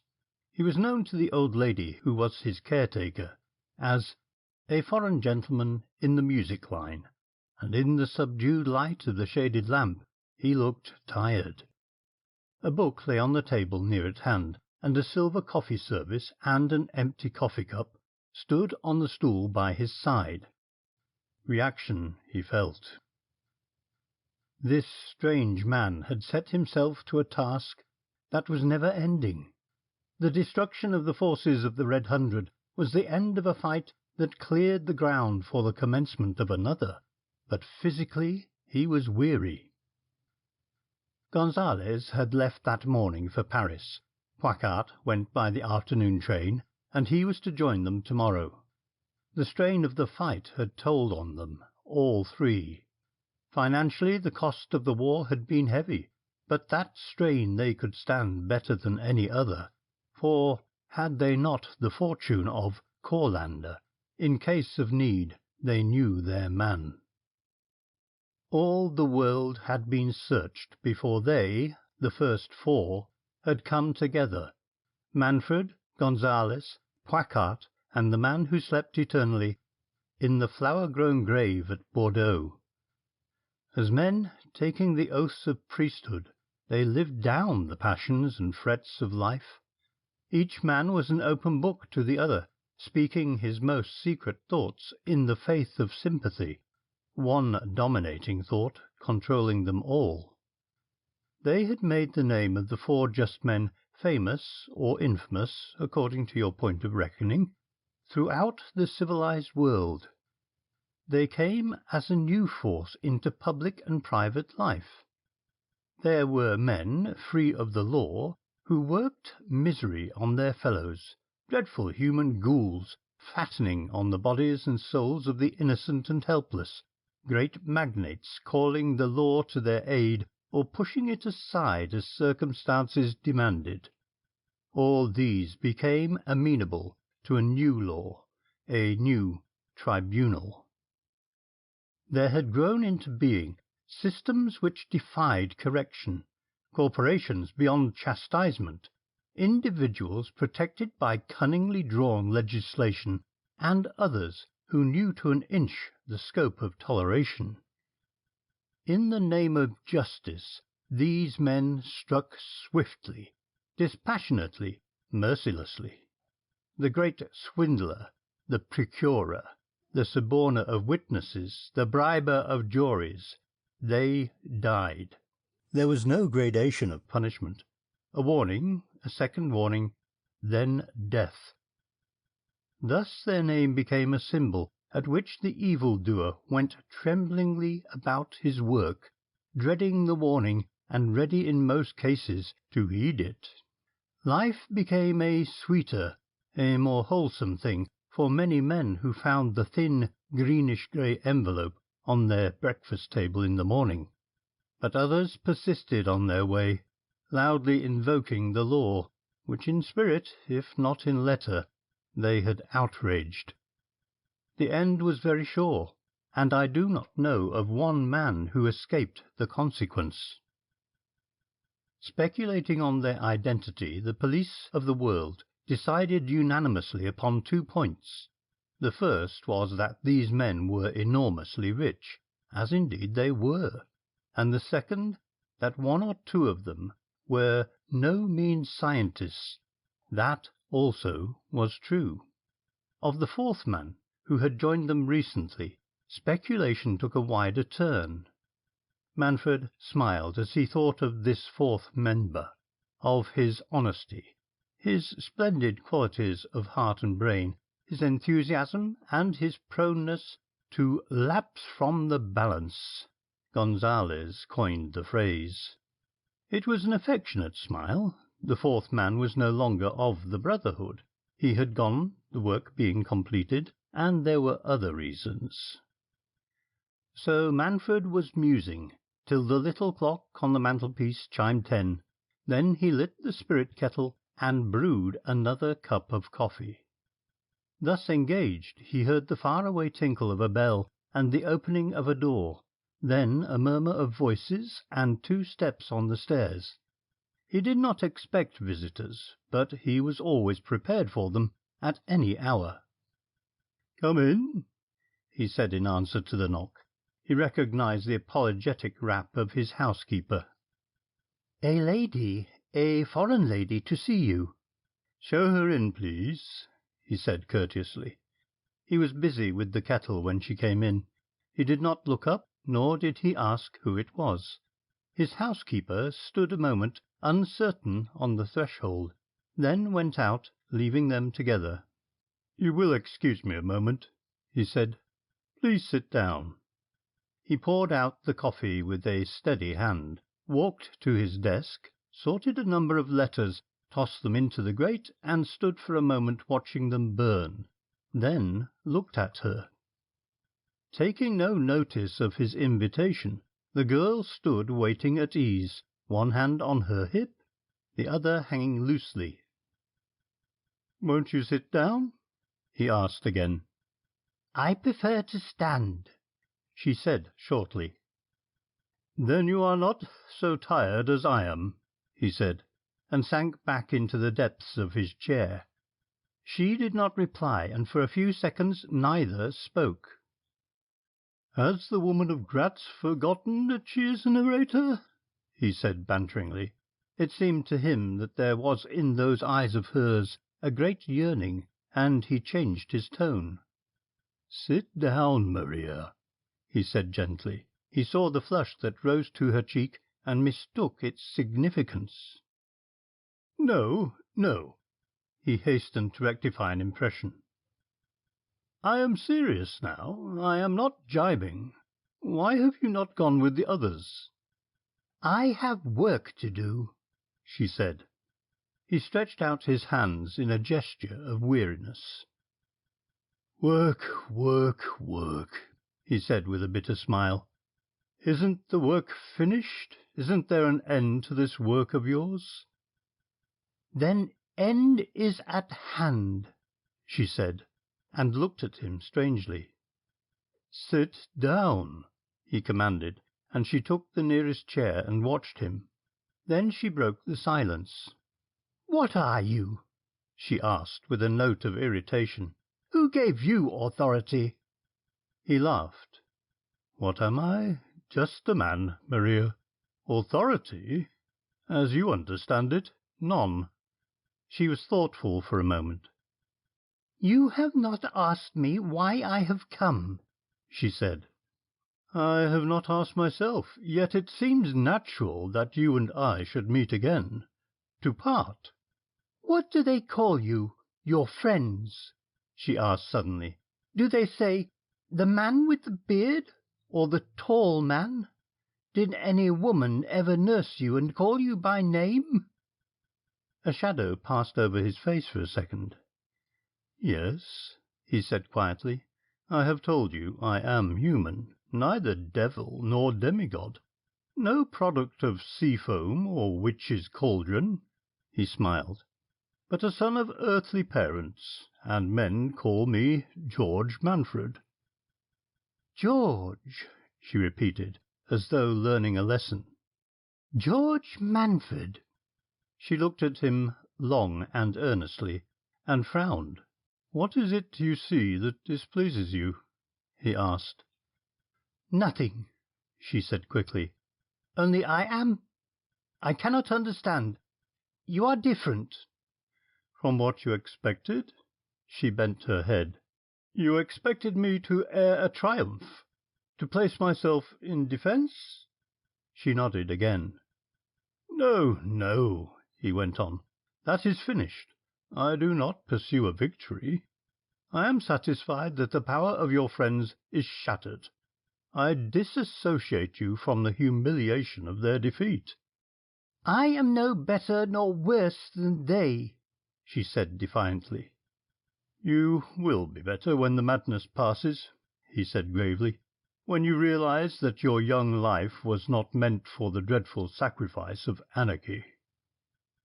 He leant over and took her listless hand and held it between his palms. "Child, you must leave this work," he said softly. "Forget the nightmare of your past. Put it out of your mind, so that you will come to believe that the Red 100 never existed." She did not draw away her hand, nor did she attempt to check the tears that came to her eyes. Something had entered her soul, an influence that was beyond all description or definition, a wonderful element that had dissolved the thing of granite and steel that she had fondly thought was her heart, and left her weak and shaking in the process. "Maria, if you ever knew a mother's love," how soft his voice was. "Think of that. Have you ever realized what your tiny life was to her? How she planned and thought and suffered for you? And to what end? That the hands she kissed should be set against men's lives? Did she pray to God that he might keep you strong in health and pure in soul, only that his gifts should prove a curse to his beautiful world?" With the tenderness of a father he drew her to him, till she was on her knees before him, and her weeping face was pressed closely against him. His strong arms were about her, and his hand smoothed her hair. "I am a wicked woman," she sobbed. "A wicked, wicked woman." "Hush," he said sadly. "Do not let us take our conception of wickedness from our deeds, but from our intentions, however mistaken, however much they traverse the written law." But her sobbing grew wilder, and she clutched him as though in fear that he would leave her. He talked to her as though she were a frightened child, chiding her, laughing at her in gentle raillery, and she grew calmer, and presently lifted her stained face to his.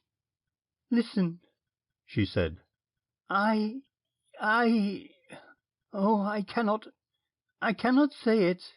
And she buried her face on her breast. Then with an effort she raised her head again. "If I asked you, if I begged you to do something for me, would you?" He looked into her eyes, smiling. "You have done many things. You have killed. Yes, yes, let me say it. I know I am hurting you, but let me finish." "Yes," he said simply, "I have killed." "Have you pitied as you killed?" He shook his head. "Yet you would," she went on, and her distress moved him. "You would if you thought that you could kill a body and save a soul." He shook his head again. "Yes, yes," she whispered, and tried to speak. Twice she attempted to frame the words, and twice she failed. Then she pushed herself slowly backward with her hands at his chest, and crouched before him with parted lips and heaving bosom. "Kill me," she breathed. "for I have betrayed you to the police." Still he made no sign, sitting there all huddled in the big chair, as though every muscle of his body had relaxed. "Do you hear?" she cried fiercely. "I have betrayed you, because I think I love you. But I did not know it. I did not know it. I hated you so that I pitied you, and always I thought of you." She knew by the look of pain in his eyes what her words had cost him. Somehow she divined that the betrayal hurt least. "I have never said it to myself," she whispered. "I have never thought it in my most secret thoughts. Yet it was there, all the time, waiting for expression. And I am happier, though you die, and though every hour of my life be a lifetime of pain, I am happier that I have said it, happier than I thought I could ever be. I have wondered why I remembered you, and why I thought of you, and why you came into my every dream. I thought it was because I hated you, because I wanted to kill you, and to hold you at my mercy. But I know now. She rocked from side to side, clasping her hands in the intensity of her passion. "You do not speak," she cried. "Do you not understand, beloved? I have handed you over to the police because, oh God, because I love you. It must be that I do." He leant forward and held out his hands, and she came to him, half swooning. "Marie, child," he murmured, and she saw how pale he was. "We are strangely placed, you and I, to talk of love. You must forget this, little girl.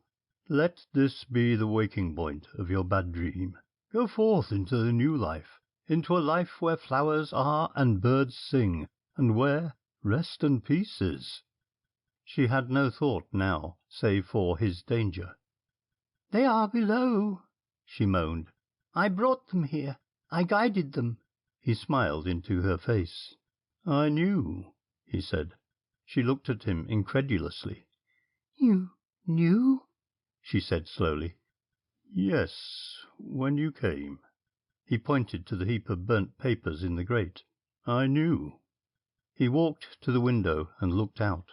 What he saw satisfied him. He came back to where she still crouched on the floor, and lifted her to her feet. She stood unsteadily, but his arm supported her. He was listening. He heard the door open below. "You must not think of me," he said again. She shook her head helplessly, and her lips quivered. "God bless you, and help you," he said reverently, and kissed her. Then he turned to meet Falmouth. "George Manfred," said the officer, and looked at the girl in perplexity. "That is my name," said Manfred quietly. "You are Inspector Falmouth." "Superintendent," corrected the other. "I'm sorry," said Manfred.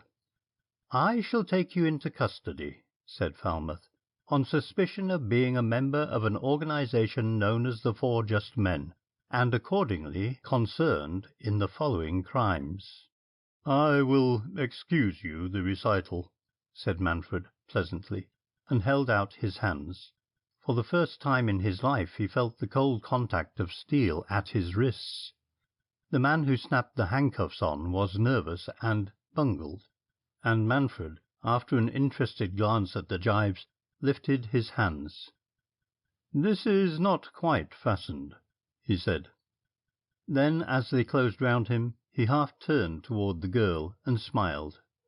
"Who knows how bright are the days in store for us both?" he said softly. Then they took him away. The end of Part 2, Chapter 11. read by Andy Sames.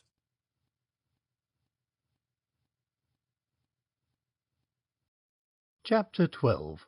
In Wandsworth Jail. Charles Garrett, admirable journalist, had written the last line of a humorous description of a local concert at which a cabinet minister had sung pathetic ballads. Charles wrote with difficulty, for the situation had been of itself so funny that extracting its hidden humours was a more than ordinarily heart-breaking thing. But he had finished, and the thick batch of copy lay on the chief sub-editor's desk. Charles wrote on average 6 words to a folio, and a half-column story from his pen bulked like a 3-volume novel. Charles stopped to threaten an office boy who had misdirected a letter, strolled into various quiet offices to see who was there, and with his raincoat on his arm and his stick in his hand, stopped at the end of his wanderings before the chattering tape machine. He looked through the glass box that shielded the mechanism, and was interested in a message from Tehran in the course of transmission. At early date, Grand Vizier has informed exchange correspondent that the construction of line will be pushed forward. The tape stopped its stuttering and buzzed excitedly. Then came a succession of quick jerks that cleared away the uncompleted message. Then, "The leader of the 4 Just Men was arrested in London tonight," said the tape, and Charles broke for the editor's room. He flung open the door without ceremony, and repeated the story the little machine had told. The Grey Chief received the news quietly, and the orders he gave in the next 5 minutes inconvenienced some 20 or 30 unoffending people. The constructions of the story of the 4 Just Men began at the lower rung of the intellectual ladder. "You, boy, get 6 taxicabs here quick. Pointer, phone the reporters in. Get the Lambs Club on the phone, and see if O'Mahony or any other of our bright youths are there. There are 5 columns about the 4 Just Men standing in the gallery. Get it pulled up. Mr. Short? Pictures, Yet wire Mr. Massoni to get down to the police station and see if he can find a policeman who'll give him material for a sketch. Off you go, Charles, and get the story." There was no flurry, no rush. It was for all the world like the scene on a modern battleship when "Clear lower deck for action" had sounded. 2 hours to get the story into the paper was ample, and there was no need for the whip. Later, with the remorseless hands of the clock moving on, taxi after taxi flew up to the great newspaper office, discharging alert young men who literally leapt into the building.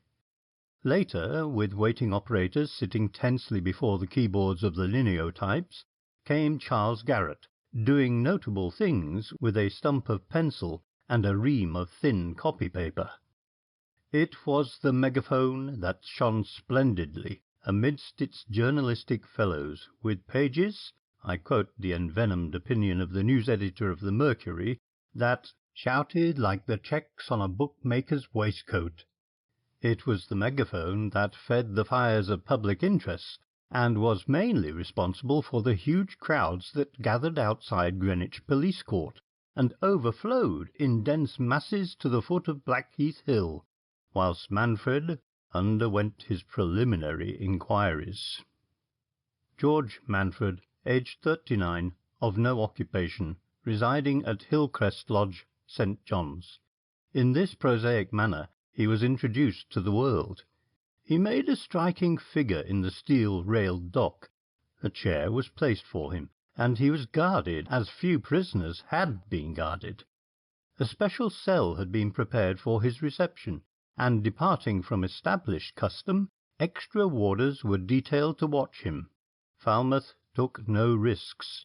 The charge that had been framed had to do with no well-known case. Many years before, one Samuel Lipsky, a notorious East End sweater, had been found dead with the stereotyped announcement that he had fallen to the justice of the 4.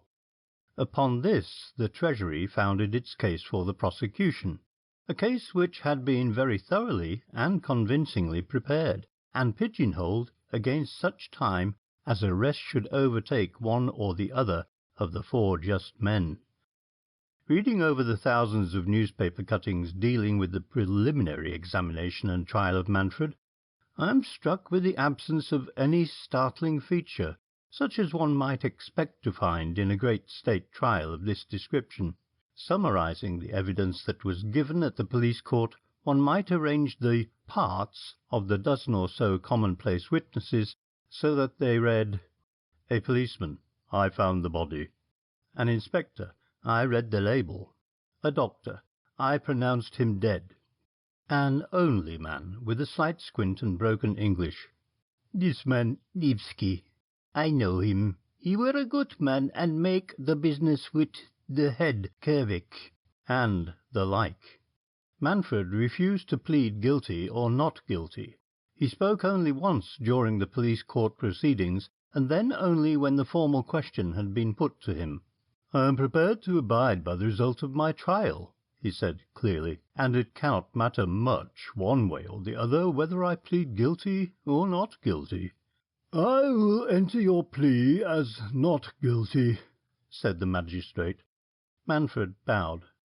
That is at your worship's discretion, he said. On the 7th of June he was formally committed for trial. He had a short interview with Falmouth before he was removed from the police court cells. Falmouth would have found it difficult to analyse his feelings towards this man. He scarcely knew himself whether he was glad or sorry that fate had thrown the redoubtable leader into his hands. His attitude to Manfred was that of a subordinate to a superior, and that attitude he would have found hardest to explain. When the cell door was opened to admit the detective, Manfred was reading. He rose with a cheery smile to greet his visitor. "Well, Mr. Falmouth," he said lightly, "we enter upon the second and more serious act of the drama." "I don't know whether I'm glad or sorry," said Falmouth bluntly. "You ought to be glad," said Manfred with his quizzical smile, "for you vindicated—" "Yes, I know all about that," said Falmouth dryly, "but it's the other part I hate." "You mean—" Manfred did not complete the question. "I do. It's a hanging job, Mr. Manfred, and that is the hateful business after the wonderful work you've done for the country." Manfred threw back his head and laughed in unrestrained amusement. "Oh, it's nothing to laugh about," said the plain-spoken detective. "You are against a bad proposition. The Home Secretary is a cousin of Ramon's, and he hates the very name of the four just men." "Yet I may laugh," said Manfred calmly, "for I shall escape." There was no boastfulness in the speech, but a quiet assurance that had the effect of nettling the other. "Oh, you will you?" he said grimly. "Well, we shall see." There was no escape for Manfred in the dozen yards or so between his cell door and the prison van. He was manacled to two warders, and a double line of policemen formed an avenue through which he was marched, not from the van itself that moved in a solid phalanx of mounted men with drawn swords, nor from the gloomy portals of Wandsworth jail, where silent uniformed men closed round him and took him to the triple-locked cell. Once in the night, as he slept, he was awakened by the sound of the changing guard, and this amused him. If one had the space to write, one could compile a whole book concerning Manfred's life during the weeks he lay in jail awaiting trial. He had his visitors. Unusually, laxity was allowed in this respect. Falmouth hoped to find the other two men. He generously confessed his hope to Manfred. "You may make your mind easy on that point," said Manfred. "They will not come." Falmouth believed him. "If you were an ordinary criminal, Mr. Manfred," he said smilingly, "I should hint the possibilities of King's evidence, but I won't insult you." Manfred's reply staggered him. "Of course not," he said with an air of innocence. "If they were arrested, who on earth would arrange my escape?" The woman of Gratz did not come to see him, and he was glad. He had his daily visits from the governor and found him charmingly agreeable. They talked of countries known to both, of people whom each knew equally well, and tacitly avoided forbidden subjects only. "I hear you are going to escape," said the governor, as he concluded one of these visits. He was a largely built man, sometime major of marine artillery, and he took life seriously. Therefore he did not share Falmouth's view of the projected escape as being an ill-timed jest. "Yes," replied Manfred. "From here?" Manfred shook his head solemnly. "The details have not yet been arranged," he said, with admirable gravity. The governor frowned. "I don't believe you're trying to pull my leg. It's too devilishly serious a matter to joke about, but it would be an awkward thing for me if you got away." He was one of the prisoner's own caste, and he had supreme faith in the word of the man who discussed prison-breaking so light-heartedly. "That I realize," said Manfred, with a little show of deference, "and I shall accordingly arrange my plans so that the blame shall be equally distributed." The governor, still frowning thoughtfully, left the cell. He came back in a few minutes. "By the way, Manfred," he said, "I forgot to tell you that you'll get a visit from the chaplain. He's a very decent young fellow, and I know I needn't ask you to let him down lightly." With this subtle assumption of mutual paganism, he left finally. "That is a worthy gentleman," thought Manfred. The chaplain was nervously anxious to secure an opening, and sought amidst the trivialities that led out of the conventional exchange of greetings a fissure for the insertion of a tactful inquiry.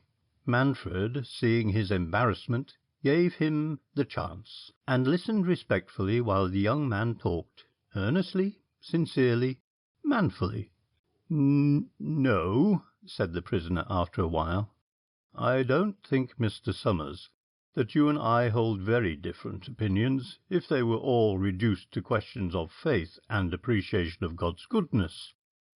But I have got to a stage where I shrink from labelling my inmost beliefs with this or that creed, or circumscribing the boundless limits of my faith with words.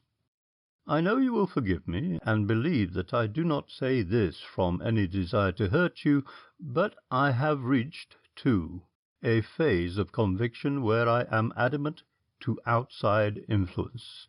For good or ill, I must stand by the conceptions that I have built out of my own life and its teachings.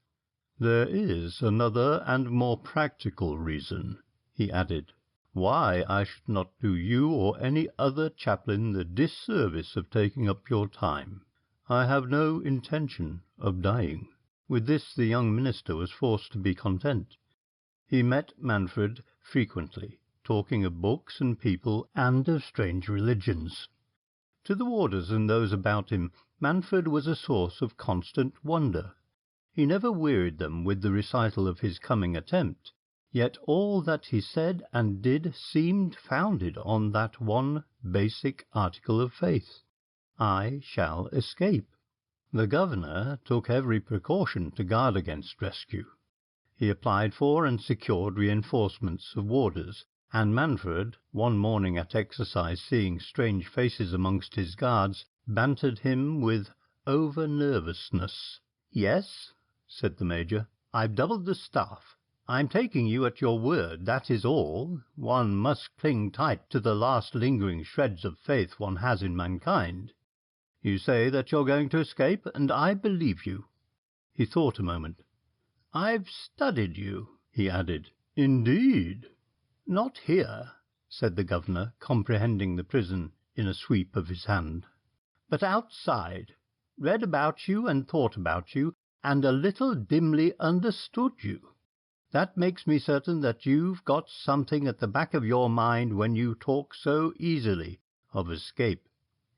Manfred nodded. He nodded many times thoughtfully, and felt a new interest in the bluff, brusque man. "And whilst I'm doubling the guard and that sort of thing, I know in my heart that that something of yours isn't something with dynamite in it, or something with brute force behind it, but it's something that's devilishly deep. That's how I read it." He jerked his head in farewell, and the cell door closed behind him with a great jangling and snapping of keys. He might have been tried at the sessions following his committal, but the Crown applied for a postponement, and being informed and asked whether he would care to raise any objection to that course, he replied that, so far from objecting, he was grateful, because his arrangements were not yet completed, and when they asked him, knowing that he had refused solicitor and counsel, what arrangements he referred to, he smiled enigmatically, and they knew he was thinking of this wonderful plan of escape. That such persistent assurances of delivery should eventually reach the public through the public press was only to be expected, and although "Manfred says he will escape from Wandsworth" in the Megaphone headline became "A prisoner's strange statement" in the Times, the substance of the story was the same, and you may be sure that it lost nothing in the telling. A Sunday journal with a waning circulation rallied on the discovery that Manfred was mad, and published a column-long account of this poor lunatic gibbering of freedom. Being allowed to read the newspapers, Manfred saw this, and it kept him amused for a whole day. The warders in personal attendance on him were changed daily. He never had the same custodian twice, till the governor saw a flaw in the method that allowed a warder with whom he was only slightly acquainted, and of whose integrity he was ignorant, to come into close contact with his prisoner. Particularly did this danger threaten from the new officers who had been drafted to Wandsworth to reinforce the staff, and the governor went to the other extreme, and 2 trusted men who had grown old in the service were chosen for permanent watchdogs. "You won't be able to have any more newspapers," said the governor one morning. "I've had orders from headquarters. There have been some suspicious-looking agonies in the Megaphone this last day or so." "I did not insert them," said Manfred, smiling. "No, but you may have read them," said the governor dryly. "So I might have," said the thoughtful Manfred. "Did you?" Manfred made no reply. "I suppose that isn't a fair question," said the governor cheerfully. "Anyhow, no more papers. You can have books, any books you wish within limits." So Manfred was denied the pleasure of reading the little paragraphs that described the movements and doings of the fashionable world. Just then these interested him more than the rest of the newspaper put together.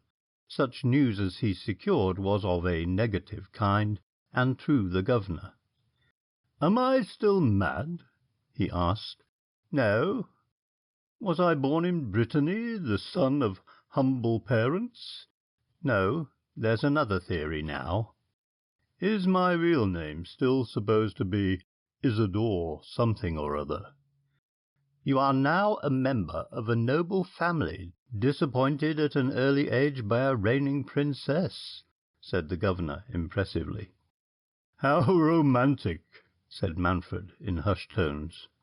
The gravity of his years, that was beyond his years, fell away from him in that time of waiting. He became almost boyish again. He had a never-ending fund of humour that turned even the tremendous issues of his trial into subject matter of amusement. Armed with the authority of the Home Secretary came Luigi Frassini, the youthful director of the Anthropological Institute of Rome. Manfred agreed to see him, and made him as welcome as the circumstances permitted.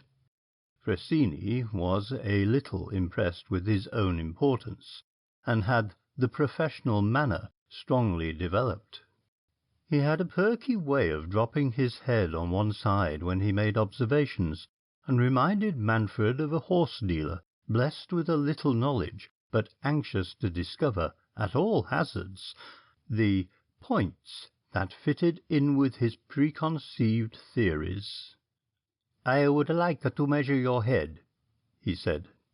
"I'm afraid I cannot oblige you," said Manfred coolly. partly because I object to the annoyance of it, and partly because head-measuring in anthropology is as much out of date as bloodletting in surgery." The director was on his dignity.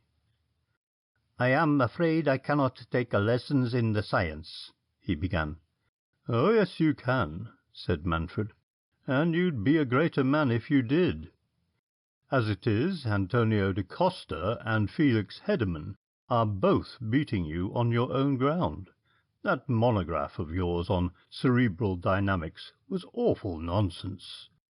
Whereupon Frassini went very red and spluttered and left the cell, afterwards in his indiscretion granting an interview to an evening newspaper, in the course of which he described Manfred as a typical homicide with those peculiarities of a parietal development that are invariably associated with cold-blooded murderers.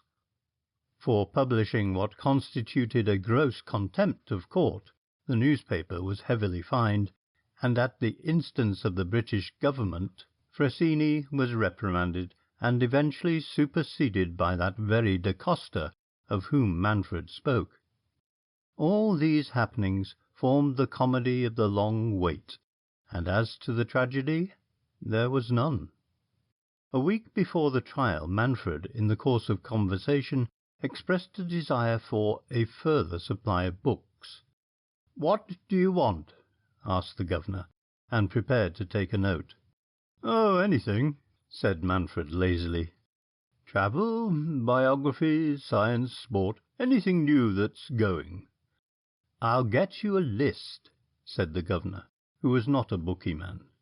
"The only travel books I know are those two new things, 3 Months in Morocco and Through the Thery Forest. One of them's by a new man, Theodore Max. Do you know him?" Manfred shook his head. "But I'll try them," he said. "Isn't it about time you started to prepare your defence?" the governor asked gruffly. "I have no defence to offer," said Manfred. "Therefore no defence to prepare." The governor seemed vexed. "Isn't life sufficiently sweet to you to urge you to make an effort to save it?" he asked roughly. "Or are you going to give it up without a struggle?" "I shall escape," said Manfred again. "Aren't you tired of hearing me tell you why I make no effort to save myself?" "When the newspapers start the mad theory again," said the exasperated prison official, "I shall feel most inclined to break the regulations and write a letter in support of the speculation." "Do," said Manfred cheerfully, "and tell them that I run round my cell on all fours, biting visitors' legs." The next day the books arrived.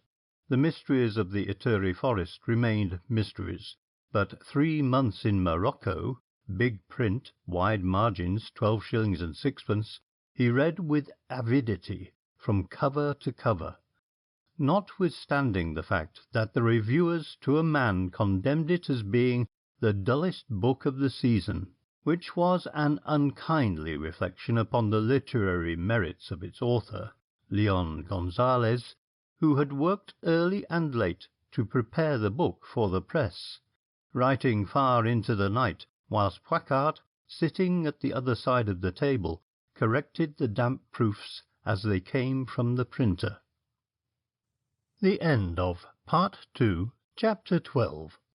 Read by Andy Sames.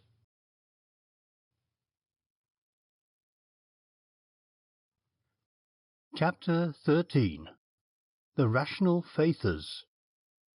In the handsomely furnished sitting-room of a West Kensington flat, Gonzalez and Poicart sat over their postprandial cigars, each busy with his own thoughts. Poicart tossed his cigar into the fireplace and pulled out his polished briar and slowly charged it from a gigantic pouch. Leon watched him under half-closed lids, piecing together the scraps of information he had collected from his persistent observation. "You are getting sentimental, my friend," he said. Poicart looked up inquiringly. "You were smoking one of George's cigars without realizing it. Halfway through the smoke, you noticed the band had not been removed, so you go to tear it off. By the band you are informed that it is one of George's favourite cigars, and that starts a train of thought that makes the cigar distasteful to you, and you toss it away." Packard lit his pipe before replying. "Spoken like a cheap little magazine detective," he said frankly.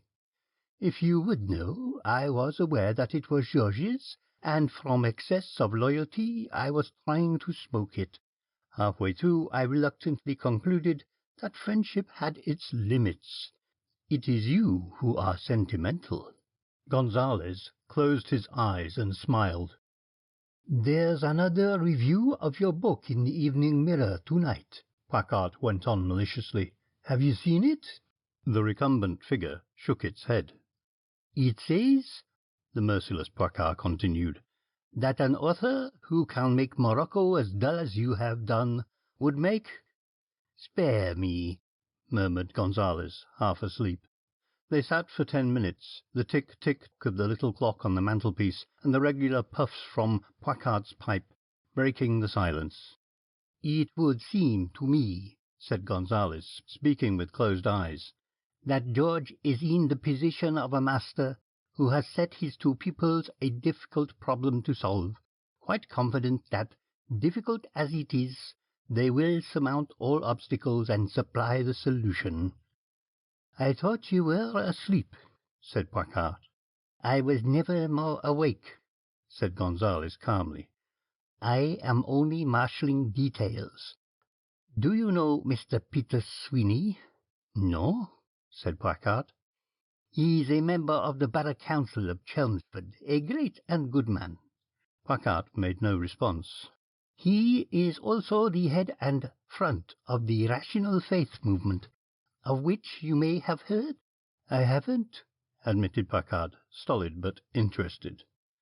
"The Rational Faithers," Gonzales explained sleepily, "are an offshoot of the New Unitarians, and the New Unitarians are a hodgepodge people with grievances." Packard yawned. "The Rational Faithers," Gonzales went on, "have a mission in life. They have also a brass band and a collection of drivelling songs composed, printed, and gratuitously distributed by Mr. Peter Sweeney, who is a man of substance." He was silent after this for quite a minute. "A mission in life and a nice loud brassy band, the members of which are paid monthly salaries by Peter." Packard turned his head and regarded his friend curiously. "What is all this about?" he asked. "The Rational Faithers," the monotonous Gonzales continued, "are the sort of people who for all time have been in the eternal minority. They are against things, against public houses, against music halls, against meat-eating, and vaccination, and capital punishment," he repeated softly. Packard waited. "Years ago they were regarded as a nuisance. Rowdies broke up their meetings.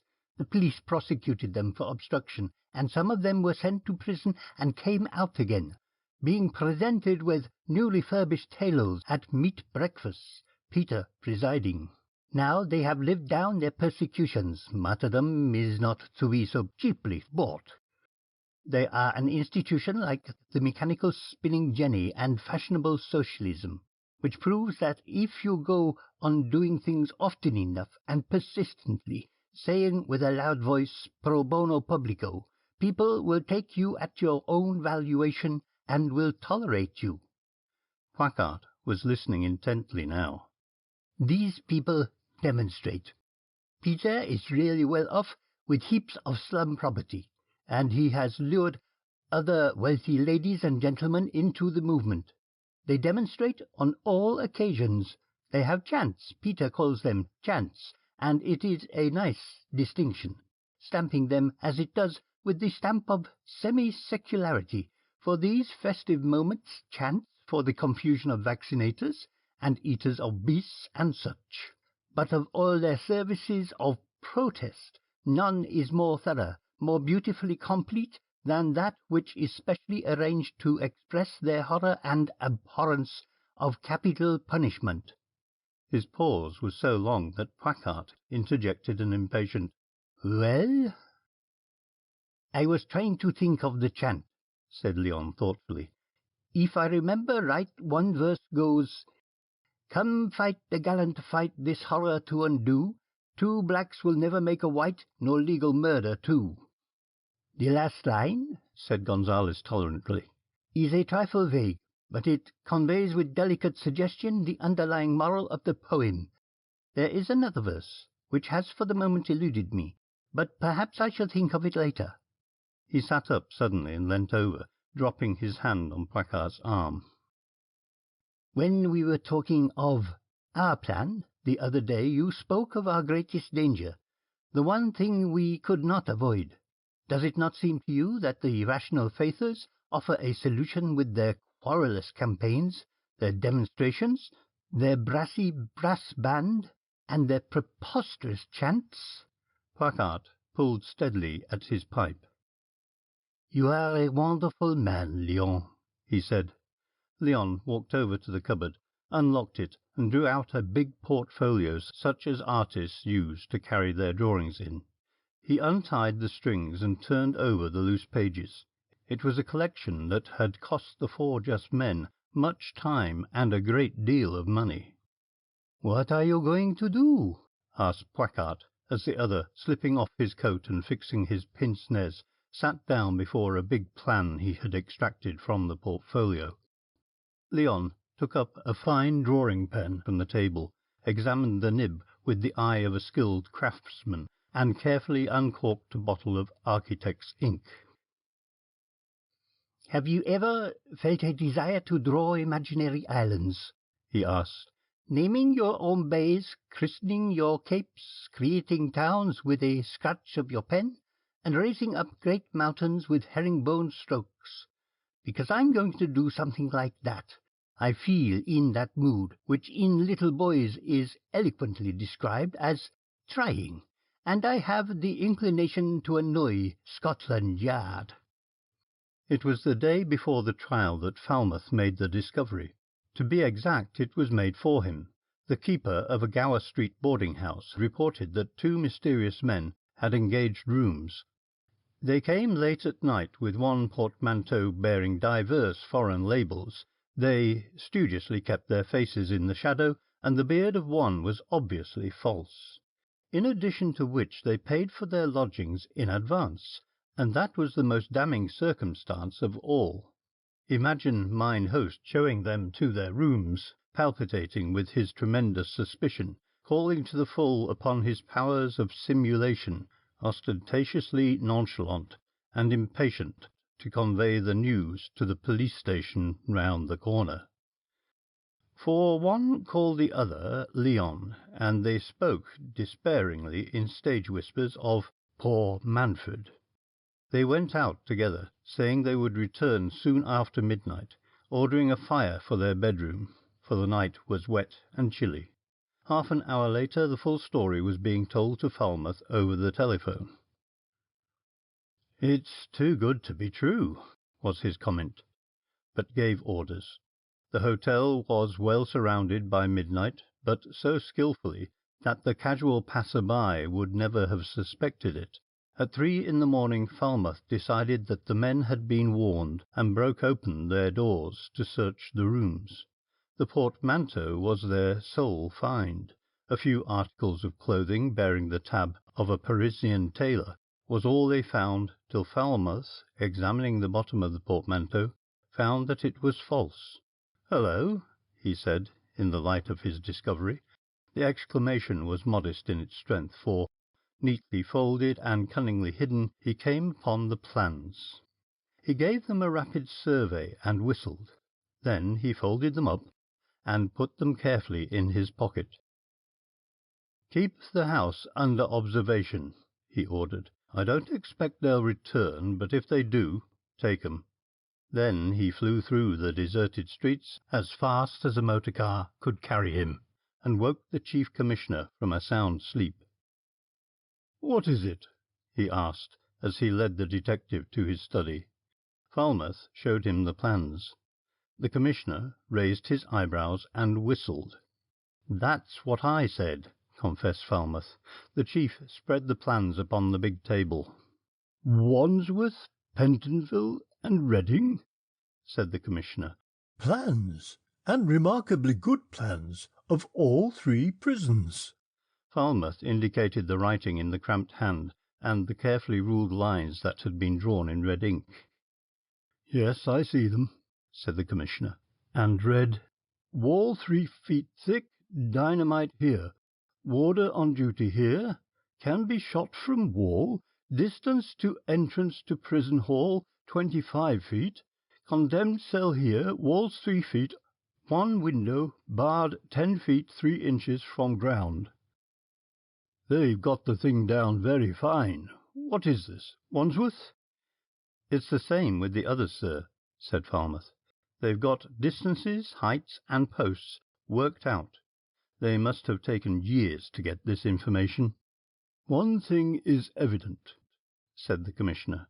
"They'll do nothing until after the trial. All these plans have been drawn with the condemned cell as the point of objective." Next morning Manfred received a visit from Falmouth.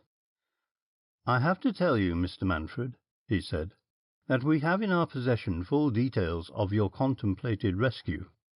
Manfred looked puzzled. "Last night your two friends escaped by the skin of their teeth, leaving behind them elaborate plans." "In writing?" asked Manfred with his quick smile. "In writing," said Falmouth solemnly. "I think it is my duty to tell you this, because it seems that you are building too much upon what is practically an impossibility, an escape from jail." "Yes," answered Manfred absently. "Perhaps so. In writing, I think you said." "Yes, the whole thing was worked out." He thought he had said quite enough, and turned the subject. "Don't you think you ought to change your mind and retain a lawyer?" "I think you're right," said Manfred slowly. "Will you arrange for a member of some respectable firm of solicitors to see me?" "Certainly," said Falmouth. "Though you've left your defence—" "Oh, it isn't my defence," said Manfred cheerfully. "Only I think I ought to make a will." The end of Part 2, Chapter 13. Read by Andy Sames.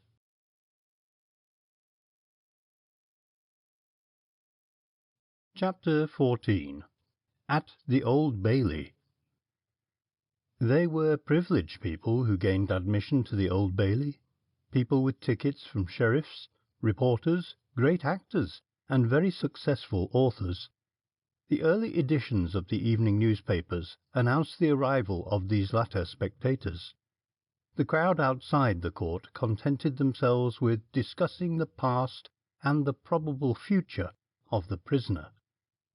The Megaphone had scored heavily again, for it published in extenso the particulars of the prisoner's will.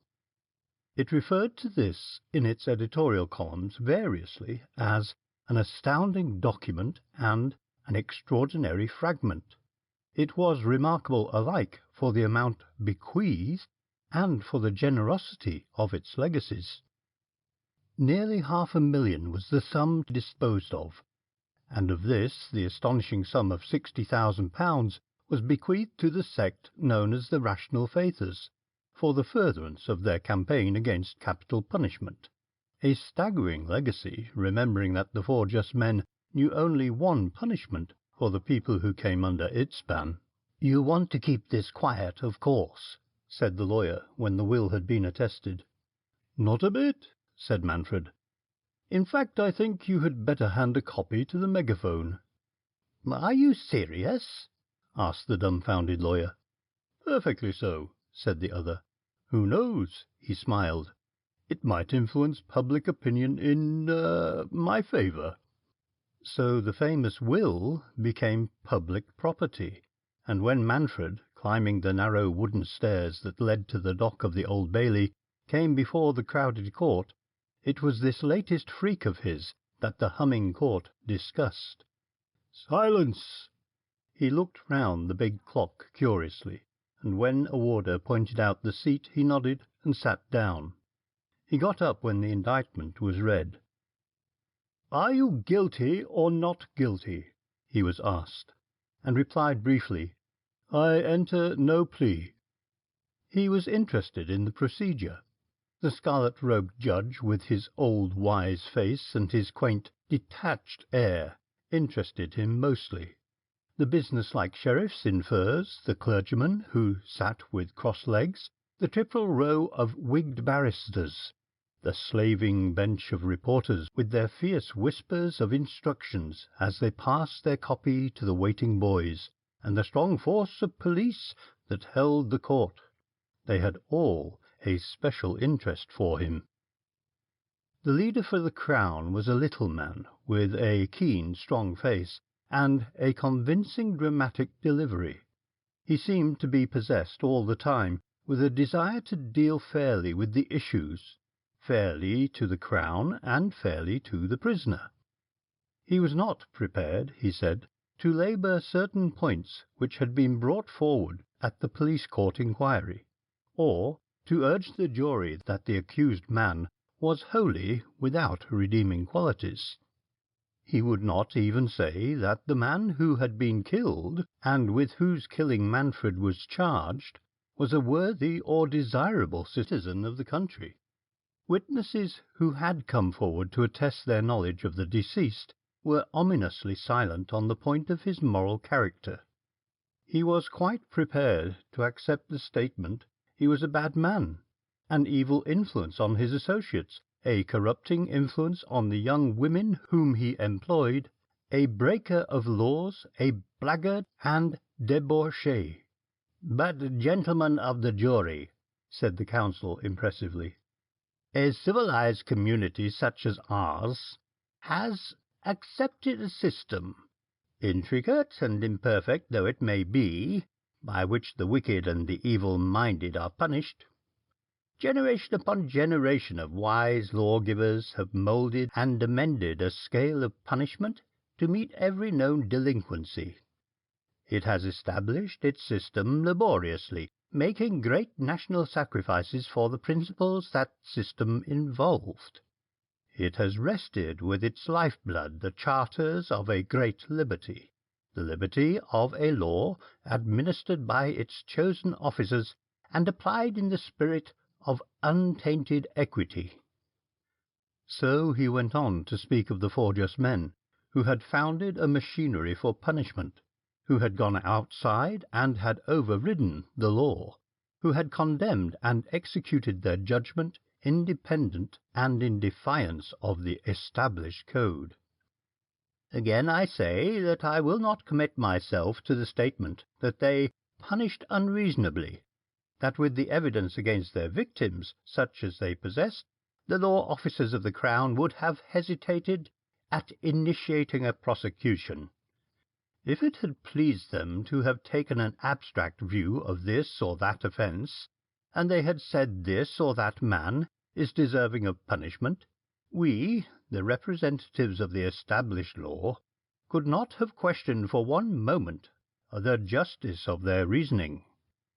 But we have come into conflict on the question of the adequacy of punishment, and upon the more serious question of the right of the individual to inflict that punishment, which results in the appearance of this man in the dock on a charge of murder." Throughout the opening speech, Manfred leant forward, following the counsel's words. Once or twice he nodded as though he were in agreement with the speaker, and never once did he show sign of dissent. The witnesses came in procession, the constable again, and the doctor, and the voluble man with the squint. As he finished with each, the counsel asked whether he had any questions to put, but Manfred shook his head. "Have you ever seen the accused before?" the judge asked the last witness. "No, sir, I have not," said the witness emphatically. "I have nothing to say against him." As he left the witness box, he said audibly, "There are another 3 yet. I have no desire to die." And amidst the laughter that followed this exhibition of caution, Manfred recalled him sharply. "If you have no objection, my lord," he said, "None whatever," replied the judge courteously. "You have mentioned something about another 3, he said. Do you suggest that they have threatened you?" "No, sir, no," said the eager little man. "I cannot examine counsel," said Manfred, smiling, "but I put it to him that there has been no suggestion of intimidation of witnesses in this case." "None whatever," counsel hastened to say. "It is due to you to make that statement." "Against this man," the prisoner pointed to the witness box, "we have nothing that would justify our action. He is a saccharine smuggler, and a dealer in stolen property, but the law will take care of him." "It's a lie," said the little man in the box, white and shaking. "It is libellous." Manfred smiled again, and dismissed him with a wave of his hand. The judge might have reproved the prisoner for his irrelevant accusation, but allowed the incident to pass. The case for the prosecution was drawing to a close when an official of the court came to the judge's side and, bending down, began a whispered conversation with him. As the final witness withdrew, the judge announced an adjournment, and the prosecuting counsel was summoned to his lordship's private room. In the cells beneath the court, Manfred received a hint at what was coming, and looked grave.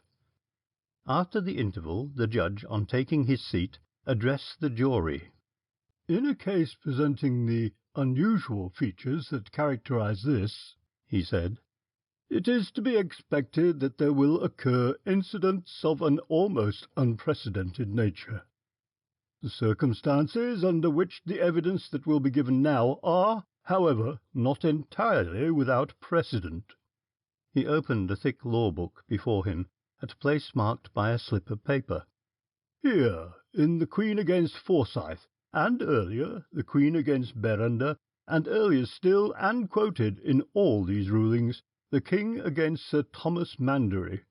We have parallel cases." He closed the book. "Although the accused has given no intimation of his desire to call witnesses on his behalf, a gentleman has volunteered his evidence. He desires that his name shall be withheld, and there are peculiar circumstances that compel me to grant his request.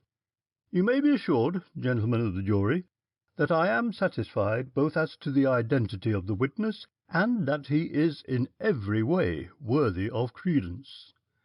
He nodded a signal to an officer, and through the judge's door to the witness box there walked a young man. He was dressed in a tightly fitting frock coat, and across the upper part of his face was a half-mask. He leant lightly over the rail, looking at Manfred with a little smile on his clean-cut mouth, and Manfred's eyes challenged him. "You come to speak on behalf of the accused?" asked the judge. "Yes, my lord." It was the next question that sent a gasp of surprise through the crowded court. "You claim equal responsibility for his actions?" "Yes, my lord." "You are, in fact, a member of the organization known as the 4 Just Men?" "I am." He spoke calmly, and the thrill that the confession produced left him unmoved. "You claim, too," said the judge, consulting a paper before him, "to have participated in their councils?" "I claim that." There were long pauses between the questions, for the judge was checking the replies, and counsel was writing busily. "And you say you are in accord both with their objects and their methods?" "Absolutely." "You have helped carry out their judgment?" "I have." "And have given it the seal of your approval?" "Yes." "And you state that the judgments were animated with a high sense of their duty and responsibility to mankind?" "Those were my words." "And that the men they killed were worthy of death?" "Of that I am satisfied." "You state this as a result of your personal knowledge and investigation?" "I state this from personal knowledge in 2 instances, and from the investigations of myself and the independent testimony of high legal authority." "Which brings me to my next question," said the judge. "Did you ever appoint a commission to investigate all the circumstances of the known cases in which the 4 just men have been implicated?" "I did." "Was it composed of a Chief Justice of a certain European state and 4 eminent criminal lawyers?" "It was." "And what you have said is the substance of the finding of that commission?" "Yes." The judge nodded gravely, and the public prosecutor rose to cross-examination. "Before I ask you any question," he said, "I can only express myself as being in complete agreement with his lordship on the policy of allowing your identity to remain hidden." The young man bowed. "Now," said the counsel, "let me ask you this. How long have you been in association with the 4 just men?" "6 months," said the other. "So that really you are not in a position to give evidence regarding the merits of this case, which is 5 years old, remember?" "Save from the evidence of the commission." "Let me ask you this, but I must tell you that you need not answer unless you wish. Are you satisfied that the 4 just men were responsible for that tragedy?" "I do not doubt it," said the young man instantly. "Would anything make you doubt it?" "Yes," said the witness, smiling. "If Manfred denied it, I should not only doubt it, but be firmly assured of his innocence." "You say you approve both of their methods and their objects?" "Yes." "Let us suppose you were the head of a great business firm, controlling 1,000 workmen, with rules and regulations for their guidance and a scale of fines and punishments for the preservation of discipline. And suppose you found one of those workmen had set himself up as an arbiter of conduct and had superimposed upon your rules a code of his own." "Well?" "Well, what would be your attitude toward that man?" "If the rules he initiated were wise and needful, I would incorporate them in my code."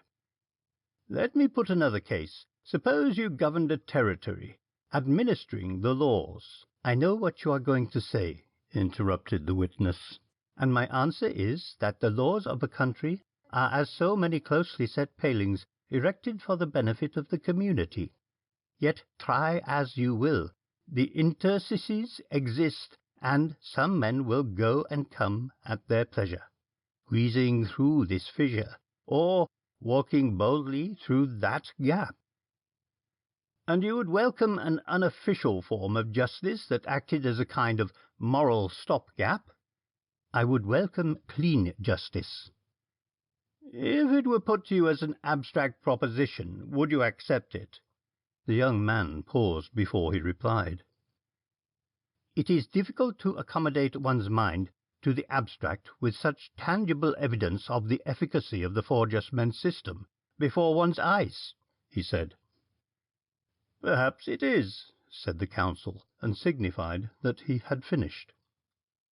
The witness hesitated before leaving the box, looking at the prisoner, but Manfred shook his head smilingly, and the straight, slim figure of the young man passed out of court by the way he had come. The unrestrained buzz of conversation that followed his departure was allowed to go unchecked, as judge and counsel consulted earnestly across the bench. Garrett, down amongst the journalists, put into words the vague thought that had been present in every mind in court. "Do you notice, Jimmy," he said to James Sinclair of the Review, "how blessed unreal this trial is? Don't you miss the very essence of a murder trial? The mournfulness of it, and the horror of it. Here's a feller being killed, and not once has the prosecution talked about this poor man struck down in the prime of life, or said anything that made you look at the prisoner to see how he takes it. It's a philosophical discussion with a hanging at the end of it." "Sure," said Jimmy. "Because," said Garrett, "if they find him guilty, he's got to die. There's no doubt about that. If they don't hang him, crack goes the British Constitution, the Magna Carta, the Diet of Worms, and a few other things that Bill Seddon was gassing about. His irreverent reference was to the prosecutor's opening speech. Now Sir William Seddon was on his feet again, beginning his closing address to the jury. He applied himself to the evidence that had been given, to the prisoner's refusal to call that evidence into question, and conventionally traced step by step the points that told against the man in the dock. He touched on the appearance of the masked figure in the witness box. For what it was worth, it deserved their consideration, but it did not affect the issue before the court.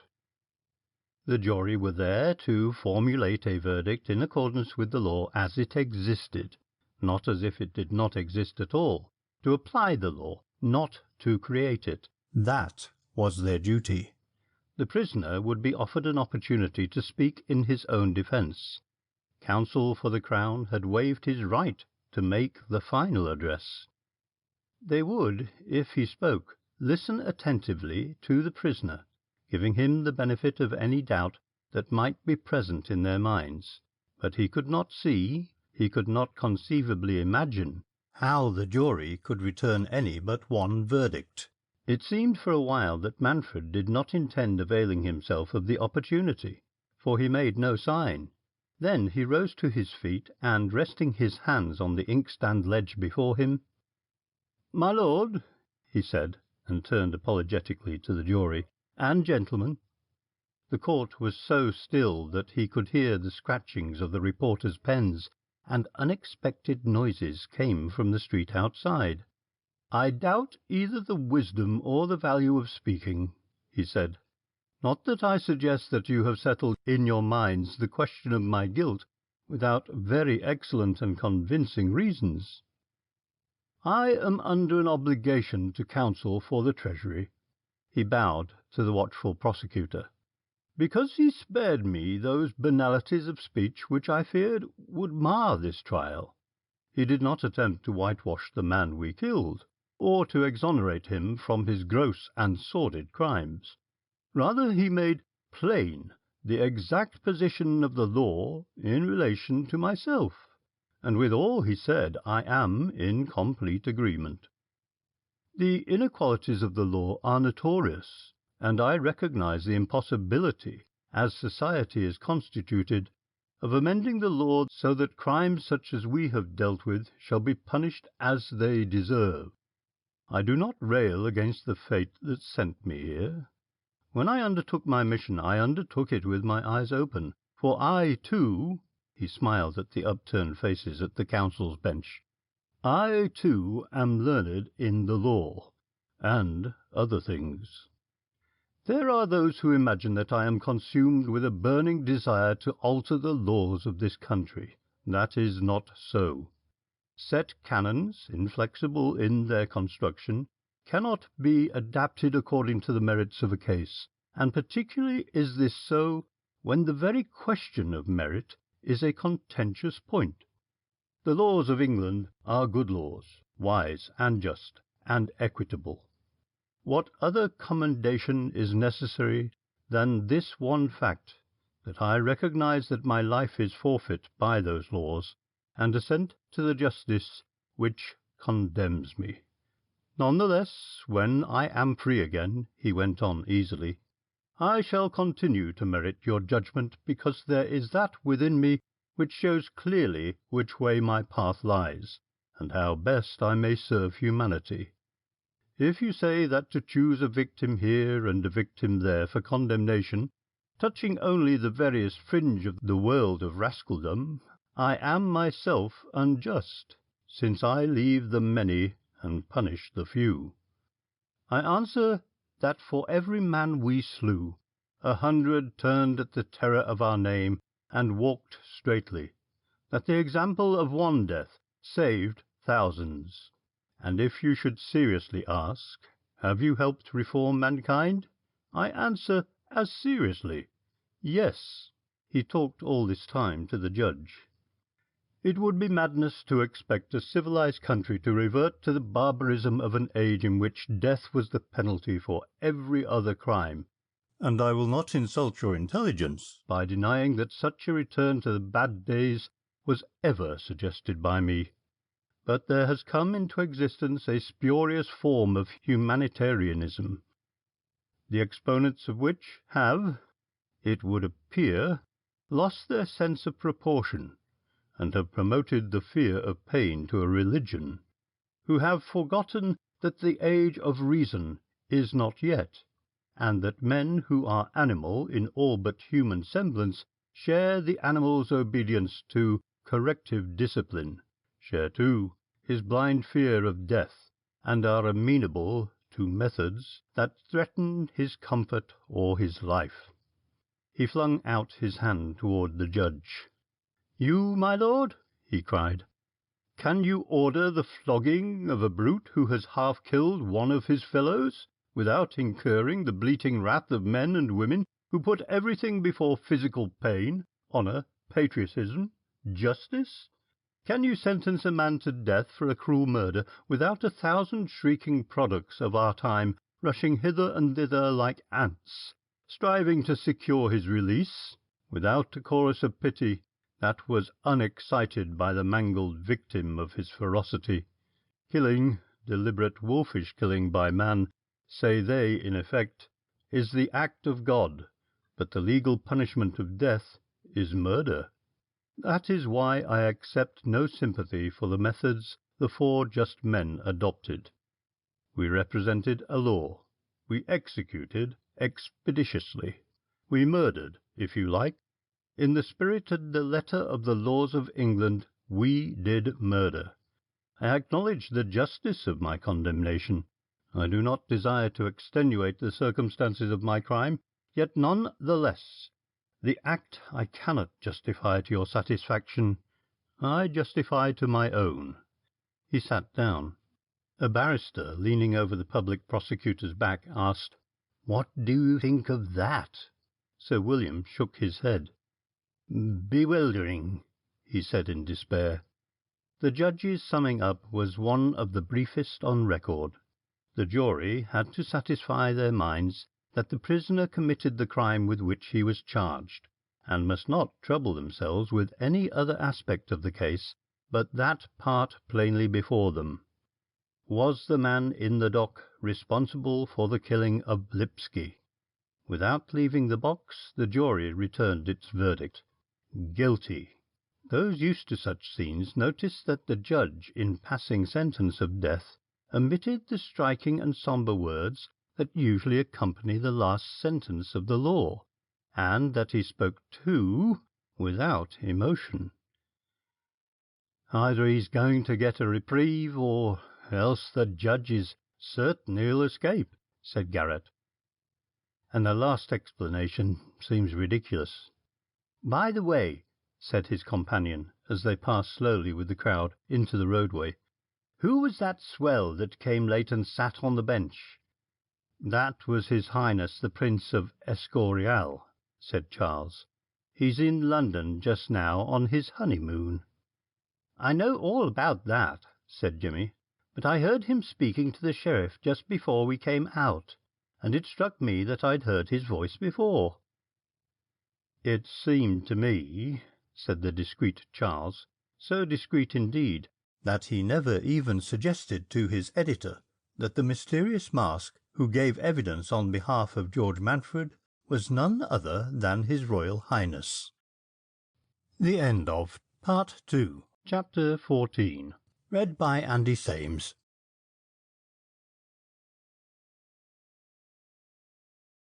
Chapter 15. Chelmsford. They took Manfred back to Wandsworth jail on the night of the trial. The governor, standing in the gloomy courtyard as the van drove in with its clanking escort, received him gravely. "Is there anything you want?" he asked when he visited the cell that night. "A cigar?" said Manfred, and the governor handed him the case. Manfred selected with care, the prison-master watching him wonderingly. "You're an extraordinary man," he said. "And I need to be," was the reply, "for I have before me an ordeal which is only relieved of its gruesomeness by its uniqueness." "There will be a petition for reprieve, of course," said the governor. "Oh, I've killed that," laughed Manfred. "Killed it with icy blast of satire, although I trust I haven't discouraged the rational faithers, for whom I have made such handsome posthumous provision." "You are an extraordinary man," mused the governor again. "By the way, Manfred, what part does the lady play in your escape?" "The lady?" Manfred was genuinely astonished. "Yes, the woman who haunts the outside of this prison.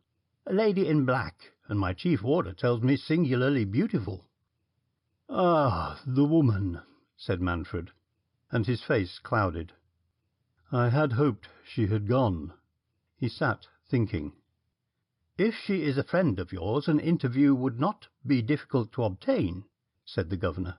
"No, no, no," said Manfred hastily. "There must be no interview, at any rate, here."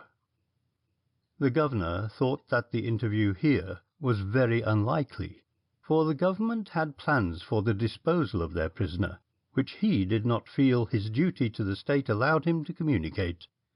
He need not, had he known, have made a mystery of the scheme.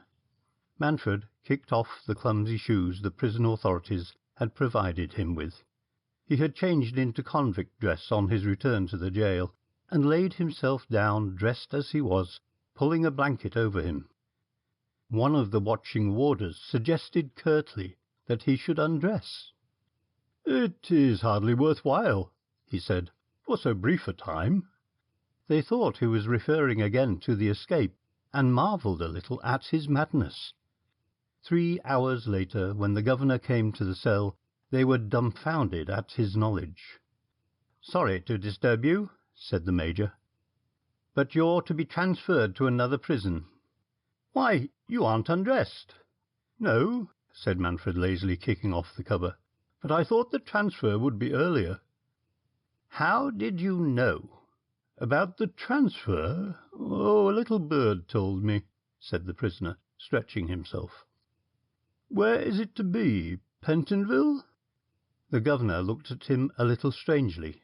"No," he said. "Reading?" "No," said the governor shortly. Manfred frowned. "Wherever it is, I'm ready," he said. He nodded to the attendant warder as he left, and took an informal but cheery farewell of the governor on the deserted railway station, where a solitary engine with brake van attached stood waiting. "A special, I perceive," he said. "Good-bye, Manfred," said the governor, and offered his hand. Manfred did not take it, and the major flushed in the dark.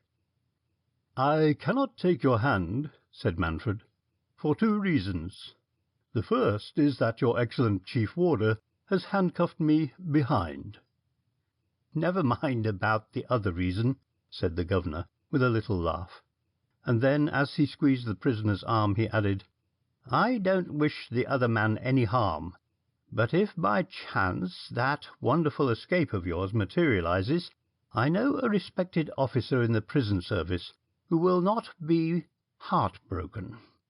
Manfred nodded, and as he stepped into the train he said, "That lady, if you see her, tell her I am gone."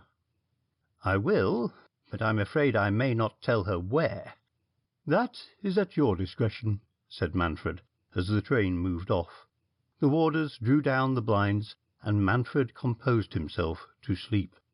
He woke with the chief warder's hand on his arm, and stepped out onto the platform as the day was breaking. His quick eye searched the advertisement boards on the station. He would have done this ordinarily, because they would tell him where he was, supposing for some reason the authorities had wished to keep his destination a secret from him. But he had a particular interest in advertising just then. The station was smothered with the bills of travelling Cheap Jack, an unusual class of advertisement for the austere notice boards of a railway station.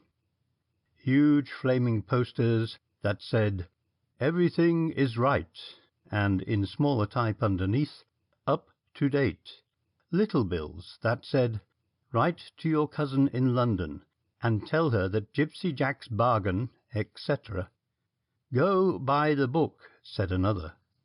Marching down the stairs, he observed opposite the station yet further evidence of this extravagant Cheap Jack's caprice, for there were big illuminated signs in evidence, all to the same effect.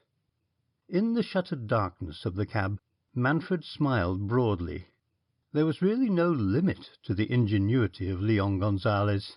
Next morning, when the governor of Chelmsford jail visited him, Manfred expressed his intention of writing a letter to his cousin in London.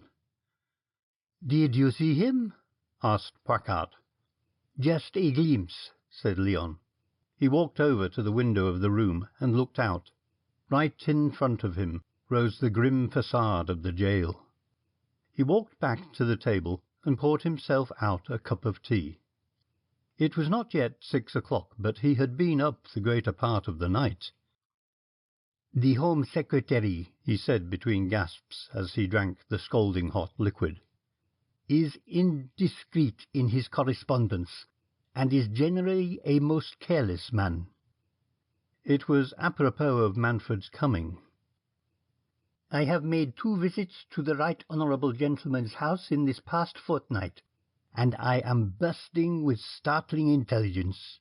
Do you know that Wellington, the President of the Board of Trade, has had an affair, and that a junior lord of the Admiralty drinks like a sponge, and the Chancellor hates the War Secretary, who will talk all the time, and—" "Keeps a diary?"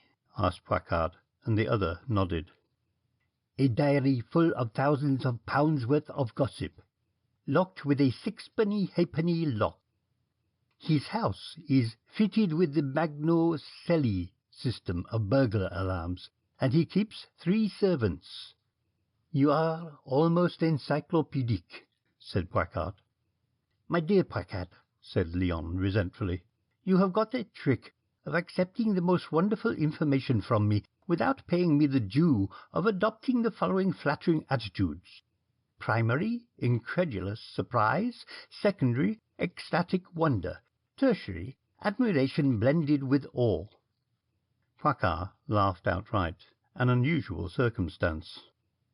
"I have ceased to wonder at your cleverness, illustrious," he said, speaking in Spanish, the language these 2 men invariably used when alone. "All these things are beyond me," Poicart went on.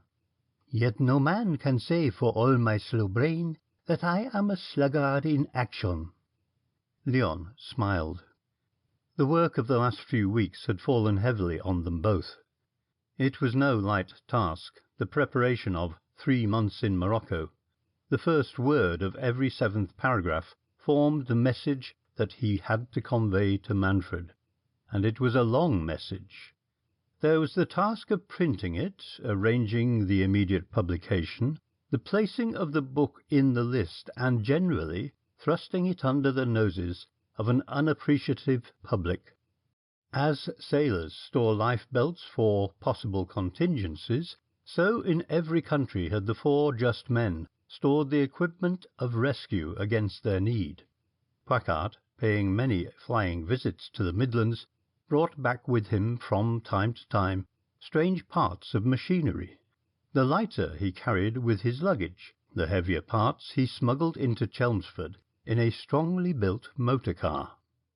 The detached house facing the prison was fortunately for sale, and the agent who conducted the rapid negotiations that resulted in its transfer had let fall the information that the clients hoped to establish a garage on the Colchester Road that would secure a sensible proportion of the Essex motor traffic. The arrival of 2 rough-painted chassis supported this view of the new owner's business. They were enterprising people, these new arrivals, and it was an open secret, on the road, that Gypsy Jack, whose caravan was under distress and in the hands of the bailiff, had found financial support at their hands, albeit Jack protested vigorously at the ridiculous suggestion that he should open in Chelmsford at an unpropitious season, and sniffed contemptuously at the extravagant billing of the town. nor did he approve of the wording of the posters, which struck him as being milder than the hilarious character of his business entertainment called for. "Them Heckfords are going to make a failure," said Mr. Peter Sweeney in the bosom of his family. He occupied Faith Home, an ornate villa on the Colchester Road. Before his momentous conception of the Rational Faithers, it had borne the more imposing title of Palace Lodge. This by the way. They've got no business ability, and they're a bit gone on the sherbet. For a high priest of a new cult, Peter's language was neither pure nor refined. And they haven't got the common politeness of pigs, he added ambiguously. "I took the petition there to-day," Peter went on indignantly, "and the chap that come to the door, oh, what a sight! Looked as if he'd been up all night, eyes red, face white, and all of a shake. 'Good morning, Mr. Heckford,' says I. 'I've come about the petition.' 'What petition?' says he. 'The petition for the poor creature now lying in Chelmsford,' says I, 'under sentence of death, which is legal murder,' I says. 'Go to the devil,' he says. They were his exact words, 'Go to the devil.' I was that upset that I walked straight away from the door. He didn't even ask me in, and just as I got to the bottom of the front garden he shouts, 'What do you want him reprieved for? Hasn't he left you a pot of money?'" Mr. Peter Sweeney was very much agitated as he repeated this callous piece of cynicism. "That idea," said Peter solemnly and impressively, "must not be allowed to grow." It was to give the lie to the wicked suggestion that Peter arranged his daily demonstration from 12 to 2. There had been such functions before, mass meetings with brass bands at the very prison gates, but they were feeble mothers' meetings compared to these demonstrations on behalf of Manfred. The memory of the daily "service" is too fresh in the minds of the public, and particularly the Chelmsford public, to need any description here. Crowds of 3,000 people were the rule, and Peter's band blared incessantly, whilst Peter himself grew hoarse from the effect of railing his denunciation of the barbarous methods of a medieval system. Heckford Brothers, the new motor-car firm, protested against the injury these daily paraders were inflicting on their business. That same dissipated man, looking more dissipated than ever, who had been so rude to him, called upon Peter and threatened him with injunctions. This merely had the effect of stiffening Peter Sweeney's back, and next day the meeting lasted 3 hours. In the prison, the pandemonium that went on outside penetrated even to the seclusion of Manfred's cell, and he was satisfied. The local police were loath to interfere and reopen the desperate quarrel that had centred around such demonstrations before. So Peter triumphed, and the crowd of idlers that flocked to the midday gatherings grew in proportion as the interest in the condemned man's fate arose. And the augmented band blared, and the big drum boomed the louder, and rational faith gained many new converts. A sightseer, attracted by curiosity, was standing on the fringe of the crowd one day. He could not see the band from where he stood, but he made a remarkable observation. It was nothing less than a gross reflection upon a valued member of the orchestra. "That chap," said this unknown critic, "is beating out of time, or else there's 2 drums going." The man to whom he addressed his remarks listened attentively and agreed. The crowd had swayed back to the railings before the premises of the motor manufacturers, and as it dispersed, Peter's party processed magnificently to the town before breaking up. One of the new tenants came to the door and stood watching the melting crowd. He overheard this remark concerning the big drummer's time, and it vexed him. When he came back to the sitting-room, where a pallid Poicart lay supinely on a couch, he said, "We must be careful," and repeated the conversation. Until 6 o'clock these men rested, as men must rest who have been working under a monstrous pressure of air. Then they went to clear away the results of their working. At midnight they ceased, and washed away the stains of their labours. "Luckily," said Poicart, "we have many rooms to fill yet. The drawing-room can hold little more. The dining-room we need. The morning-room is packed. We must start upstairs tomorrow." As the work proceeded, the need for caution became more and more apparent, but no accident marred their progress, and 3 days before the date fixed for the execution, the two men, coming to their barely furnished living-room, looked at each other across the uncovered table that separated them, and sighed thankfully, for the work was almost finished. "Those fellows," said Mr. Peter Sweeney, "are not so bad as I thought they was. One of 'em come to me today and apologized. He was looking better, too, and offered to sign the petition. Peter always gave you the impression in speaking that he was using words that began with capital letters." "Pa," said his son, who had a mind that dealt in material issues, "what are you going to do with Manfred's money?" His parent looked at him sternly. "I shall devote it to the cause," he said shortly. "That's you, ain't it?" asserted the innocent child. Peter disdained to answer. "These young men," he went on, "might do worse than they have done. They are more business-like than I thought. Clarker, the town electrician, tells me that they had got a power current in their works. They have got a little gas engine, too, and from the way one of them was handling a big car today on the London road, it strikes me that they know something about the business of motor-car running." Gonzales, coming back from a trial trip on his noisy car, had to report a disquieting circumstance. "She's here," he said, as he was washing the grime from his hands. Poicart looked up from his work. He was heating something in a crucible over an electric stove. "The woman of Graz?" he asked. Leon nodded. "That is natural," Poicart said, and went on with his experiment. "She saw me," said Leon calmly. "Oh," said the other, unconcerned. "Manfred said that she would betray no more. I believe that, and George asked us to be good to her. That is a command." There was a great deal more in Manfred's letter to his cousin in London than met the governor's eye. "She is an unhappy woman," said Gonzales gravely. "It was pitiable to see her at Wandsworth, where she stood day after day, with those tragic eyes of hers on the ugly gate of the prison. Here, with the result of her work in sight, she must be suffering the tortures of the damned." "Then tell her," said Poicart. That George will escape. I thought of that. I think George would wish it. The Red Hundred has repudiated her," Leon went on. "We were advised of that yesterday. I am not sure that she is not under sentence. You remember Herr Schmidt, he of the round face. It was he who denounced her." Poicart nodded and looked up thoughtfully. Schmidt, he puzzled. "Oh yes, there is something against him. A cold-blooded murder, was it not?"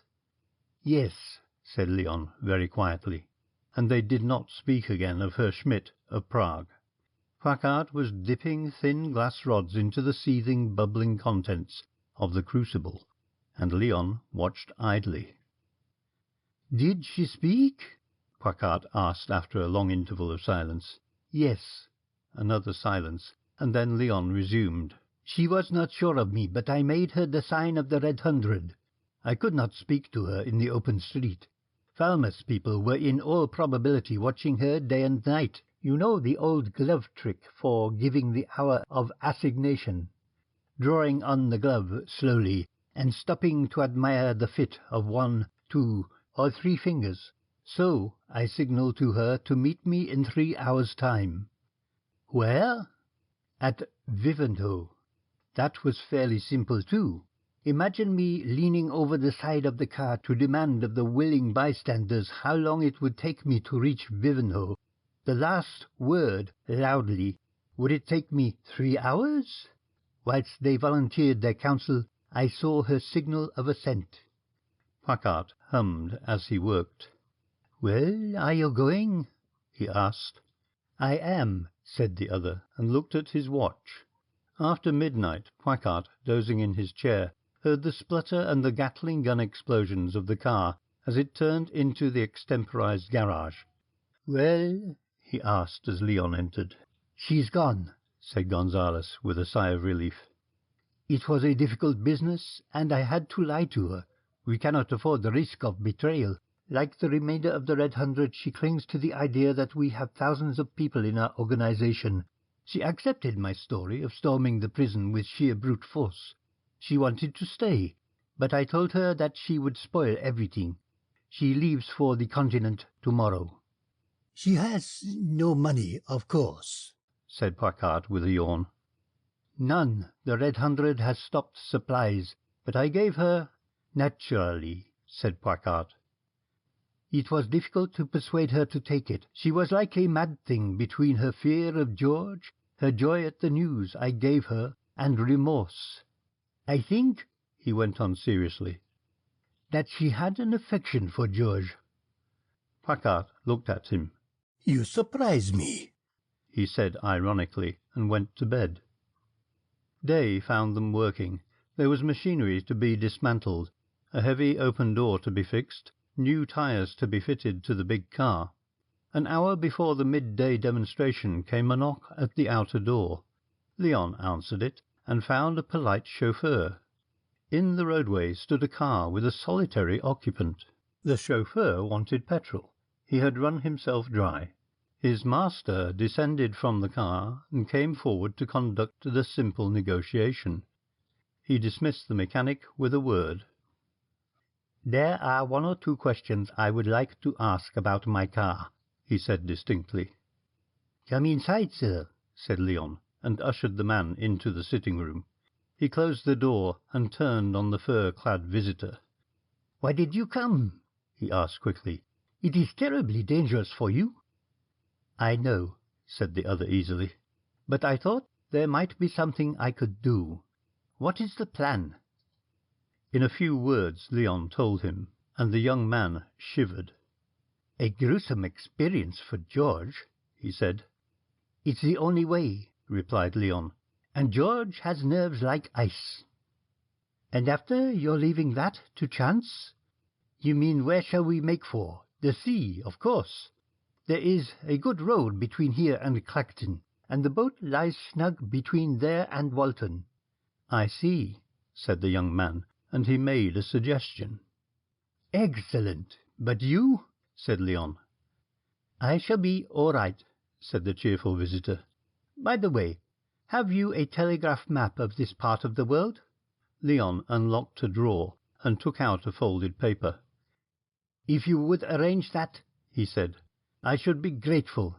The man, who called himself Courtlander, marked the plan with a pencil. "I have men who may be trusted to the very end," he said. "The wires shall be cut at 8 o'clock, and Chelmsford shall be isolated from the world." Then, with a tin of petrol in his hand, he walked back to his car. The end of Part 2. Chapter 15. Read by Andy Sames.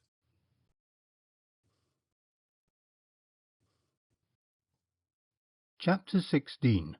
The Execution. If you pass through the little door that leads to the porter's lodge, the door will be locked and bolted behind you. Your conductor will pass you through yet another door into a yard that is guarded by the ponderous doors of the prison at one end and by a big steel gate at the other. Through this gate you reach another courtyard, and bearing to the right you come to a flight of stone steps that bring you to the governor's tiny office. If you go straight along the narrow passage from which the office opens, descend a flight of stairs at the other end, through a well-guarded doorway, you come suddenly into the great hall of the prison. Here galleries run along both sides of the hall, and steel gangways and bridges span the widths at intervals. Here, too, polished stairways criss-cross, and the white face of the two long walls of the hall are pitted with little black doors. On the ground floor, the first cell on the right as you enter the hall from the governor's office, is larger and more commodious than its fellows. There is, too, a suspicion of comfort in the strip of matting that covers the floor, in the naked gaslight which flares in its wire cage by day and night, in the table and chair, and the plain, comfortable bed. This is the condemned cell. A dozen paces from its threshold is a door that leads to another part of the yard, and a dozen more paces along the flagged pathway brings you to a little unpretentious one-storied house without windows, and a doorway sufficiently wide to allow two men to pass abreast. There is a beam where a rope may be made fast, and a trapdoor, and a brick-lined pit, coloured with a salmon-pink distemper. From his cell, Manfred was an interested listener, as day by day the uproar of the demonstration before the gates increased. He found in the doctor who visited him daily a gentleman of some wit. In a sense he replaced the governor of Wandsworth as an intellectual companion, for the master of Chelmsford was a reserved man, impregnated with the traditions of the system. To the doctor Manfred confided his private opinion of the rational faithers. "But why on earth have you left them so much money?" asked the surprised medico. "Because I dislike cranks and narrow, foolish people most intensely," was the cryptic reply. "This Sweeney," he went on. "How did you hear of Sweeney?" asked the doctor. "Oh, one hears," said Manfred carelessly. "Sweeney had an international reputation. Besides," he added, not moving a muscle of his face, "I know about everybody." "Me, for instance?" challenged the man of medicine. "You," repeated Manfred wisely. "From the day you left Clifton to the day you married the youngest Miss Arbuckle of Chertsey." "Good Lord!" gasped the doctor. "It isn't surprising, is it," explained Manfred, "that for quite a long time I have taken an interest in the various staffs of the prisons within reach of London?" "I suppose it isn't," said the other. None the less he was impressed. Manfred's life in Chelmsford differed in a very little degree from his life in Wandsworth. The routine of prison life remained the same, the daily exercises, the punctilious visits of governor, doctor, and chaplain. On one point Manfred was firm. He would receive no spiritual ministrations. He would attend no service. He made his position clear to the scandalized chaplain. "You do not know to what sect I am attached," he said, "because I have refused to give any information upon that point. I feel sure you have no desire to proselytize or convert me from my established beliefs." "What are your beliefs?" asked the chaplain. "That," said Manfred, "is my own most secret knowledge, and which I do not intend sharing with any man." "But you cannot die like a heathen," said the clergyman in horror. "Point of view is everything," was the calm rejoinder, "and I am perfectly satisfied with the wholesomeness of my own, in addition to which," he added, "I am not going to die just yet, and being aware of this I shrink from accepting from good men the sympathy and thought which I do not deserve." To the doctor he was a constant source of wonder, letting fall surprising items of news mysteriously acquired. "Where he gets his information from puzzles me, sir," he confessed to the governor. "The men who are guarding him—" "Are above suspicion," said the governor promptly. "He gets no newspapers?" "No, only the books he requires. He expressed a desire the other day for 3 months in Morocco. Said he had half finished it when he was at Wandsworth, and wanted to read it again, to make sure. So I got it." 3 days before the date fixed for the execution, the governor had informed Manfred that, despite the presentation of a petition, the Home Secretary saw no reason for advising the remission of the sentence. "I never expected a reprieve," he replied without emotion. He spent much of his time chatting with the 2 warders. Strict sense of duty forced them to reply in monosyllables, but he interested them keenly with his talk of the strange places of the world. As far as they could, they helped him pass the time, and he appreciated their restricted tightness. "You are named Perkins," he said one day. "Yes," said the warder. "And you're Franklin," he said to the other, and the man replied in the affirmative. Manfred nodded. "When I'm at liberty," he said, "I will make you some recompense for your exemplary patience." At exercise on the Monday, Tuesday was the fatal day fixed by the High Sheriff, he saw a civilian walking in the yard and recognized him, and on his return to his cell he requested to see the governor. "I would like to meet Mr. Jessen," he said when the officer came, and the governor demurred. "Will you be good enough to refer my request to the Home Secretary by telegraph?" asked Manfred, and the governor promised that he would. To his surprise, an immediate reply gave the necessary permission. Jessen stepped into the cell and nodded pleasantly to the man who sat on the edge of the couch. "I wanted to speak to you, Jessen," Manfred said, and motioned him to a seat. "I wanted to put the business of Stark right once and for all." Jessen smiled. "That was all right. It was an order signed by the Tsar and addressed personally to me. I could do no less than hang him," he said. "Yet you may think," Manfred went on, "that we took you for this work because—" "I know why I was taken," said the quiet Jessen. "Stark and Francois were within the law, condemned by the law, and you strike only at those the law has missed." Then Manfred inquired after the guild, and Jessen brightened. "The guild is flourishing," he said cheerfully. "I am now converting the luggage thieves, you know, the men who haunt railway stations." "Into?" asked the other. "The real thing, the porters they sometimes impersonate," said the enthusiast, and added dolefully, "It's terribly uphill business, though, getting characters for the men who want to go straight, and have only a ticket of leave to identify them."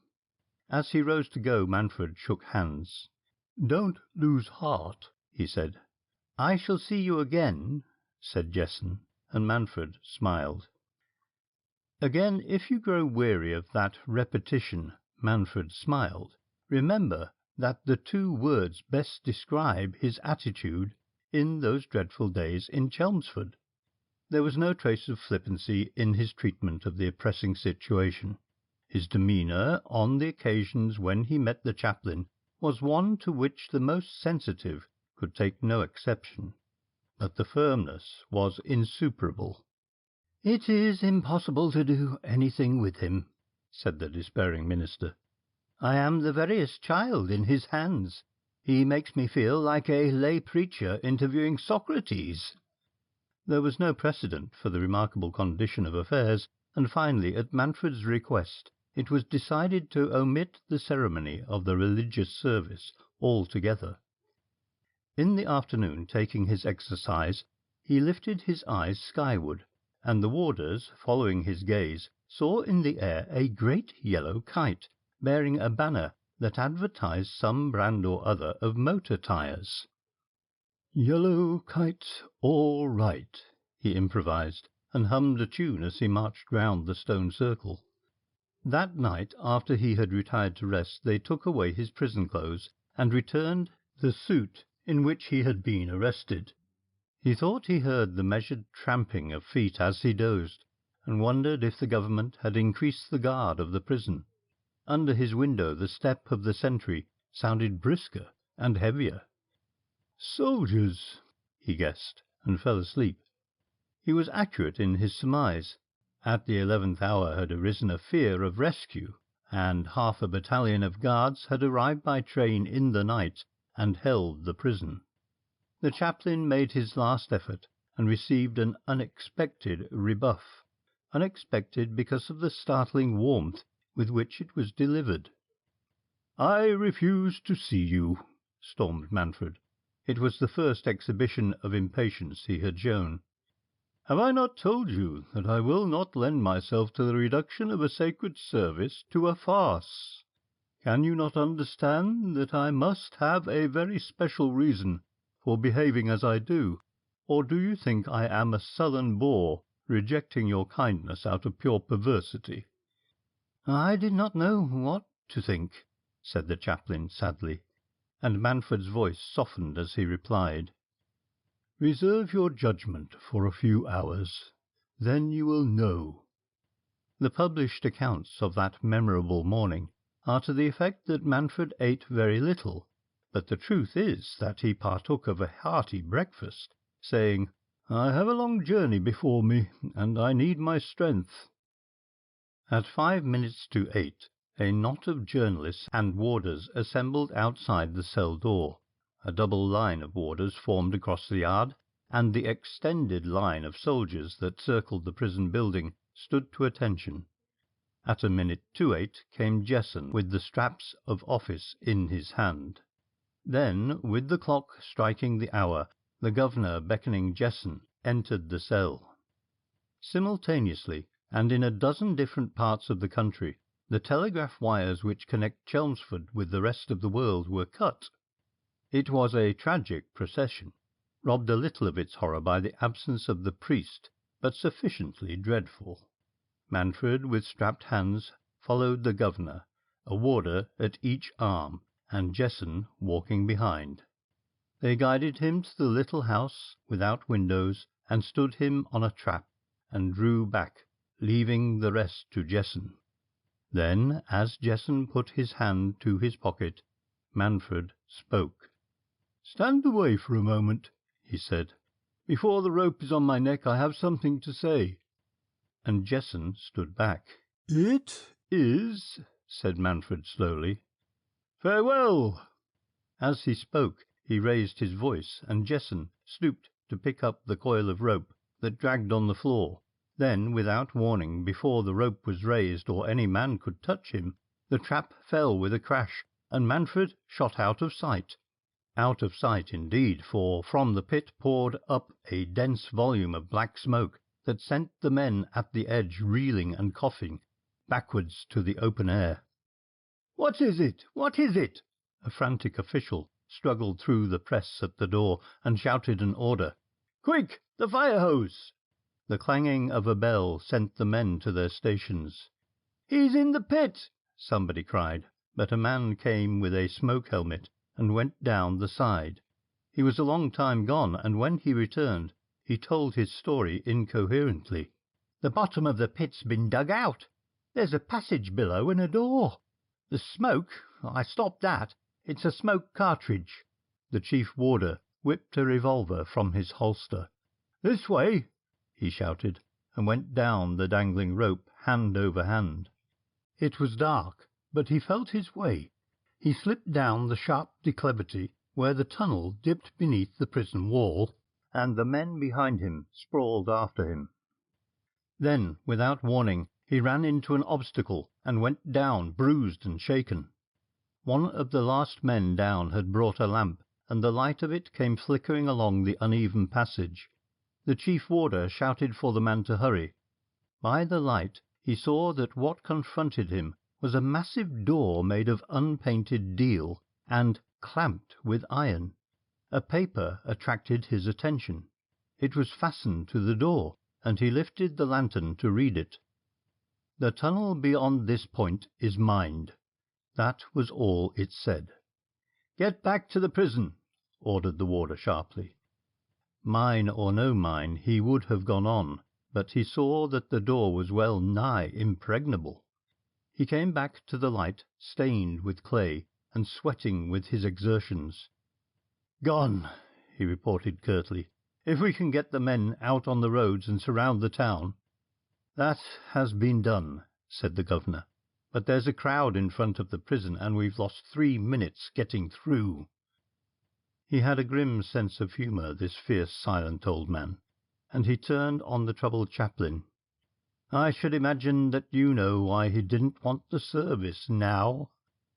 "I know," said the minister simply, "and knowing I am grateful." Manfred felt himself caught in a net. Deft hands loosened the straps at his wrists and lifted him to his feet. The place was filled with the pungent fumes of smoke. "This way!" Quackart, going ahead, flashed the rays of his electric lamp over the floor.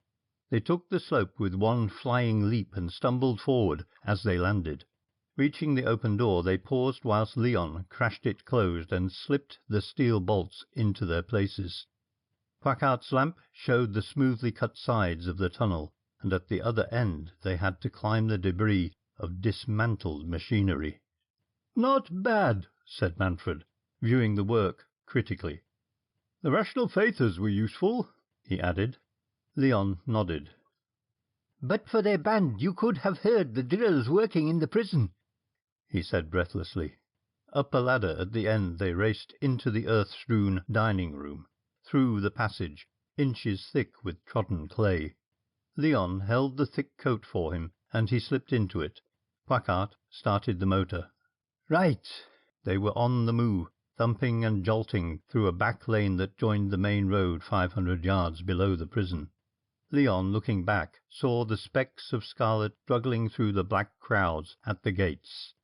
"Soldiers to hold the roads," he said. "We're just in time. Let her rip, Quackart." It was not until they struck the open country that Quackart obeyed, and then the great racer leapt forward, and the rush of wind buffeted the men's faces with great soft blows. Once in the loneliest part of the road they came upon telegraph wires that trailed in the hedge. Leon's eyes danced at the sight of it. "If they've cut the others, the chase is over," he said. "They'll have cars out in half an hour and be following us. We are pretty sure to attract attention, and they'll be able to trace us." Attract attention they certainly did, for leaving Colchester behind, they ran into a police trap, and a gesticulating constable signalled them to stop. They left him behind in a thick cloud of dust. Keeping to the Clacton road, they had a clear run till they reached a deserted strip where a farm waggon had broken down and blocked all progress. A grinning waggoner saw their embarrassment.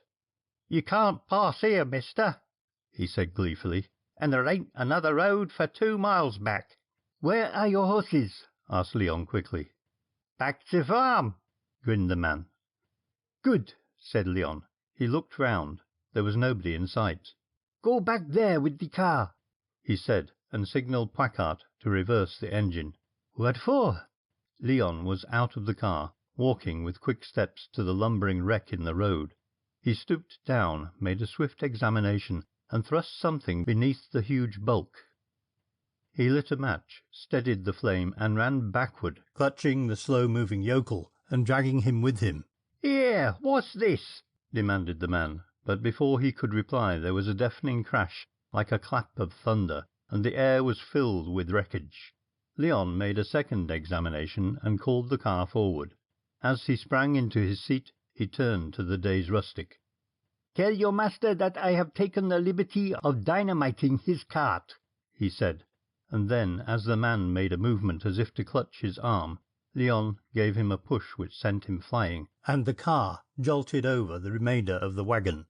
The car turned now in the direction of Walton, and after a short run, turned sharply toward the sea.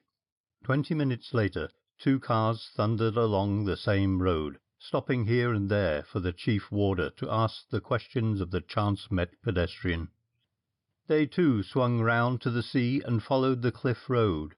"Look," said a man. Right ahead, drawn up by the side of the road, was a car. It was empty.